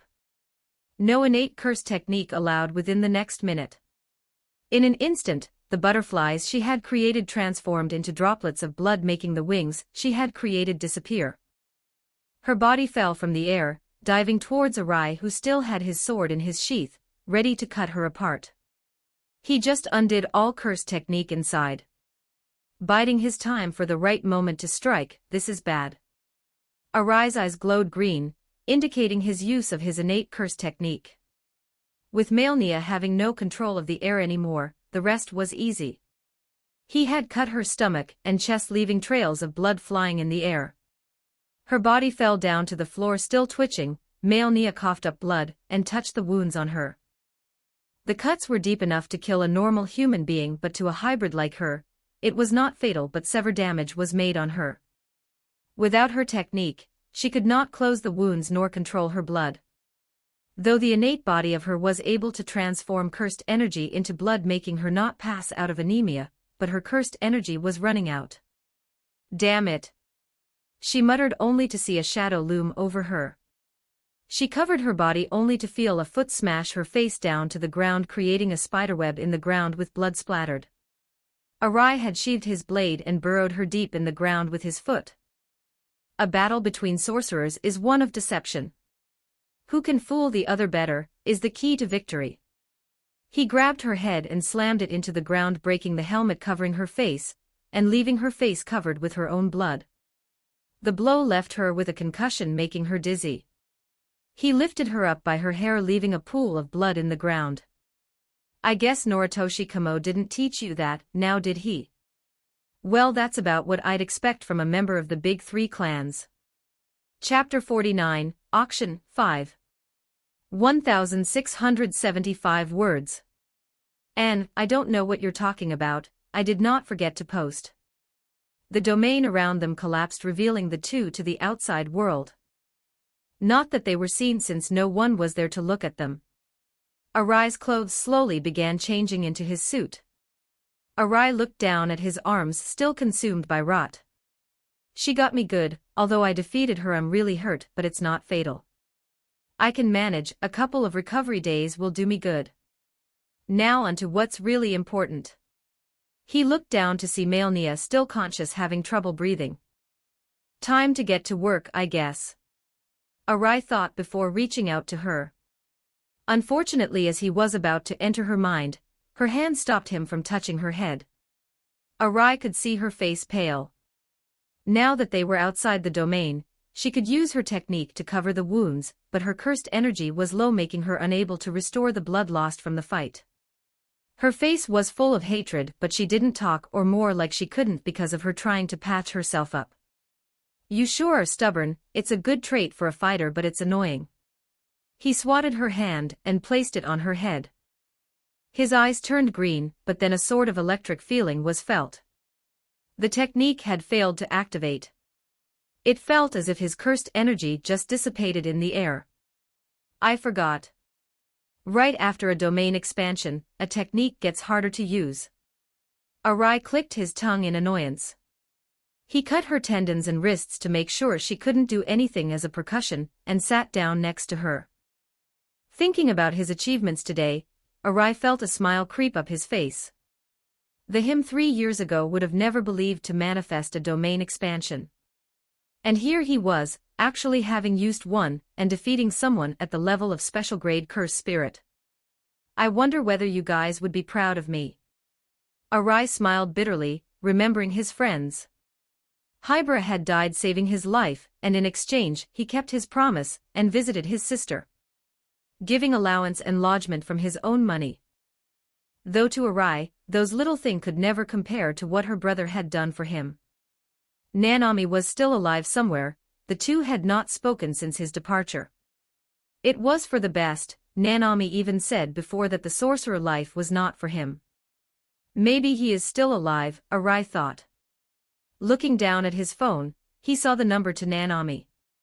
If Hybra saw this, he would probably somehow mend their friendship. That was just who he was, but now that he isn't, there would no longer be a link between the two. Why am I even thinking about this here? Arai mocked himself and turned back his attention to Maelnia. She was barely conscious now, so without any resistance, he placed his hand on her head.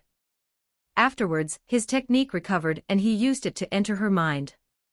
Unbeknownst to the both of them, a figure lurked amongst the rubble, hiding during the ordeal, at a long distance. They stood upwards from a skyscraper looking down at Arai, who was unaware of their presence. Their face was obscured by darkness, but their body seemed to be that of a woman with short black hair. The smile on their face was sinister as it curled all the way to their cheek. I saw Arai, huh? A threat or a backup? Which one will you be, I wonder? The figure looked to the far distance and their smile lessened. So he's already heading here. Well, of course he is. The woman turned back and walked away, but not before glancing at Arai one more time, before disappearing in the darkness as they blended in with it. _9 section, euro 2 pound yen $7 8% dash, for at asterisk hashtag 6 backslash 0 for at asterisk hashtag 6 backslash 0. There was darkness. Darkness was what filled this void, but within the dome of darkness, there were cracks filling every spot. And in the middle of that darkness was a cube. A cube made of wood, but inside appeared to be a room. The room had the overall design of a traditional Japanese room, decorated with mats, along with paper walls and a lamp above. The room had the scent of smoke due to the burning incense sticks placed inside this bowl. There were 8 of these bowls laid in front their respective paintings. The paintings each depicted someone. The first depicted a man with long black stringy hair tied into 2 high ponytails that jut upward and outward. His eyes were dark purple with slightly thin eyebrows, and a blood mark that extends from both sides of his face across the bridge of his nose. He wore a light robe with a purple vest above it. The man in the painting seemed to be calmly sitting with one eye open and the other closed. The second was a tall and muscular man with a black hair and violet eyes. His skin was orange and 2 piercings were on his eyebrow. On his neck was a striped collar with a bow tie. He wore tight pants and no shirt. He appeared to be drinking something out of a cup. The third appeared to be much more cursed than the other 2. His skin was turquoise-colored with a hunchback, claws, and 2 mouths with jagged teeth. He had 2 faces, one on the upper part of his head, and other which was a giant mouth beneath it. Red blood dripped out of where his eyes were supposed to be and lower mouth. The other paintings though were clouded and could not have any trait identified within them. Like the painting was rotting away. In the middle of the room, a futon mattress laid in a corner of the room, and Maelnia was laid upon it. Her clothes had changed into a red yukata and a black sash. The helmet she wore was nowhere to be seen. Her eyes slowly opened, she groaned holding her head as a searing pain was felt inside her mind.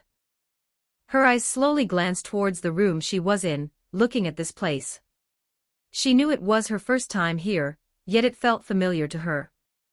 Her sight then wandered to the paintings. She instantly recognized the people in the paintings. After all, they were her kind. Her siblings. The death paintings. Choso, the eldest. Eso, the second eldest. And Kachizu, the third. The rest of the paintings had figures, but they were all unidentifiable, and it made sense because unlike the first 3, the other death paintings had all died. Only the 3 eldest and her had survived, so the paintings must be reflecting that. Just what is this place? She muttered. It's your mind, the mind of a death paintings, it's not that different compared to a human. Nothing special really. She quickly jumped away in shock and was about to slash down at this new voice, but what she found surprised her. Her right arm that was supposedly prosthetic was now anew. Completely gone was the rot, now it was completely fine. Surprised that your arm is fine. Well, it's your mind, anything can go here. Even see the dead alive is not far-fetched in this place. Her purple eyes glanced to the man looking at her. His light blue-colored hair was as striking as it was before, and the deep green eyes glowing made her uncomfortable. His clothes were the same as it was inside a domain. He sat down on a chair to the side and was glancing at her. "I saw Arai." He stood up from his chair and walked towards her. She was about to lunge at him and attack but remembered how it went. She was absolutely overwhelmed by him. If he wanted to kill her then he would have already. "You said this was my mind. My innate domain, if so then how did you get here? Is this a figment of my imagination?" "Not quite. I am real, very real." Now Arai was standing right in front of her. Their height was about the same, but Nia was slightly taller. He sat on the mattress. He patted the pillow next to him, gesturing for her to do the same. She didn't want to comply but knew that right now she wasn't the one in power. She did as told, sitting down next to him. Arai sighed exhaustingly before laying down. "You don't have to look so uncomfortable. I'm not going to kill you nor enslave you." She narrowed down her eyes at him, but he still stared off into the distance. "Why would you trust me? Why would I do this? What could that do to benefit me?" "I'll answer you all those questions. But I'm going to have to ask you one first." Nia was suspicious of him, and had every right to be. She had the gist of his technique, which had to do with packs, and his domain forcibly placed one on her during the fight. If that was true, wouldn't that mean that he would be able to control her? So the fact that he hadn't done that yet made it even more suspicious. "What is it?" she asked, still being wary of him. His glowing green eyes and smile made it ominous.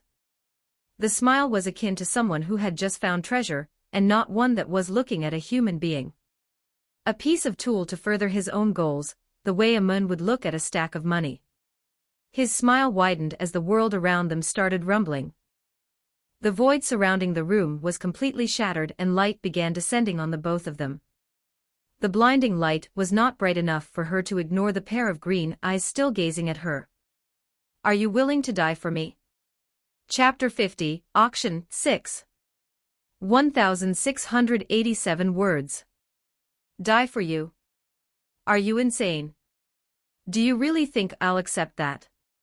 Nia, who had just heard Arai's proposal, was angered. Anyone who would have heard that from someone who just a moment ago was fighting with you to the death would be maddened. "You'll have to, if you don't want to be a mindless machine that only follows my every order." Arai didn't care about her tantrum and simply closed his eyes while laying down in the bed. "You know my technique, or at least have a gist of how it works, don't you? So what makes you so confident to get angry at me when I can just make you a slave? Don't worry, if you think that's bad I can make things worse for you. I'll make you a fanatic that worships me like a god if you want.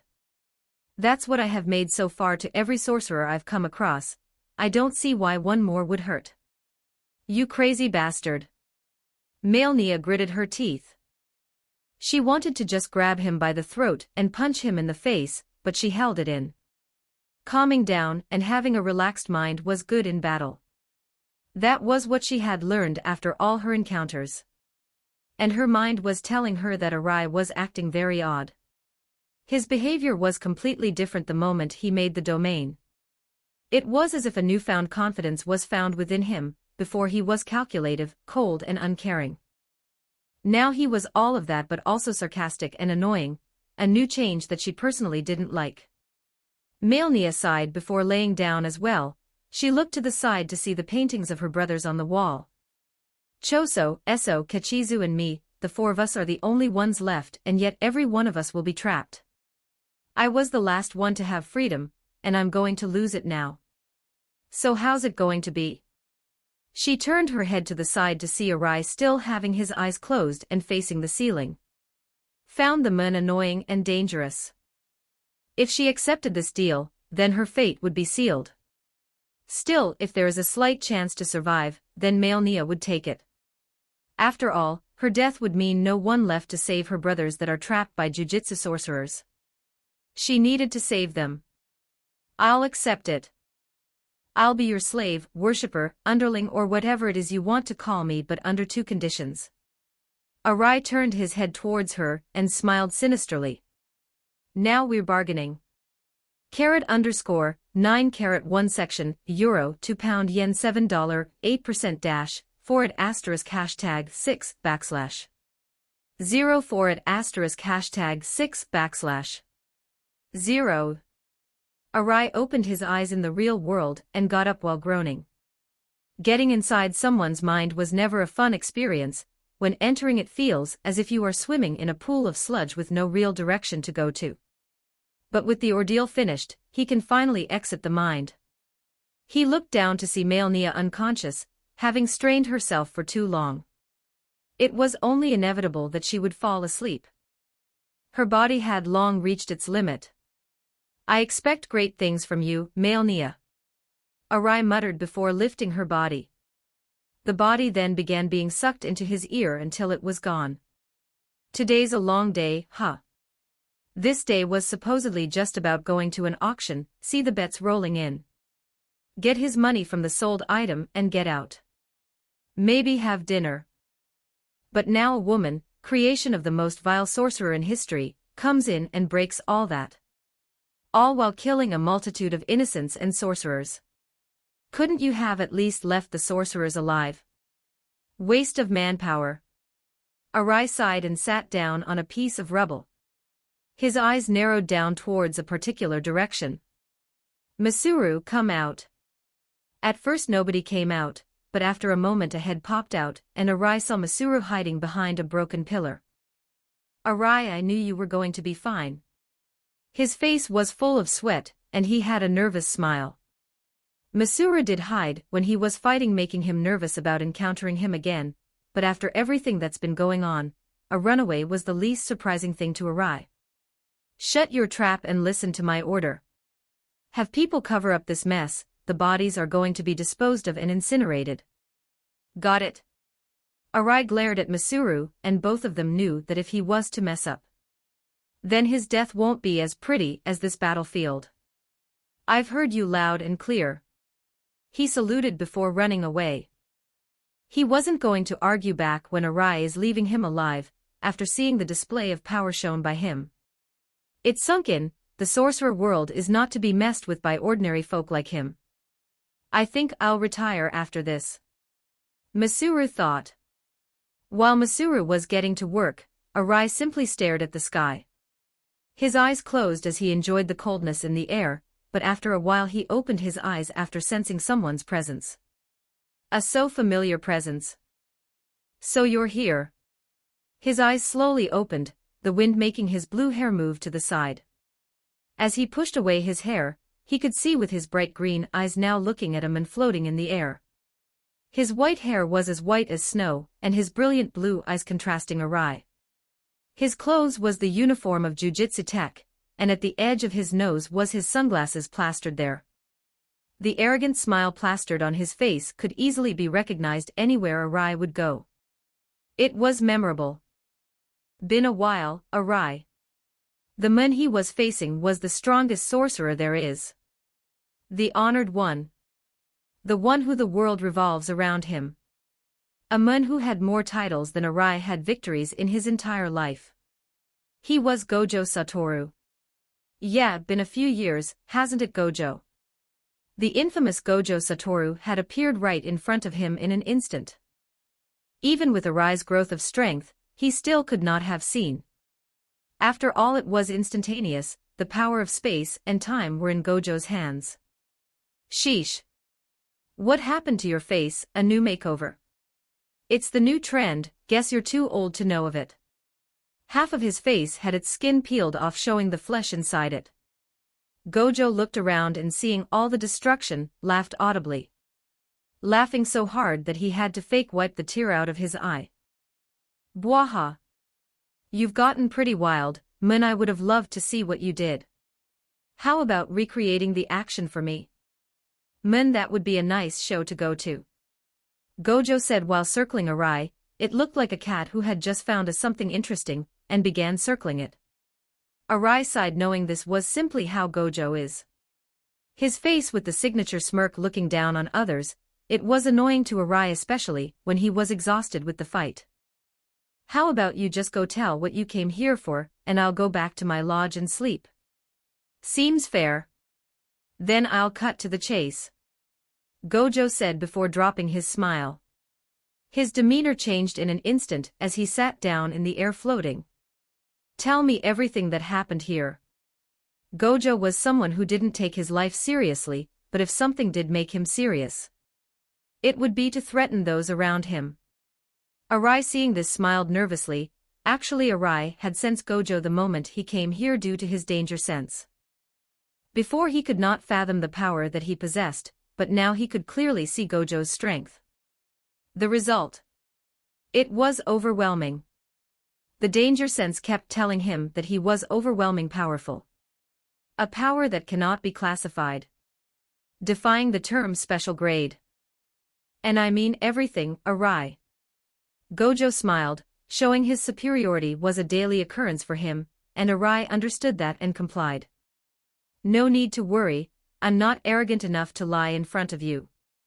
Arai explained what had happened while leaving out the few details like him being able to form a domain and Milenia's identity. The remnants of his domain would not be able to be sensed even by Gojo due to his cursed energy being invisible. So no trace of his actions could be found even with Gojo's 6 eyes, and Arai understood that Gojo had realized that fact, and was already suspecting him. No. Not suspect, he knew Arai had done something. Well, you know the rules, Arai, gotta take you to talk to those elders. Have fun listening to their bullshit. When you visit us, bring some good snacks or Shoko is gonna get mad. Gojo giggled as he flew to the sky before teleporting away to God knows where. Leaving Arai alone in the midst of the rubble, knowing that he would come to Jujutsu Tech, Arai smirked, understanding Gojo's words, the old folks that stand at the top. Gojo always hated them, he did too, but not to Gojo's degree. Arai always wanted controlled order while Gojo wanted to unleash chaotic good. So to Gojo, going to talk to those old men would be worse than camping out in the rain with bugs everywhere. Humph. If I was him, I would have killed those men already. He's too soft even if he doesn't show it. Which reminds me, I need to start trying the theory, but in that place it will be hard to do it. Well, it's not like they can keep me in forever. I'll get out and then become even stronger than I am now. Arai gazed at the place where Gojo was just a moment ago. Just you wait, I'll reach the top. Until a piece of candy fell on his hair. Never leave without annoying someone, do you, Gojo? Creator's thoughts. What delusional. 334 words. You can skip this if you just want to get into the story, as this is just here for me to say some things, and where you can ask questions. First things first, my MC isn't OP. Yet. He's actually pretty weak in the beginning, and I'll make sure of that. So if you want an OP edgy protagonist that one-shots everything or simply snaps his fingers to explode his enemies with no effort, then this isn't the place for you. MC is gonna go through development as a character, so if you want just him be a badass from the beginning, then it's not here that you'll find what you're looking for. This will be before the current timeline, so expect some spoilers. Next, this story is 13 years before the original timeline. So 1 year before, Gojo gets beaten the shit out of him by Toji Fushiguro. I'll actually be focusing on 2 side characters a bit. You'll see them in chapter 5 or 6. Don't remember which one. Power. Well, it's going to be explained in the next chapter. But let's just say he isn't the best for now. He has the skill but not the raw power. Romance. Ig. Like I really don't know if I'm even putting a romance here.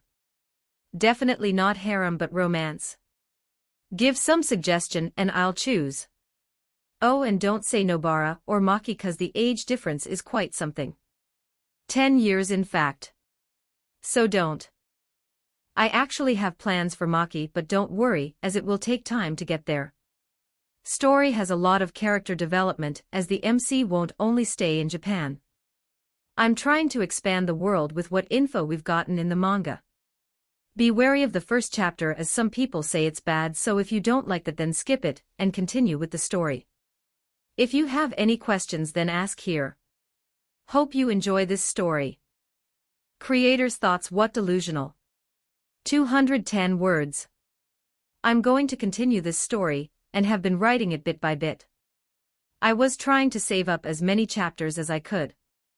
I took a break for 5 months and started writing again at April. Most people won't come back to this story, but those that do, I hope you can enjoy this story. I will not upload too frequently, as in like every 3 to 4 days, but I will try to have every chapter of high quality. I don't have much time since exams and everything, but I do enjoy writing this fanfic, so I won't give up on it. Got motivated with everything going on in Jujutsu Kaisen, and some of the newer JJK fanfics that were out. I will upload when Hikari vs. Hashimo finishes. I won't say the reason why because I'm not even sure if what I want to see will be shown, but I need the confirmation. I re-edited some previous chapters that I didn't like, especially the first one, since a lot of complaints went into it. I won't change my writing style anymore since it didn't really go well with how I made this fanfic. Anyways, that's all I wanted to say. See ya. Sorry for the long break. Jujutsu Kaisen, The Contractor. 542 words. Copyright web novel. Name, Arai Isao. Heavenly Pact.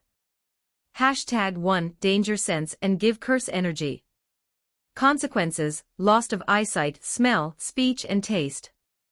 When amplified with domain expansion, the danger sense is broadened. #2 Store objects inside ear and more cursed energy. Consequences, his skin is more susceptible to outside forces. When amplified with domain expansion, the space inside the ear is greater. #3 Hidden curse energy and more cursed energy.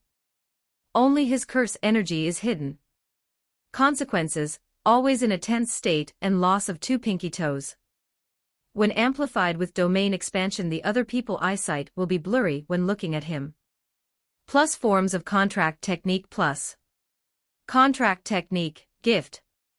Description, utilizes cursed spirits forming a pact to sacrifice their lives for a burst of strength to inflict damage on opponents. Contract technique, debt. Description, the debt of one or multiple heavenly restriction, accepting the restrictions, be it temporarily or fully. Contract technique, sacrifice. Description, sacrifice the life force of years, making the user die sooner than supposed to. Can choose how many years. Other sorcerers are incapable of this. Contract technique, thievery. Description, steal a heavenly pact or pact. Not very useful for packs, as they are on one individual and stealing them is useless to the user. Contract technique, invasion. Description, a technique when the user invades one mind to attack it. Can be used when the opponent uses a domain expansion or innate domain. It leaves the user vulnerable in the real world.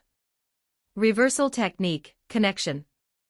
Description, connects one body to another. The world will consider them to be the same individual from soul and body. Arai is one-sidedly in control of the other as he inherits their techniques, and cursed energy, leaving nothing to the other unless he allows them to. Reversal technique, return. Description, when the user dies, he is automatically reconnected to another that he is already connected to and can keep living inside them. Domain expansion, absolute authority. Description, when inside Arai's domain, he can make any rule that both he and the people inside have to respect. The rule cannot exceed his power. For example, he cannot say that, when inside his domain all people would have double the amount of cursed energy they have. It has to be within his limits. The more time spent inside his domain, the more rules he can place. Every 2 minutes, a rule can be placed. Anti-domain, falling blossom emotion. Description, unlike domain expansions, in which the user manifests their own territory while imbuing their techniques, causing an auto-hit attack to whoever is inside of it, falling blossom emotion shrouds the user in an armor of cursed energy that counterattacks the moment an attack makes contact. The cursed energy will defend the user automatically, countering any attack with equal force to nullify it. Contracted beings. Unknown cursed user, storm manipulation. Description, utilize wind as its technique in a spiral motion similar to a tornado. Can utilize tornadoes to wrap around body parts or entire being. Can also utilize said tornado to wreak havoc around him. Hybra Ano, clay manipulation. Description: manipulation of clay, can harden or soften said clay making it versatile. Can create armor, weapons and etc. to attack foes. Don't forget to like and subscribe to Novels Wonderland.